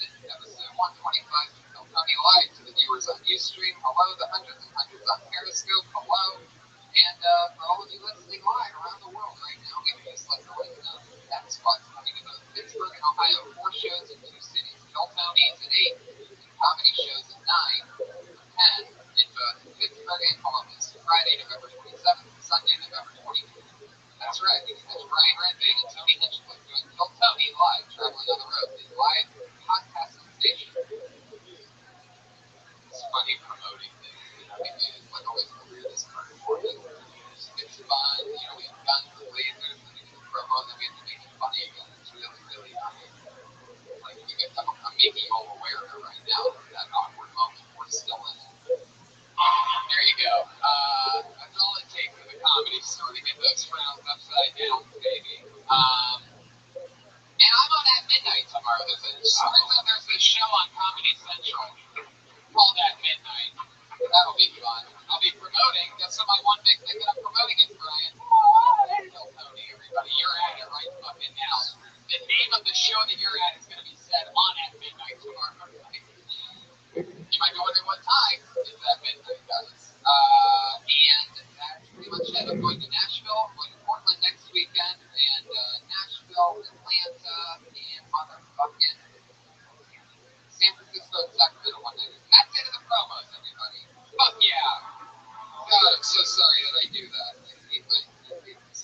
Anyway, We usually have a house artist. He's not with us today. So if anyone wants to draw something, we'll take a look at it. that's true. If you want to draw something maybe on a clock napkin or on maybe your dick or something like that, you can really draw on anything you want. You have a real notebook? Very cool. You gonna do it?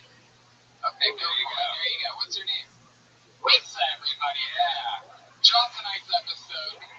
Ryan J. Ebelt's gonna come in any second with an AK-47 and kill us. So I think somebody attempted to drop it. That's gonna be okay.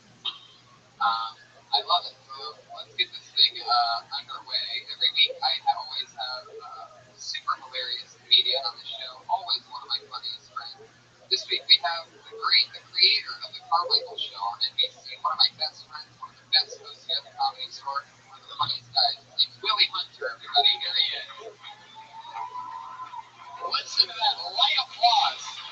This guy's not even clapping his hands. This guy refuses to be rude over here. Willie Hunter is here, ladies and gentlemen. He's back. I'm back. Willie Hunter. Look at him. Absorb it, audience. Absorb this likable, light-skinned face. Willie is one of my best pals. We've been hanging out forever here. You've been on the show a few times. We've got the panel side, the band leader side. Haven't gone up yet. We're going to do that one time. I'm going to put my name in the book. Yeah, you gotta do a minute. Yeah, I'm going to do it. What would you talk about if you had to do this? This fucking progression. Probably, right? I would do that. It'd be great. That's it. Pretty sure that the cat will bring in right around there.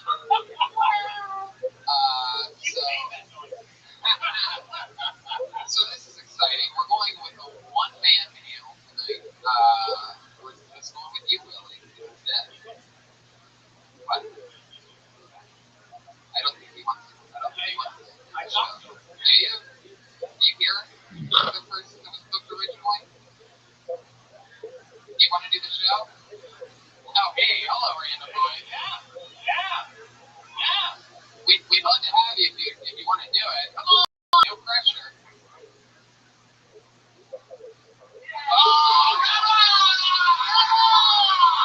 Ladies and gentlemen, Chelsea Lately, HBO, Comedy Central. The creator of At Midnight, the creator of Chelsea Lately, the creator of Zach Galifianakis. You know him from The Hangover 1, Hangover 2, and Moody. It's the night. Steven, Cody Stevens, ladies and gentlemen. Here he is, live in the flesh. Here he is. Stephen Brody Stevens. If there's anybody that knows how to light up a fucking crowd and get them home. Literally one. That's right. Stephen Brody Stevens. What a nice ovation. Thank you. Thank you for that. That felt good. I don't know if anybody's had that feeling. Feel that. I'm not saying how I felt, but to feel that. You can feel a certain way or feel something. I physically felt. That's what I'm saying. That's the kind of love that we have. I physically felt it. It was energy, definitely. I think it was love, but it was actually more energy than love. That's what I felt. And wow, it was like a wave. The hot crowd tonight, as you can see, we have the cast of the Muppets up here on the balcony.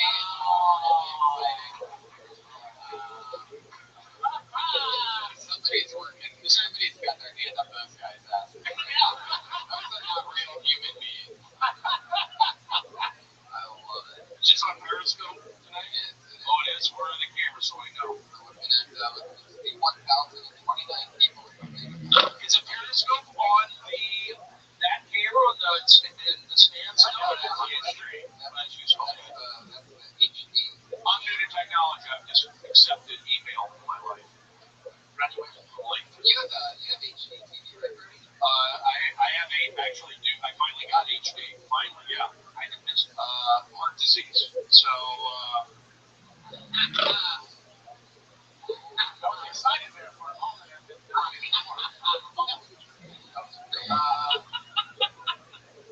Guys, you both done this show before. You know what goes on.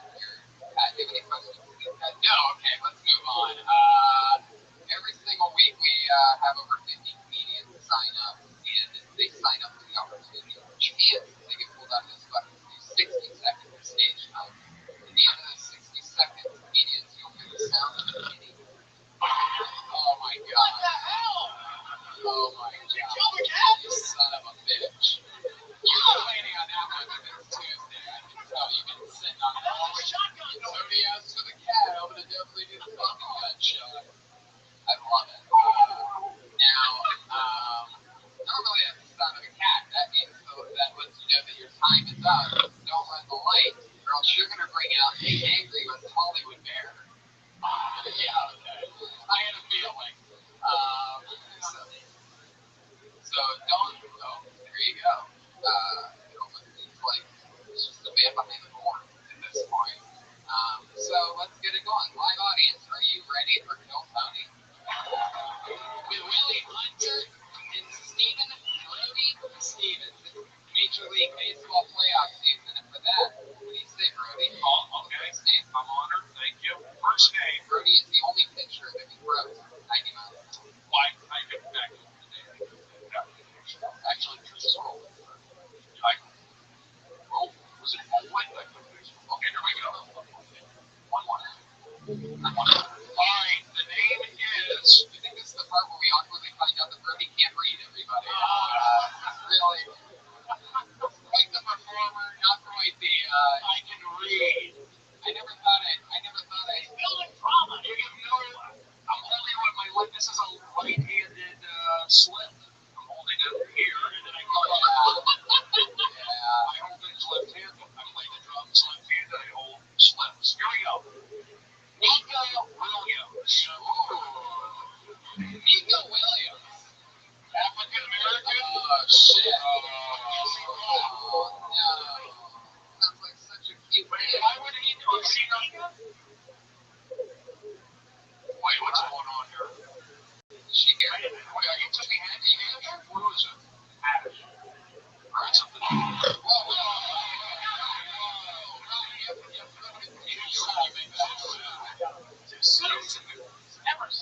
So where's your sister at?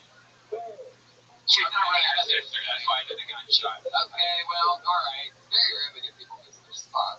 That's shocking. Alright. That's okay. Let's get Let's it get it on. positive push. We're in line for your first comedian of the night, doing 60 seconds uninterrupted.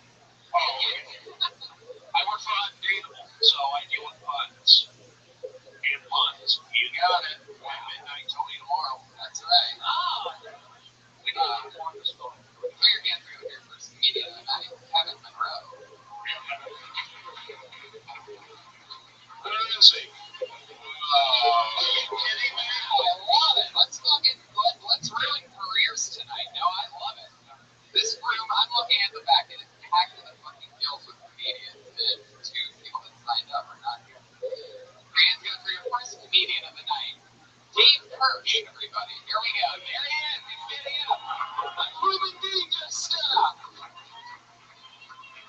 A live human being. Here he is. Good evening, everybody.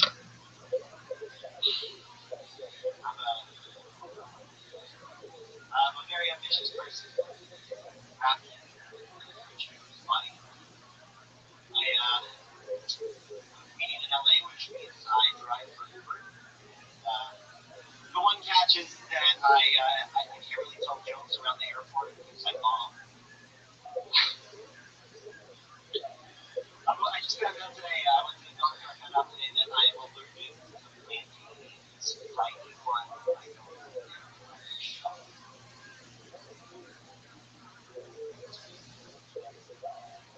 No, seriously though, I drive Uber and I spend a lot of time in the car sitting on my ass, thinking. I thought about something very interesting the other day. I discovered the root of the words I can't fit. I figured out where I can't fit.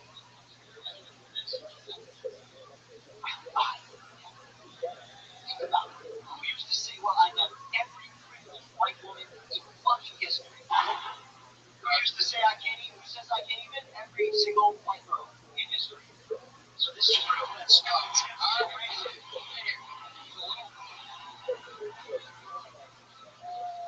Or maybe others just cause irreparable break damage.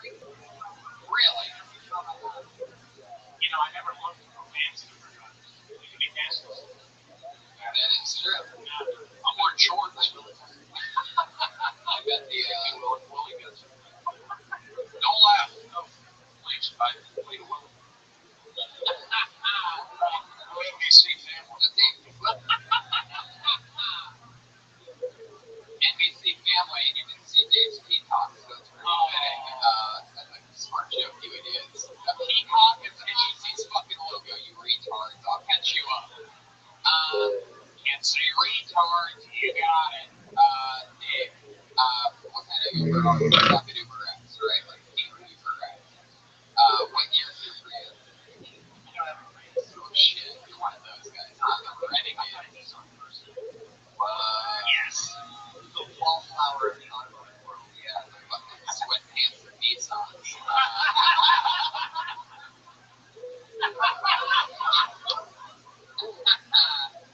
Dave, this is your first time doing stand-up.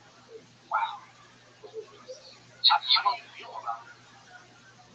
Talking to the mic, Dave. I'm shaking. I'm terrified, but I'm really excited to So see you worked the sound booth at the Comedy Store, so you basically would play the CD, and you were doing it with, like, the main guys, like, monsters, some of the best comedians in the world, and you would hit the CD player once every 15 minutes, and that's it, right? And then if you saw what those guys were doing, and how many years it took into doing that, and you're like, I can fucking do that. I didn't think I could do that until I wanted to. You wanted to do that. I want to do that, but in sweatpants. But in sweatpants, In exactly. all your time, have you ever seen a comedian go up or somebody just pouring it? You probably did a quicker show. Yeah, probably.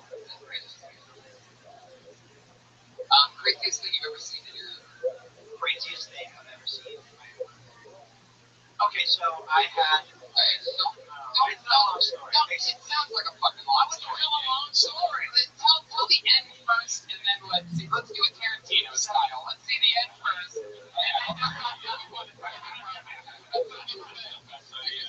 I just submitted that right now, by the way, the Tarantino. When you don't want to hear a long story, just say Tarantino. Let's do the end first. And if I like it, I'll listen to it for an hour and a half. Dave, how did it end? He pulled these motorcycles in the parking lot that he was dropped off my passenger at about 30 minutes prior. Okay, let's do a little more. When he got into my car, he asked me if I had any COVID symptoms. I sure might have. So, Shermanator is the one that was like the big bird, right? Yeah, the reason you hear me. Yeah. Well, that's Shermanator, but the guy who wrote it. I mean, you're in order? Trust me, that's Will ain't laughing. NBC. Never mind, go ahead. It is funny. I'm saying it should be. You guys, the first 2 rounds, you guys are going through a shot or something. You're really tight right now. It's okay. Everybody relax. So Dave, this guy wanted to buy cocaine off of you. Correct. And you're driving.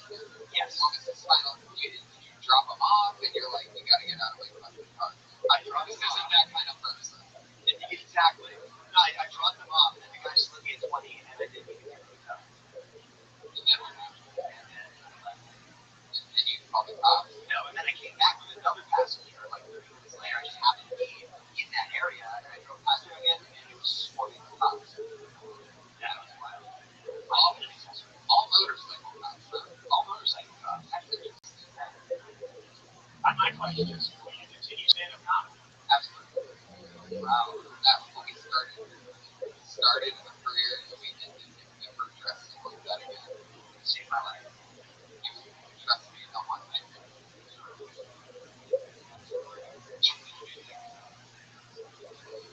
a good one. That went to I don't face that.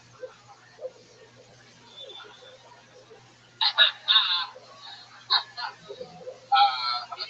What do you do during the Vegas trust fund? I mean, like, what do you do for fun? Yeah. You have friends? I practice flamenco guitar, and I study flamenco. Okay, what is flamenco? It's the really fancy Spanish. Spanish, Yeah. So, what do? You play that for ladies? Very Have you played it for a lady? Just my wife. You have a wife? Yeah.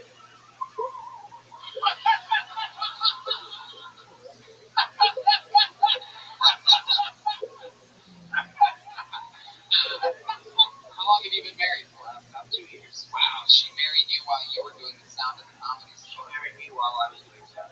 That's a fucking keeper, dude. You should say that you met her on Uber, and that's a story. You know, you met her, that's a thing you write a movie about. How you met her. And how you met her. But you know what? Guys, don't respond to anything I say I'll turn this podcast on you guys. If you want to play hardball with me, I'm supposed to be at my mom's house tonight. If I don't start getting the response I deserve, I'm going to sabotage the show. Sabotage it. I'm going to sabotage it 0.0. So pick it up a notch. You understand me? You understand me, Caucasianarians? Oh, wow. Made it about. Wow, okay, yeah. For some reason, that word is a little fitting right there. Some of the words he said haven't been said since those types of horns were being played. I was going to have Dave lighten up the mood with a little flamenco guitar, but instead, after hearing that, I think that it would only be fitting if Brody Hold the next name. Yeah, I think that would help, yeah. You look great, though. Hey, it was nice meeting you. You know, get into the shit. You know, You got cat hair on your chin. right? Did you really have a cat? Yes, I do. It's like you don't give a fuck. Cat hair on it. What? It's like you don't care at all. Yeah, I wasn't kidding when I said I woke up like this. Now that I know you thought people were gonna buy that? No, I was just being honest. So you wanted to come up here and not do that? No, I just wanted to come up here and I thought you did okay for the first time. I can see you right now being a host of something like a TMC tour bus. It's a good go.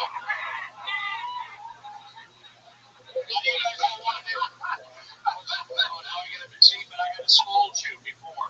I shouldn't be the one to do it. Laundry room with Marilyn Monroe and Dave, stop trying to be funny. Whatever you do, stop trying to be funny.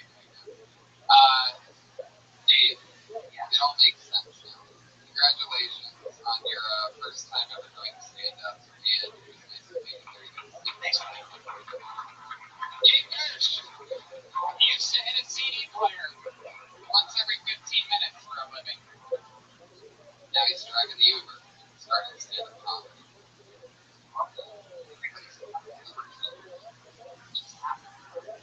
Have you ever tried it?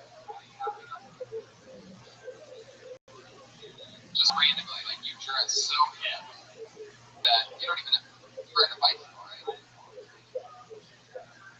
But you're almost there. Where's that mustache?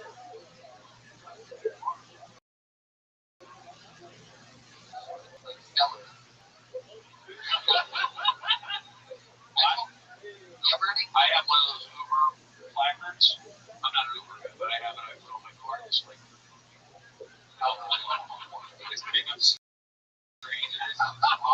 The child is locked in the back, so they can't get out. It's like one of those new prank shows I do for college humor. So I pick them up and I'll like drive them out. It's like a prank show.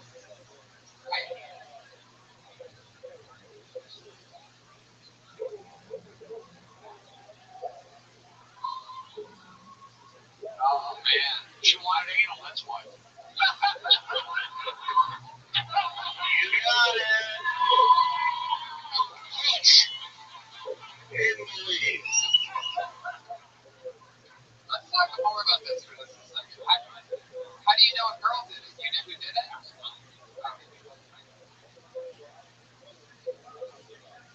Oh, that sounds about right. Okay, well, we won't get into it then. I pulled another name out of the bucket. Your next comedian doing 60 seconds. It goes by the name of Placate.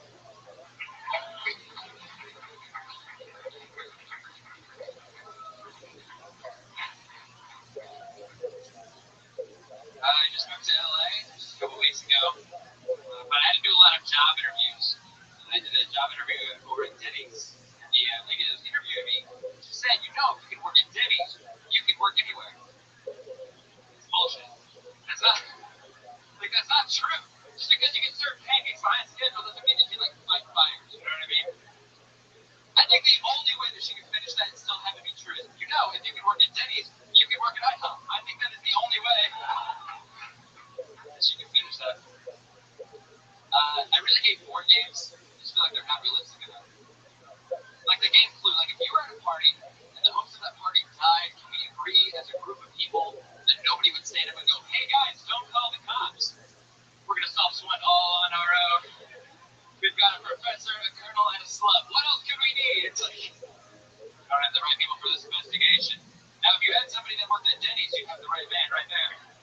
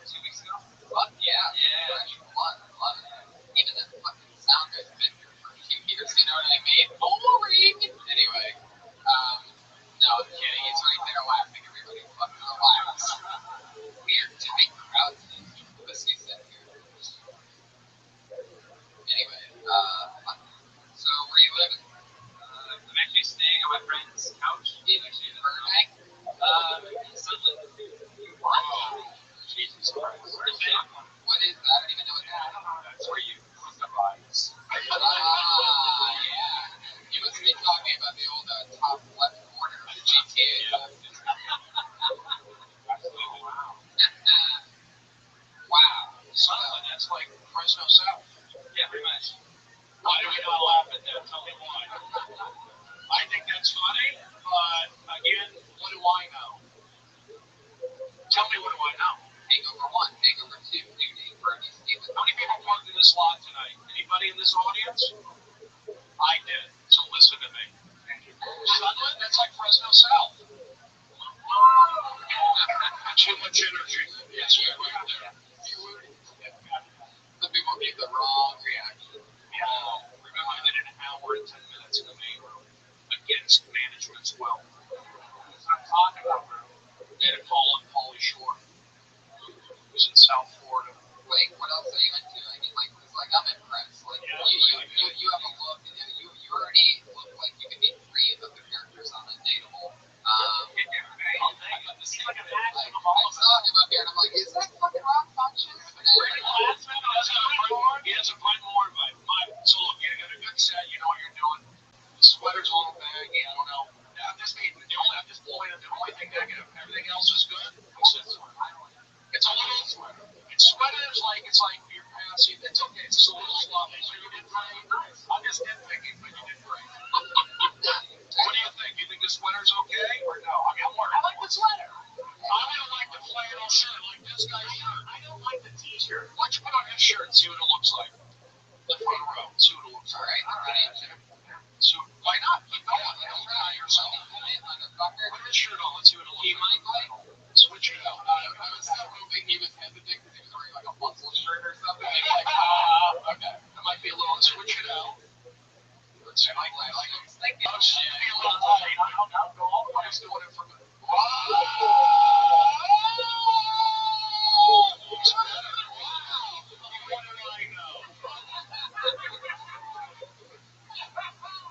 That's good. You know, that's what I'm saying. Just tighten that up. My wardrobe, that's very classy.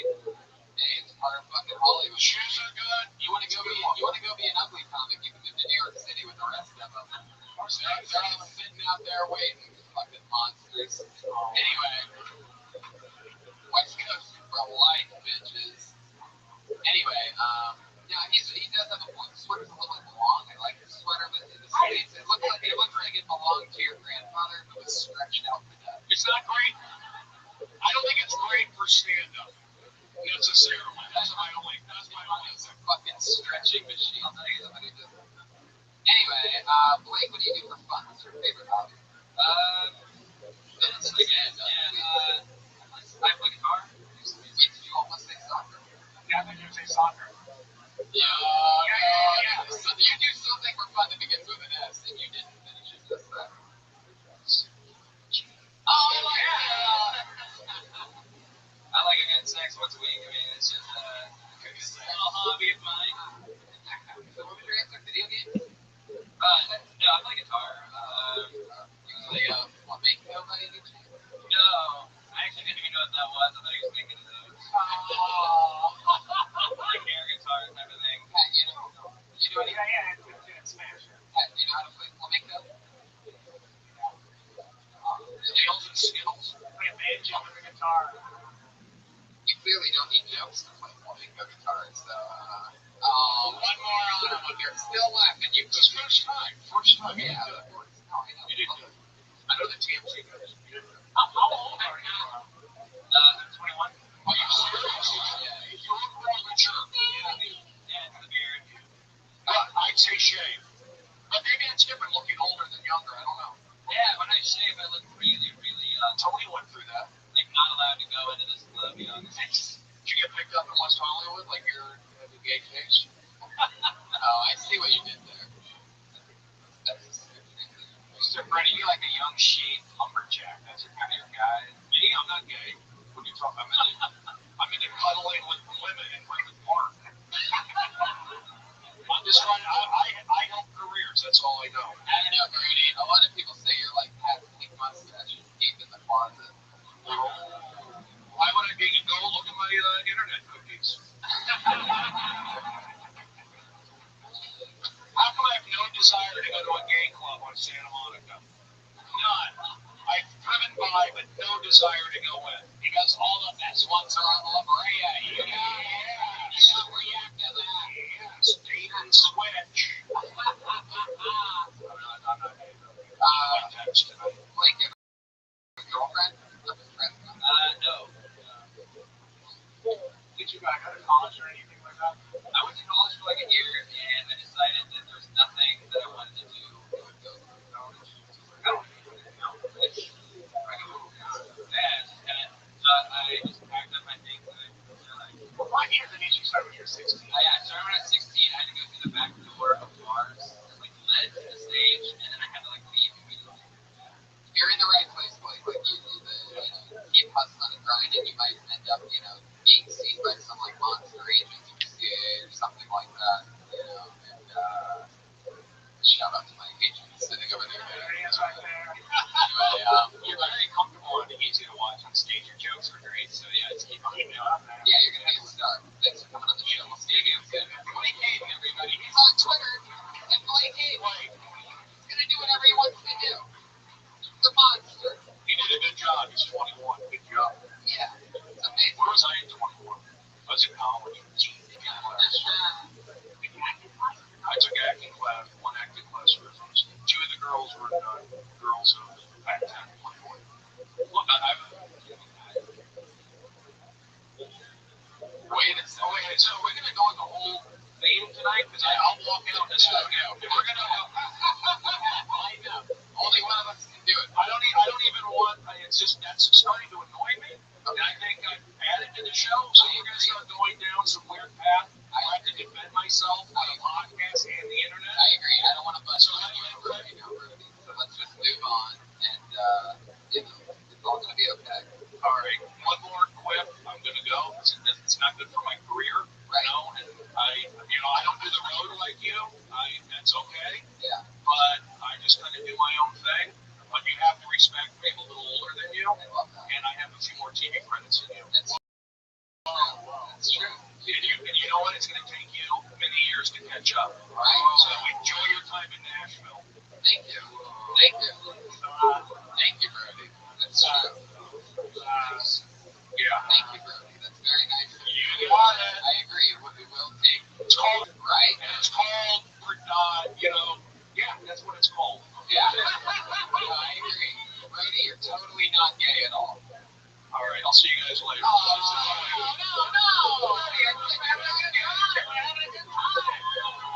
I'm not having fun. Okay. So, Tony, if you wanted this to be a pissing match, you can go ahead and win. Brody, you haven't even given me a chance to not do gay jokes. So pull another name out of the bucket. We're moving on. It annoys me. But you just keep going. So are you I'll sabotage the show. Well, we can move on. You're trying to do it. I can sabotage the show. Wait, it's going to be just fine without you. We can Oh, do every other week without you. There he goes, Brody Stevens. Yeah, welcome to my show, bitches. Welcome. Goodbye. Ladies and gentlemen, your next comedian. If you ever dated a girl like that, and it gets to that point every single day, you're in that shit. Yeah. I just want to punch a hole right now. Yeah. Brody is quite a character. It's always heavy on the show. Always a lot of highs. That's the risks you take. That's the risk you take by booking the funniest Swiss Orthodox comedian. Very true. Is Willie Hunter. Tom Bacon.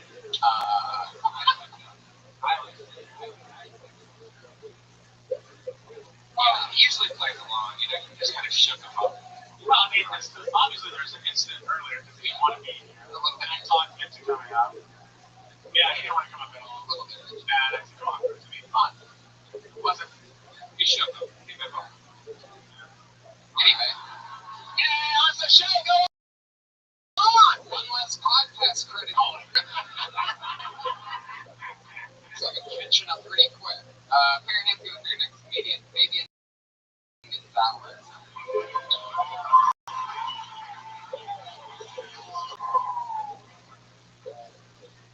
Everybody. Speaking of that, I used to own this ugly dog. He was so happy. Like he didn't know. Like, why would you tell a dog anyway? has to be like another dog that doesn't know himself. But a good dog knows that let another dog get to him. That's why a dog is evangelist. Not another dog.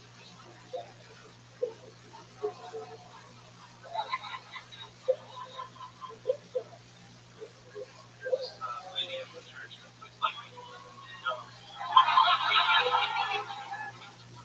It's cool, man. Like I don't want it to be attractive to me. You're supposed to love yourself. And all I could think to tell her was, doesn't get better. There it is, a minute by Dating Gonzalez and some very racist music from Brian Redman. You know this is it, though. Maybe even on the show a couple times, right? Yeah, he killed it last time. He was on the Ice House Chronicles. He did amazing on there. Interesting. How even in stand up? Wow, big Trump. Long Beach. Yeah, I don't even remember from the last time you just fucking looked like Long Beach. Is that a Washington's hat with a Long Beach logo inside? Yeah. Wow, Washington. National hat. And Long Yeah, well, where this hat is. like DC and Long Beach. So does that hat come with a gun holster on the side or something like that? Like, oh, okay. What do you want, you motherfuckers? Really? You're gonna go bring him back? He's also, when I remember I used to host a lot of he's always been funny. It was very funny tonight. How long have you been doing comedy again? 3 years, 7 months? Unbelievable. Like, 4 years, 7 months, you are fantastic. I couldn't even tell. I was going to say 5, 6 years.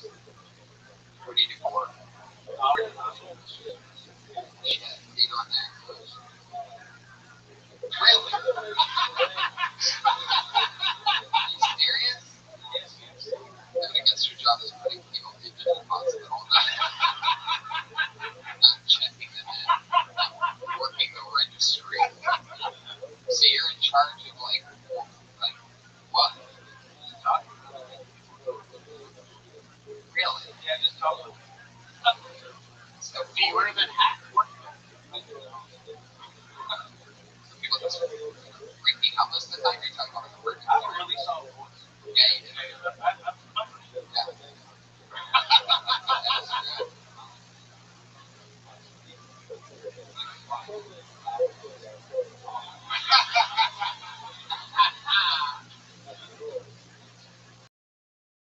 Yeah. They smoke a lot of pot. Really? You talk like that naturally. Incredible. My grandma like this. It's true, man. Like I don't really need anything. It's true. I need a lot of things. Yeah. I'm with you on that. I haven't. Yeah, he needs his medicine. It's true. I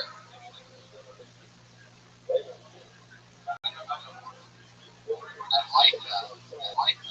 That's probably you have a big family. Yeah. I've heard of the Gonzalez's and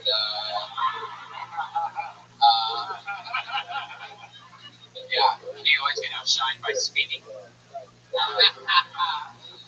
you're a lot more slow and smooth than Speedy. Do you ever put together your own shows with friends and stuff? Because I mean, I really like your style. I think you really did good if you got a couple of friends together and started your own show. Yeah, I mean,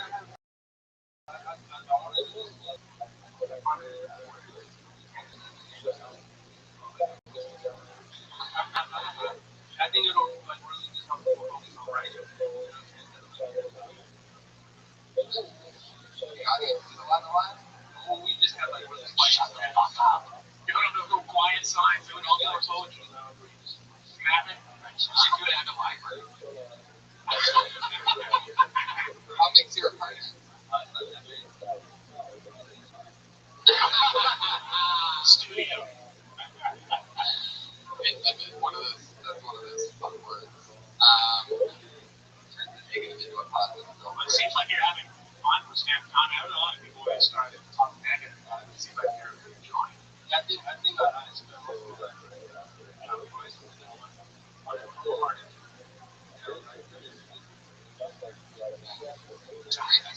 Great to see you see stuff possible.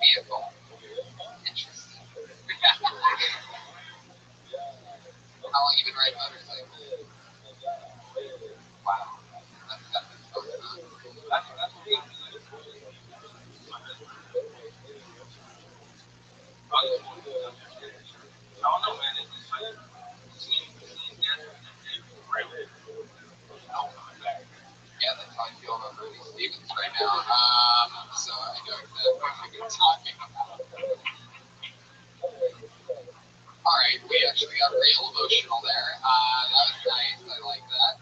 So it's a very special episode of Girls. A lot of different things. Just when you think you figured out the format, we flip everything on you real quick. Interesting. And he lost his life riding a motorcycle. Were you riding with him then, or did he like get you into it? I actually had him. His best friend at the time was my next door neighbor, and I never like really showed up to him because I know my bike. But I don't know. It seems like once you stop riding, I feel like that. I'm giving up.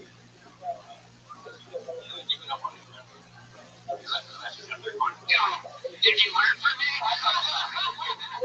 Let's give you the best moving song. It's almost like he felt, that's a whole. Our friend Dean Del Rey just got in a really bad motorcycle accident. 8 miles an hour behind some woman stole a car and hit him. He bought a car like a week later.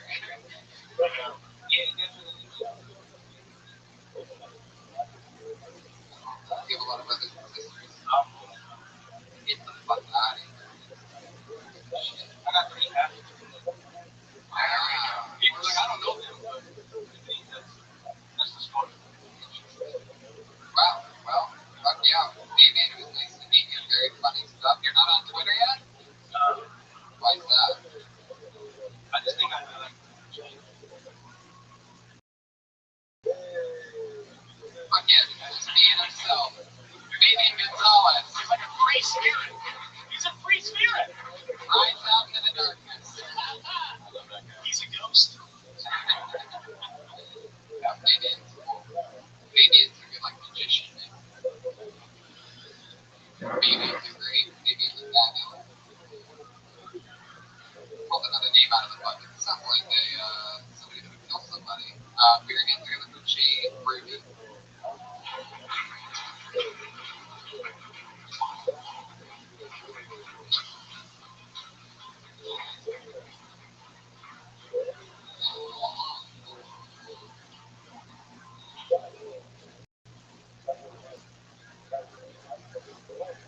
I don't want to say like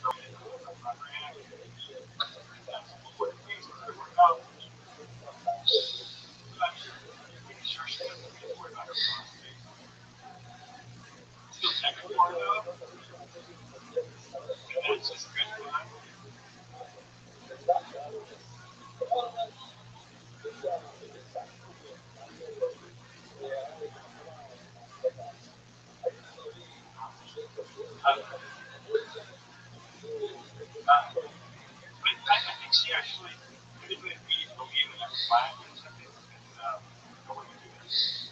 If I touch my snack, right off my knee.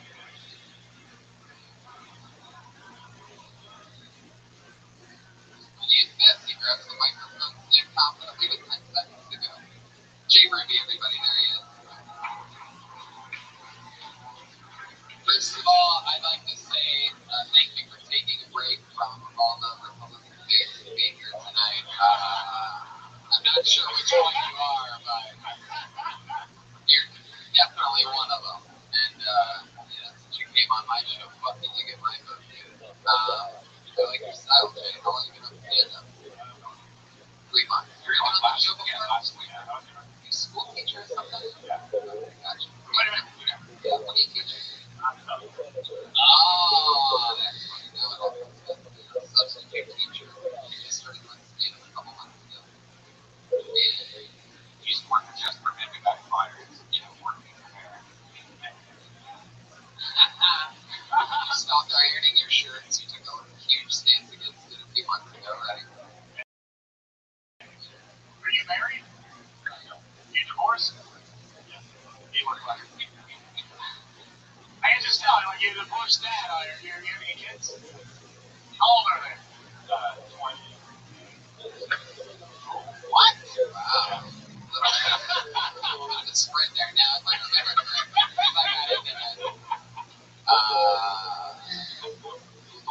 The first wife was what?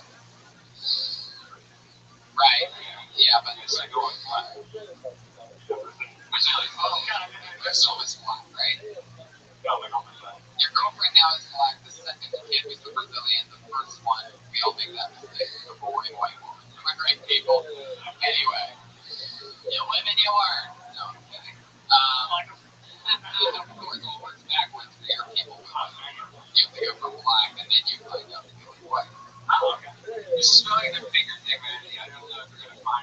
worst for that ever. I mean, it's just awkward to watch you do it, and that was just creepy. But I mean, I feel like you did better than last week. I don't know why, but I would just love to make that gif of you popping your finger out of your cheek and you sniffing it and send it to all your students that you pay for. And just see how many times they watch that loop over and over and over again. Well, what's your teacher name? Mr. Ruby? Wow. Raise your hand on Ruby. That's right. Like, what? Reach for Aunt Ruby. Oh, yeah. For those of you that weren't here last week, I asked him what's the kid's nickname. Nickname for you. They call you Richard. I call him Richard. The 20-year-old, is that girl or boy? Boys? Have they seen you perform? Yeah. What do you think?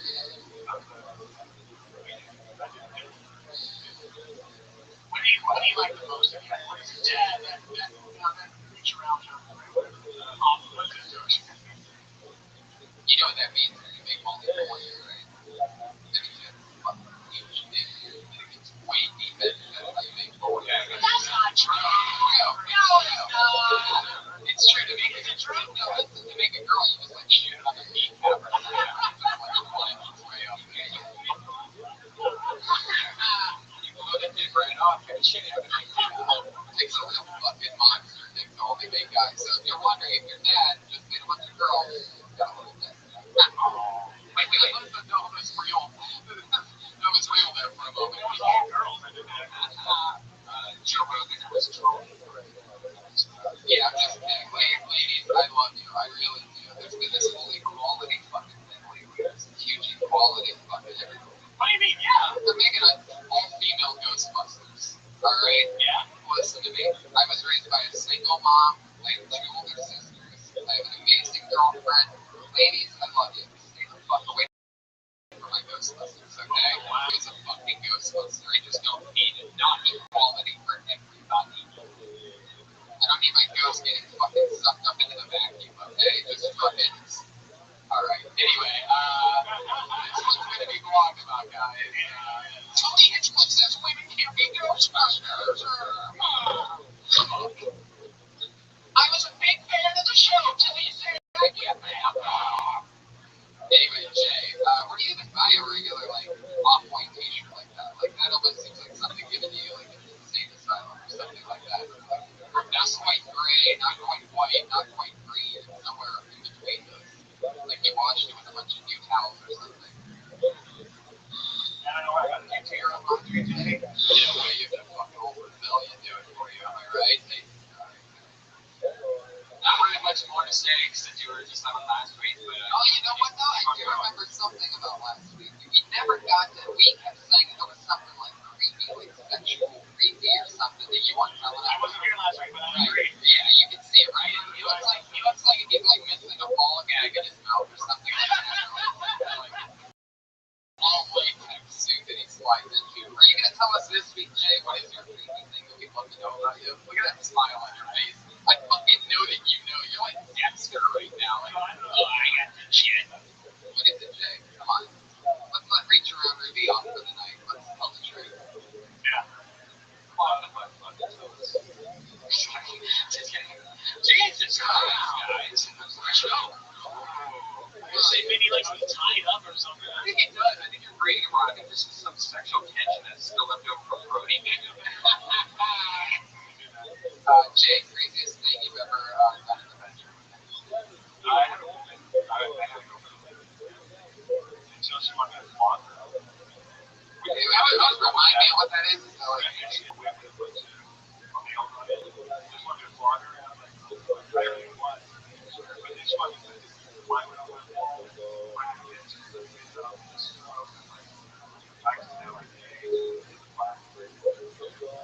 Yeah, that's weird. She wanted you to wrap it.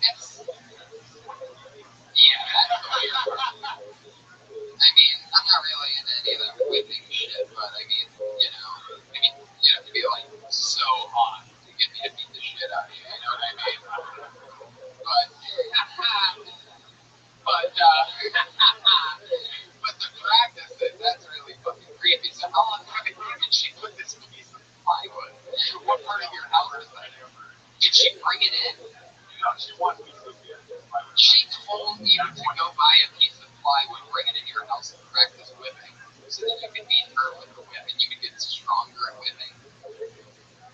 Wow. So Which daughter was this the mother of? It's okay. I want to ask you Really good. after obviously you didn't do that, so what did you do instead?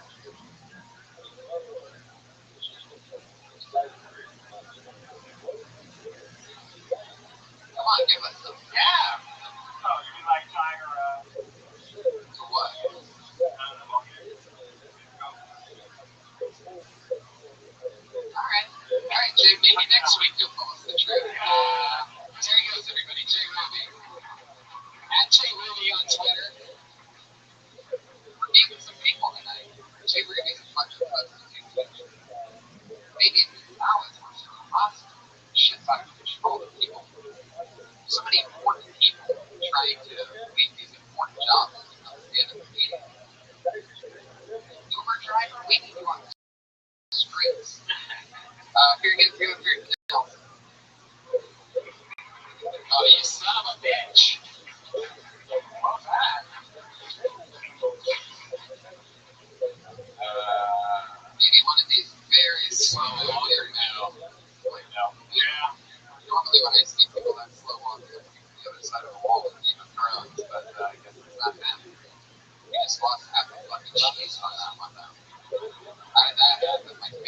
Half of my favorite audience members just left. We still got fucking the guy that was the center square in Hollywood Square. Bruce Williams, thank you, sir. That's a fucking team player back there. Bruce Williams. Center gets the square, everybody. Put your hands together for your next comedian, Bo Langerman.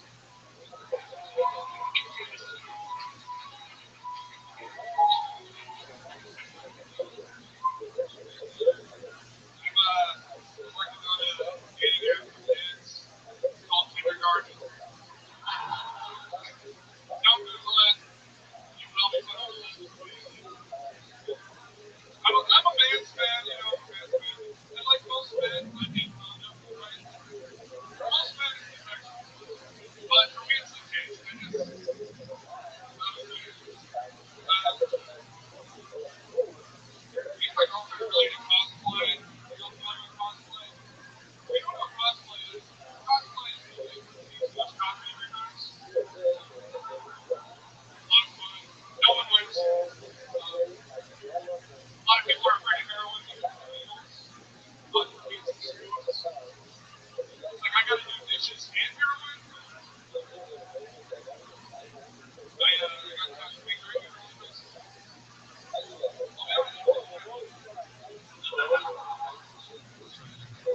59 seconds. Bo Langerman, everybody. We got it.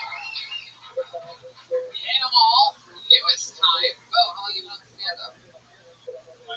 Yeah, just like the other guy. You know, it's like a blink of death. Where are you coming in from? Oh, awesome. How long you been in LA? Nice. Yeah, that's great, Austin. That's an amazing city. Yeah, it's so cool. So you're even on your you live in the valley as well, and fucking lightning action. Nice. I enjoy that. It's so fun to stay busy on a lot of spots. You have a great look. You can play one of these young werewolves on like NBC or something like that. That really put in a good word for you. Yeah, we have a new NBC show called Werewolves. Young werewolf. Sure, we'll make a change. What's the second joke you did? I actually have heard the Tinder one and the Condom one, two different comps before. They're very, I think whenever you have something like Tinder that's that popular, everybody's kind of went there, Tinder, whatever, and they kind of, they're.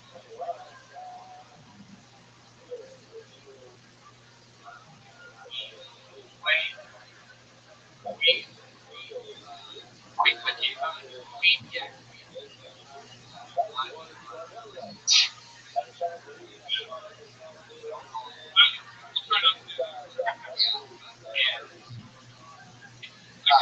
And the cause play. I'm sure that's been done also. I mean, it's just, yeah, I mean, all that material, like, it's just, it's good. Oh, brutal.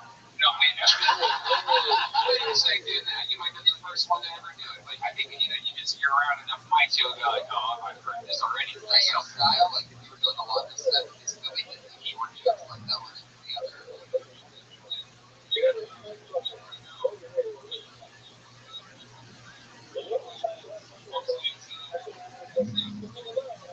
Right, and, like, how much material do you think you can find, like, so you've done?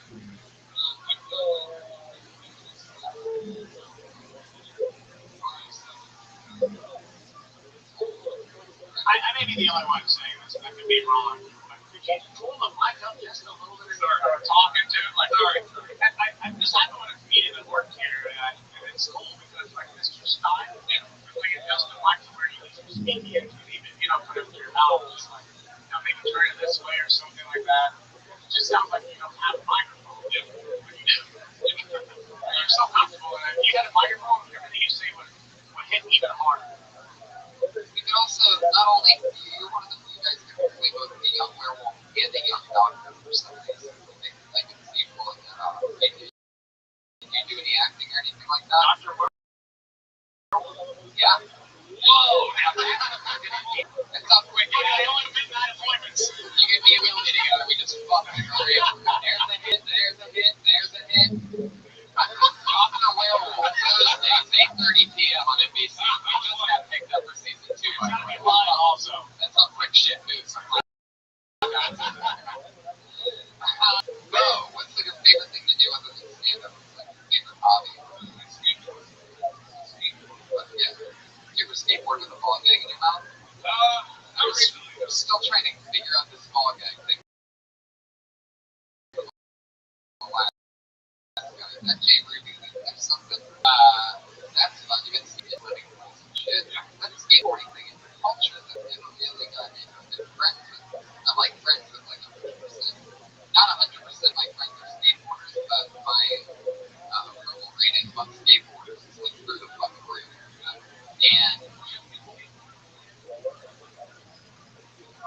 And stuff that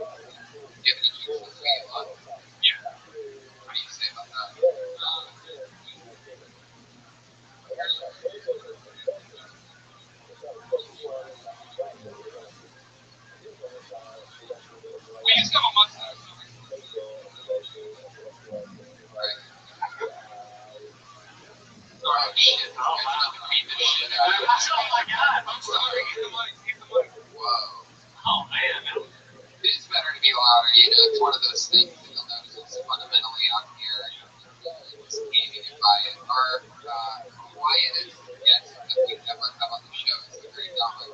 He wants to hold the migraine on here. He goes so hard that he makes that everybody needs more to listen to. It's like a different thing that sets you up for the sleep. So until you're just like all home runs all the time, you're not going to get the last thing that you do deserve if they don't hear it. I've heard that a lot. I don't know why.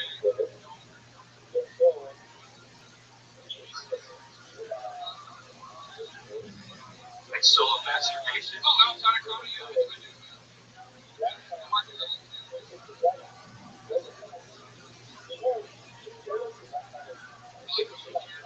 Christmas things where guys did a show before the show? Oh yeah, we get together and do a whole thing. Wow. It's really hustling. And you know there was Monday 7 p.m. spot. This is all not happening here. We have to do this up here this way. Well, no, you know, some interesting shit. One of the things about Boston, I guess this would be something interesting for us to talk about, is the age-old thing. Like, a lot of people say, you know, that you should start to stand up in a small city and then move to a big city. And I've always been anti that. I always think that I can see how some people would get comfortable doing a few years in another city. You sort of like, you know, maybe you wouldn't be able to do spots at the Comedy Store 2 weeks in a row without people blasting you about not being perfect. You know what I mean? Whereas I feel like if you're built in these little interval areas that all have great comedy scenes, don't get me wrong, a lot of my friends from Boston, Portland, Denver, but there's something about those things where, you know, don't be completely in love with your style. You know, take chances. Take chances. You know what I mean? Oh, Langerman, everybody. There he goes. We got a lot of serious on that one. I feel like this has been more of a Yeah. I love it. Thank you. I deserve to have some people walk out after that one. I feel like this has been a very emotional ride of Kill Tony. By the way, one of my favorite episodes. Bye, Mark. Oh my God. Oh, Langerman's on Twitter. Oh, Langerman, everybody. All right, you sit the fuck down. You're not allowed to get it. All right, there you go. Goodbye. this is the one right here. I get it like a gunshot or something. Like anything. Jeez. It's fucking tight. Yeah. There we go. Right. Nothing's gonna work right now. Body alone sideways. And I know why. I stuff in the podcast listeners want with the live shooting. You know what I mean? People walk out of the live shooting and people on podcast. You know, when they get serious, you like it.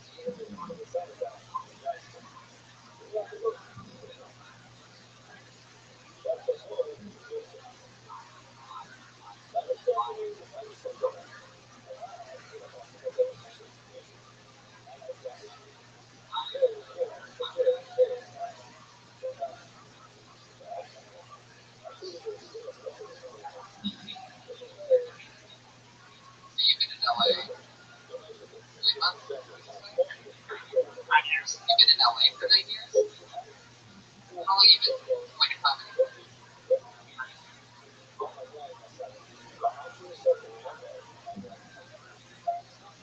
How long have you been coming here?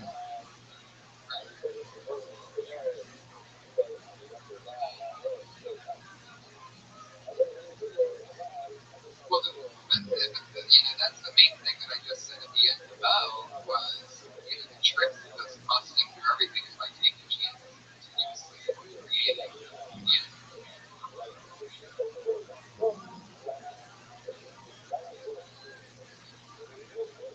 Yep, we have to do that. Yeah.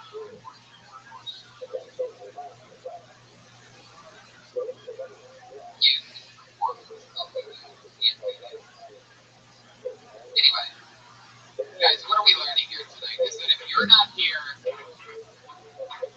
thank you for that most clap I've ever heard. Yeah, it was pretty bad. I mean, I don't want your clap. Who said I even wanted that? You went the wrong direction. I wanted fucking no clap. I'm trying to fix it now. This was crazy when it did start clap. Alright.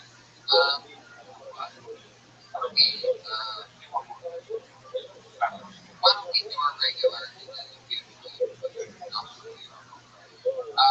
guys, I guess this is sort of fitting that this is like a sort of neat episode tonight because we just are no longer allowed to have. We just found out we were informed this week that one of our regulars, since she was under 21, is absolutely, they are not allowing anyone under 21 to perform at the Comedy Store anymore. Yeah. So we lost Allie McCoskey, who just got on board a couple months ago, one of our favorite people. She absolutely murdered set after set. She celebrated her birthday with 19 and 20. Anyway, she's no longer allowed to be a regular on the show. Which really fucking sucks. She's like highly recruited by me. So now's the time to, start flirting with me and Tony if you're a young girl from the ages of 21 and up. Where's Brian? I'll judge you off of how well you flirt with Brian. Tony likes to watch. That's some real performing if you can pull that off. Guys, we still have our other regular. She's over 21, even though she's like an innocent baby. She's notoriously nervous. Put your hands together for her. It's the one and only Melissa Esslinger, everybody. She is.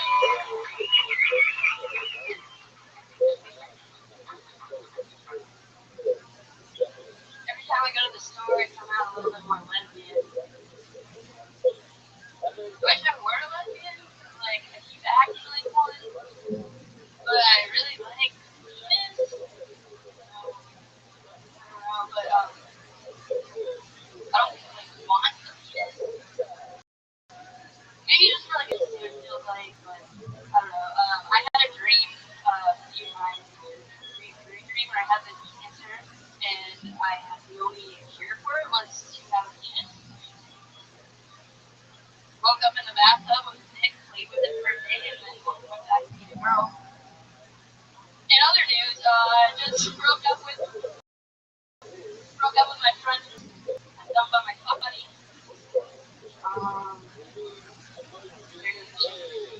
Yeah, if I'm gonna get upset over a guy's dick, better be a fucking good one. There you go, a minute by Melissa Esslinger, everybody. Fuck yeah, I love it. I love it. That all seems real and true to you. I can see how. I wish that you could, harbor that nervousness. Because this actually kind of, cute a little bit. This stuff is like, I like you that you care so much that you're a little nervous. Yeah. Every time you go to a store, you become more of a lesbian. What's the reason? Well, she looks like a lesbian, right? I know, so you're saying you bought that clothes at the store. Okay. You might want to kind of talk about that, though. Like, every time I go to the store, I end up buying more flannels or something like that. Because I had no idea, what that had to do with, I just went to the store.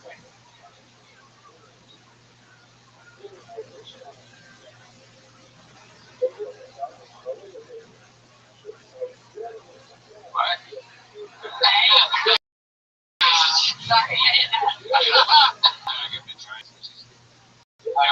It was just, I was trying to figure that part out in the dip part of it. You did way better this week. You were way more easier to watch because you actually had material and stuff.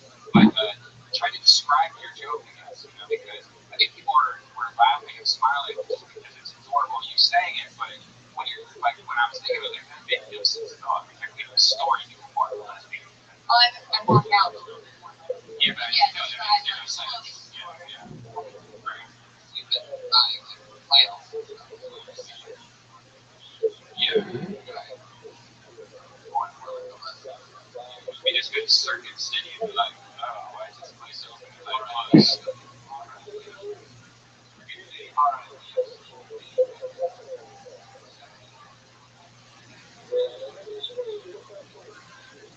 Seriously, is that true? You and your fuck buddy are done.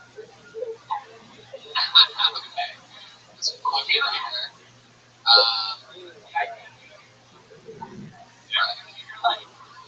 Yeah. And her name is Sally. she's a Pekingese.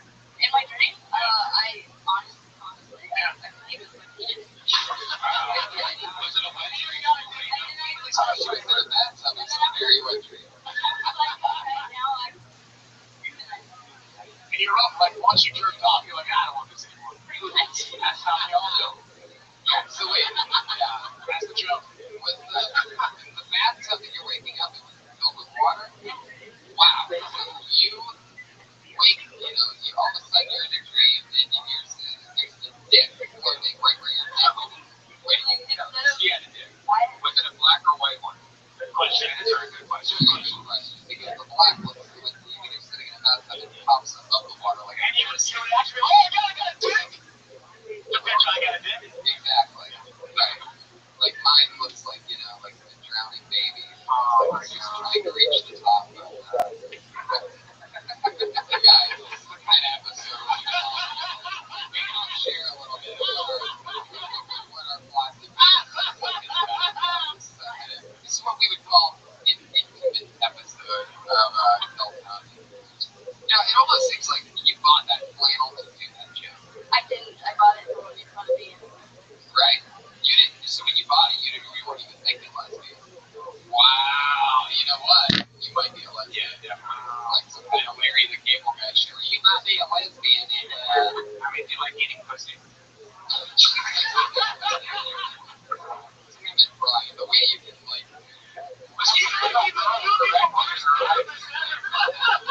She answered no. She didn't say I don't know. Well, okay, fair enough. But I don't think I would.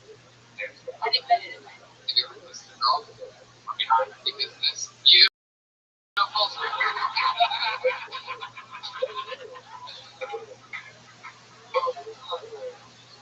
Son of a bitch. Because if you haven't kissed a girl, this beautiful supermodel right here has volunteered to be your first kiss. The one sitting next to the center square there. Oh, I thought you were talking about center square. Okay, guys, I was making a joke, and then again, you got too fucking real in here. This is too weird. I can see Jamie back there just dying. Every episode, he has no idea what the fuck's happening. But I love it. Real organically awful. Melissa, here's something other. I don't think I've ever asked you. What are some of your favorite things in your life, hobbies, or what have been hobbies for you? Anything? Really?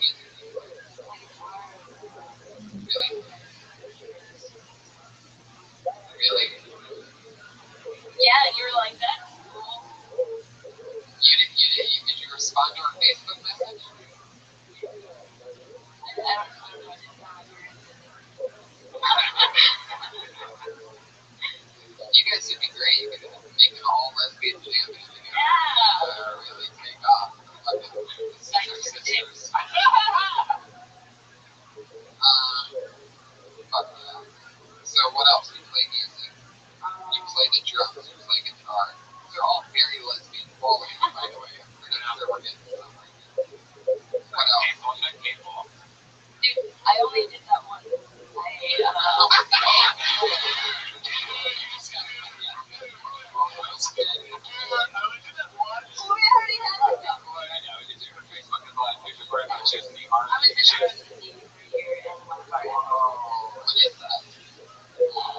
It's like being in the army in college. Yeah,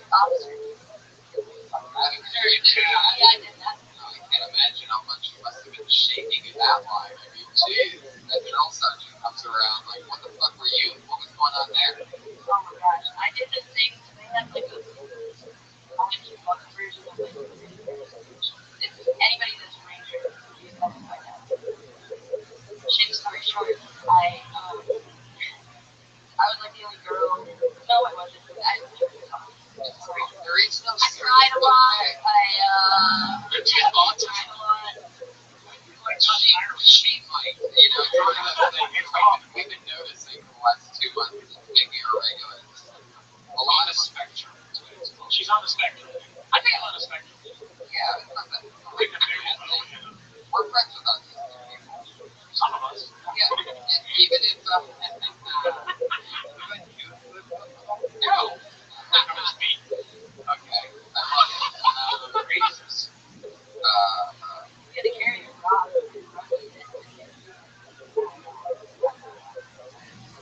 Wow. So you had to do that. You had to bring around the campus. Dying. And they would make us ground bears.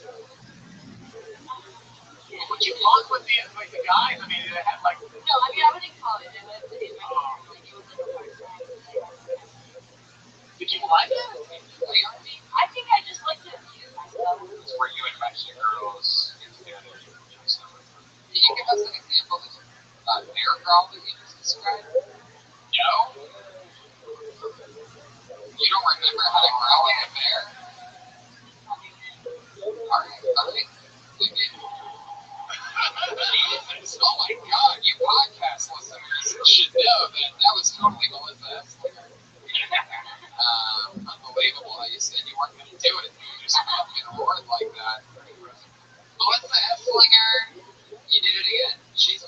wrestler. She's currently the only regular on the show. Everybody else gets pulled out of the bucket. She gets to do 60 seconds every single week.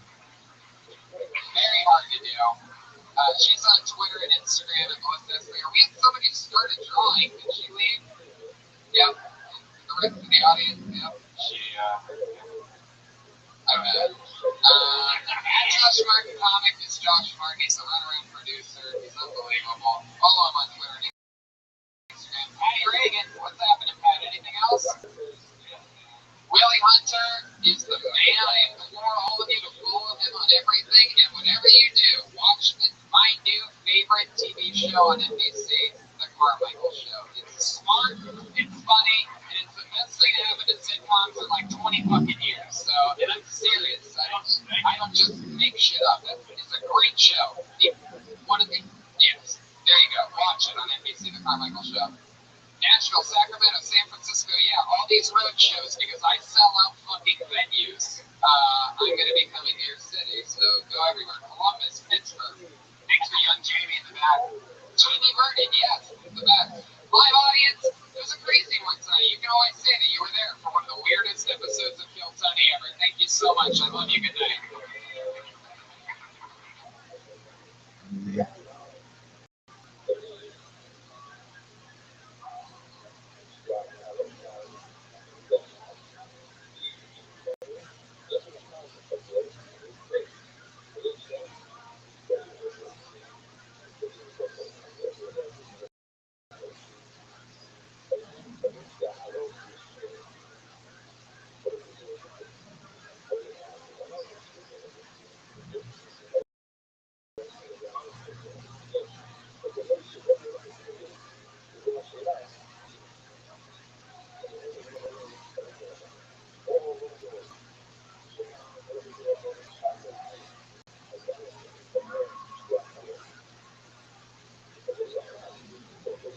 Hey, this is Rabbi coming to you live from the Road Famous Comedy Store for a brand new episode of Kill Tony. Volume 3, get up and Tony, X-Men! Fuck yeah. Here we are again, everybody. Welcome live audience. Come on, you can make more noise than that Monday night. To the thousands and thousands on Ustream and the hundreds and hundreds on Periscope. It's a real live audience, guys. Hello, welcome to another fun episode of Kill Tony. And before we get started, just want to say Kill Tony's going on the road, guys. We're doing 4 shows in 2 cities in Pittsburgh and Columbus, Ohio. We're holding the stomping grounds. Yeah, can't wait for that. That's Friday, November 27th and Sunday, November 29th. So that's going to be fun. See Kill Tony live in Ohio. We're Brian Redban's here, everybody. Guys, we're Brian Redban. The house artist, Ryan J. Ebelt, is back from Texas, where we were last week. He draws every single episode. Right now, he has a blank sheet of paper. By the end of the episode, we're going to show it to you. He's going to draw tonight's episode live as it happens, right now. Keep it going for the one-man band, the one and only Pat Reagan, everybody. Here he is. Live in the flesh. Nothing can stop him. Pat, how's life? Do you feel good about your performance so far here tonight? Okay, good answer. Is that microphone on? Definitely not Josh. There he is. There we go. Maybe. We're doing it backwards, a live show. If you didn't believe it was live before, now you know it's a real live show. Fuck yeah. That's how the magic happens. Tony, how you doing? I'm doing great. Just had a fun weekend. Thanks to everybody in Portland, Oregon, who came out to my shows at Healing. We had an amazing weekend there, and I'm going to Sacramento tomorrow and San Francisco the next day, and then Atlanta the next weekend after that. So that's the end of promotions, guys. You guys ready to start the show or what, you crazy motherfuckers? Let's just get right into it. Tonight's secret surprise guests are 2 of the best comedians in the world. As always, I always have 2 of my funniest comedians on the show. This week's no different. From Howard Stern, Mad TV, Comedy Central, HBO, you name it, you see 2 of the best. Put your hands together. For Bobby Lee, everybody, here they are.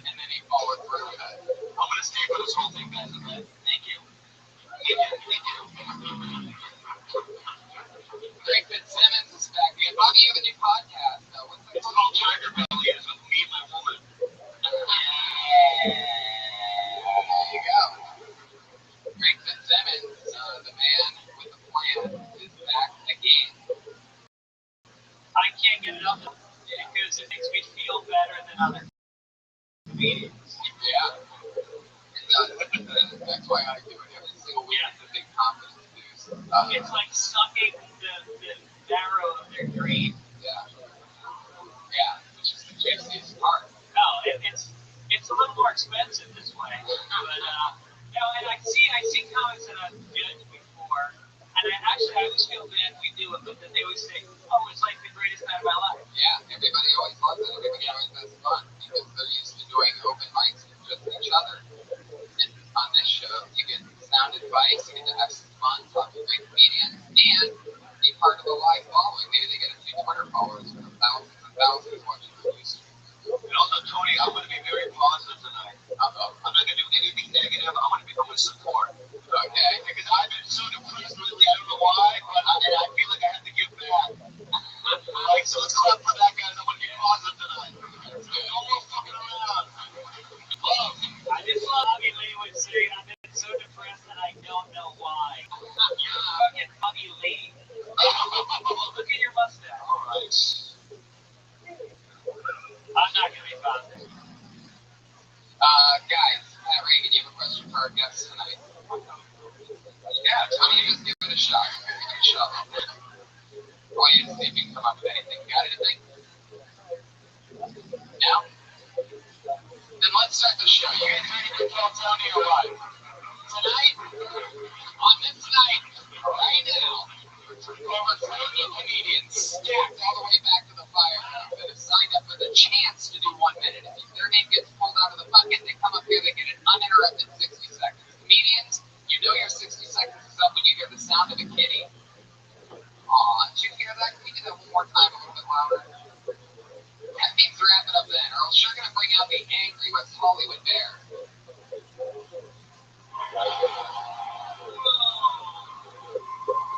There you go.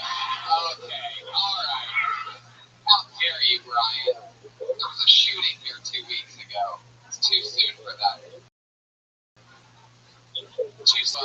Bobby's aunt's name, right? That's an Asian. Yeah, it's too soon. Too soon. Guys, let's get the show started. You ready for Call Tony or what? You motherfuckers. Another crazy Monday night here at the Comedy Store. Okay, I put the name on the bucket. This looks like a new name. I'm always excited when they're easy, short names. It usually says a lot about what we're about to see. So here we go. Let's see if this is a real person. P-Nets.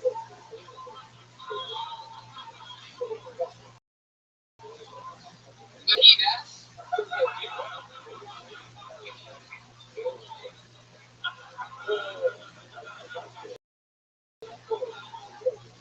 Let's try Dylan Gray. How about Dylan Gray? Not quite as...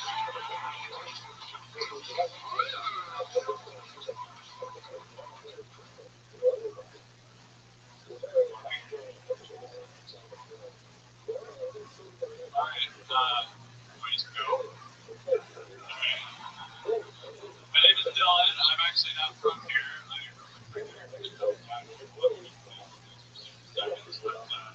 bisexual and all the people that want to consult. Bisexuality is not a thing. Sometimes I wake up in the morning and it's fucking meditating. And then other days I just want to suck around with dudes. That's when I go down to the bathtub. No. Okay. I've decided that I tried to figure out whether or not I was a top or a bottom, but I figure out how hard my dick is when I'm fucking a guy. So if I try to fuck a guy, my dick's kind of going soft. I'm like, maybe I'm a bottom. And when a black guy who's like 210 pounds is fucking my ass, it's really, really hard. Then I know, oh my god, okay. All right, so that's 60 seconds. It's a long 60 seconds. Yeah. So long that it made him go soft while he was on bottom. Dylan, step back up to the microphone. What are you doing? You crazy stuff. I don't know. I've never done this. Okay. First of all, untangle the mic cord from the mic stand. Okay. Dylan, how many times have you done stand-up comedy before? First time for Dylan Gray, ladies and gentlemen. There it is. The chicken of cherry popping. When you hear that chicken, you know somebody's cherry just got popped. There it is. Dylan, your first time ever doing stand-up. Yeah, so let's get through it. The very first thing you said was, does this thing come out of this thing? That microphone will always come out of the mic stand 100% of the time for future reference.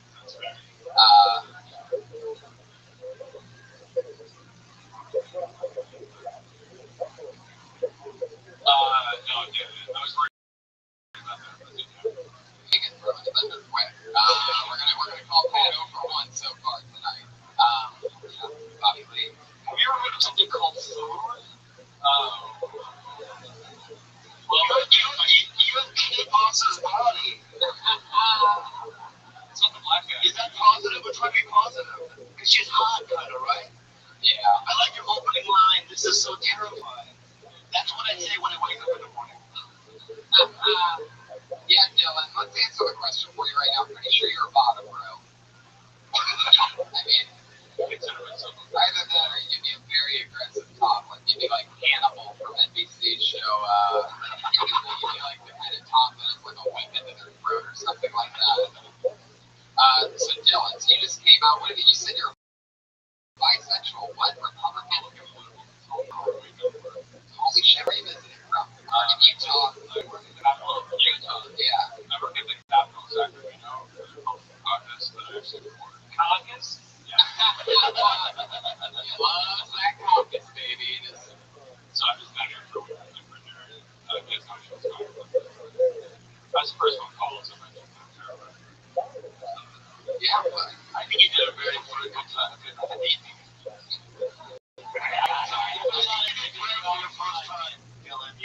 You did. yeah.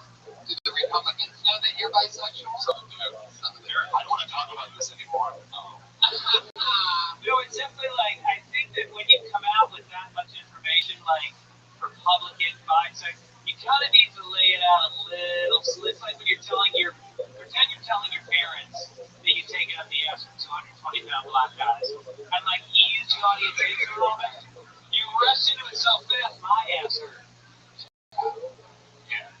Really rush. You're very graphic too. You don't really match your material, so you have this really weird vibe that I believe very much. Was this mostly true, right? Wow. I mean, that's a lot to take in, with like a phone for some sort. You pretty much just raped my ass, and I didn't even know it. So Dylan, how long have you been in LA for?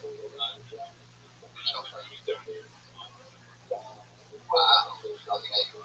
I think what's also difficult, and I can speak for Bobby, is that you're attractive, and so when you talk about all this gay stuff, he's looking at you like, because you fucked around with guys, right? Okay. In high school, I got drunk, and my cousin Andy, my cousin Andy lived with me, and my brother says that we're 69, but right. Yeah. Did you have that number? 69. And then I hadn't seen my cousin Andy in seriously like 25 years, and his mom died. And I saw him at her casket, and I was with my mom, and I was like, right? And I did. It was really fucking weird. Like, I want to see Cyber 69 and get a lot. You should have just hugged him upside down. Just grab him. Do a handstand and then hug him. Yeah, exactly. Just walk up on your hand and just relive it again. You know what I mean?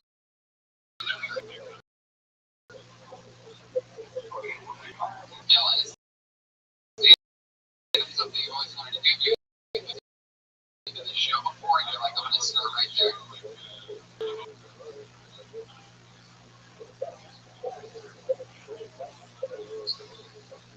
Yeah. And you want to stand up as the bravest thing you can do, and you did it, and that's fucking amazing. So, there you go. It really is. Dude, when I first did it, I was so scared. I was shaking. I couldn't.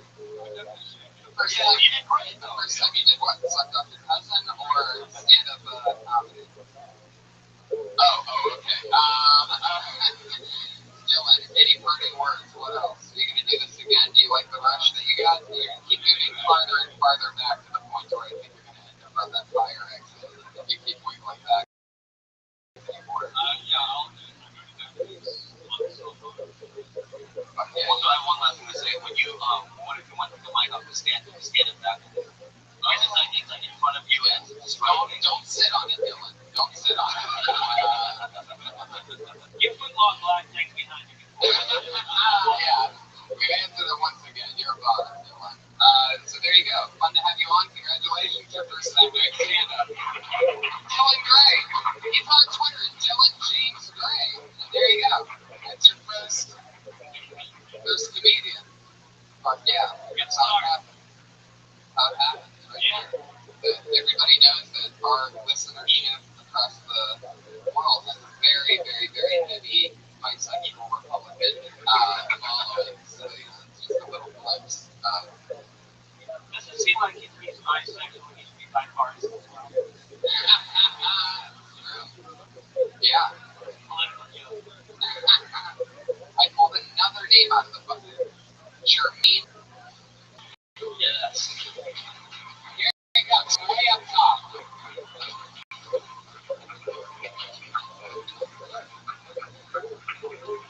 Oh boy. The long walk. Jermaine Miller, everybody. Come on. Thank you very much. Thank you very much. I have a contract here.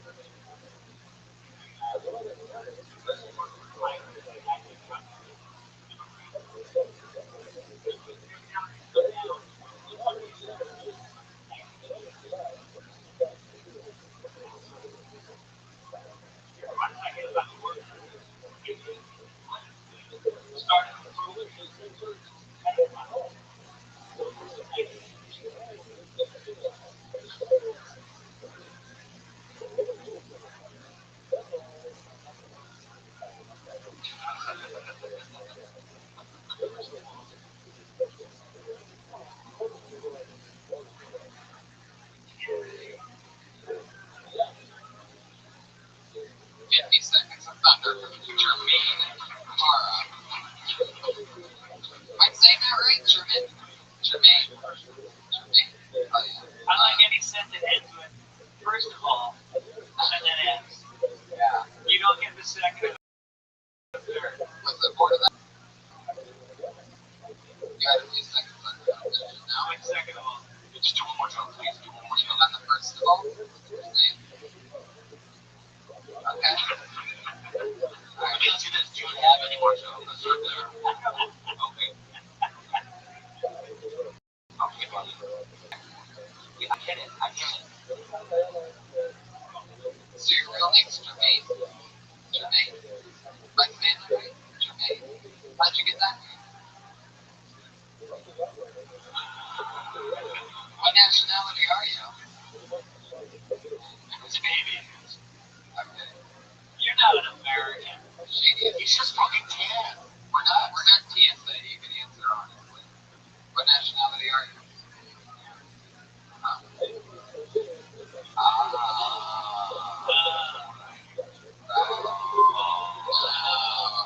So you're fucking Mexican, right? Why was Mexico instead of Mexico? That's racist,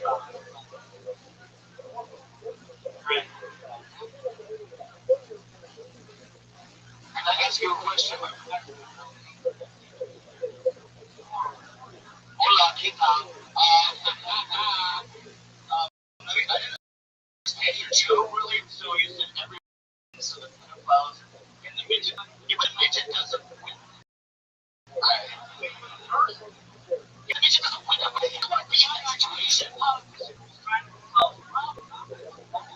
Okay, where are you going? You were doing like a city council meeting? Whoa.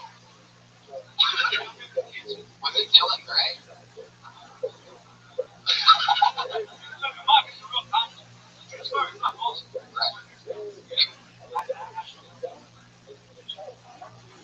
Right.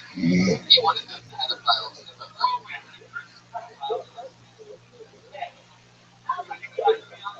What if you added this? So that everyone's a winner. Maybe little people that have daddy complexes. That way everybody wins. Then their dad's fucking home. You get professionals to help you make the material. So the congressman said, let's let the pedophiles jail. Encourage it. We said everyone wins, the midgets don't win. Yeah, the midgets. They don't win. Robbie's kind of short, if you didn't notice. I was so upset that you called them midgets. I was like, oh, it's little.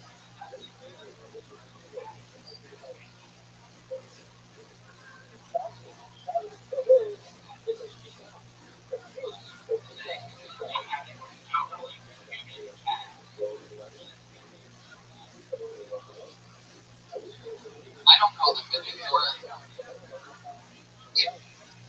Good editing right there.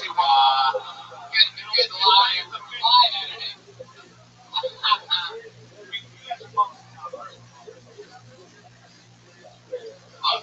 first of all, of course we're going to focus on first of all. We want to know what second and third of all were. We want to hear more. That's like foreplay, and then you go, hope you enjoyed that. See you later. Here's a pedophile to finish the job.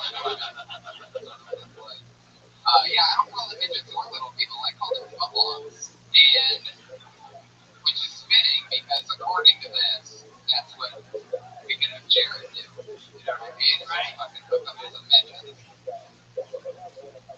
This congressman, what does he do for work now?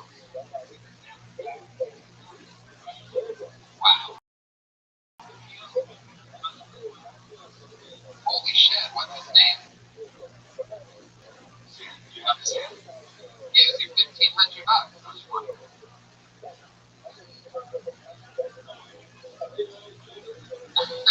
Is he more successful than the guy that the last guy works for? Yeah, you're getting butt fucked harder than the last guy. That's what sucks. At least he's got 1,500 feet from his boss. Why are you letting these guys push you around? Don't you just use that first name to your fucking advantage? You know what I mean? You know who the fuck I am? I'm a fucking Jermaine, motherfucker. So go like, show that, you know. That's a rhyme with. Someone.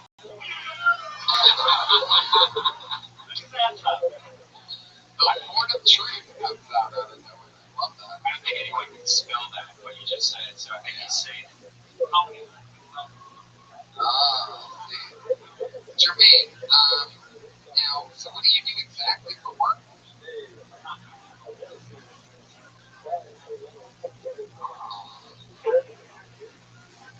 Yeah, you really are Mexican.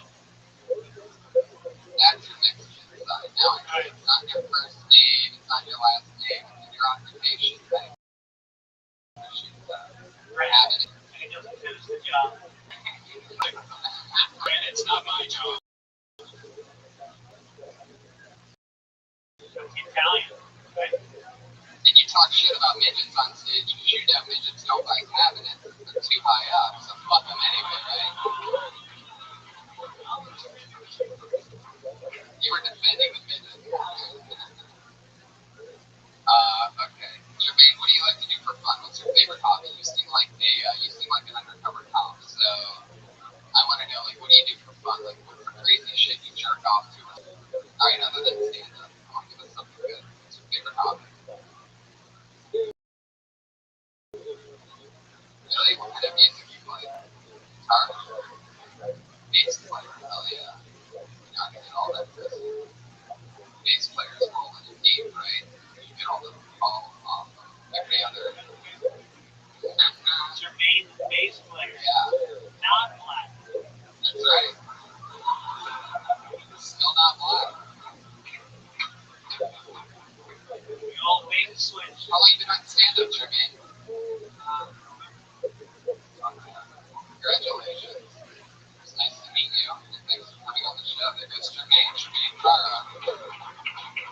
He's on Twitter at James_Shane. Who the fuck's Shane Schrader? Oh, that must be somebody else signed up. Yeah.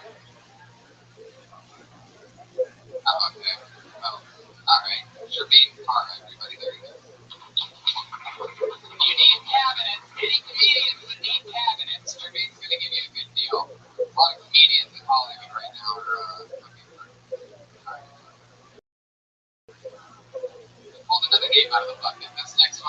the name of Black Man's Grail. Somebody, here you go.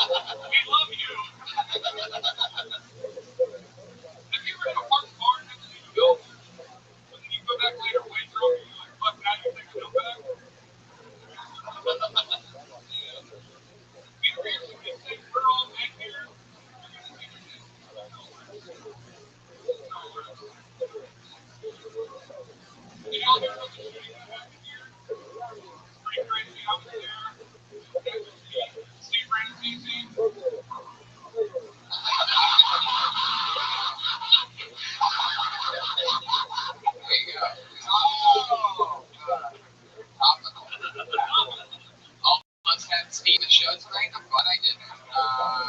Almost. Would you have still done the show? Yeah.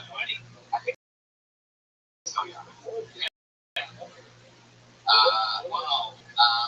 Great stuff. I love your style. Jokes were great. Fun stuff. How long have you been? Wow, where at? Wow, you've clearly been doing all of that in the same t-shirt, right? And sneakers. Yeah. Yeah. You got the beard, you have the swan hair, you must be just rolling deep in anything you want, right? I don't know whether you're in girls, Dylan, but you can basically get whatever you want, right? What does she do? Dylan, you would oh, okay, that's an all female school, right?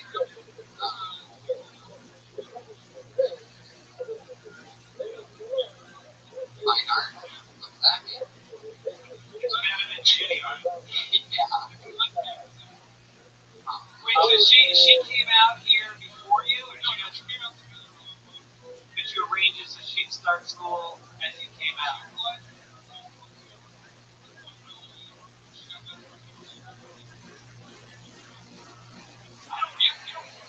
Yeah.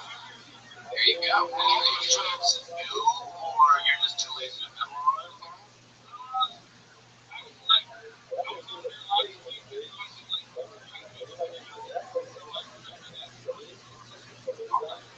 Wait, you had 1 minute and you did B material? Last week, so I had to memorize. Yeah, sometimes minute two gets a little rough. Minute two is stuck up in it. 7 years. And 7 years in the game, and you get on minute two. What's your new comedy special in mind? There you go. You did a lot better. You did great this week. I think you did better than last week, right? Is that your real last name, Latin? It's really spelled like that? It's a great compliment. I just why is it bittersweet? But that's your actual last name. Well, then it's not hacked.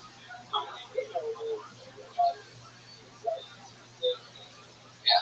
I really like you, man. You did a good job. Yeah, it was fantastic. I really thought it was great, and yeah, that would be my only thing is still bring up a notebook for your second minute of comedy in 2 weeks. Well, you can be here. You can bring fucking your sister and name of friends to be here. It's a real honor. The new game looks great. Looks amazing. It's just like a normal game. But what do you do for fun? What's your favorite hobby other than stand-up?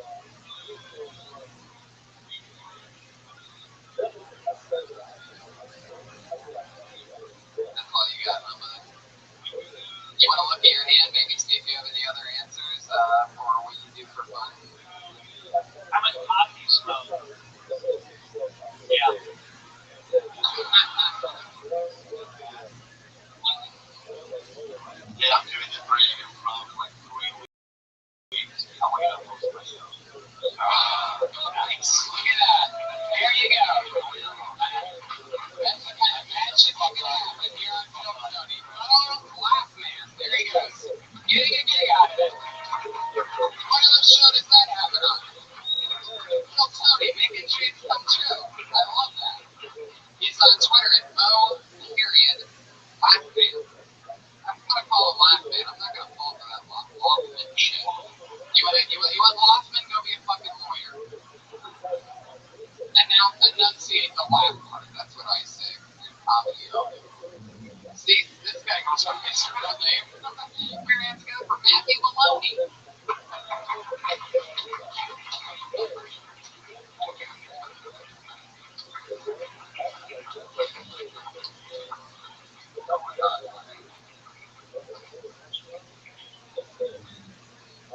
We will witness the extinction of taxis in our lifetime. Much like the horse and carriage, there might be one or two that will drive your business apart. That's about it. This is what we'll be telling our grandchildren. 40 years from now, we're all going to be like, back in that day. Back when the grocery store used to be free. And there were these yellow cars, $50 just to take us across town. And I knew $50 was these kids these days paid for a car. This is back in 2015, before President Trump posted up Twitter. And they're not even going to care. They're going to have their Rothschild'S on there. Shut the fuck up, Grandma! I want more! Fuck yeah, it's exactly a minute. Matthew Maloney coming in from the hill. Look at that. Sorry, Bo Laugh-Man, you're spotted. The way improv in 3 weeks just got taken from you. There seems to be the funniest giant 9-year-old baby I've ever seen in my entire life. This is incredible.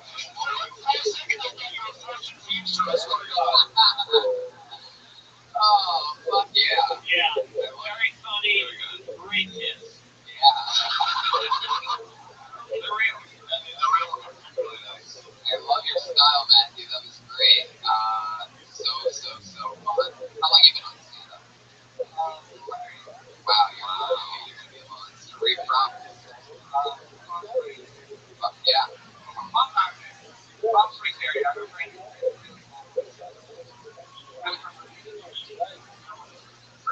Dudes. What's that like? It's like living 20 minutes away from home. Jesus. It's a nice, that's a nice name. Bermuda Dudes. Their internet, that must be dusty internet, right? Like, what kind of, like, lifestyle is living 20 minutes outside Palm Springs? Obviously, pretty safe. A lot of air conditioning. Amazingly, you were less out of breath than the guy before. Who was actually closer. You did great, man. You did great last time. You continue to do. Have you been getting up alive? Well, you're just a fucking live at 80 then, are you? I try. How old are you? Yeah. Jesus. You know, I think you have a future, man. You're young and you have a commitment level and you're weird looking. Yeah, totally. If your heart holds up, you're gonna have a long career.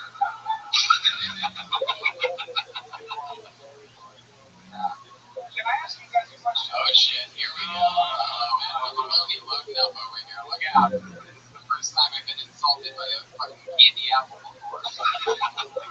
It's more green than a candy apple. Okay, go ahead, Matthew. Sure. Go ahead, then. Well, I just want a little bit of advice because I'm not trying to brag about this, but I did a set here on stage. Who was the volleyball? Was it that was me. Elevate. Is that what it said on his license plate? I got a meeting with my So what do you want for advice? I don't know what to go in and ask. Just tell them the truth. They're not going to be able to do anything you can't do. I mean, just tell them that they can give you fucking commercial auditions. Go get that shit. What do you do? I sell anything. I also would never go to money. Why? Yeah. Why they're probably great, but it's like, right now it's like just this cold rotation where you like them to wait and develop, and then one day they'll come to you everywhere. I guess they already are. My advice would be if you want to do commercial work so you can make some money and survive, you can do a lot more stand-up, then that's what I would shoot for. That's what I did. I got a commercial agent right out of the gate. Did just enough side cash. I'm working with next thing you got us to show. Yeah. I thought you would do it too. No, seriously, the guy's my friend, and you'd be perfect. I'm a dreamweaver. I'm a fucking dreamweaver. Yeah. Well, because the one guy's a talent agent. What does he do? Specifically commercials or just in general? Yeah. Well, then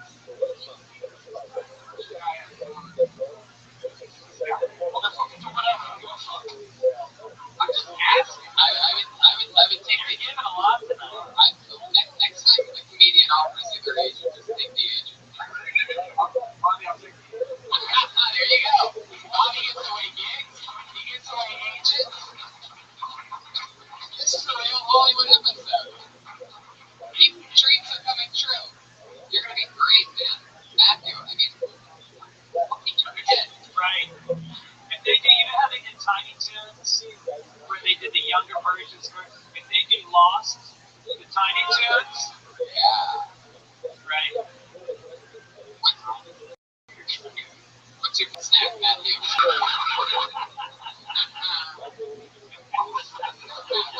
What's your favorite snack? Wow.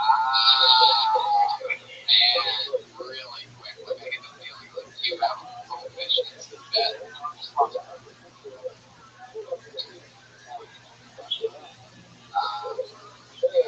You do improv at all? Any improv classes or anything like that? All of my friends, right. I mean, that act out, I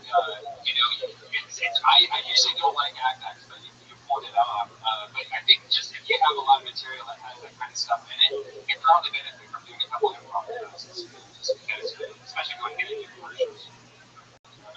Yeah, that's true. I did take a class. There you go. Sure.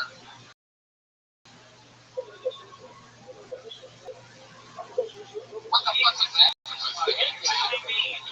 How do you explain yourself? What do you mean by that? How would taxis go extinct?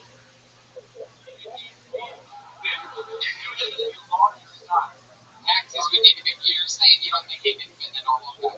You're saying he's fat. He's fat shaming on Kill Tony? Yeah. Jesus Christ, we're going to be constructed.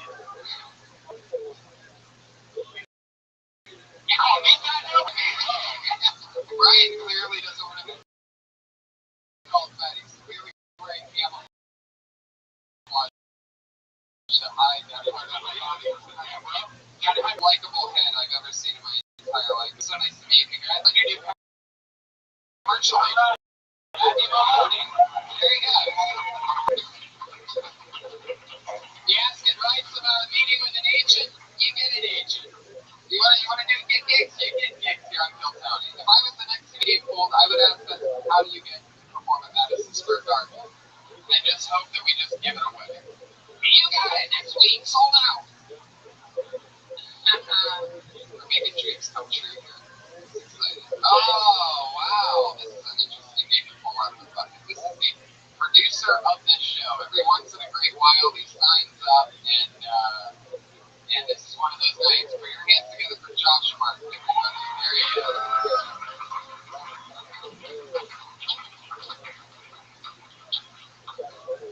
I got an argument with a friend of mine. We have a video of me fucking Beyonce. Separate video.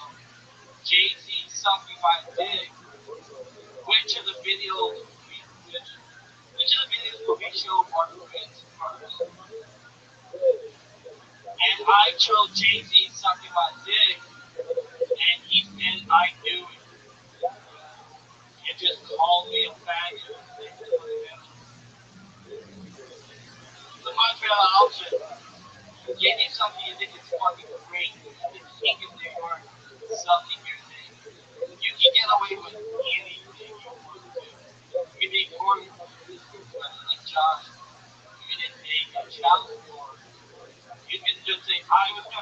child support, but Jay-Z was sucking my dick. Okay, that makes sense. You can do whatever you want. There you go. John Sharp with a minute. Throwing it out there. This is the first appearance on the show in a long time. There's been a buzz throughout this entire episode, but why fix the buzz when you can just come up and perform, I guess? You're not doing one job, might as well do the other. So, I love it. The buzz has stopped. A lot of the buzz in the room has ended after Josh's set. Josh, I've seen your material a few times. I noticed a lot of your jokes have dicks in it. Is there a reason for you? The word fag. Yeah, My face is fag is a real word. You know, people make fun of me a lot, and people call me faggot all the time. So I just stay with it. Stay with what I know. You don't do well. I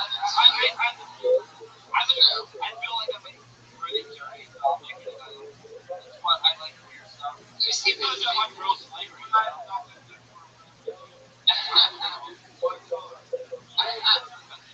So you seem to think very highly of Jay-Z.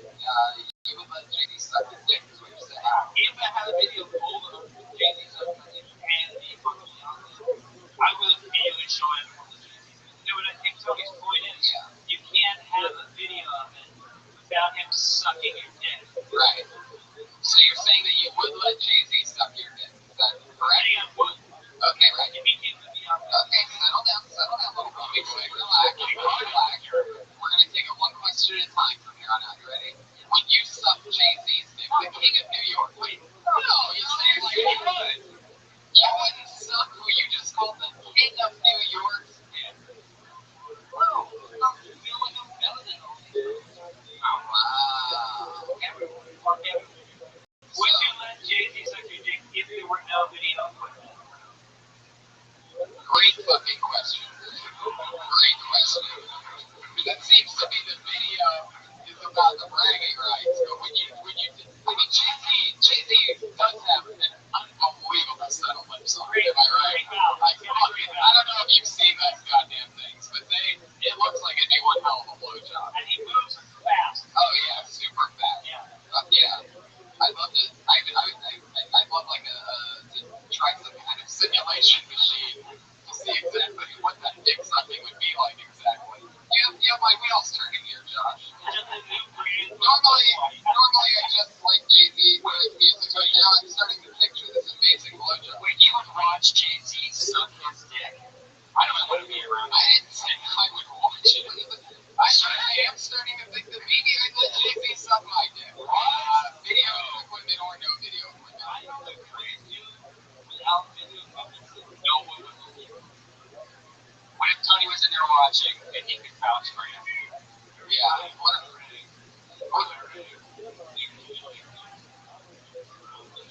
Is this your robot impression? What is this, Pat?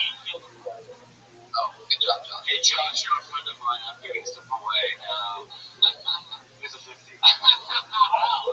you go. Wow.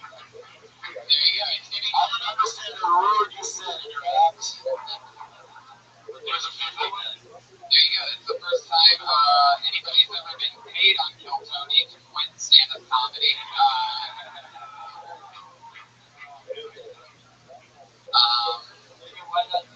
I can do Right, exactly. So I don't have to do dicks and stuff though. Have you ever tried not doing like dicks? Like it was a joke in the most slavery joke. I figured that was just way worse.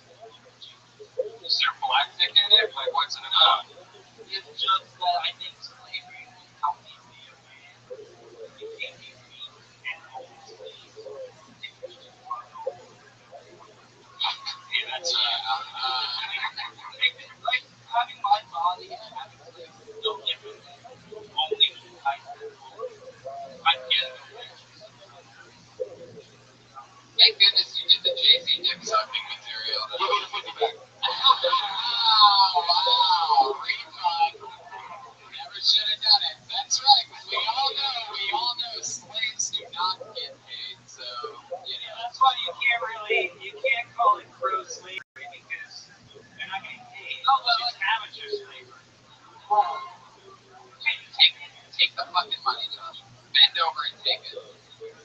Just like Dylan. Yeah, that was great. You did another minute. You talked about getting your dick sucked by Jay-Z. That's an interesting one. But also, Josh, you're a character. You're a man inside. You're like a snuff. Yeah. I mean, there's no one else out there like you. And I'm actually fond of you as a person. I think you're a cool dude. And just keep going out and we'll see what happens. There you go, Josh Martin, everybody. There he is. The one, the only Josh Martin. Somehow he did figure out the buzz. Buzz is gone. Josh is, of course, on Twitter, Josh Martin Comedy, like we say at the end of every episode. But Josh Martin. The Elvis Costello concert. Yeah, indeed. See what we got here. Okay, this looks like another new name. Your hands together for Tommy Reynolds, everybody. Here we go. 60 seconds. That was no Tommy Reynolds. No Tommy Reynolds. Let's try another one. Raquel Jason. Here she comes. That's a real human being. Here we go.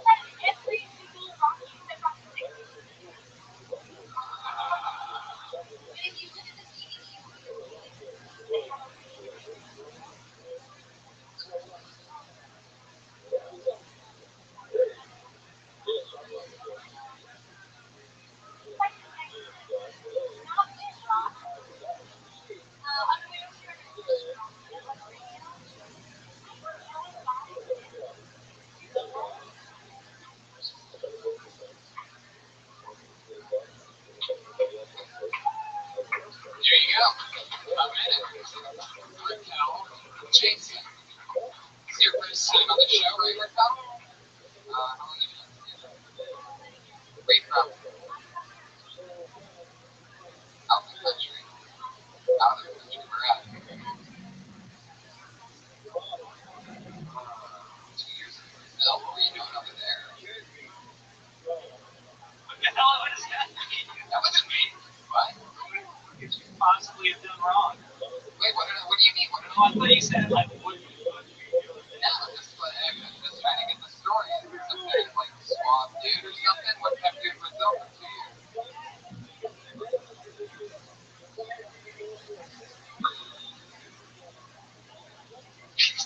Wow. What did you mean?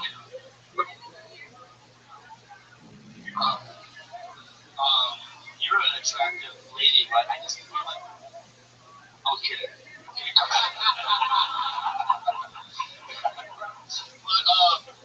you're for comedy, you're attractive, and the thing is that when that in comedy season 9 in the streets. What? That's good. Listen, He's absolutely right. no, you're not gonna get shit. I'm like, yeah. But what I want to say is that like whenever I see like a dude and a girl that's doing comedy, I feel like they should not wear a dress, and I think they should like kind of dress. I don't know, tone down. You know what I mean? Yeah, but it takes away from. I feel like as a man watching you, it kind of takes away from me actually 100% listening to you. I'm just trying to be honest with you because shut the fuck up, dude. I've dated many girls in comedy, and some attractive ones, and I just feel like they, in fact, that's some. But for me, it's better when they're just, like with me, kind of like baggy jeans and a t-shirt, you know what I mean? Oh, that's it. That's fine.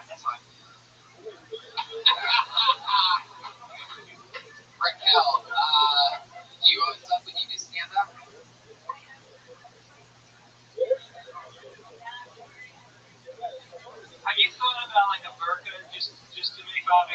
Alright,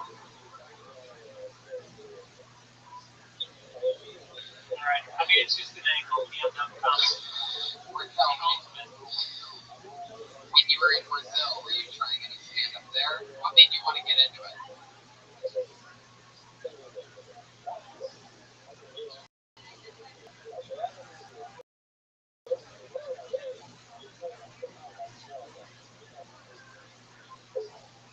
You seem like such a nice person. Really? When are you not nice? Like, what's the meanest thing you've done recently? You blown up on anyone or anything like that? So, are you nice or are you not nice? Just say goodness. So you are nice. You are nice. Wow. Would you do reality TV? Wow, I like that. Good answer. Yeah, what was the question?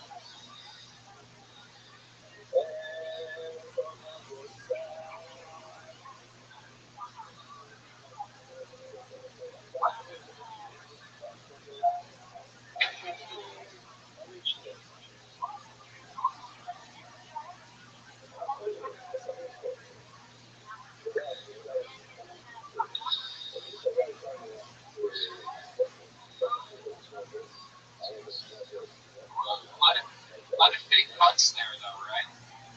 Yeah, but it's cheap. Student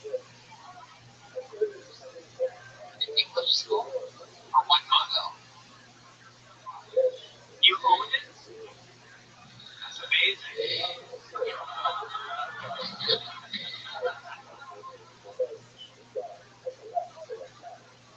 Other than stand-up comedy, what do you like to do for fun? Like, what's the fun hobby?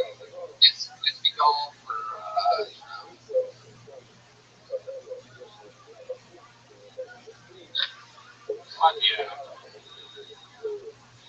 What do you play?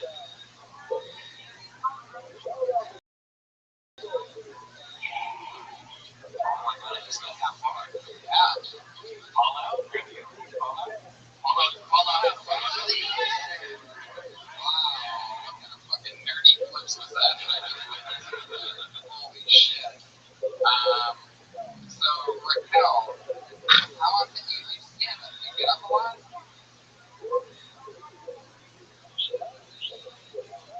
Have you ever dated a comedian before?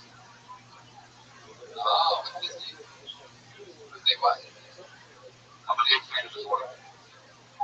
Yeah, me too. I've had chorizo a few times. It's fucking delicious. So you have a particular kind of guy, right? Yeah. You like south of the border? Have you ever dated an Asian person? What happened? Really? What happened?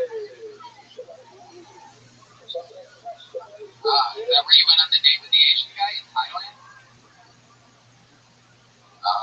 Okay. So what did you do on this date with the Asian guy? Are you sure you just didn't eat by yourself in a Hawaiian grill? Are we calling that a date? Oh, thanks, Raquel.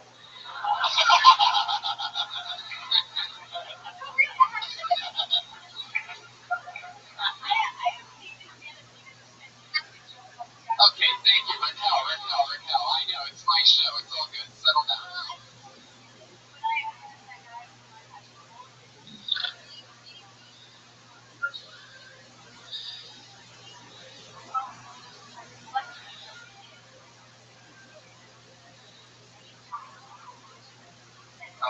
Probably not. Did you tell me about this?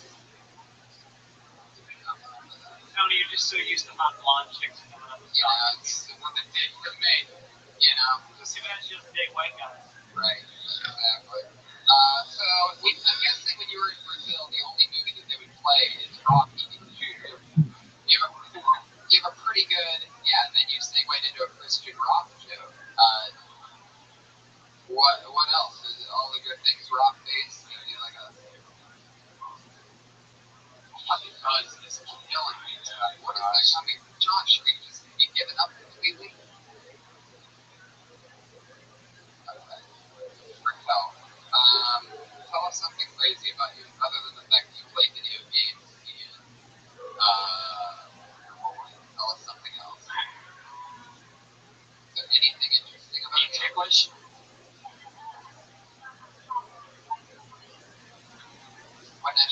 miss your father.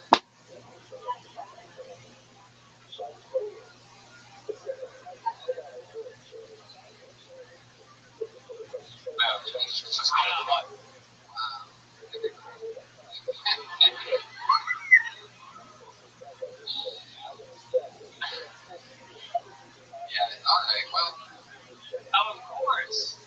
Yeah, no, I'm glad to help you out. I'm gonna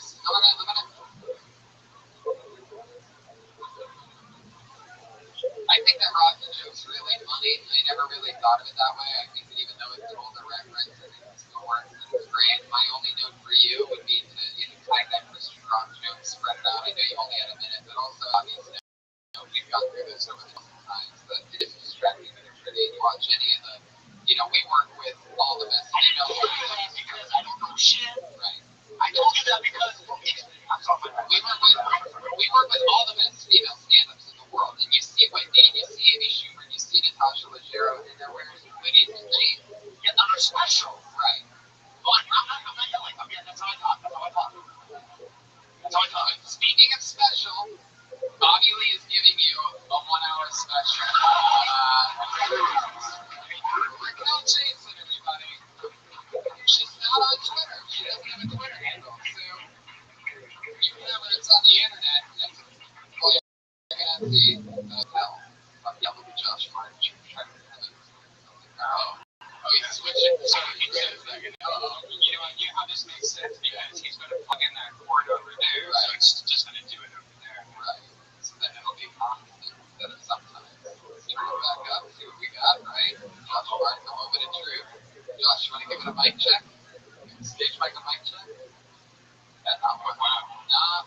Okay. What we got? Okay. Okay, good. Josh, just keep fucking working until it works, Josh. You're doing a hell of a job, buddy. Great stuff, really. Hey, why don't you do one of your dick jokes again? It works. It was working. Alright, now we're going back there. So quiet, right? I'll turn it up. Sorry. Just guys. Unbelievable. I love it. Okay. There you go. Yeah. Okay, we did this, guys. This is an employee here at the Comedy Store. This is his first time signing up for this show in a very long time. This is one of the guys that got hired to work here out of the original Phil Tony Prop, one of the original guys to do the show 2 years ago. We were getting together for him. Here he is, Rich Slayton, everybody.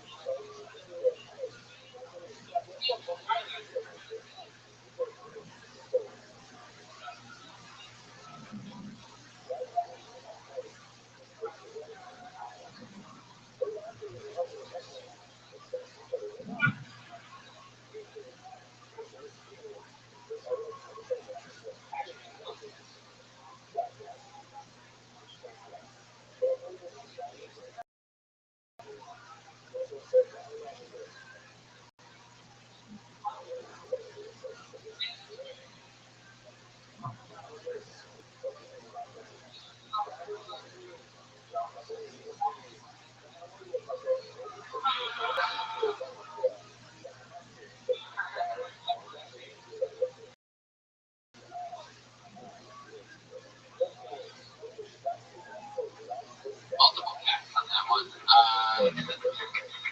Rich, some of that new political humor, huh? I like that. So, how are things going?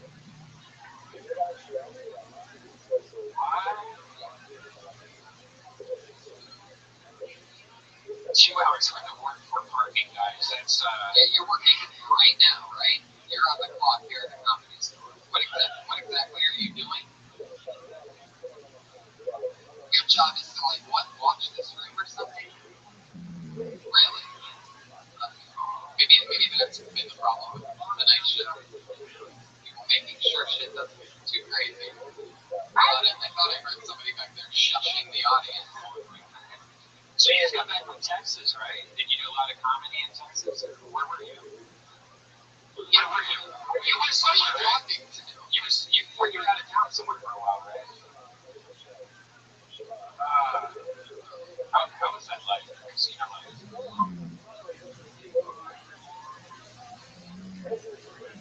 Is there anything positive going on right now for you? In the world, the life. Oh, there you go. Is that a wedding ring? You're married. 3 years you've been married. How old are you? You've been married 3 years. You won't stand up the whole time. Your wife got some shit, a steady job, or you?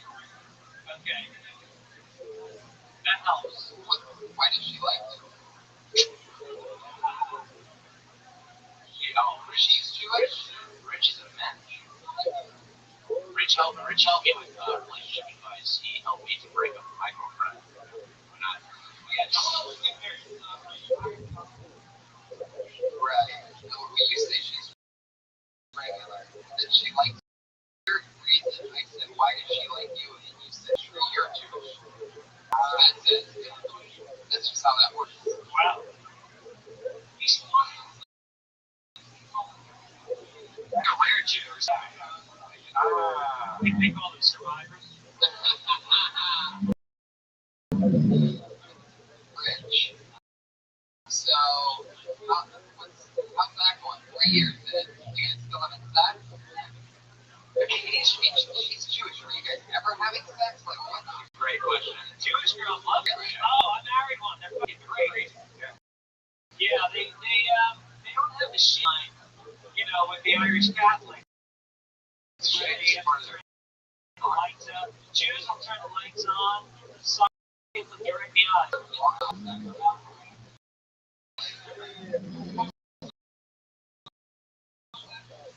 Really?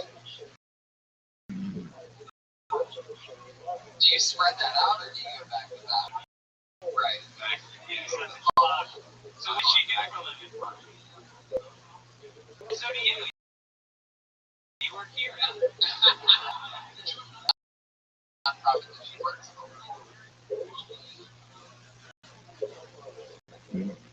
Oh, boy. Even that's going on. Is that really still happening? Yeah. So, I've noticed that. So, Rich, you're 3 years into stand-up, right? 7 years into stand-up. And the Comedy Store has assigned you to keep an eye on the belly room on Monday night. Okay. I really like your line, but I don't want to lie to you because you're a white dude. You're not this average kind of vibe around you. I just feel like material needs to be a little bit more edgy. It's got to be. You know what I mean? I agree, right? Okay, because I've only seen you, but the thing is that I want you to succeed. What I saw, it's just like, you know what I mean? Like, there's something there, you know? So thank you. And it's just great. Amazing, and Pretty good game of sarcasm. I don't know that, so okay. You're confident, I mean, yeah, you can tell you've been doing it for a while, it's just, like, okay. Do you and your wife ever argue about things? You guys ever fight? Wow. Seems like a perfect thing.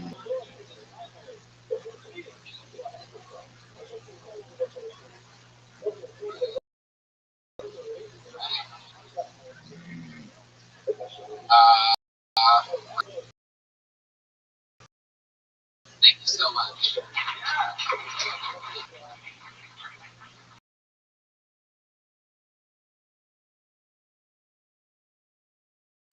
They really pump the brakes on the momentum, the adrenaline of it. The Comedy Store really representing. It's the away teams that are winning here today. For those of you keeping track. Yeah, I mean, did somebody order a platter of bacon about 4 minutes ago? Do you smell it? Do you smell it? Smell bacon? I don't smell it. You don't smell chicken. Oh, well, counselor the chick is gonna fight me. It's a new name for sure. But Madison Sinclair.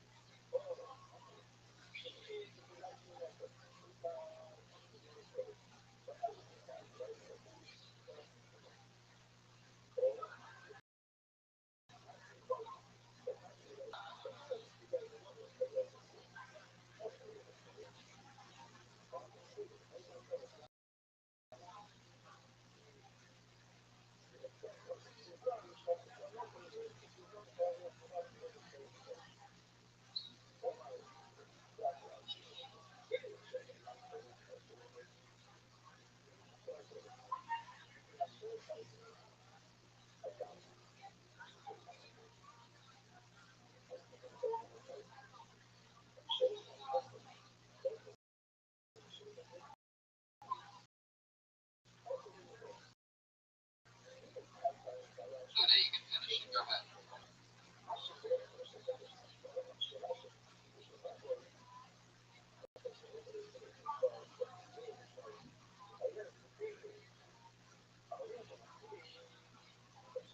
All right, the bear's coming out. The bear's coming out. Madison Sinclair. This is your first time on the show, right? How long have you been doing comedy? Oh, a year. Okay. Where are you from? Orlando, Florida. Wow. How long did you be? Okay. Did you ever play the improv there in Orlando? Oh.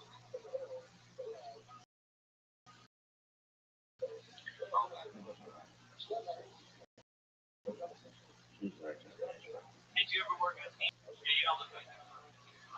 You look, you look kind of almost gothy a little bit.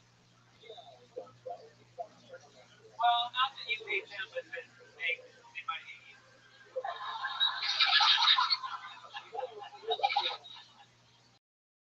Right, right. There's something very hot topic about it. So Madison, you've been doing stand-up for a year.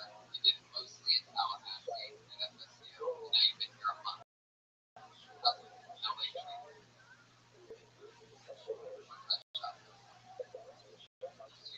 the show? What do you do there? Oh, that's cool. So you're a writer and all this. So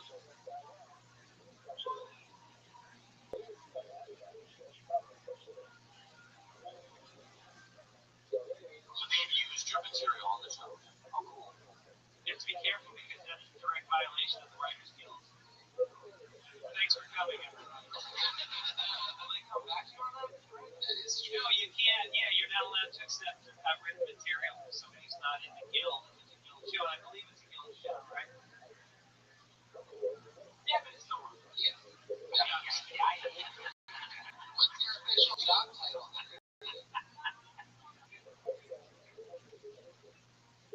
So they're paying you money, and you're getting college credit, and you're getting jokes on the air. Who's hosting that? Really?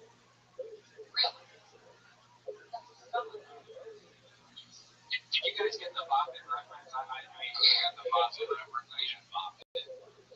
I like how you explained it to me, because at first I was like, oh, shit, what is it? Bobbin is good. It was a good idea. Lick it. Lick it. Did you say lick it? Yeah. You have a wide stance. You have a wide stance like an umpire. Traveling against balls and strikes.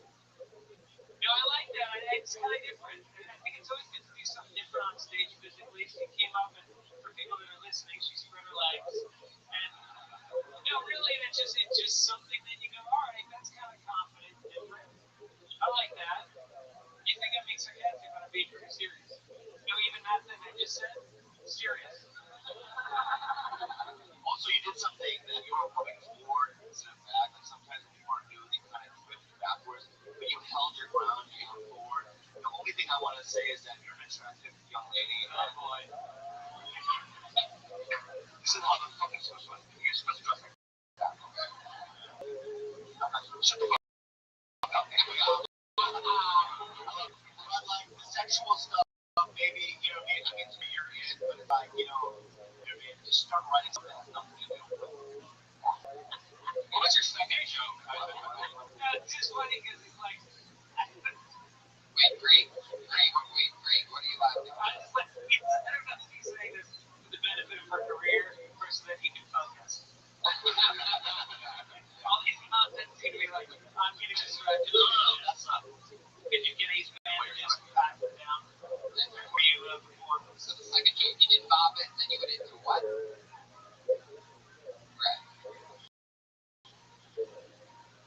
You keep very interesting. That's what I was asking. Did you say your whole house was a Jews? I was kind of confused with your the end of that joke. I was just didn't understand what you're saying.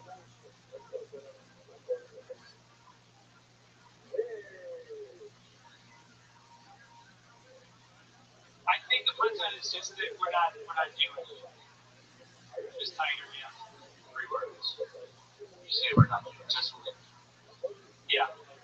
Yeah, because you said that you're going to be a house, and you said something like the dinner, you had a dinner, and I was like, wait, I'm totally lost now what you're talking about. You just have the fact. Madison, what do you do fun when you're not doing stand-up? What are you into? What's something interesting about you? Really? What made you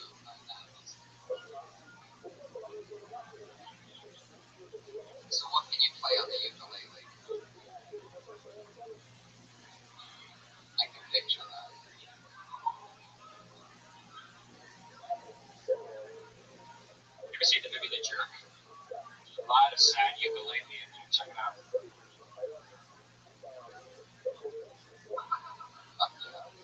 So you play the ukulele. That's pretty much the most interesting thing other than you stand-up about you. Not that big of a spot to be put on, but yeah, what you like to do in life.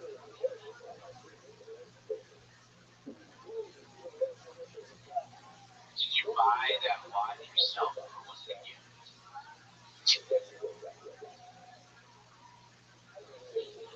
They were calling out the hot topic when everyone was saying the hot topic thing. I was just saying, why? Okay, that's not a hot topic. We're talking.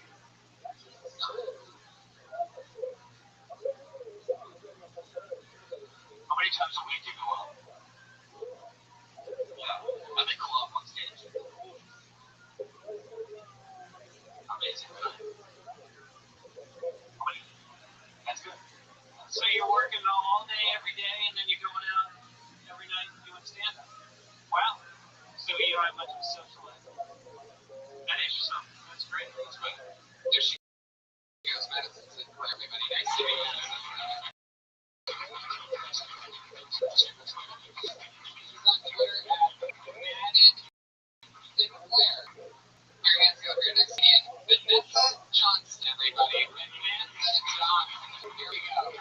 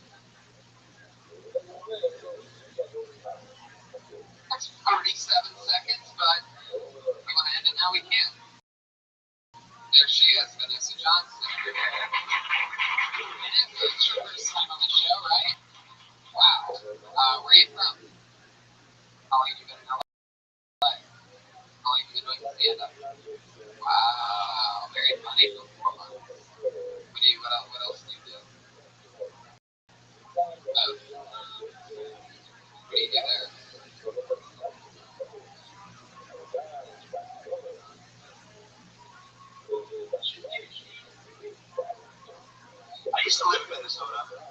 Yeah. I did, and Dinah, when I was a baby. Yeah. Holy shit, dude, there's nothing enough. For those of you listening, Bobby's just sounding because she's wearing a Mickey Mouse. I don't think you're edgy, and obviously you're attractive, and but you're very edgy, and it's like we're all alive.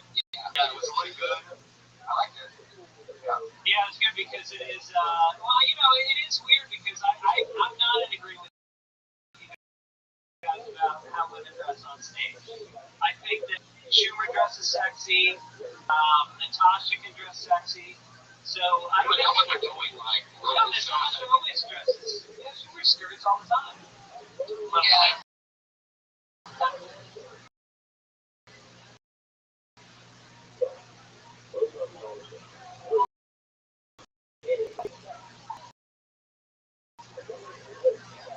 But what if a guy? Absolutely. You were really Greg. I love watching you absorb that for a second. Like, I think I can watch you. I don't know what a sexy guy looks like because I'm so fucking straight, but like, it just seems like you should dress how you dress, however you feel comfortable. Love that. You got the women howling at that one. Oh, they're yourself. Equality for everybody. That's the era that we live in now. So making all female Ghostbusters. Did you know this? Right. Yeah. Anyway, when a woman's dressed sexy, right, though, the people like girls and also boys feel like call girls boys. We feel defensive almost, though, right? Like, why would you need that extra thing when standing this? Well, because you're looking at it through the lens of a man and how he perceives it, rather than somebody going on stage and being themselves as much as they can be, and part of themselves wanting to feel sexy by looking sexy, then I think you're creatively stopping them by saying they should look sexy. You've been doing it really good for 4 months. You have an age friend. You already have two. How much material did you say to you? I only 4 months material that you like. How long of a set do you think you can do?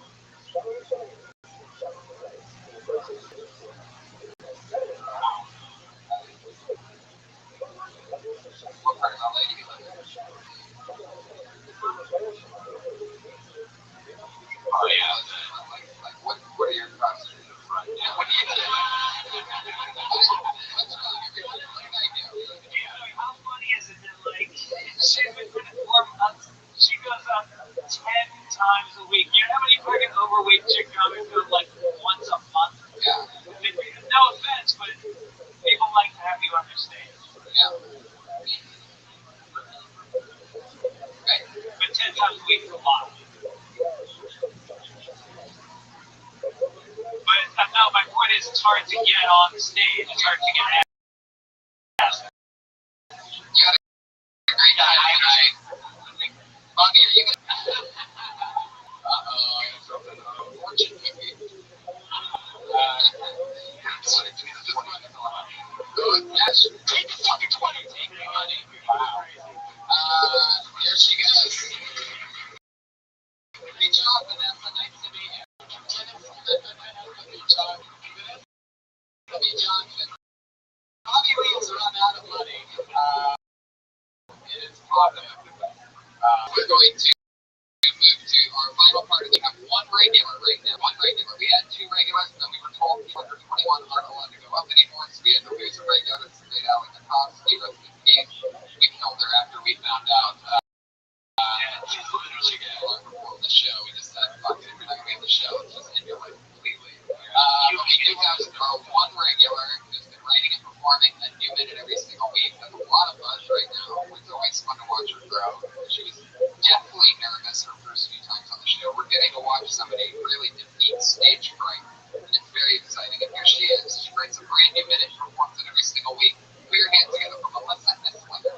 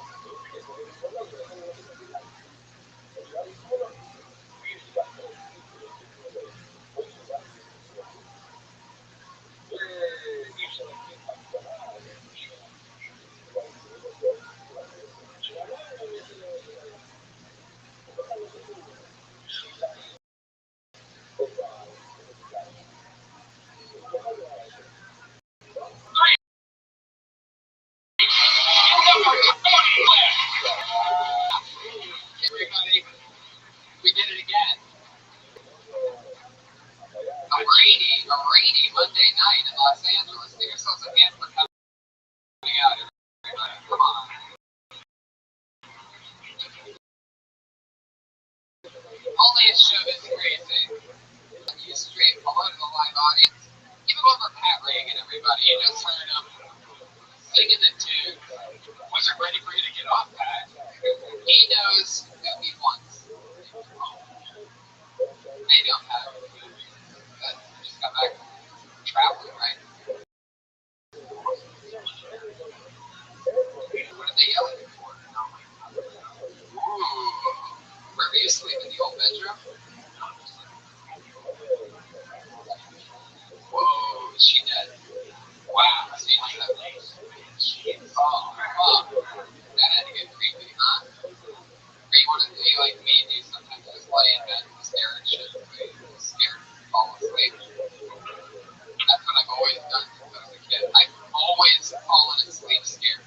I don't know if that is something they do and how I've turned out or anything, but every night. It actually got pretty good a few months ago, and then I had a movie called Rabbi. Oh my god. Wow.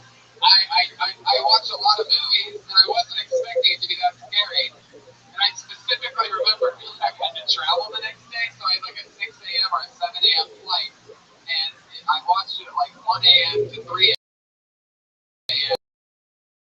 And I did not get any sleep that night at all. Even more different than the usual scaredness. I was like, windows and everything. That movie will fuck with you, man. Stay away from the Babadook. Stick with Kill Tony. It does, you know what Babadook does that other scary movies really don't do? It just shows you that perspective. It just makes you look at nothing. Just staring down a hallway. And nothing's happening until something happens. So many movies nowadays, like I've seen a couple lately in the theater, they're supposed to be thrillers and scary, and they make you look down the hallway, and nothing happens, and that's like their cool little twist to the scary movie. It's like, no, give me a fucking monster. Give me Babadook. So is it all just like shock stuff and there any plot to it at all? Or is it just like it's a super plot. Their mom and a son are hanging out, and she reads them a scary story called Babadook, and the shit in the middle of the story, it's just like, it was the little kid, and she's like, what the fuck? She's reading it, but then the Babadook is there. It's there. Maybe, I don't know. No spoil Tony. Maybe I'm fucking with you, and there's nothing down the hallway this whole movie, but you're waiting for it tonight because there's some money in the Babadook. Get your 5 on it. Alright, guys. Any relation to Marma? Marmaduke? No, very funny though. It's all about this.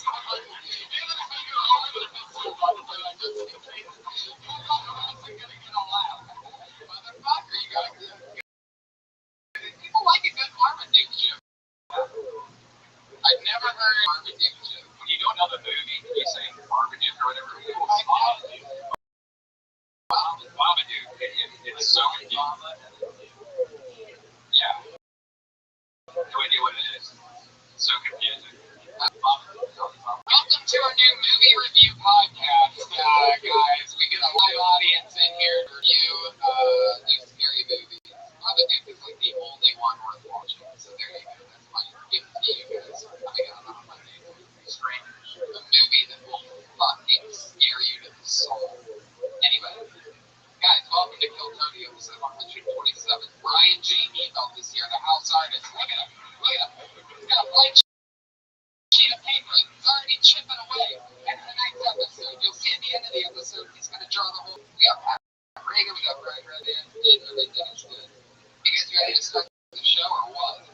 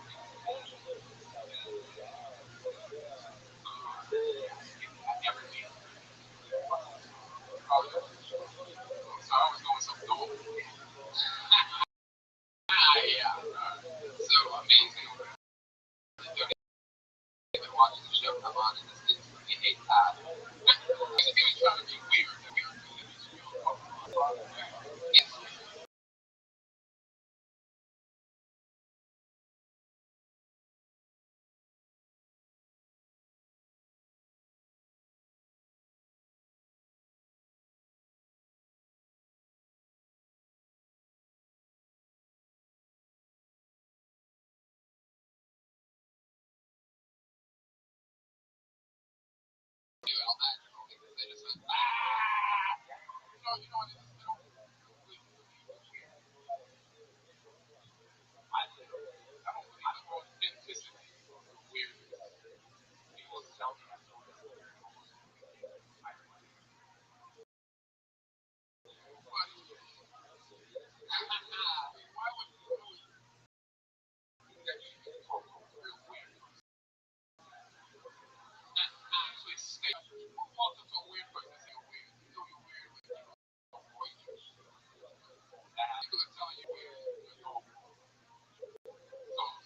of weird, before you got on here, I was talking about scary movies. So this is called Rothschild'S. You seen this movie? You watching this scary movie? Ah, I see.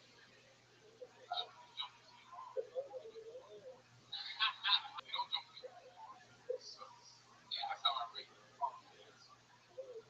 Were you guys speaking? Were you guys speaking for Halloween? That was lazy. I didn't even go out. Stayed in. That's shit.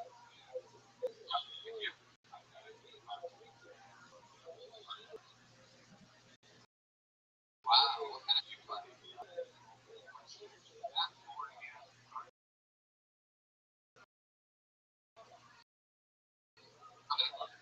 many rounds do you think you would be? Were you guys drinking? Both your parents drink? You think about that night? What makes you so confident? How do you know? Do you have a cup for the what? What can't you figure out about it?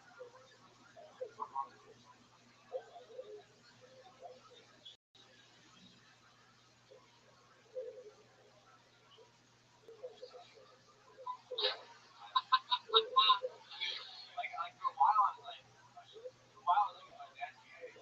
That's not really a good way to do it. Your mother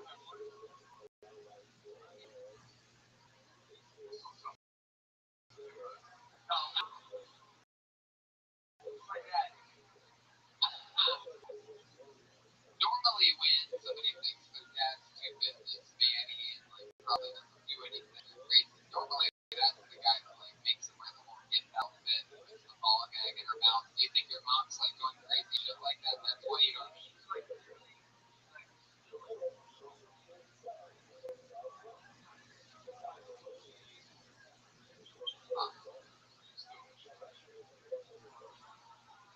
No, she was like right around the neighborhood.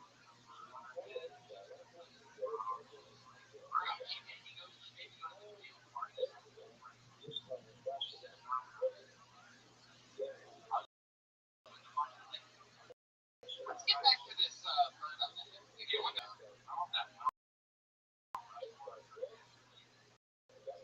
wait, what?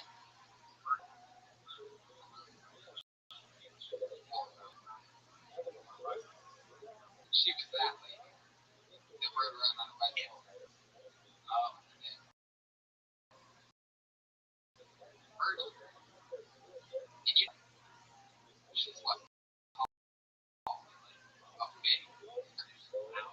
But not that kind of comment, right? That's not Josh and Andy. Okay.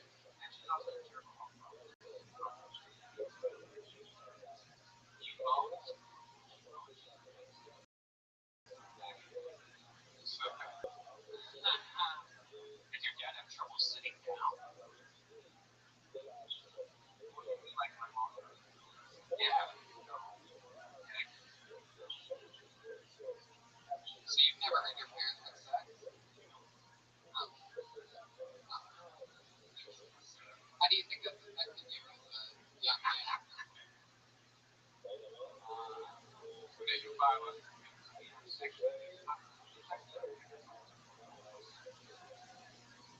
Oh.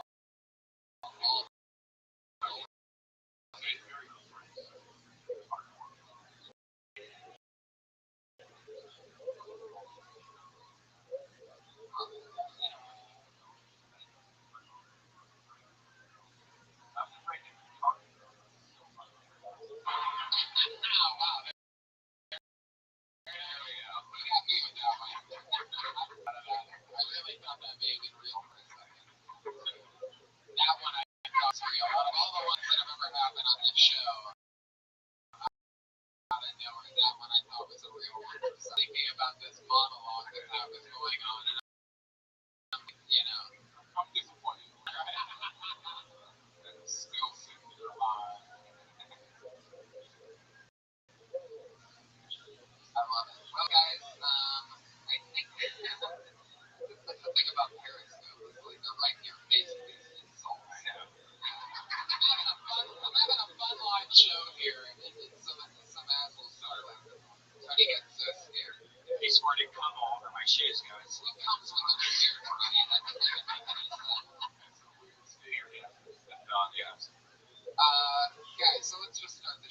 well, you know how it works.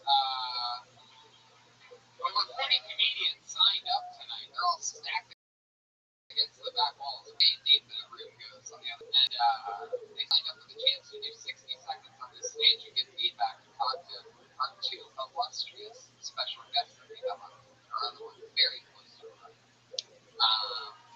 So there he is, ladies and gentlemen, Joe Rogan. Lou, how about that? What's up, buddy? There we go. Perfect timing. Solid intro. Perfect timing. He didn't want to. It was perfect. He didn't want to hear any of Pat's bullshit.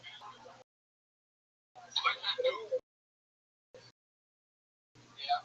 So I was just explaining the working time. You know, your 60 seconds is up, and you get the sound of the kid. Oh, I'm trying. It's a little bit more quiet every week. You have to let him hear it first, David. That's the sound that you hear when your 60 seconds is up. Don't go over your timer. I'm sure going to bring out the angry ones Hollywood Bear. Do you have a sketch artist now? Yeah. It's amazing. It's great. Ryan J. built over there. He draws the picture. Courtroom style?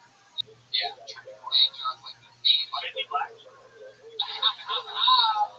do it. Fuck yeah. So, yeah, he does every episode. It's RyanJBelt.com, by the way. Let's set that up front. But he has prints of every. And he also does like the theme as a running thing. So, anyway. You guys ready for Kill Tony or what? You crazy motherfucker. On Monday at 8. Put your hands together for your first comedian tonight. His name is Tony Jakes.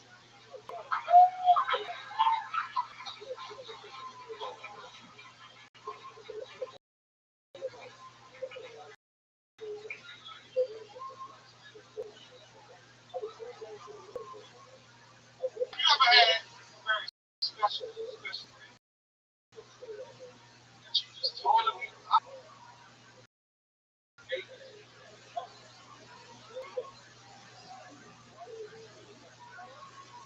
have you ever seen a pussy hole so big that it's just too big? I did. I saw this pussy hole that was so big, I felt like the only thing I could do to it before it was give it a nickname. I called it the Wishy Well. Because when she first opened her legs, and I first saw that gigantic hole, the first thing I said was, I wish you well.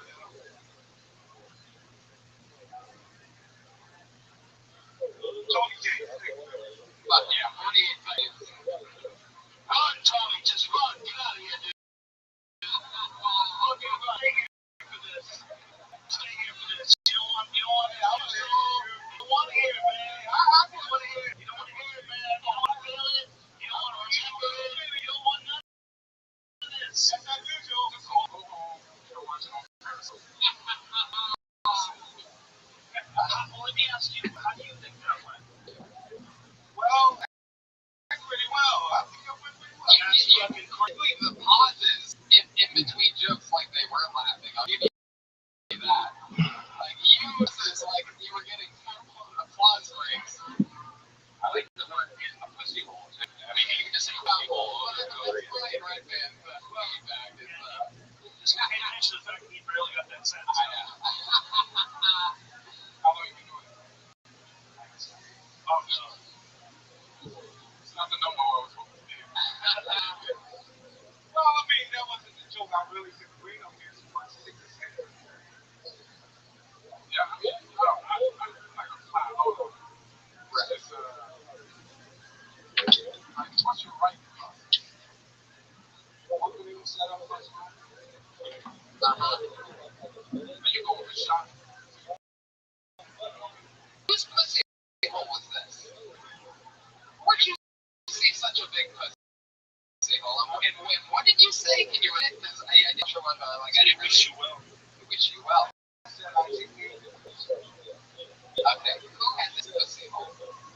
actually, Was she sort of Big Bird-esque one way, you know, like Boston at the time?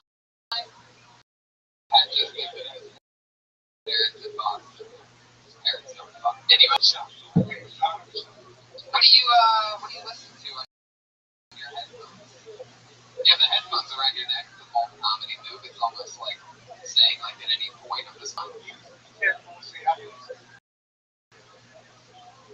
love it. What do you listen to that?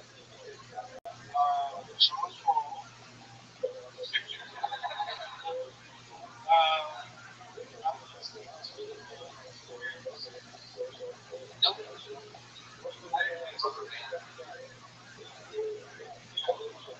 Alright, I'd say this about your wishing well joke. I would just say I threw a bunch of coins in it. Or something like that. Like anything of it. That would fit into 1 minute. I actually have no. I go there. You have to marry the heifer. Well, I didn't. All that again. Yeah, I'm just going for sure. I've been doing comedy for 7 years. What do you do for work? How do you survive?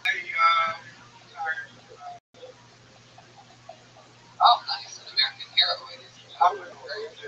Clearly now by your attire, you spent your retirement umpiring base, right? Okay.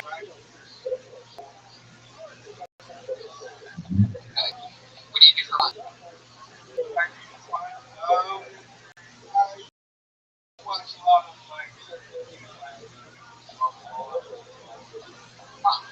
You're in a softball league. Where the fuck you know all these questions? You're trying to figure stuff out. Maybe my softball team needs a new cleanup hitter. And Just have the right heart. But you know, this is bad at time. oh, it is. You're gonna see people killed, but you know you're not gonna. It's gonna hurt you when they come up here. They're gonna murder doing this show. Those people that'll get really. Well, I haven't seen it yet. There's one thing you can never do. You can never make excuses why it didn't go well. Don't ever say I didn't have enough time. It definitely didn't go out.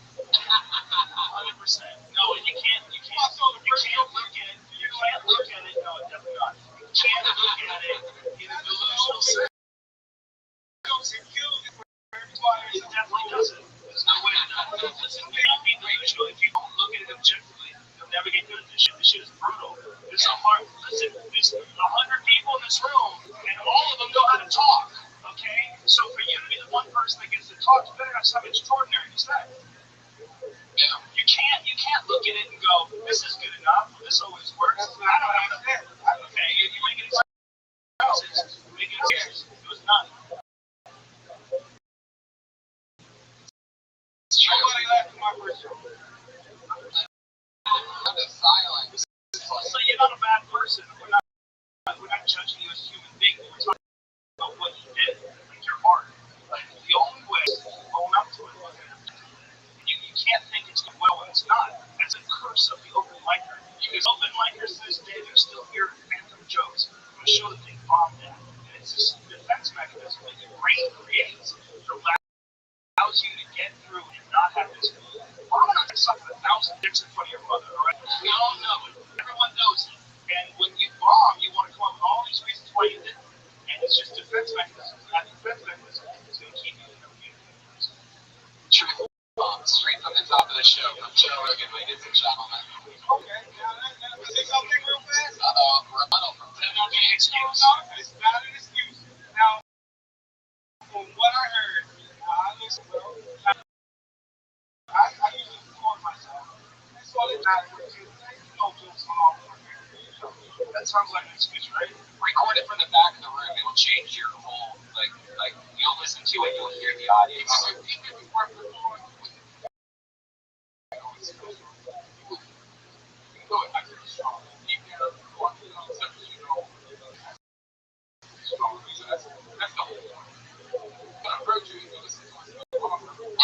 Next mirror of the pussy.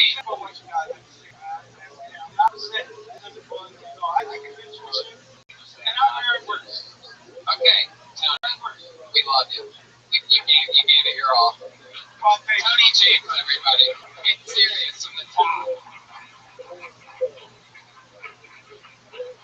Next time, Hard, fucking hardcore.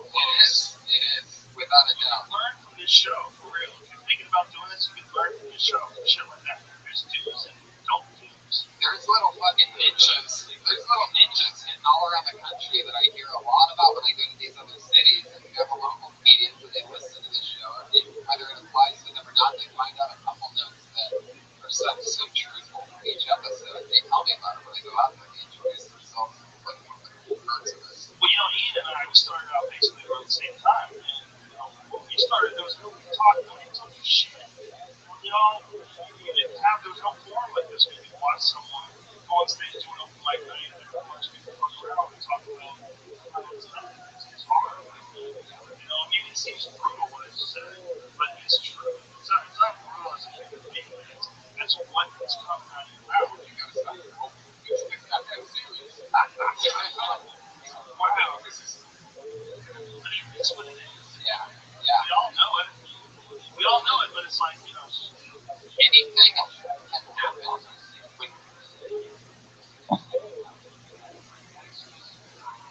Right, so what do you do in a 5-minute set? Just not relax for 60 seconds? Doesn't make any sense. When you're holding your breath 60 seconds. Oh, jeez. Okay, I don't think we've ever had this person on before. It seems like an interesting name. Put your hands together for Stevie Blue Eyes.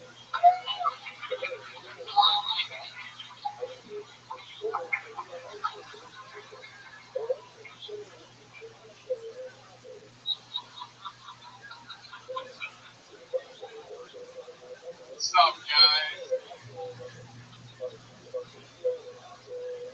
Guys, I was in prison for a while. Thinking about going back. This work and shit, it fucking sucks, man. It's hard getting a job in your family. You get a job you really want. I'm a huge football fan. You guys like football? I love football. Try to get a job with the NFL, but they told me I wasn't qualified. So I went home and beat the shit out of my girlfriend. And still didn't get it. I guess any background checks.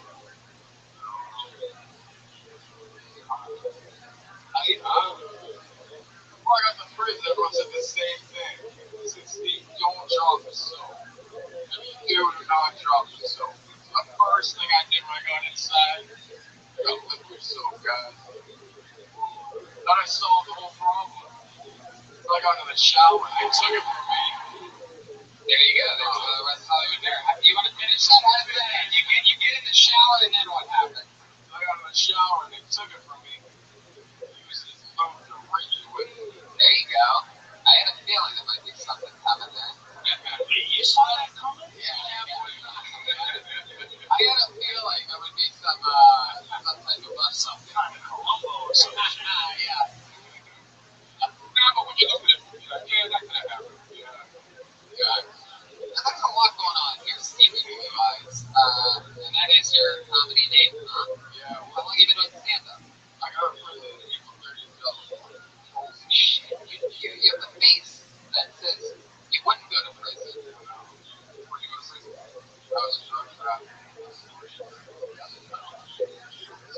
Oh, wow. I'm actually proud of you. Have you seen the movie Black Mass? Yeah. Have you seen Black Mass? Half the movie is trying to set up blockbusters. His son is my Stevie, I love your set tonight. Awesome. It was unbelievable. Preacher. Instead of yourself, a new regular on the show. You don't even have to sign up anymore. Congratulations. Every single week you can catch Stevie Blue Eyes. Wow. Unbelievable. So how long were you in there for? 5 years. Wow. See the movie Blow with Johnny Depp? Get the fuck out of here. What are you talking? What's that? No, have you seen Goodfellas with Robert De Niro? I have all these weird parallels. I have all these weird parallels with Johnny Depp. When Johnny Depp was in the movie Blow, back to George Jones, where he sells down with people. Wow. Holy shit. He just got out. Johnny Depp fucking connections going on. So I'm like, so the worst kind of Johnny Depp connection they can possibly have. Not like one time we were in the same room with Cher. Like, I want suck the guy off who showered with me. Johnny Depp connection. Yeah, like Winona Ryder's tattoo artist. Yeah. It would be like,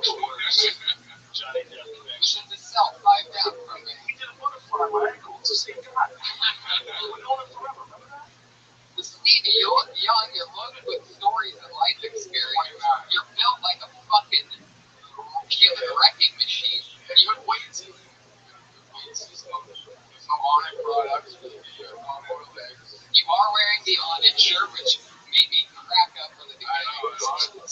Joe Rogan's company, so what are the odds of that?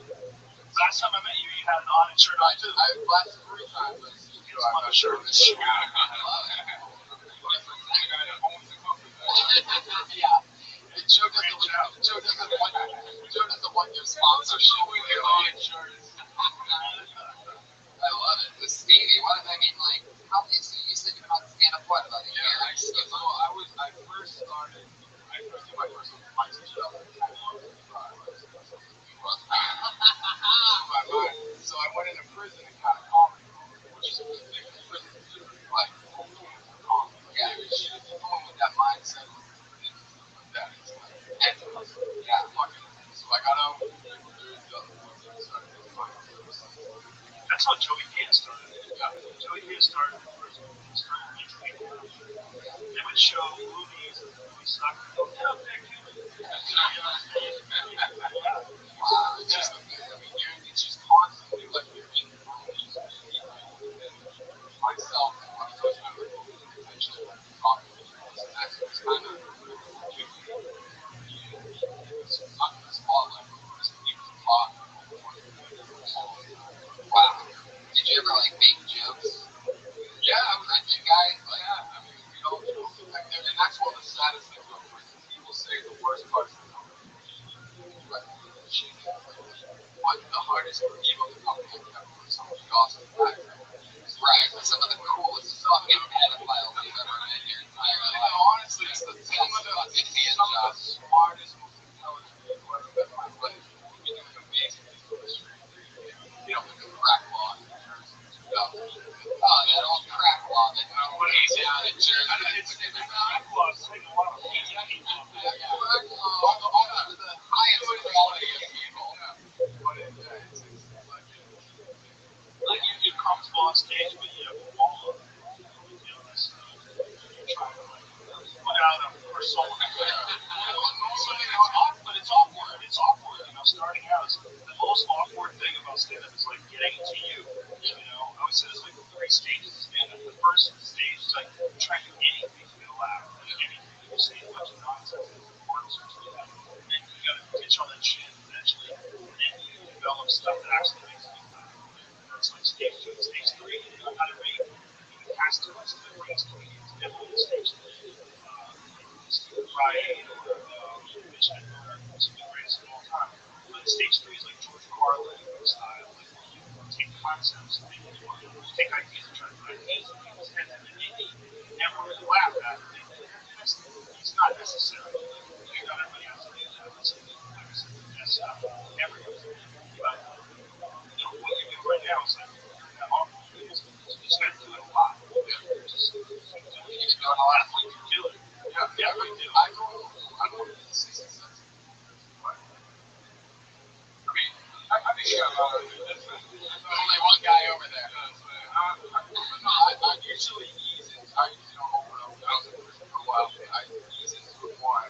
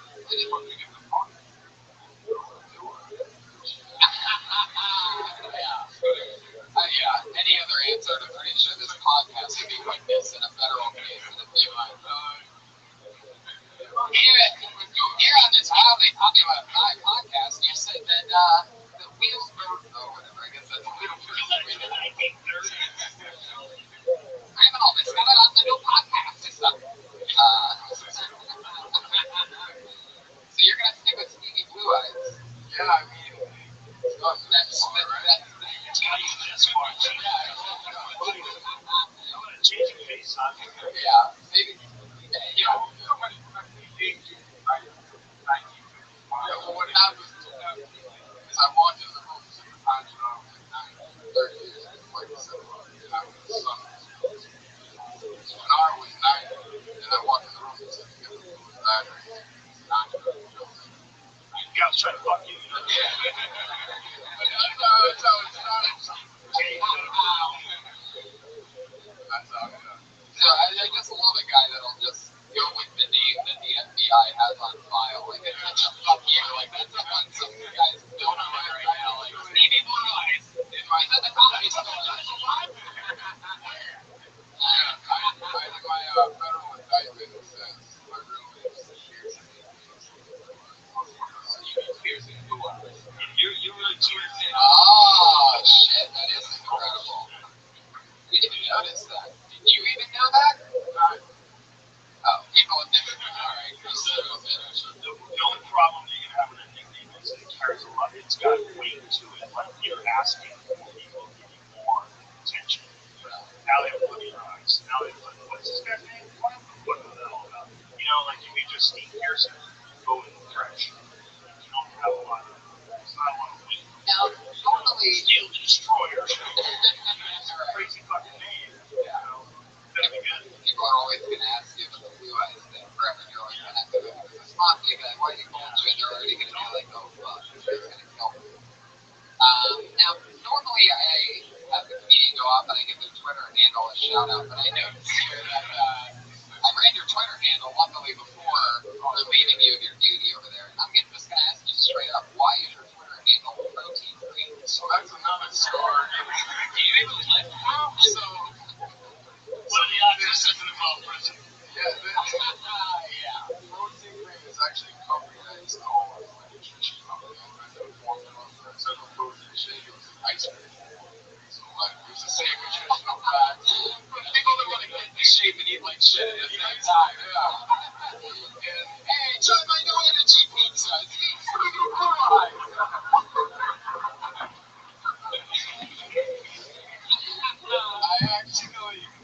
I got on season 2 of Shark Tank. I bet. And the episode was involved in China. Wow. It was made in West Palm Beach, Florida. It was made in 16-ounce cups. Oh, ice cream.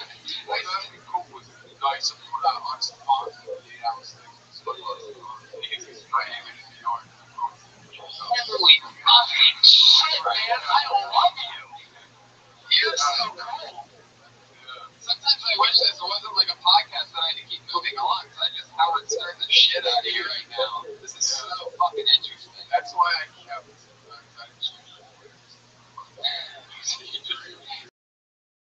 We're gonna let the after the product. We're gonna let it's no longer in existence. This product. I mean, you can't even find it. So you have the Twitter handle of the product that got you sent to federal prison for 5 years. Yeah. Because people were really buying this protein ice cream. Well, if I just like focus my attention just on that, it would have. Oh well, of all the places, even where I would buy ice cream from, it seems like Florida would be on the bottom of that list. It wasn't sold in Florida, it sold in New York and Boston. Which was fun. It really was sound very good. You had a perfectly good business. It was like a business model. Oh yeah. You don't know it. Oh yeah. All right, Stevie, it was so nice meeting you. Please sign up again. We can't wait to have you back.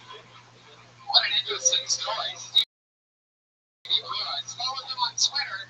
Green. For those of you that have been wondering, I wonder if anyone has the Twitter handle Protein Cream. You just met the man himself. So here we go. This looks like another new name. Your hands together for Cody Winans. Cody Winans. Uh-oh. Yep, Cody Winans. Wow, this is fun. He gets blacklisted. Alright, I pulled another name out of the bucket. Put your hands together for Terrence Rutledge. It's just guys. So we can have that kind of hair. It's going by the way. Take it on there. Yeah. I just got laid for the first time. I don't even have any jokes. I just want to celebrate. It's been 22 years. Man, I can't believe it's happened. Like, I amazed being a virgin those were dark days. We could almost. Does anybody have any questions? Questions? Anybody? For my side? Yeah. Yeah, I was a little lazy, girl.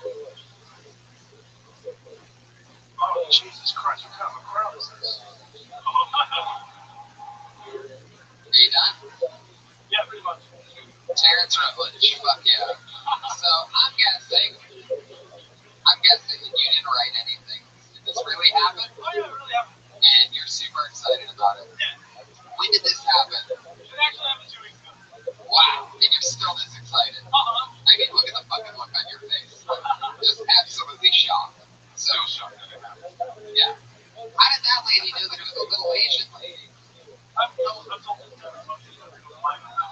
You told this to everybody at every open mic for 2 weeks. You still haven't added a funny part to the entire thing. You just keep kicking out the premise, waiting for something to just magically come in. Then you start asking questions like somebody in the audience is going to write it for you. I was hopeful when you got on stage. Oh yeah, The applause, the confidence. I was hopeful that something was going to come out. yeah. You have the connection. You have the energy. You have me on board. Are you a funny guy outside of this? I mean, if you're just laughing at how weird I am, that's interesting. That was actually funny what you said. Maybe if you just figure that out. Yeah. You know? Like, maybe accidentally invented some shit into his pants or something. You know what I mean? Like, sometimes they do that when they're trying to find something that's good for asthma, like, sucks with asthma. Like, maybe, you know, you were trying to just, like, talk to people, and you're actually funny in, like, an accidental sort of way. So you gotta have to figure out how to do that accidental shit on purpose. Otherwise, what the fuck do you want? Do you have any material at all? What were you talking about right before you got laid 2 weeks ago? Like, what was that last week? I was talking about the virgin. Wow. See, I think that's amazing. There you go. You can just add that right to it. And some girl just threw you a bone. I met a girl on a bus. On the bus. And you didn't mention that in the 60 seconds. Hold on, well, it came out. Came out when? How long did you last? I lasted a whole hour. Whoa. Wow. Oh boy. I don't even know if that's good. I don't know if that's a great What does last mean to you? Yeah. Well, good question. You didn't know how actually having sex. How do you know that just be off? No, I haven't experienced this. Well, I'm some kind of a fucking weirdo, dude. You go on stage, you have a minute, you don't tell any jokes, you ask questions, you haven't gotten laid your whole life, you got laid once and fuck for an hour, you're the outlier of outliers. They should bring you to a lab somewhere and fucking study you. Yeah. When you came up, Jesus, questions are flying in from the back. Angry. It's like, oh, I'm depressed. When your leg's way better than his, what the fuck's going on? Why are you smiling, bitch? When you came, did it smell? Oh, Jesus. God, that's disgusting. What do you even think of these? I mean, if he doesn't masturbate, he hasn't had sex for eight years. Like, it's going to be still there, right? It's going to come out like curdled. You should be. Oh, my God. I mean, did it kill the girl? Is she still alive? Medical advice from Brian Redman. I don't know if you know this, but the cum sort of stays there. Only way to think of it, right? Just come sweat. You know, you were having crazy wet dreams for a while, right? You would just wake up with sticky in your underwear, right? From time to time. So let's hear one of your jokes. You say you have actual jokes. Let's hear one of your jokes. So I come from a super. I'm different from the mind. I'm different from Jesus Christ. I've lived my whole life for him to come back. Should open with that. That's not bad. There's something there. Give us one more. My always trying to get his own. There you go. You've got jokes. Drop the mic and walk Yeah. away a winner. Walk away a winner. I love it. That's actually funny, dude. Sure. Go. Walk away a winner. That's a winner. He's a winner. He won. He's on Twitter, Comedy Terrence. He's the only Comedy Terrence. He won. 2 R's. They try to steal me for an hour. Yeah, but he fucking nailed it. That's how you do it. You point that bitch and you scat. He's got it. I would have thought he'd be able to turn it around. That was amazing. It's really interesting that he has jokes like that. I mean, he might be the first guy ever who lost his virginity and made it turn it into a meltdown. You know what I mean? Instead of getting better, I feel like most people would come out of the gate swinging. But Well, I guess there's something wrong.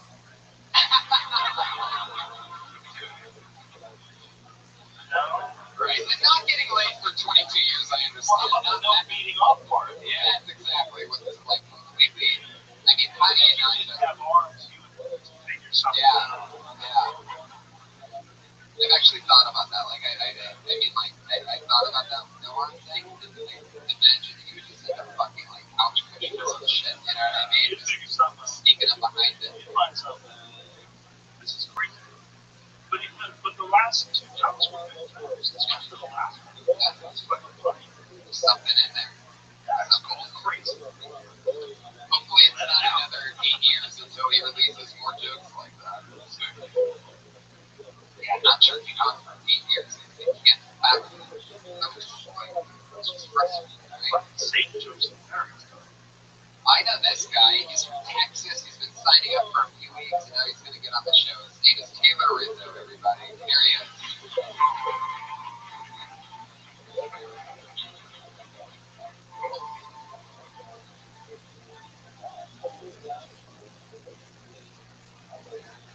So I'm against the use of safe words. And I'm against them now, but I used to think the safe words were just stupid, useless. Like, what sort of sexual scenario can you have to say, like, please stop doing that? You know, like, saying stop should be enough. But I thought about it, and the only time you need a safe word is for a rape fantasy. Because you want to be able to say those things like no, and please stop. With the comfortability of knowing that you can make it all stop by just saying, like, pumpernickel or something. And it's ridiculous. Like, I'm against rape, and that's why I'm against the use of safe words in the bedroom. Now, that being said, it's going to sound hypocritical, but I actually have a safe word that I recognize in the bedroom, and it's rape. Because if I'm having sex with you, and you say rape, I'm going to stop. Like, immediately. Alright, that's my tip. Thanks, guys. Yeah. That's a good premise. Yep. That's a very good premise. That's a tough one, though, to bang out in 60 seconds. But it's very smart. It's very smart. That's a problem, too, right? If you have 60 seconds. Yeah, one, it was like 57 seconds. So it's like, I don't want to get that kick. And if somebody, like, laughs and stretches it out a little, yeah, I was trying to. I was just going to talk over there. Like, I don't understand why it took so long just to do it. To get the. No, I think it's a lot of setup. It's kind of awesome. Yeah. My jokes tend to have a lot more setup. Well, that's just how long you been on stand-up? About 3 years. Right. Yeah. Setup's so long. Yeah, but that's not like a joke. Like, that's not something you can bang out. Like, I don't know, like, say, what you're doing is like, this is like kind of a high concept. And it is really true.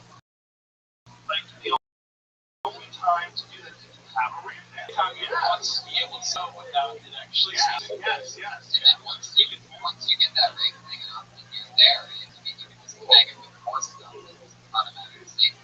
Once you say rate, you come up with other ones too, like stop or grandma or Yeah, because the rape doesn't really work. Because if you have a rape fantasy, meaning that, you know, you say, don't rape me, but she really wants you to rape her, you know, you've got a weird situation going on. That's why you have to come up like, it's a good premise because it's totally true. Like people that do get crazy like that, and you have like a fantasies and confidence songs. You try to find, you know, like that kind of weird shit. Like, it's the only time to have something level of people. That's what it's a good premise. It's real funny. you have a girlfriend? I don't know. So,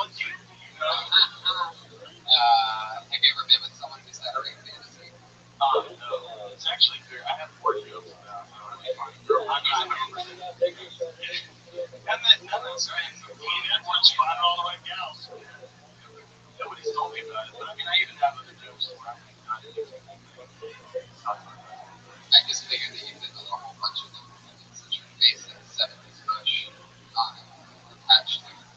It's a very pubic beard. Has anybody told you that before? What do you put in that? I mean, I don't know. I can't grow a beard. This is Tony Hitchcock, male entity. It's true. It's true. I'm jealous. I can't grow. I only grow a little bit patchy facial hair only on one side, so if I don't shave for a few days, it looks like I got bitch slap my whole mind. It's really embarrassing. It's just little patches. Anyway. Fine. Okay, Pat. I don't want to have Michael Jackson's views. What the fuck, man? Taylor, so you just moved here from Texas recently, right? Wrong, South Carolina. South Carolina. How long have you been up here? Like 4 weeks. Wow. Yeah. And you live here now? I still don't have my own place, but I have a job. I have my marijuana. Well, that's what counts, you know. Are you here to pursue stand-up? That's 100% why I came. But actually, I mean, where'd you come from, man? From South Carolina. Charleston. Remember you now? Yeah.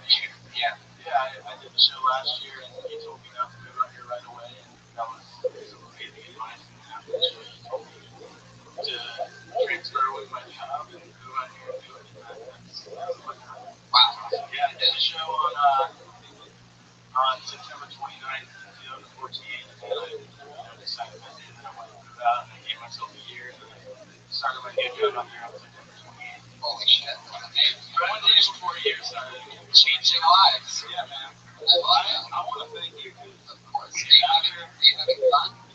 yeah, I mean, I've only been going out like once or twice a week for the last 3 years, so now that, I mean, anytime I have a free couple hours, I can just look online and see what open mics are going on. Yeah, you definitely would be able to do stand-up in Charleston, South Carolina. Yeah, not with like hot concepts like that. Yeah, it's hard to do that. I mean, it's just been, it's tough. I mean, a lot of the shows that we're working on around there are all clean shows.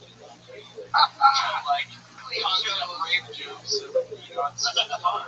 The St. Marcus Democrat. Yeah, I mean, I feel like, yeah, marriage. I got looked over a lot because, my material's a little more, that's well, when you went on stage and you started telling a joke, I felt like there's certain times that people say things on stage that are like, and they might develop, they might not. It's fun. This is fun. Something. The concepts of bells, whatever. Ring a bell. God, that's great. Really difficult sort of concepts like some hard shit. Turn it like really busy. But when you nail it, most times, that's what I've really been trying to do. How much time do you think we have altogether right now? Ballpark. I 5 actually, minutes, 7. of like material that I want to record. Yeah. I've recorded pretty much every step. I can file all my jokes in the last 3 years. It's like 45 minutes. Most of it's shit, but I mean, that's very honest. Cool to see the progression, after the first few jokes that I did. Can I tell you another secret to being successful from your some advice that I would do if I were you? I'd become best friends. I'd use them as security so that other people don't bully me.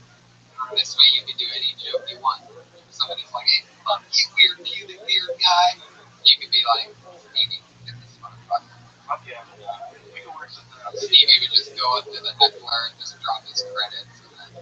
It's really cool, man, that you actually waited. You didn't just do Friday out and stuff. Your Friday, I'm like, I'm going to guess watch. Fuck yeah, man. Wow, dreams coming true. Taylor Rizzo. It really is a dream come true, man. When I left the show last year. All right, Taylor, enough of your emotions. This means a lot, man. You really helped me out. I get it. It means a lot. It may not mean a lot to them. Right. What's the emotions?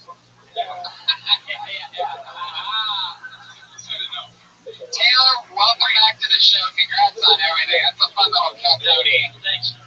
A Kill Tony success story, guys. We got this guy the fuck out of Charleston, South Carolina. That's huge. Jesus, he would have just rotted away there slowly.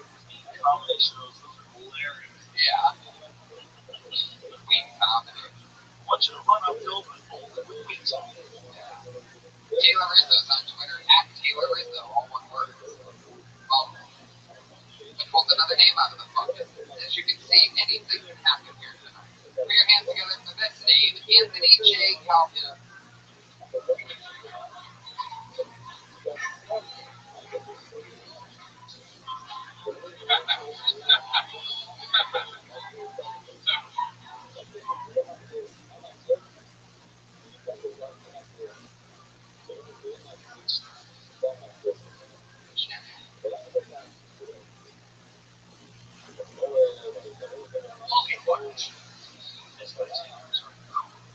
Okay, so you know how like when you're, it's really emphasizing when you're watching porn, but I know the link is favorite here. You talk about when you're fucking someone from behind, it makes that smacking sound with your balls, you're fucking the back, you don't fuck up.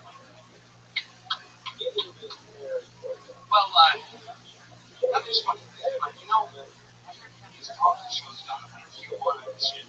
I always wondered, that's and I thought, you know, just my imagination, I thought, well, obviously, true white just I've never seen that shit, you know. Shit.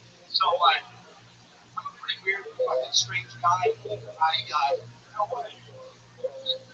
Other than, Fuck yeah, Anthony J. Calhoun. A lot of people come up to me sometimes, mention the show to me, and they go, 60 seconds is a little too short. I'd like to hear more of what the comedians have to say. And I explain to these people that it's the perfect amount of time because sometimes things happen, like Anthony J. Calhoun. Which brings me to you, Anthony J. Calhoun. How you doing? seriously, holy fucking shit, like, wow. What? You signed up and you put your name into the thing. I mean, it's not like winning the lottery or anything. There's only about 40 names in the bucket, and usually it's about 25% chance you win it. No reason that you should be truly that just absolute shocked. I mean, there's no, I don't know if you've seen the show, there's no like publishers clearinghouse check that's about to come up here or anything. There's no real bonus. You just bump people and a bunch of listeners. But that's fun. So you're up here. You've been stand up before? I've been trying to actually do stand up for a really long time. But I grew up in an area that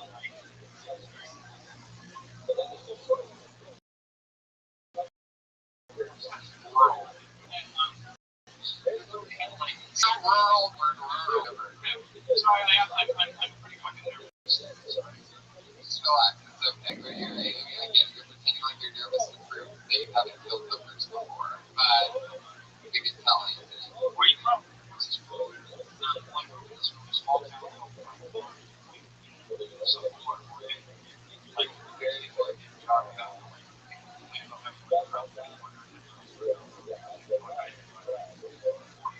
Wow.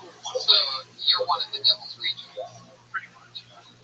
Nobody saw that movie? Alright, watch that and then watch Mom and Duke, you fucking pussies. Can you explain the joke with like the sound? No, why? Like what did that mean?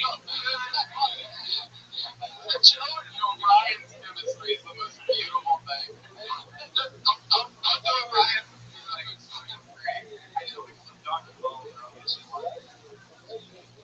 Oh, are they? See, Joey needs his balls.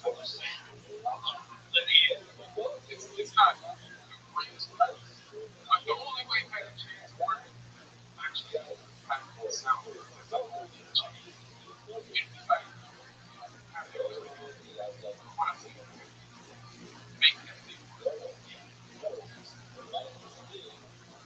Did you know you were saying you got up here this way, you got up here, and you got turns? What honestly happened was before I got up here, I was taking out a shit ton of material. And I have a really good bit from the stadium one that actually went over really well when I was in Omaha. when you were where? Where did it go over? Omaha, Nebraska. What were you doing there? I was What were you doing there? How many times have you performed the stand-up? How many times? 10 times, 30 times, 100 times? when did I start? What year? Tell the truth. Fuck you.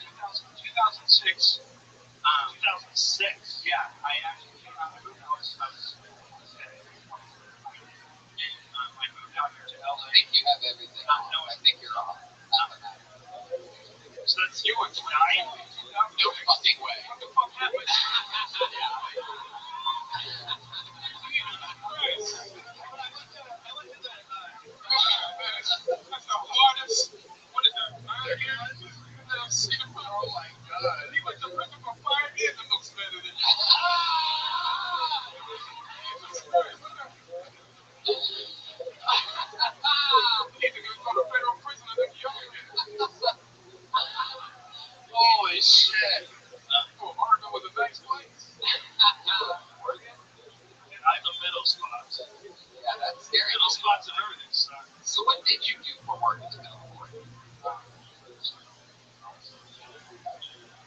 You and the call center. I am shocked to be receiving this call right now. I had no idea. Trying out material on people that won't money. Provide me. Shut the fuck up. You sport the Mariners jersey. That's your team. That's what you're going with. What do you do for fun? What?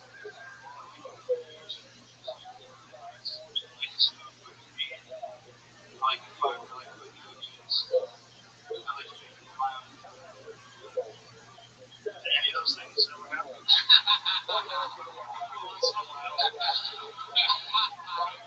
I get the feeling the lying on the beach happens. If you can get there, they let you out. iOS in like 2006 December. Yeah. I just got around to watching it.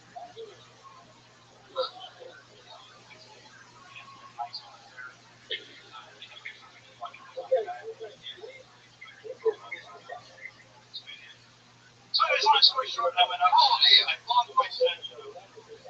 You're only 31. Guys, you're 32. Holy shit. Me and you are the same age. Yeah, I've been homeless a lot too.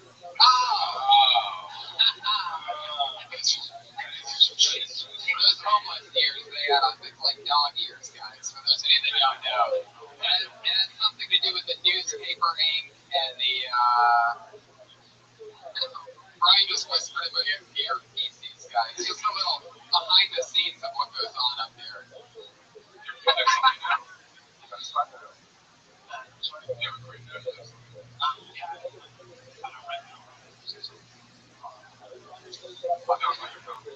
Oh, yeah. What do they do? They on a bus?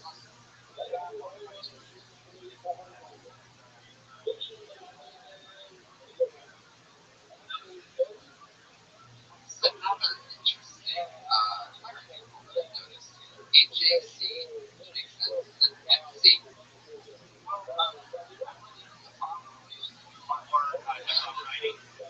In fact, back in 2004, I moved down to Fort Lauderdale, Miami, Hollywood area of Florida. I stayed at a cat out there that I really liked. It's like a meow cat or a dude that you know that you're calling a cat. Yeah, like you're friends with the guy in Florida. It's my name. Okay. Last year, he was way high. And I watched this guy start from being like, you ever see the show Rothschild'S? How do you know so much about TV if you're homeless? Whose TVs are you watching? So Anthony, have you ever DJ'd before?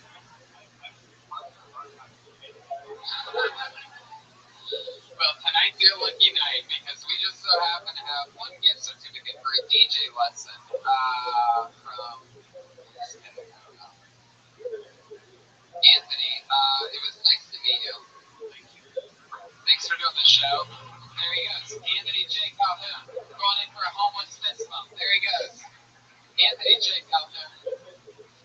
I forgot how fucked up this show was. Well, sometimes I'm fucking. I do it every like 4 or 5 months. Yeah. Somehow or another, it's just like 5 months goes by and I'm like, yeah, this would be cool. I feel like there's always a crazy bucket with you. Like, there's a lot of, like, well balanced. Like, some of these comedians come from money and they haven't been to prison. Yeah, that's very. It's incredible. I think I'm here as trying to shake the bucket like that's going to change anything about it. But let's try it. Let's see if we get a normal human up here. This person has good handwriting. That's normally the first good sign. Oh, yeah. Your hands together for your next comedian. Colette Reed. Yeah, she corrected me. She's got her shit together. Colette Reed.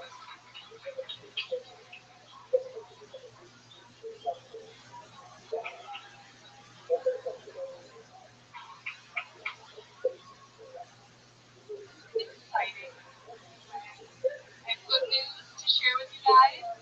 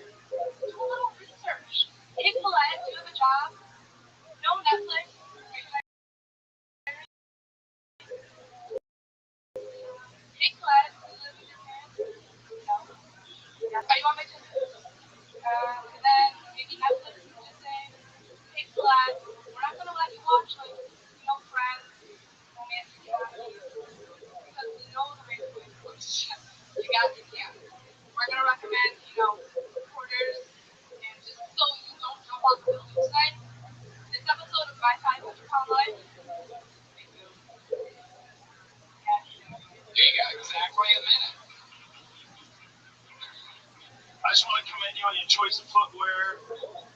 It's like I'm kind of going riding, but All my other jobs. that's cool. What's your job?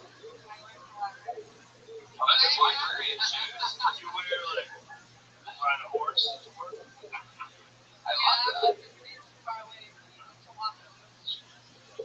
Did you really quit Netflix? You do it.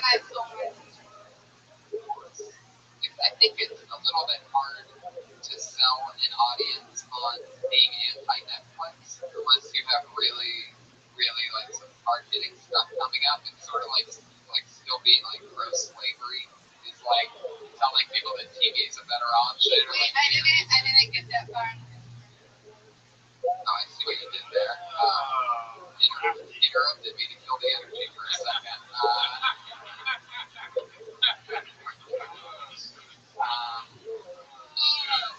How long have you been doing comedy? John Cotulis. There you go. In that case, you were. There's 2 ways. Yeah. Keyboard?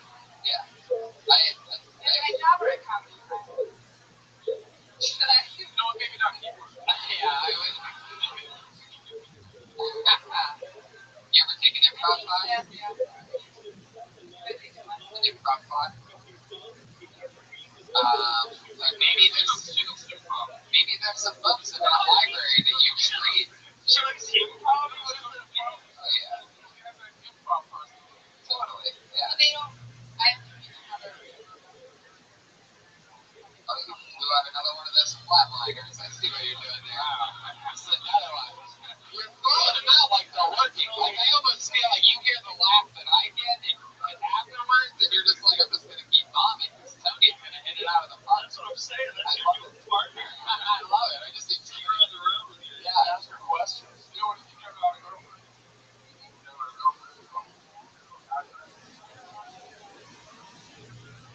So you think you're funny? Yeah, I think I'm particularly nervous right now. Like, I think I think I'm in the worst. and I think, but I think doing stand-up is like the next level of that. Yeah. So you just keep working. Like, I don't think it's Yeah.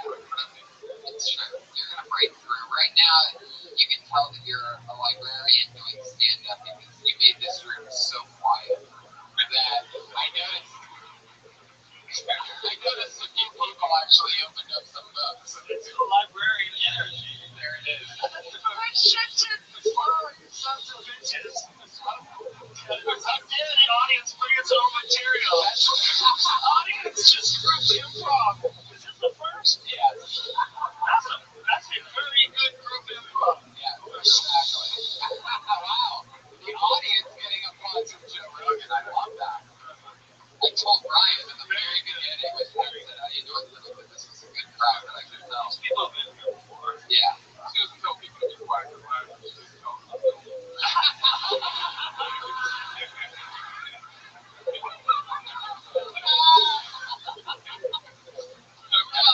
Oh shit! Oh shit! That's amazing. Oh, I have to say that because you're a comedian, you gotta take shit. that's So I gotta treat you like a dude. Yeah. treat you like a dude. Yeah. Like a dude. Oh my We gotta make you strong. Because right now, the only thing that you're gonna book are books. You know what I mean? Tony, how dare you? There he is. More library jokes. Right when you thought we could put it on a shelf. Open the roast mode. Oh, wait a second. Son of a bitch. Yeah. Well, what do you say we turn the page on this? And, hold on, there's wait. Oh my god. Should you do a decimal check? John, whatever you do not quit. Here, come back up here. Keep it up for going. No, get back up here. No, I just want to make sure that we're not hurting you. You're 2 weeks in. You have to know that everybody's bombing 2 weeks in. Everybody. Everybody. Just like you're talking about Netflix being a bad thing, you wrote it, you had a perspective on it, that's great. Like, I remember a couple weeks in, literally, I remember having this terrible joke. Horrendous. Like, it was punchlines about how pedestrians are the biggest assholes, and, like, pedestrians this, and we went on this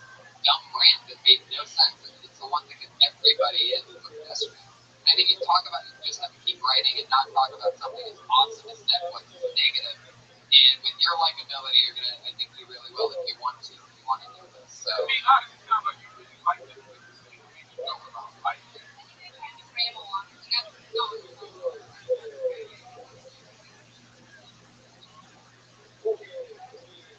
What's been done? Anyway, record your sets though. Always listen to your recording. That's the biggest tip. Thank you. Colette Breeze. Right. She's on Twitter, and you may call me Tish. It's an interesting one. What are you? They call me Tish. Wonder why she would want to be called Tish. What other name I would put? Gary Curtis, everybody, come on. Gary Curtis.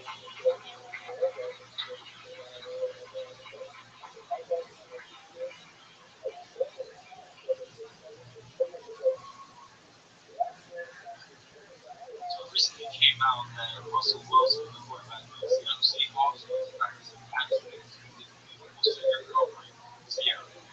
Now I hear this and I'm like, well, it makes sense. Russell Wilson also just made a terrible decision. Now my girlfriend hears this, she's like, oh my God, great idea. So we had text messages, was like, hey babe, what do you think about practicing abstinence? My first thought was, that's great, but I'm a chill. So I was like, if you want to break up, she might be first. See, I can joke around with my girl like that though, because like she's very confident. There's nothing worse than an insecure girl. Like my ex was super insecure. She always asked me like, hey, you do that girl over there is pretty. Never gonna get to her. But what I always wish I said was yes, she is pretty. But I'm with you. You know, stop being selfish. I'm gonna think about it too. We both in this situation. I love it. Gary Curtis. I guess you've been doing this a few years, right? 2 years. Where are you from? You taught it to her. I was born in North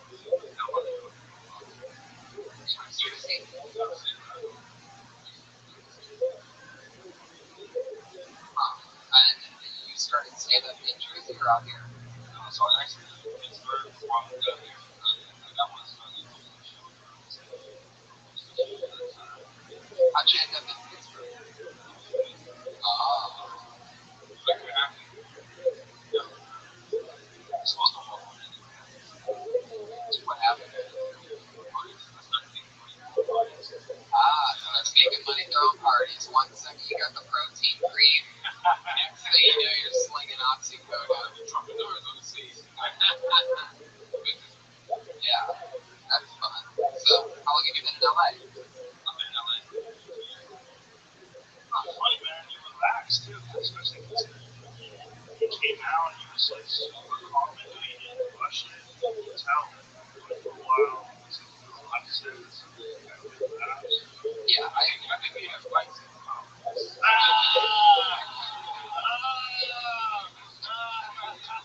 Wow, like where did have people never listen to him? You know what I'm saying? He ain't worried about that. But he also What is light skin confidence? he knows well, how does it I'll explain it. Please.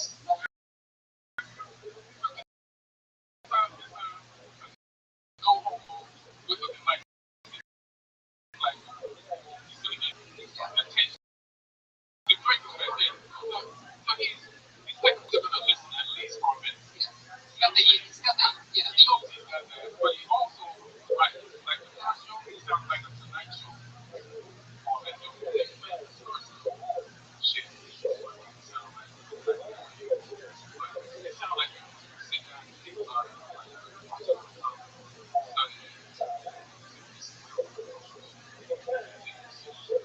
Yeah, you have a great connection. You know, you feel like everybody is paying attention to the audience when you're saying this stuff. I see a lot of comedians come up here and you came for a few years and from like a tougher comedy city like Atlanta or Denver or Seattle or something like that. What do you do for fun up here other than stand up? See, he's not that light skinned, damn. He's still in the old Still play basketball. Yeah, like everybody knows they're not his foot, if you know what I mean. Oh, that's fun.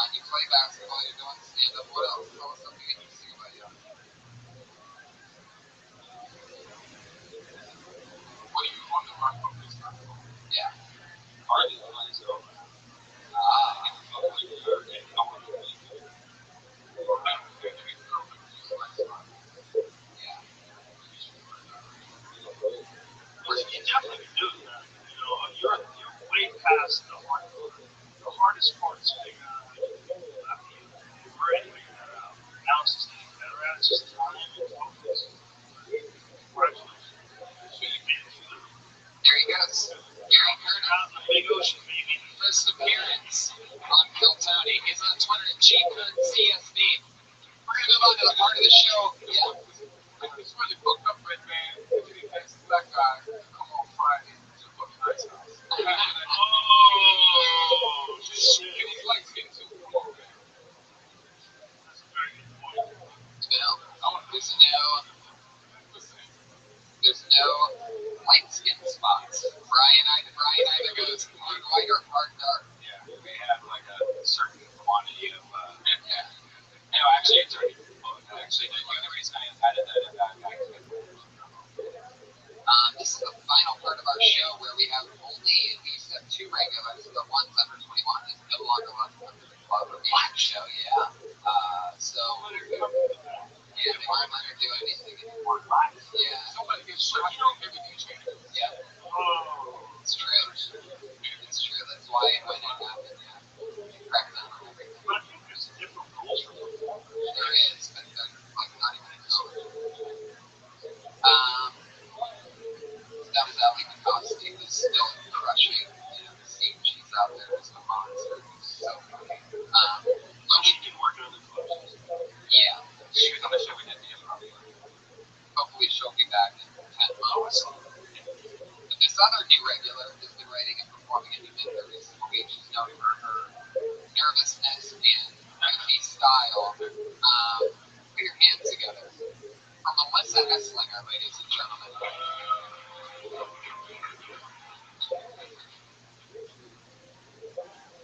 I didn't know I had a middle finger until then. I was driving and just shot up one day. And it surprised me. It was like a jackpot. And it wasn't like a little picture finger either. It was like a full blown curved fucking finger. Of course, me being me, I immediately felt that. I just think few fingers, it's kind of like Edward Buckingham. And I was wondering how that started, the middle finger thing. I wonder if the Native Americans had it as a greeting, but then Christopher Columbus came and was just yeah, that's fine. Okay.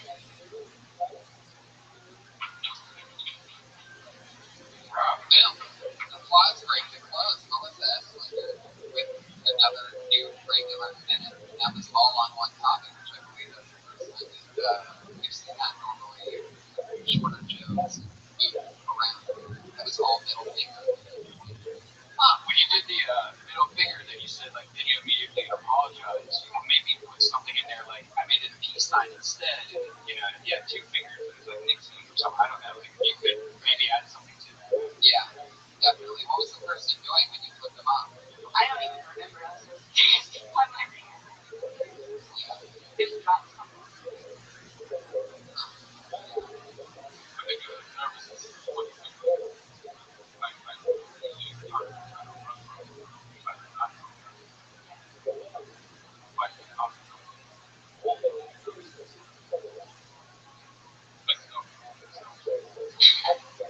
Nervous people move you to get it right. Come on, hang in there. And you doing some good jobs when you're nervous. All right, reward. They stuck with you. You can get wow. Makes it extra surprise. Yeah. Is it natural? Or is it you accentuated? Oh, no, I don't think it. That's just Good moment. Almost great.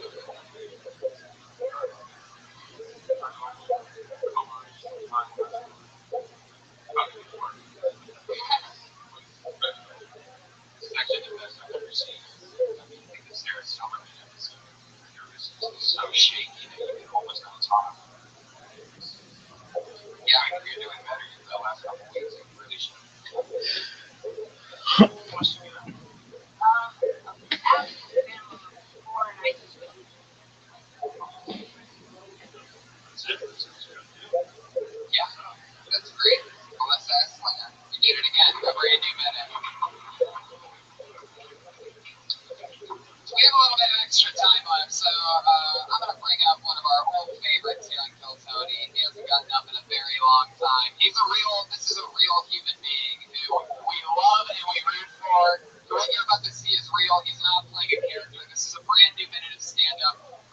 Carter, ladies and gentlemen.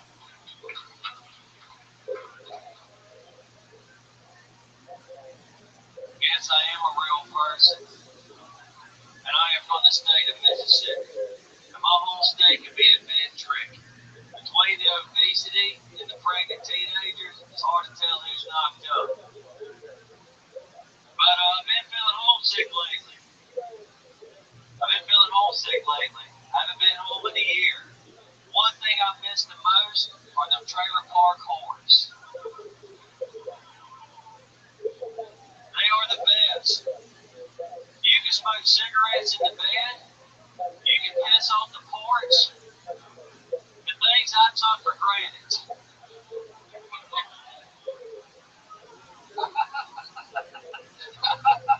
This year, thank you. This year's been 10 years since I've been to England. And when I learned about the women in the UK, they either look like Kate Middleton or Nanny McPhee. There ain't no middle class. I blame socialism. Wow, dropping some smart shit out. Not expecting that from Eric Carter. I love that. That's a brand new minute.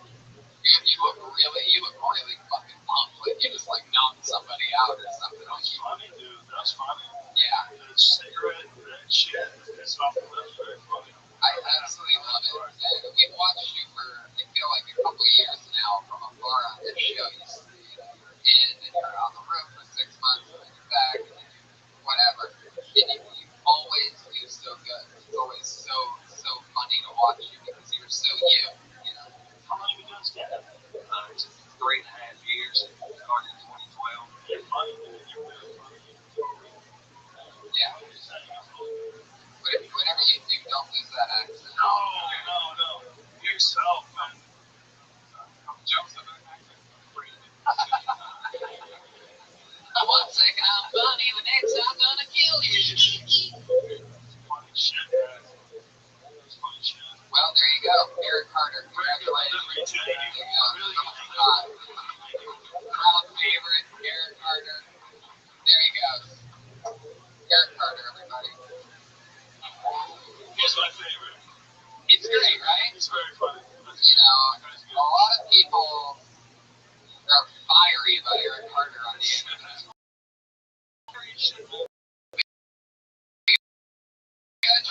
Look at that. Ryan J. Beltrina from beginning to end.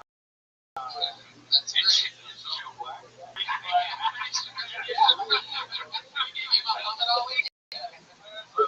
Not only did he make you black, he gave you a pro as well, you know. Pro Rogan, if you will.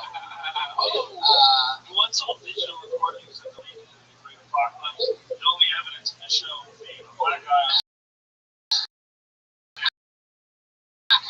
It's true. People are going to try to figure out who that was. Joe Rogan, guys, anything you guys want to promote? Joe Rogan Experience, of course. I mean, everybody knows about that. Yeah. I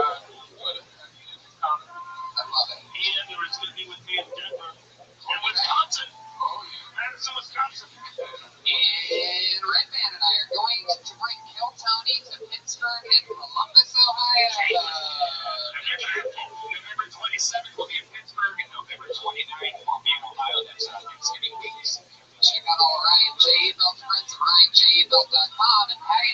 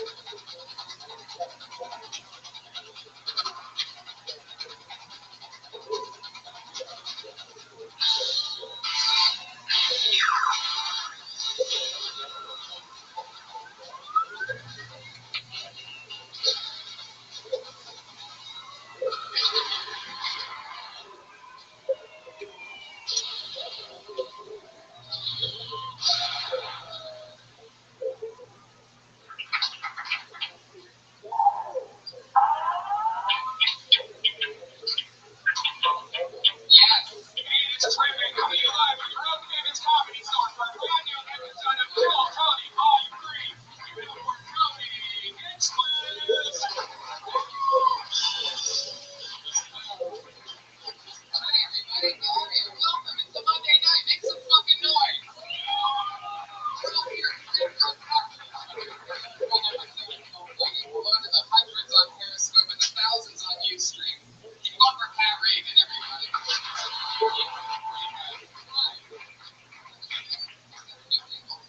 Yeah, we're doing it a little different today. We have commercials for our show in Ohio and Pittsburgh at the beginning. Oh, wow. So it's Ohio and Pittsburgh, the 27th and 29th of November. That's where we're going to be. We're bringing Kill Tony there. Kill Tony live, and then a stand-up show afterwards. You can get combo tickets to both shows if you're crazy as fuck and want to watch comedy for 4 hours straight. We're selling those combo tickets, by the way, motherfuckers. Almost everybody's getting a combo. Yeah, exactly. Why wouldn't you? Maybe we're going to talk shit about comedians for an hour and a half. We better put on a hell of a show afterwards, right? That's how it works. Keep it going for Ryan G. The house artist, ladies and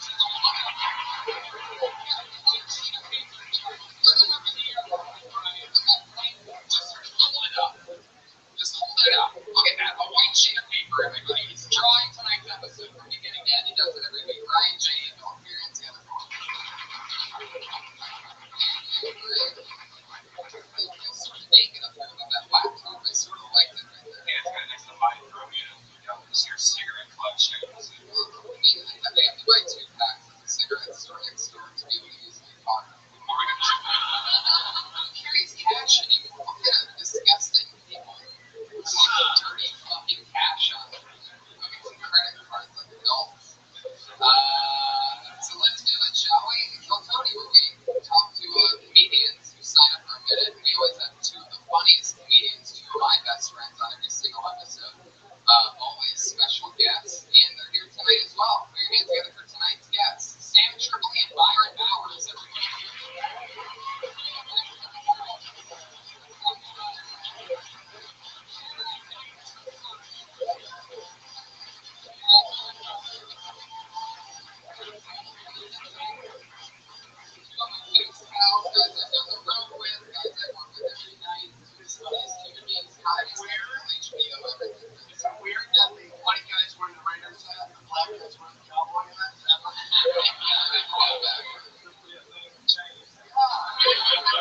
So far! Where would everyone wear that very well? A lot of times I see a guy up the door and I'm like, holy crap, it's not shit on.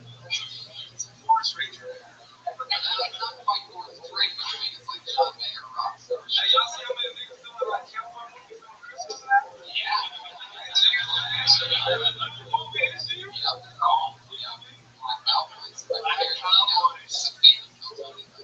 Really? Yeah, that's true. We're on the streets? Yeah. Anyway, welcome back. We're gonna move on because, you know, I don't like bragging about my quick friendship with Quentin Tarantino. No big deal. No champion. Turn the audience against me. He does have the biggest head you've ever seen in the entire Quentin Tarantino. Oh, yeah.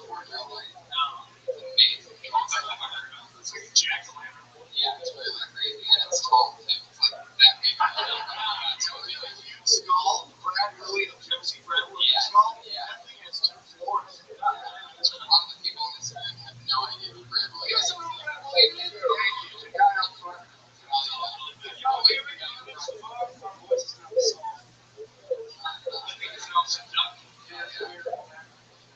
So welcome back to the show, guys. You know what it is. We talk to comedians. They do a little bit of time. We get to meet them, talk about their set, find out a little bit about them, figure out what else they can maybe talk about.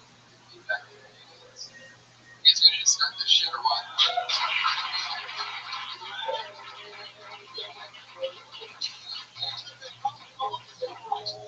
Right now, 2016. Is that right now? Right now? Yeah. Whoa. That's really flying right now. You're just doing the hard stuff.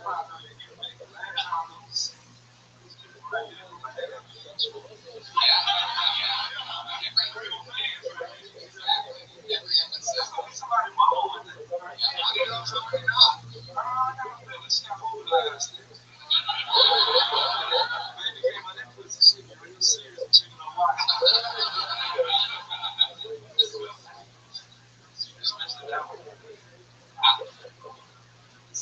Waldo looking guy that she's with seems really insecure right now. When I saw that. Oh, you guys, it's cold outside.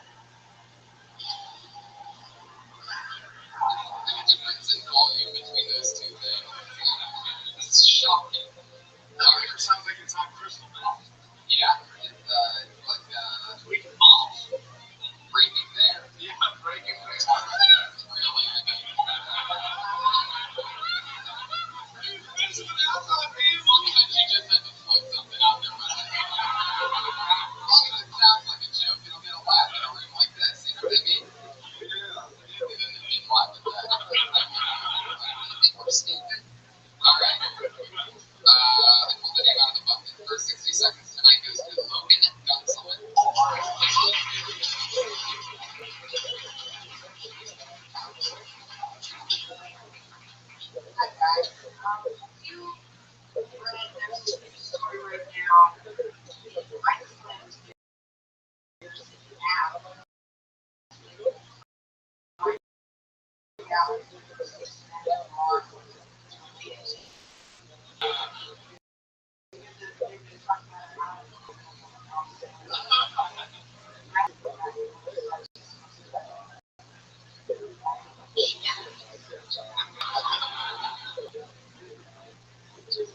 I know what my type is. I'm getting a little my type is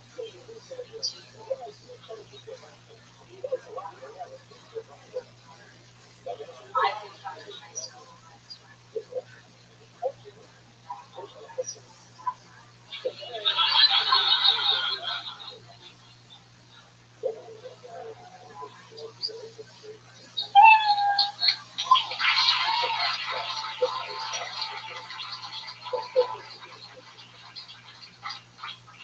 Do you really fuck young guys? Is that really the thing? I have You have it. But you're open to the possibility. Sure you guys. So you're saying you haven't went to high school or when you were in high school. So you want to fuck them now, is that what you're saying? no, I just young people.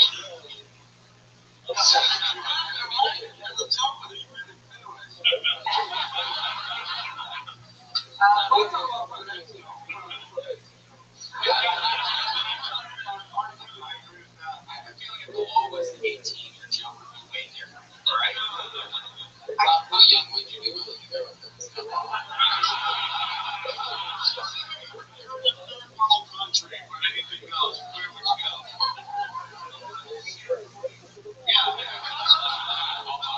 Honestly, We just hit pause the entire time. Nobody's listening. I honestly want to know how much high school is in football and I'll get you my number. Is that your like getting turned on right there? Yeah. So these were high school football players where they didn't have jerseys and helmets. Like where were They they? have their helmet on and still their shoulders on their own console. How long were you in the bushes for? So there could have been a 14-year-old, it's a freshman in high school. So freshman in high school gets you soaking. Soak you.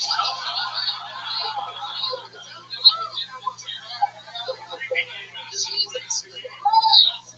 Monday night, there's no kids watching on YouTube. I love where you're coming. This might get a little baby. You know how bad it's gotta be for a woman to creep guys out? I'll fuck weird shit, alright? So, you go totally crazy. How weird, what kind of weird shit is On some scenarios, I'll give you yes or no.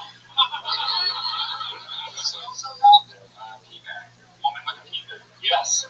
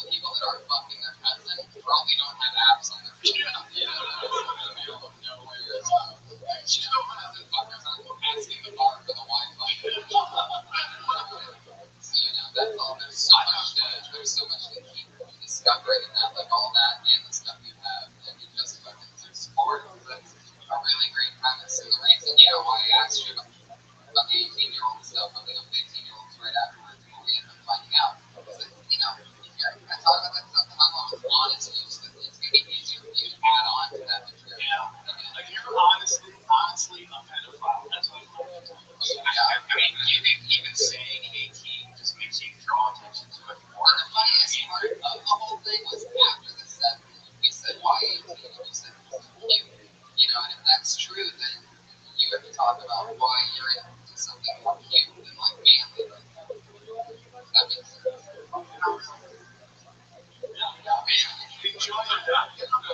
think you're funny. You get jokes. It's just, sometimes with your punchline, you just really have to make